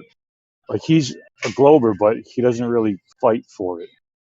Mm. He's here for other things. So I would probably get into other topics and talk about those, because people like me or Grim or Dawn even like they don't fight for the globe side, and I don't fight for the flat Earth side. I can, but I don't. So I would just Yeah, be they're here for very the interesting discussions. Like, yeah. I like sometimes going to politics and religion or blue politics or like other places, but many of the other ones, like, I don't know, I enjoy healthy disagreement, but many of the Well, how other about ones this are just example? dumpster fires. Yeah. Well, how about this example? Like, okay, so let's say, like, I think the Earth is a stationary plane. Okay, let's go with that. And then let's say there's a big concave Earth community, which there are some, and that is a somewhat of a thing. But if there was like a growing concave Earth community, there's not. I'm not sure there's any concave Earth discords, perhaps, per se. But let's say there was. I can't see myself wanting to go in there. Like, I'd rather just be in a community. I'd rather just be in a planar Earth community. You know what I mean? Why would I go to a concave Earth one? And anyway, that's just not how I function, I guess. I wouldn't do that. And that's just an example of, it's the same like a globe Earth coming to a planar Earth, so I'm just trying to say, okay, planar Earth going to a concave Earth thing. I guess I personally wouldn't find any interest in that, because I guess I would be like, okay, these people are, if I, and this is under the idea that I'm 100% on it. If I know that they're 100% incorrect on that, then I kind of feel like their reputation is not too solid to begin with. Their truth discernment is probably not too great to begin, either. So why would I go there aspiring to learn from them? No, I can still learn. You can still learn things from people in different ways. I'm not saying that, but I just like, if that's a foundational thing, I guess it's the same reason I wouldn't go to like a Scientology server. There's probably something I could learn from some Scientologists, but I'm not going to go there and hang out with them all day. Oh, yeah, see, I absolutely would. Particularly if I could find a QAnon Discord, I would absolutely be going in there and talking to people. Like, yeah, I'm just fascinated by the sort of different things people believe and sharing and challenging beliefs. Because, yeah, I do think I can learn from, I think I've learned a staggering amount of stuff from being in Flat Earth servers. And I try to, like, I'm serious when I say if I conceive that somebody else could be wrong, I must accept that I can be wrong. Like, I say that quite often. I try to hold to that quite seriously. So, but this was under the idea that we're 100% on it. Like, this is like this concept. I don't like 100%. Well, yeah. Well, this concept we're discussing. That's what I was going to say. Yeah, it's not that you're in any way on the fence. My understanding of this kind of idea, this thought experiment, is that you have like 100% measurements. You know what it is for sure. That was. But then nobody, in my opinion, would be on the fence. Like, if it was definitive for me, I feel, how could it not be definitive for everyone? Because definitive is definitive. So that's what I would think. And then I would be interested to see what counter argument there was as to why it wasn't definitive and why I thought it was, but it wasn't, apparently. So, like the Globers do now. They think what they have is definitive. A photo. So, yeah. Well, I guess I come from the perspective that people I spend time with, I want them, like, ideally to blow my mind, to be progressive, to be on the cutting edge of something moving forward, So that's why, like, to me, if I were to really go spend time, and I'm just saying Scientology because it's something I don't think is true. I'm just saying, like, to go spend time there, I feel like it would almost be taking me backwards. Whereas I'd rather be around people that could move me forward in some way, that I could learn from. Yeah, but if you thought it was definitive enough to believe 100%, and there was someone out there who had some sort of question or contention with what you thought was definitive, wouldn't you be interested to hear that out? Maybe. I almost want to say no. I mean, I personally would. Yeah, I personally would. Like, I know that for example, I know 1,000% that ayahuasca is a profoundly healing medicine. If somebody wanted to make some case that it's some horrible poison, I have about zero interest. I mean, I guess maybe some mild interest if you want to tell me why they want to say why they think that.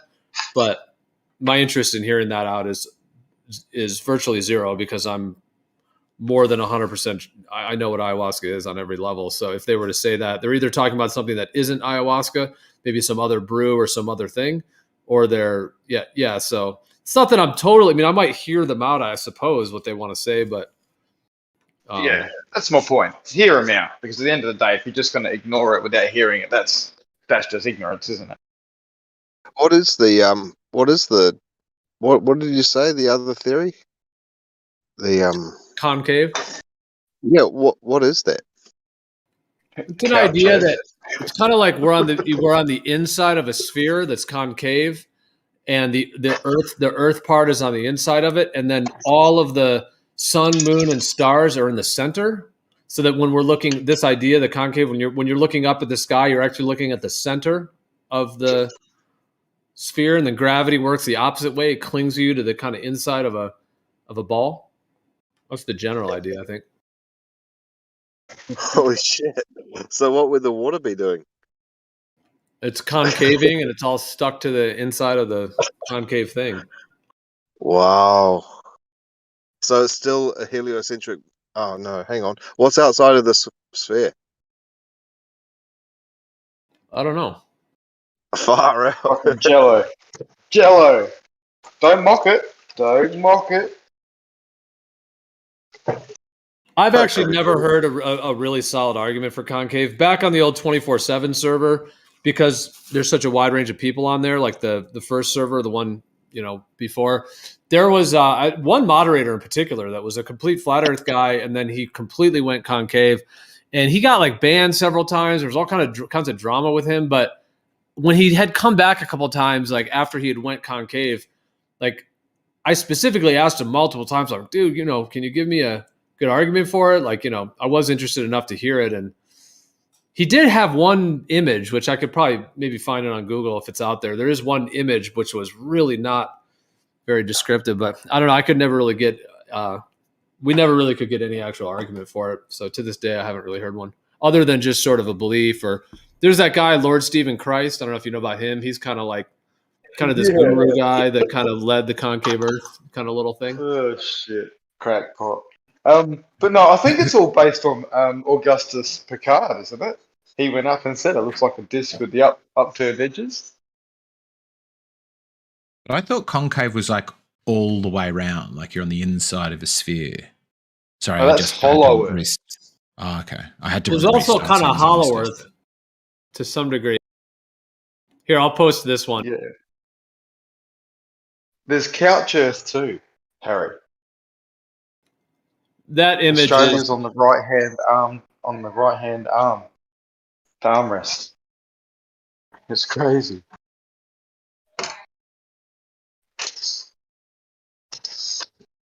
All right, I just posted two. So there's I think that second one is the one that guy had posted because it's kind of a little bit of a popular one. So the first one is hollow Earth, because I thought hollow Earth was still on the outside of a globe, but there is like an underworld that, like, it's a sort of balloon basically that we're on the outside of, and then there is stuff on the inside of it. Hollow Earth is kind of similar to concave, I think. I mean, except I think hollow Earth is more the idea that you're on a globe in a heliocentric world, solar system, but up at the North Pole, you can, you go up and then you can go inside the globe. And then I guess there is like an opposite gravity. So there's like an inner part of a globe where, so that's kind of hollow Earth, where it's within kind of a heliocentric globe Earth, but you can go in this hollow, you can go inside the globe. Whereas concave Earth, I think, is a whole concept where the entire thing is the inside of a sphere, and then the sun, moon, and stars are at the center. That is fascinating. See, like, I think we could all agree, like, how could you? That's what I find. I do find that just legitimately fascinating. That somebody can be like, "Yep, that looks like what I see." It's like, I mean, probably it would take me actually talking to some concave earthers to get it, but like, I can get when you guys say it looks flat, I'm like, yeah, fair enough, makes sense. But like, it looks like we're on the inside of a sphere. Maybe you can invite that what's his name, Christ, to come and tell us all about it. God no.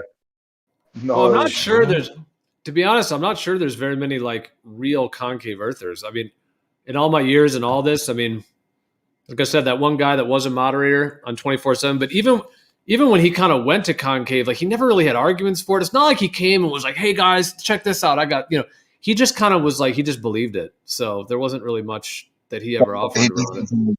He doesn't have any arguments, really. Yeah. Have you ever heard biodiesel go off or biojoule go off on it? No.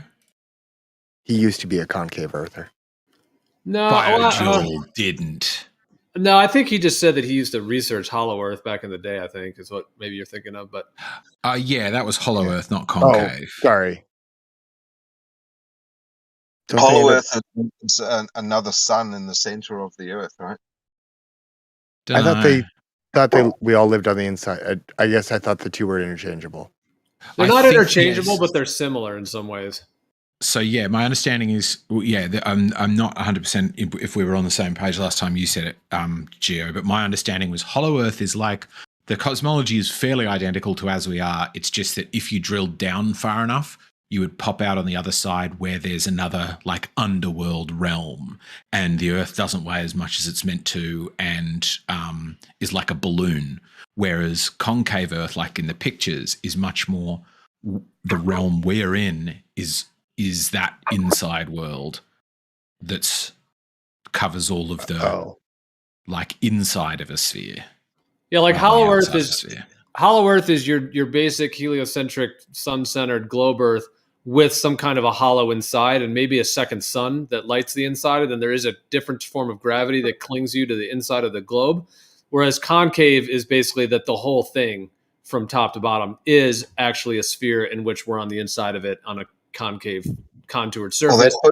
And then the sun, moon, and stars are all at the sun, moon, and stars are at the middle of that thing, and that's what we're looking at when we look up at the sky. That's concave Earth. Sure, I missed that nuance. Crazy except the flat one. That puts another meaning to as above, so below, right? Yeah. Carlos is going to convert to Hollow Earther. But I mean, back to that, what we were describing before, though, I even feel that way now. Like if there was, let's say there was a big concave Earth server, I'm not saying I wouldn't join it and kind of peep my head in and check out what are they actually saying, what are they arguing. Like I'm not saying I wouldn't but I definitely would not spend like enormous amounts of time in that community trying to, deviate, convince them that it's flat or something like that or anything like that. I'm more interested in finding myself getting addicted to that. Hey, you're addicted to this. Yeah, but I mean, like, I'm just generally addicted. Like, my parents just roll their eyes if I like, if they have guests. Like, I'll go visit them at the farm, and if they have guests who bring up something, they'll just look at me sometimes and be like, "Don't, Harry, don't, don't." And I'll just like, because I like, for me, a really good evening would be like chugging down wine while just disagreeing at length about a particular topic. I could imagine it, Harry. I bet your family's looking forward to Christmas.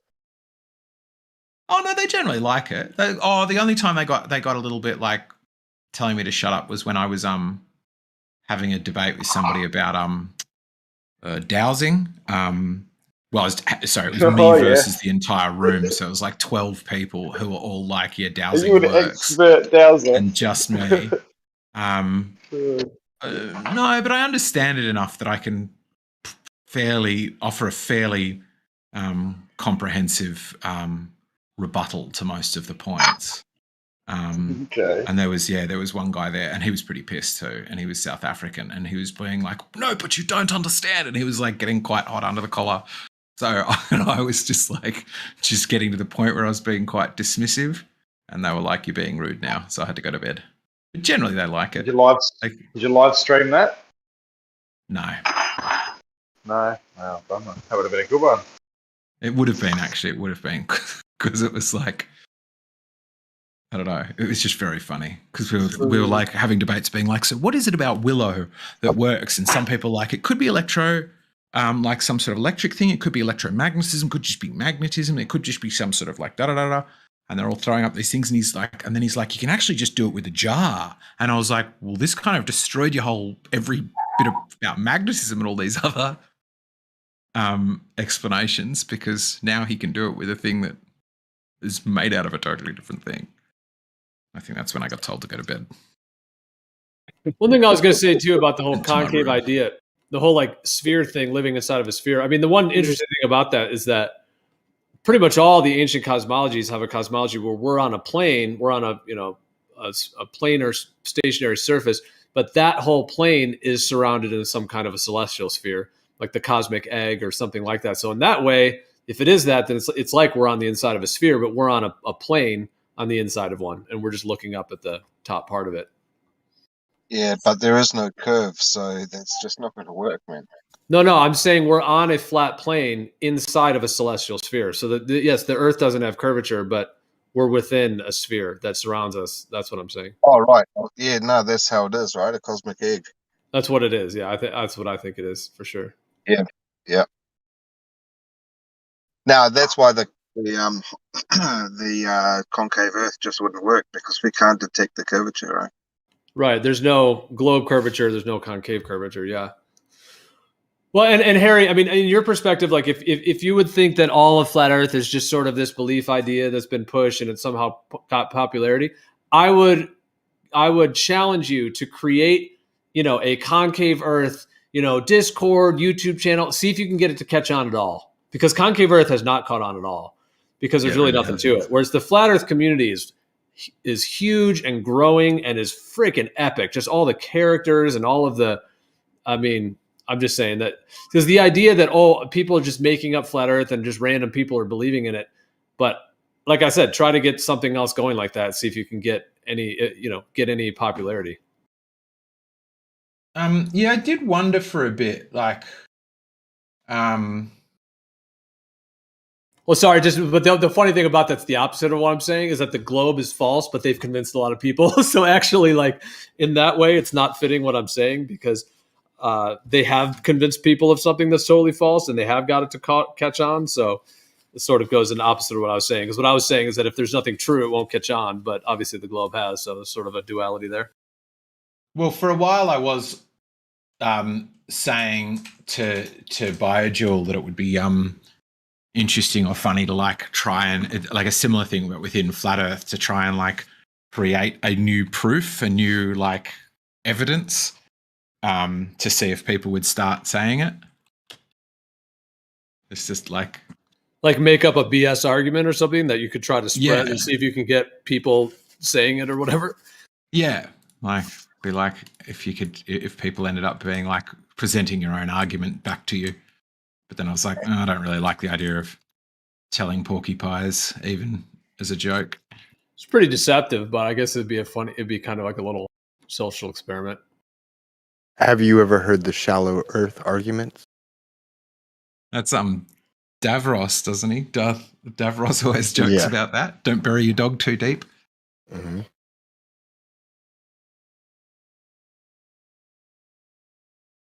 But I mean, there's few phenomenon as potent as flat Earth. I mean, yeah, it may still look like a somewhat small niche thing, but I mean, I've been in it virtually every day since 2015, and there is such a thrust of potency and energy within this community. I mean, it's just unbelievable, the amount of just the characters, the dynamics of it. So there's definitely. I remember very strong. There was a channel that was promoting like the Pac-Man theory, and we were on a long tape, and it was just a repeating dimension.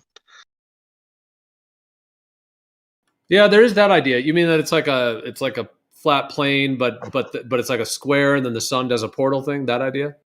No. Just imagine like a cassette tape, just like a forever looping cassette tape, and that's the Earth is on it, and all the continents are spread out. So when you go from left to right or right to left, you go back in a circle again. You go find the same land again from where you started, and it just keeps going.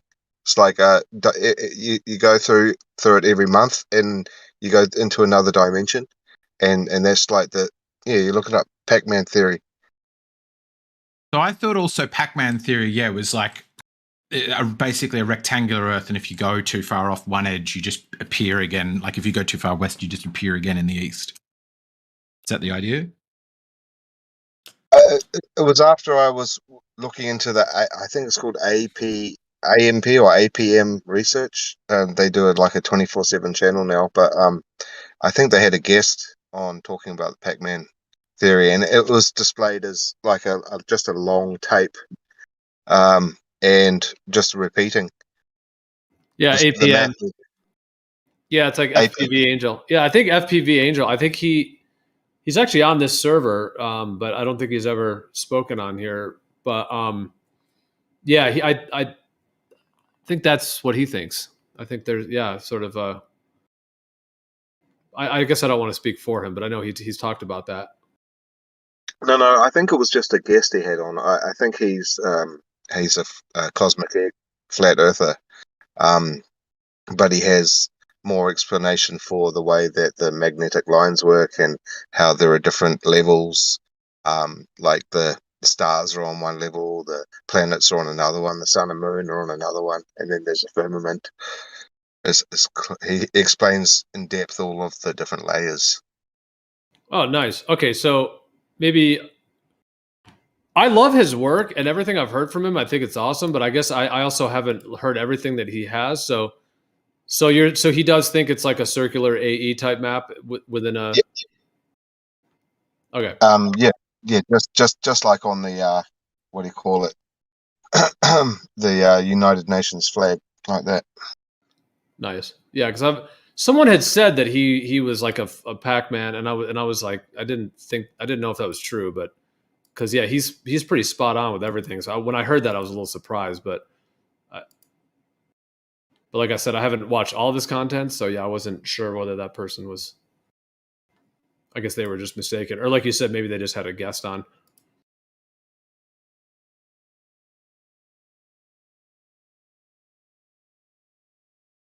Yeah, he's got some awesome, like on his 24/7 live stream, like he's got some really cool graphics and things that they've put together. Like you're talking about the different layers.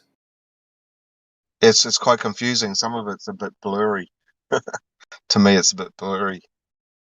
It's got so many layers, all sort of stuck. It's kind of like he's working on one of the first, Mac computers. Yeah. I just posted it if anyone wants to check it out. Yeah, he has this angelic particle matrix map, which is like an AE map type of projection, and then it's got like these different magnetic points on it. It's pretty sweet looking.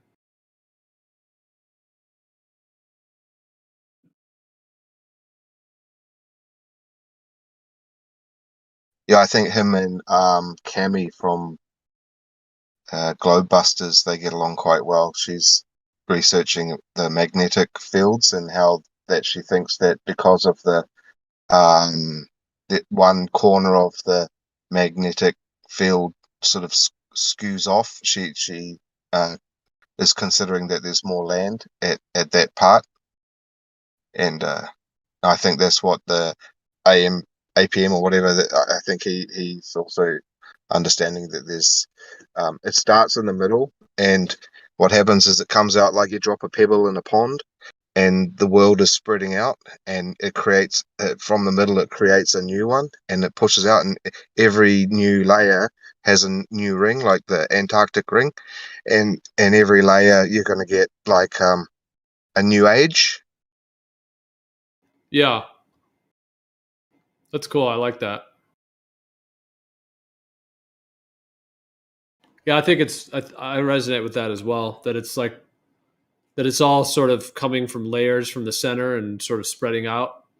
And we're just at a particular time period where the continents are where they are, and the sun, moon, and the equator, and Tropic of Cancer and Tropic of Capricorn are in their kind of current position. And that's why you can't go across like the ring of Antarctica. If you go across there, you'll be in a totally different frequency, and you probably just, if you can't handle it, you just won't be able to get it. You have to be on the right frequency to get in there, kind of thing. And yeah, that's everything's well. everything's kind of birthed from the middle. Like the original people started in the middle, and then there's like a new form of not humanity, but I think his theory is that they're all humans, but they're just they maybe look slightly different just because of the frequency.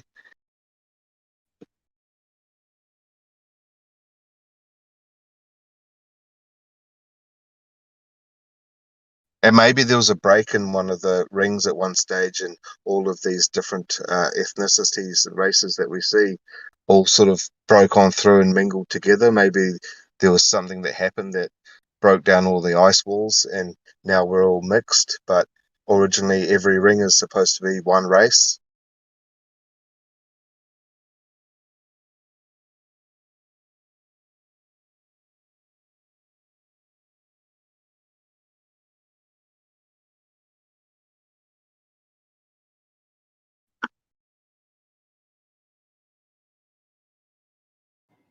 Yeah, that stuff's awesome. I resonate with a lot of that.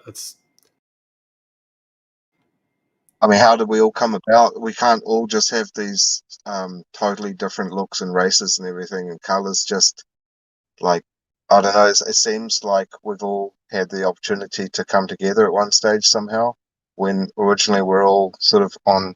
That's why we're all thinking different. All these races, it's not just our color. It's the thinking is so different. Everyone, like different races are resonating on different frequencies, you know.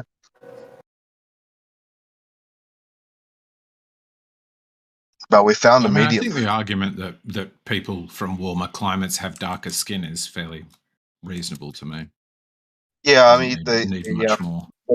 the natural environment probably would affect the physical side, but I'm talking more on just on a deeper level, like more spiritual, more just maybe just the difference between two radio stations, that kind of difference in frequency.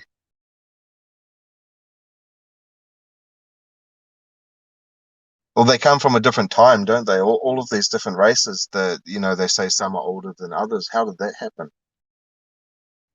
I mean, if it's not about DNA and evolution, how come some races are 200,000 years old and some are way older? I mean, they must have come from other rings or other areas where they have a different paradigm, totally different paradigm.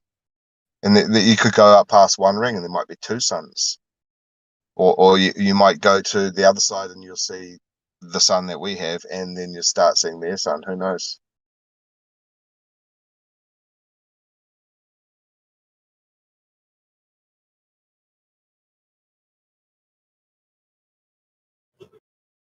That's the great thing about flat Earth, because nobody fucking knows. Could be anything, man. Hear stories and you see that map from Japan, the one that was found, just miraculously found, and it looks like a real bad photocopy. But it could be true. Who knows? Math Powerland, he always talks about it. There's that what's that channel? IPS, Infinite Plane. Yeah, I used to listen to him a lot because you get some funny characters, interviews some funny people. Yeah, He started off. That guy, he went to court, didn't he? He went to court to I don't know, what did he stand up for? That was pretty big back in the day, 2015. I think he was one of the main characters, eh? Was that the Bubbles in Space time? Yeah, exactly. Yeah, that was good. That was Funny fun. as hell. Yeah. Have you seen his art? He does some pretty gory art, eh? It's like, or rather on the dark side. Yeah, I've seen that. He used to have a Discord server. I was on it for quite a while back years ago, but it got taken over and imploded. But yeah, he used to have a fairly active Discord server. He's got a pretty quick mind, eh? He's onto it. I don't know how old he is, but he's probably not more than 35 or something, I reckon. Yeah, I think he's probably around there. I would guess 35, 40.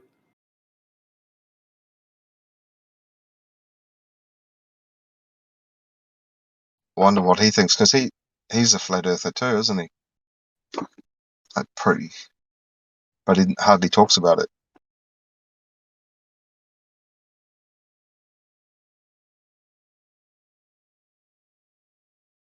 But it's just him. He's a one-man band, so whenever he shows his face, which is hardly ever, you see these dark, dark circles under his eyes, eh? Because he's just 24/7, just him. Don't know how he does it.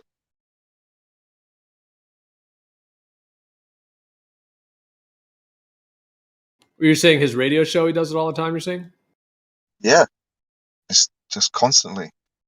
I don't know how he does it. When does he sleep? Well, I think some of them are replays, but I know what you mean. I mean, he does do a lot. Is he still do? I think I maybe still sub to his channel, but I know he always gets his channels taken down. I haven't seen his in a while, but I know he was still doing the Infinite Plane Radio. Yeah, he's doing the same thing. He just keeps on changing his name or channel or whatever it is by a couple of decimals, something. Yeah, he knows every trick in the book for that type of thing. I guess people that follow him will find him, but yeah, I don't hear him promoted anywhere. And then he had this meme thing going on for a long time about penguins.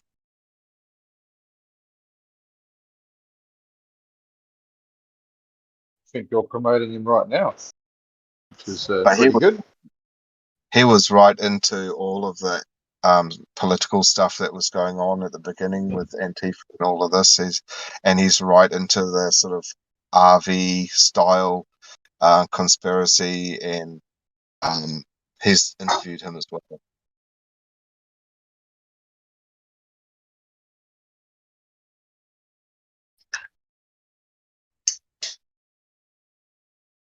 Yeah, it's good if you're in America, you can just give him a phone call live. He has a number that he promotes where you can just call a number and listen to the show on any phone for free. I think it might be like a 5 cents or whatever, something like that.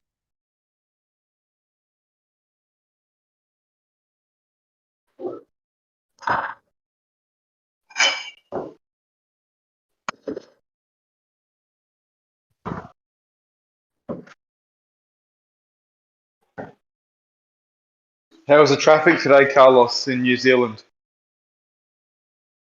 Is there a bit of a hold up with the protests or not?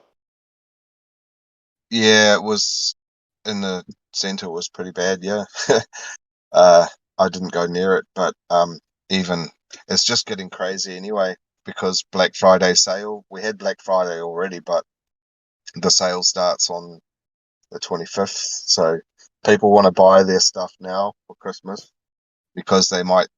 There's a lot of people thinking it might go down to another hard lockdown. So they don't want to stuff around getting stuff online, and then all of the accommodations booked out everywhere. Yeah. Wow. I was lucky to get a spot just not far, 5 minutes from my brother's house who lives in Thames, which is in Coromandel, which is a kind of a bush, river, and ocean paradise. Just calm ocean with beautiful waves, and you can go tramping through the bush, native bush, forest waterfalls and rocky rivers, beautiful rocky rivers, and it's just great all year round for the kids. They bring all their stuff to play in the water, all their boats and donuts and stuff, and yeah, we got Sounds accommodation for 3 nights, 6-bedder, really nice, luxury, $200 a night, man, so good. Well worth it. I've been saving. Yeah, that sounds awesome. Yeah, man. Is there much there's camping grounds everywhere, just loads and loads of people, because it's just such a popular place. Is there much gold in New Zealand in those rocky creeks and rivers? Yeah, shitloads, and I know some people that won't even tell me. Well, of course they won't tell anyone. They found all sorts of new discoveries, even in the places that we thought were, mined out. There's so much gold. It's unbelievable. Yeah. Awesome. I mean, we're living on mini volcanoes like everywhere we walk. So this place is just littered with gold. They won't let you dig. You only go to certain areas where there was a history of gold mining or panning. That's typical, isn't it? Yeah. What? Because I was studying about exporting coal at one stage, and I was trying to set someone up to buy this ginormous fucking multi-million-dollar coal mine, and then I heard the theory. I heard the theory that those coal, what do you call it? Streams. You have like coal that goes in lines. Seams. Eh? You mean a seam, coal seam? Yeah. And someone was saying that those are actually just like tree roots from the giant trees.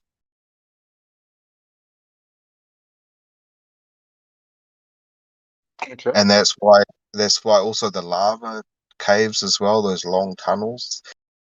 Some if they're compressed enough, they'll turn into coal, and some of them will just rot away, and you'll end up with these tunnels everywhere. And those are the root system of the giant trees which were cut down. Awesome. Then the caves are upside down. It makes sense if you look at the structure of those coal seams. They portray some attributes of like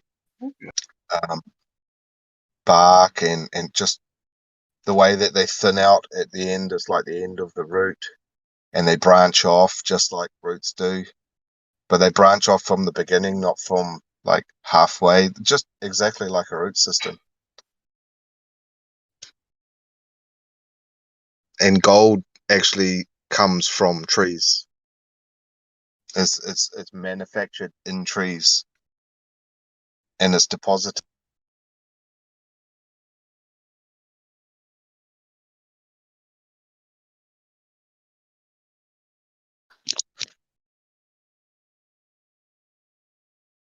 I would like to see some documentation to back that up, young fella. Hold your breath. The tree produces gold.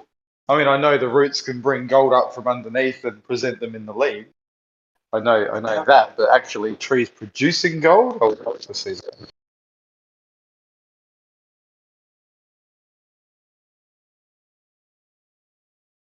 And which trees produce the most, motherfucker? I got me some land.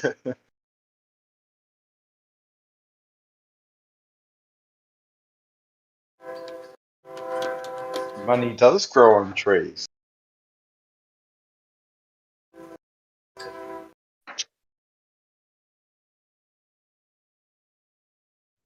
I feel sorry whoever's got that train going past their house. That'll be a pain.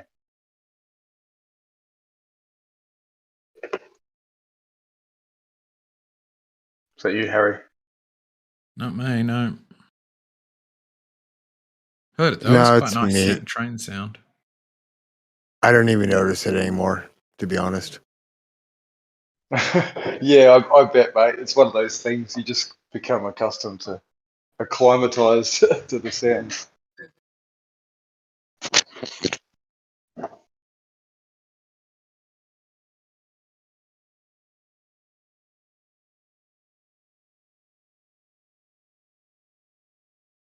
I think it's only mechanical sounds that you can become acclimatized to, though.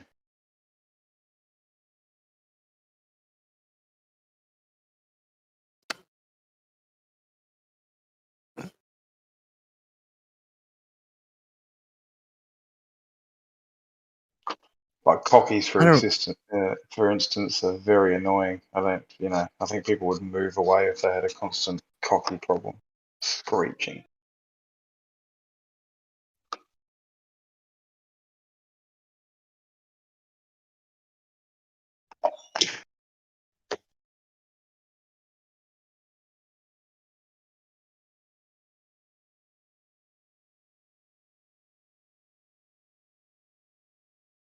Then again, people don't seem to be able to acclimatise themselves to the wind farms, whether it's the mechanical sound or the frequency or the light flickering. I'm not sure what it is, but people don't like living under those things. It is interesting though. I did some stuff with the airport and was at a consultation, which is where the public, this is in London, the public comes out and tells you what they think about your like proposed new runway in Heathrow. And this woman's like, so I live here, and there was this giant interactive map, and these civil servants have been working on this for years. She's like, so I live here, and this clearly shows, and I know that the sounds have been getting louder, and the airplane sound has been getting louder. And they were like, well, actually, we've been doing a 10-year analysis on it, and we've got really like sensitive equipment. We go and test the sounds, and thanks to the Dreamliner, which is a much more quiet engine and steeper takeoff curves, actually the sound in your area has dropped by X% over the last 10 years. And she just wouldn't believe it. And then I was like, oh, so what makes you so sure that it has increased? And she's like, I just know it has. And I was like, okay, but have you measured it or something? And she was like, well, I got this app for measuring sound on my phone. I was like, yeah. And she's like, but it didn't work because it didn't measure that the sound was getting louder. I was like, oh, okay.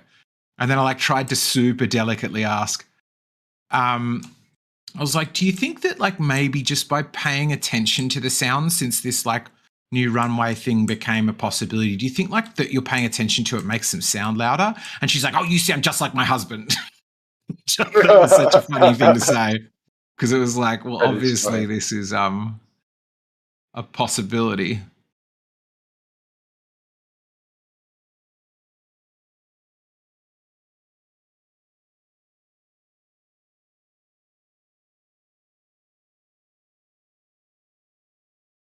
Yeah, even prevailing winds could be an option in that situation, Harry.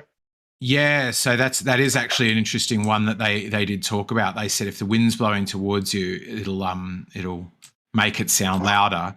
And then yeah, they were also talking about, you know, these people had all sorts of info, and they were like, well, is it, you know, there are some have loading, so I forget how exactly it works, but the government made something where they were like, if you get lots of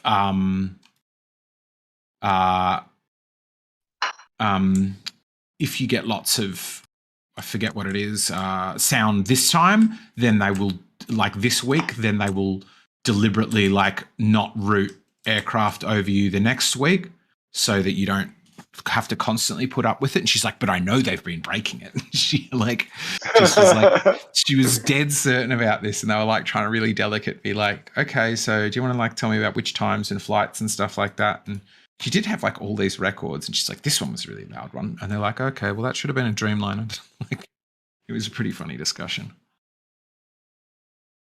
I just loved the bit where she said, you sound just like my husband. I was like, oh, you poor thing.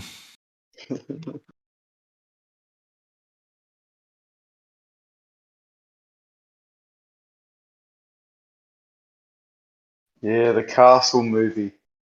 That'll go down in history, won't it? Age-old debate. Government acquisition of land, you know, for what they deem as necessary progress. Yeah, I don't know. It is tricky, but I do think at a certain point, like, you need something, right? You need hospitals, you need roads. Well, if you're going to keep inviting more and more people to come into the place, then yeah, but not everyone wants that invitation. You know what I mean? So yeah, it's the age-old argument. No matter which way you look at it, you got 51% on one side and 49 on the other. Usually, it's a large portion. They're always going to be bloody unhappy.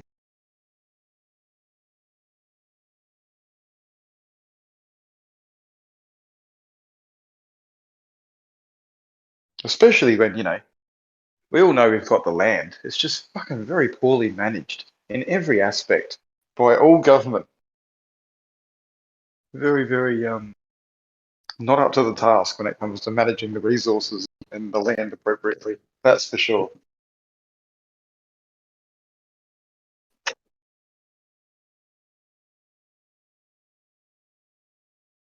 I don't know. I increasingly like, I mean, I guess you guys, I would sound like a sort of dumb person with way too much trust in things, but I generally think,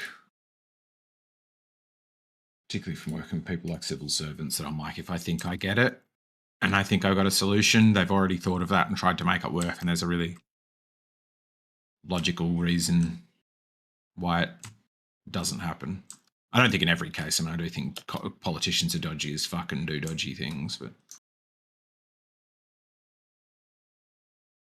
Yeah, I mean, but like simple things like separating water rights from the land. You know, so someone who's bought all this land that had water rights to it, and they were doing all this stuff, all of a sudden the water rights are separated from the land. You've got this land, but now you don't have access to water, where the water's flowing past, but you no longer have access to it. So the land is now useless. And someone who doesn't even need the water has just bought up that water, because one day that water's going to be worth more. So, hey, why not invest in water, hey? Just buy it up because you can. Like, stupid decisions like that. And like, as if there's not a better way to pipe water to these cotton fields that we've got, you know, in desert areas instead of open channels where it just evaporates away. Like, stuff like that, you know, where they allow profit to come in, you know, usually with the guise of, oh, it's going to help with jobs, you know. or they're getting backhanders. I mean, I what little I know about it, I'm astounded that they're encouraged at all to grow cotton. It's like, why do we need to grow cotton? Super water intensive thing, or a super dry country. Yeah. Grow stuff that doesn't need it. Almonds. And it's not even that we're super dry. I mean, we are without a doubt, but there is enough water in some places that, if it was managed correctly, could be utilised better.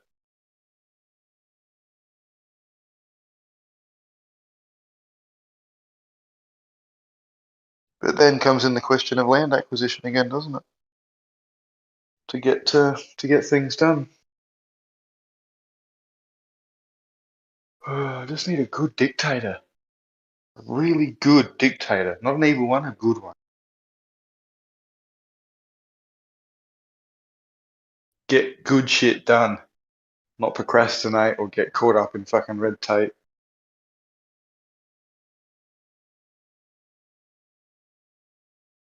Why do all the dictators end up being bad? Or killed? I don't think it's that dictators end up being bad. I think bad people end up being dictators. If you're willing to do immoral shit, you can more easily become a dictator. And I mean, I think there also could be an effect that being a dictator makes you more like callous. There is even research that suggests that the more powerful you get, the more psychopathic traits you demonstrate. Well, no matter which decision you make, you're always going to be affecting or oppressing a certain percentage. So yeah, you'd have to end up taking that in your stride and get more and more, you know, less sensitive to that, without a doubt.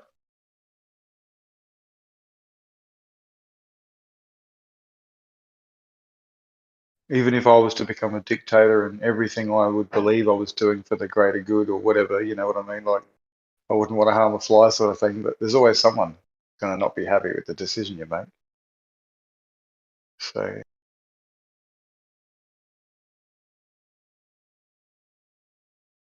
but there are people who are born into it though. You know, like maybe some arsehole grandpa did some fucking evil shit to get the power. But then next thing you know, that, you know, a few generations down the track, people are born into it. Next thing you know, there's this dictator who's, you know, got no evil intent, who's found himself in charge of all this stuff. Then again, I suppose maybe he gets killed off by his brother who's got the evil intent. Is that how history goes? Poisoned? Well, like the what is it, the king of Nepal or something, murdered. He was 11th in line to the throne or 12th in line to the throne, so he killed 11 people in one night and became king. Went on a murderous rampage through the palace with an automatic rifle and killed his entire family, and then rather than getting sent to prison, they're like, he is our new king. Is that true? That is crazy. Let me check. That is ambitious.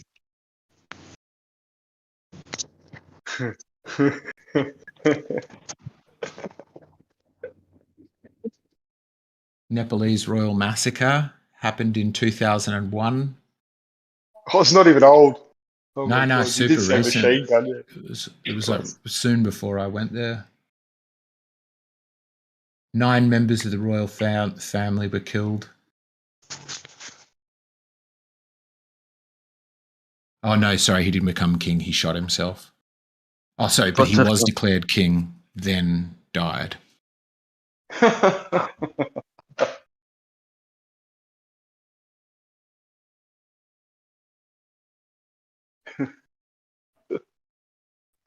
It was a short-lived kingdom. Reign, I mean, short-lived reign. Oh, that's fun.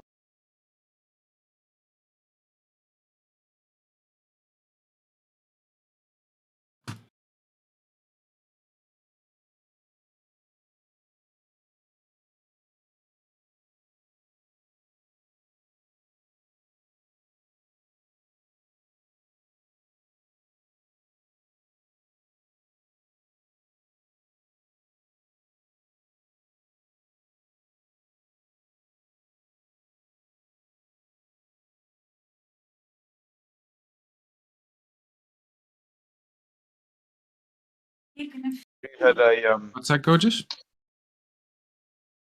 I didn't say anything.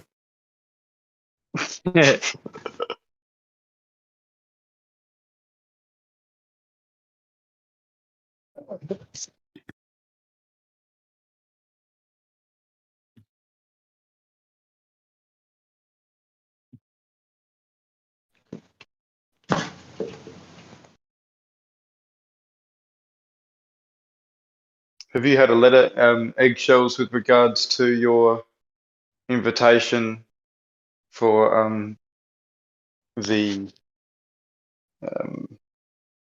third bowl of minestrone soup? Nah, not yet. Not yet. Are you going to get triple boosted? Probably, yeah.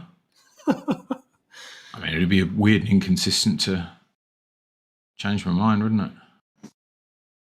Well, I thought actually you were saying that because we were talking about if this thing becomes, you got to get 3 of these things every year. I thought you were saying that you might kind of pump the brakes. Yeah, I mean, I don't like that idea.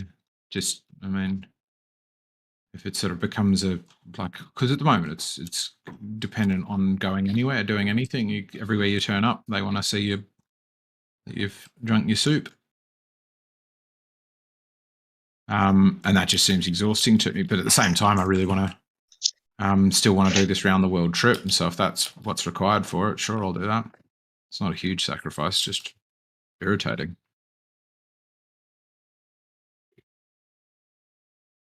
Where are you going? I hope to ride from Sydney to London. Kool-Aid, are you drinking the Kool-Aid too, as it were? Oh yeah. Ugh. It really is the case that almost every globe earther is just slamming this Kool-Aid, and virtually every person who either questions the globe or thinks the Earth is flat, or is essentially not drinking the Kool-Aid.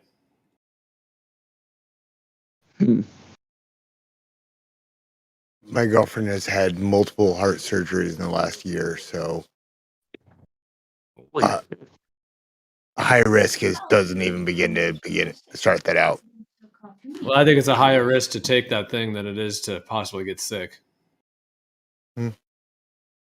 Yeah. Honestly, yeah. At this point, I would definitely trust in the human body more than maybe just I don't know, nervously reaching for a remedy or whatever that's on the outside. I mean, have you ever heard of cancer? Chemicals. The human body sucks at fixing things. I've heard of cancer, but I've literally never, just like COVID, I've never seen. No, I've heard so many stories about people. I feel like it's that's just a false label for corruption and stuff that's eating away at people. Just wait till your friend group gets a little bit older. Yeah, I mean, cancer is a slow. I could have cancer cells and stuff within me. I don't know. Yeah, it's not something that I'm making fun of or some shit. It's cancer. It's I don't know. I don't understand that deep up level. No, it's an old person thing. I right? understand you. I think You everyone don't hear does have about. cancer cells, just whether or not they become malignant, isn't it? Uh, Don't we all have that? yes. That's what somebody told you, and probably people believe it. Well, it's not just I'm accepting the prevailing wisdom on the subject. That's why I'm saying it. If I'm wrong, and when I say am I right about that, what I mean is that are there experts who disagree? If you did a PET scan of the average human, you would find 10 non-cancer or non-cancerous tumors that have appeared in their body. Of course. Sometimes when I get a bit excited, I get a tumor in my pants. You probably would.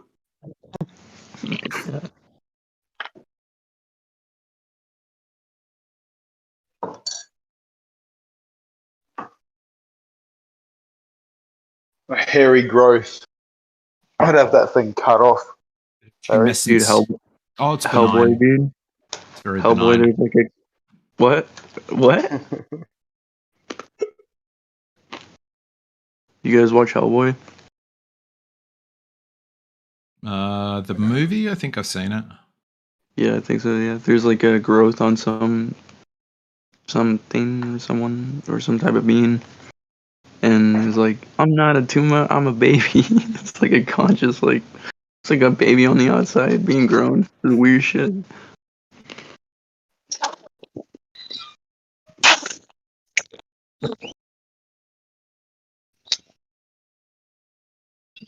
In your box, girls. Go on. In you get.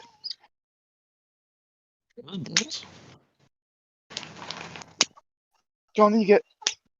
Sorry, hot market. So, Eggshells, question for you. Mm-hmm. If you ride from Sydney to London, won't you get wet? We think if we just hit the water really fast. I've seen a video of it before, and I think we should be okay. Sounds like science. No, there's a bunch of we do need to do a bit of what they call roro, ride on, ride off ferries from Darwin to Indonesia, and then a bunch of other places. I really wanted to go to Papua New Guinea, but it apparently is super dodgy. It is For tourists, or what do you mean? Everybody. It's like one of the few places that they are like, if you are not coming here in a helicopter with an armed guard, you are going to. Literally, it's just like evil and darkness, and like that's what it sounds like.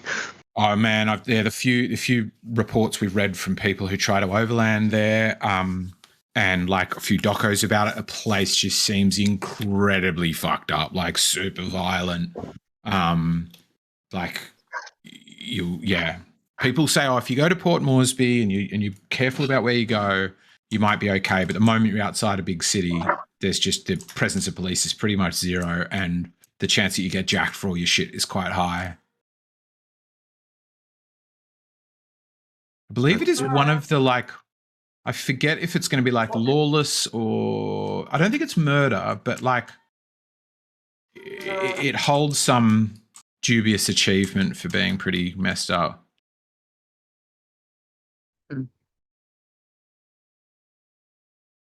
Could be like I don't know, just people not taking shit or something. Like I don't know. I hope it'd be like that vibe, but I hope it's not like antagonistic. Like. So I think about when I hear statistics for like this place is the murder capital of the world, or there's tons of robberies in this country.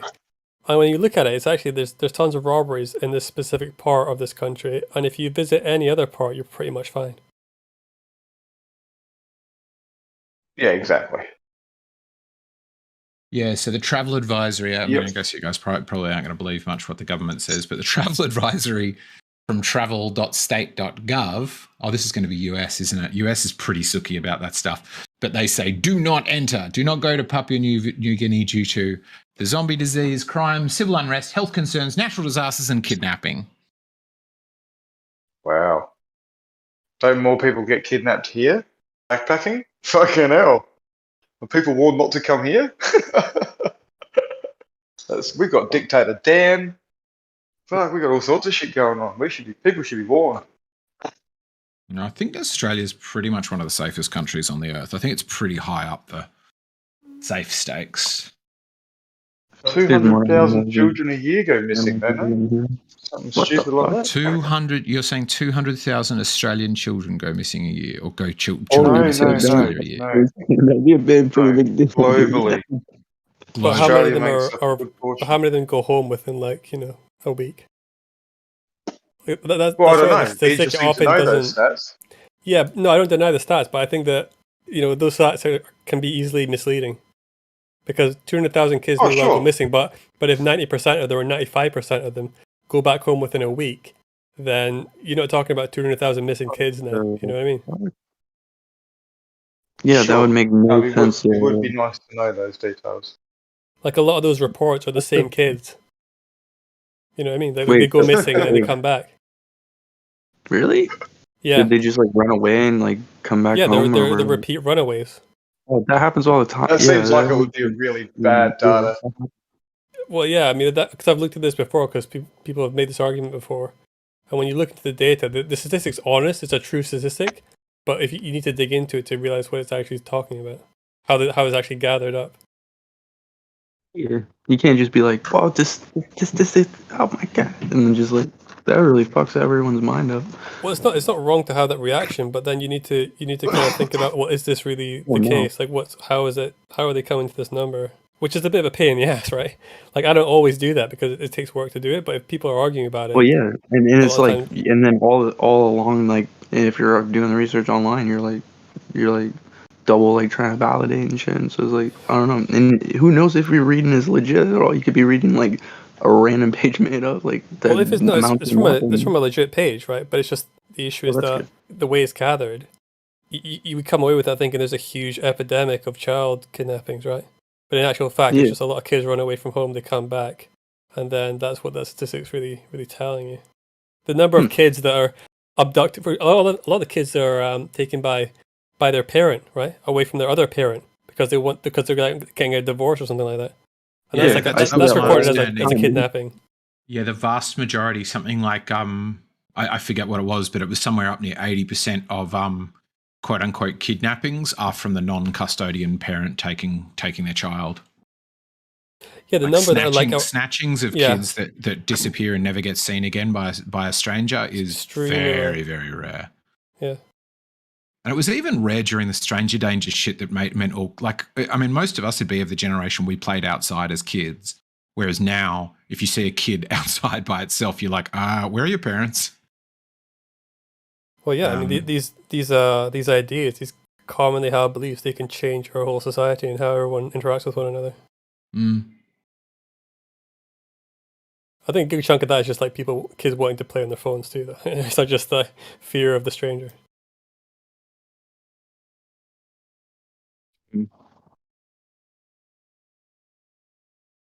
So why can't I find those stats? I'm looking to try and find that information. I.e., if because right here it's saying last year 460,000 children went missing, of which 6% or something of those were kidnapped. But there's nothing telling me any more. So where are the other fucking details available? Because that is important information. Yeah, I mean, if it's a website you're looking at, you could take. I mean, if they're quoting something else, you could take the thing that's of interest, like the actual number, and then Google it and then see what else is written about it. And then at some point, you're going to get the people that gather their info, and there's probably going to be more detail there. If this site is actually the one that's gathered the statistic, then there should be a place where they give you more detail on how they gathered it. If it's credible, yeah, that's right.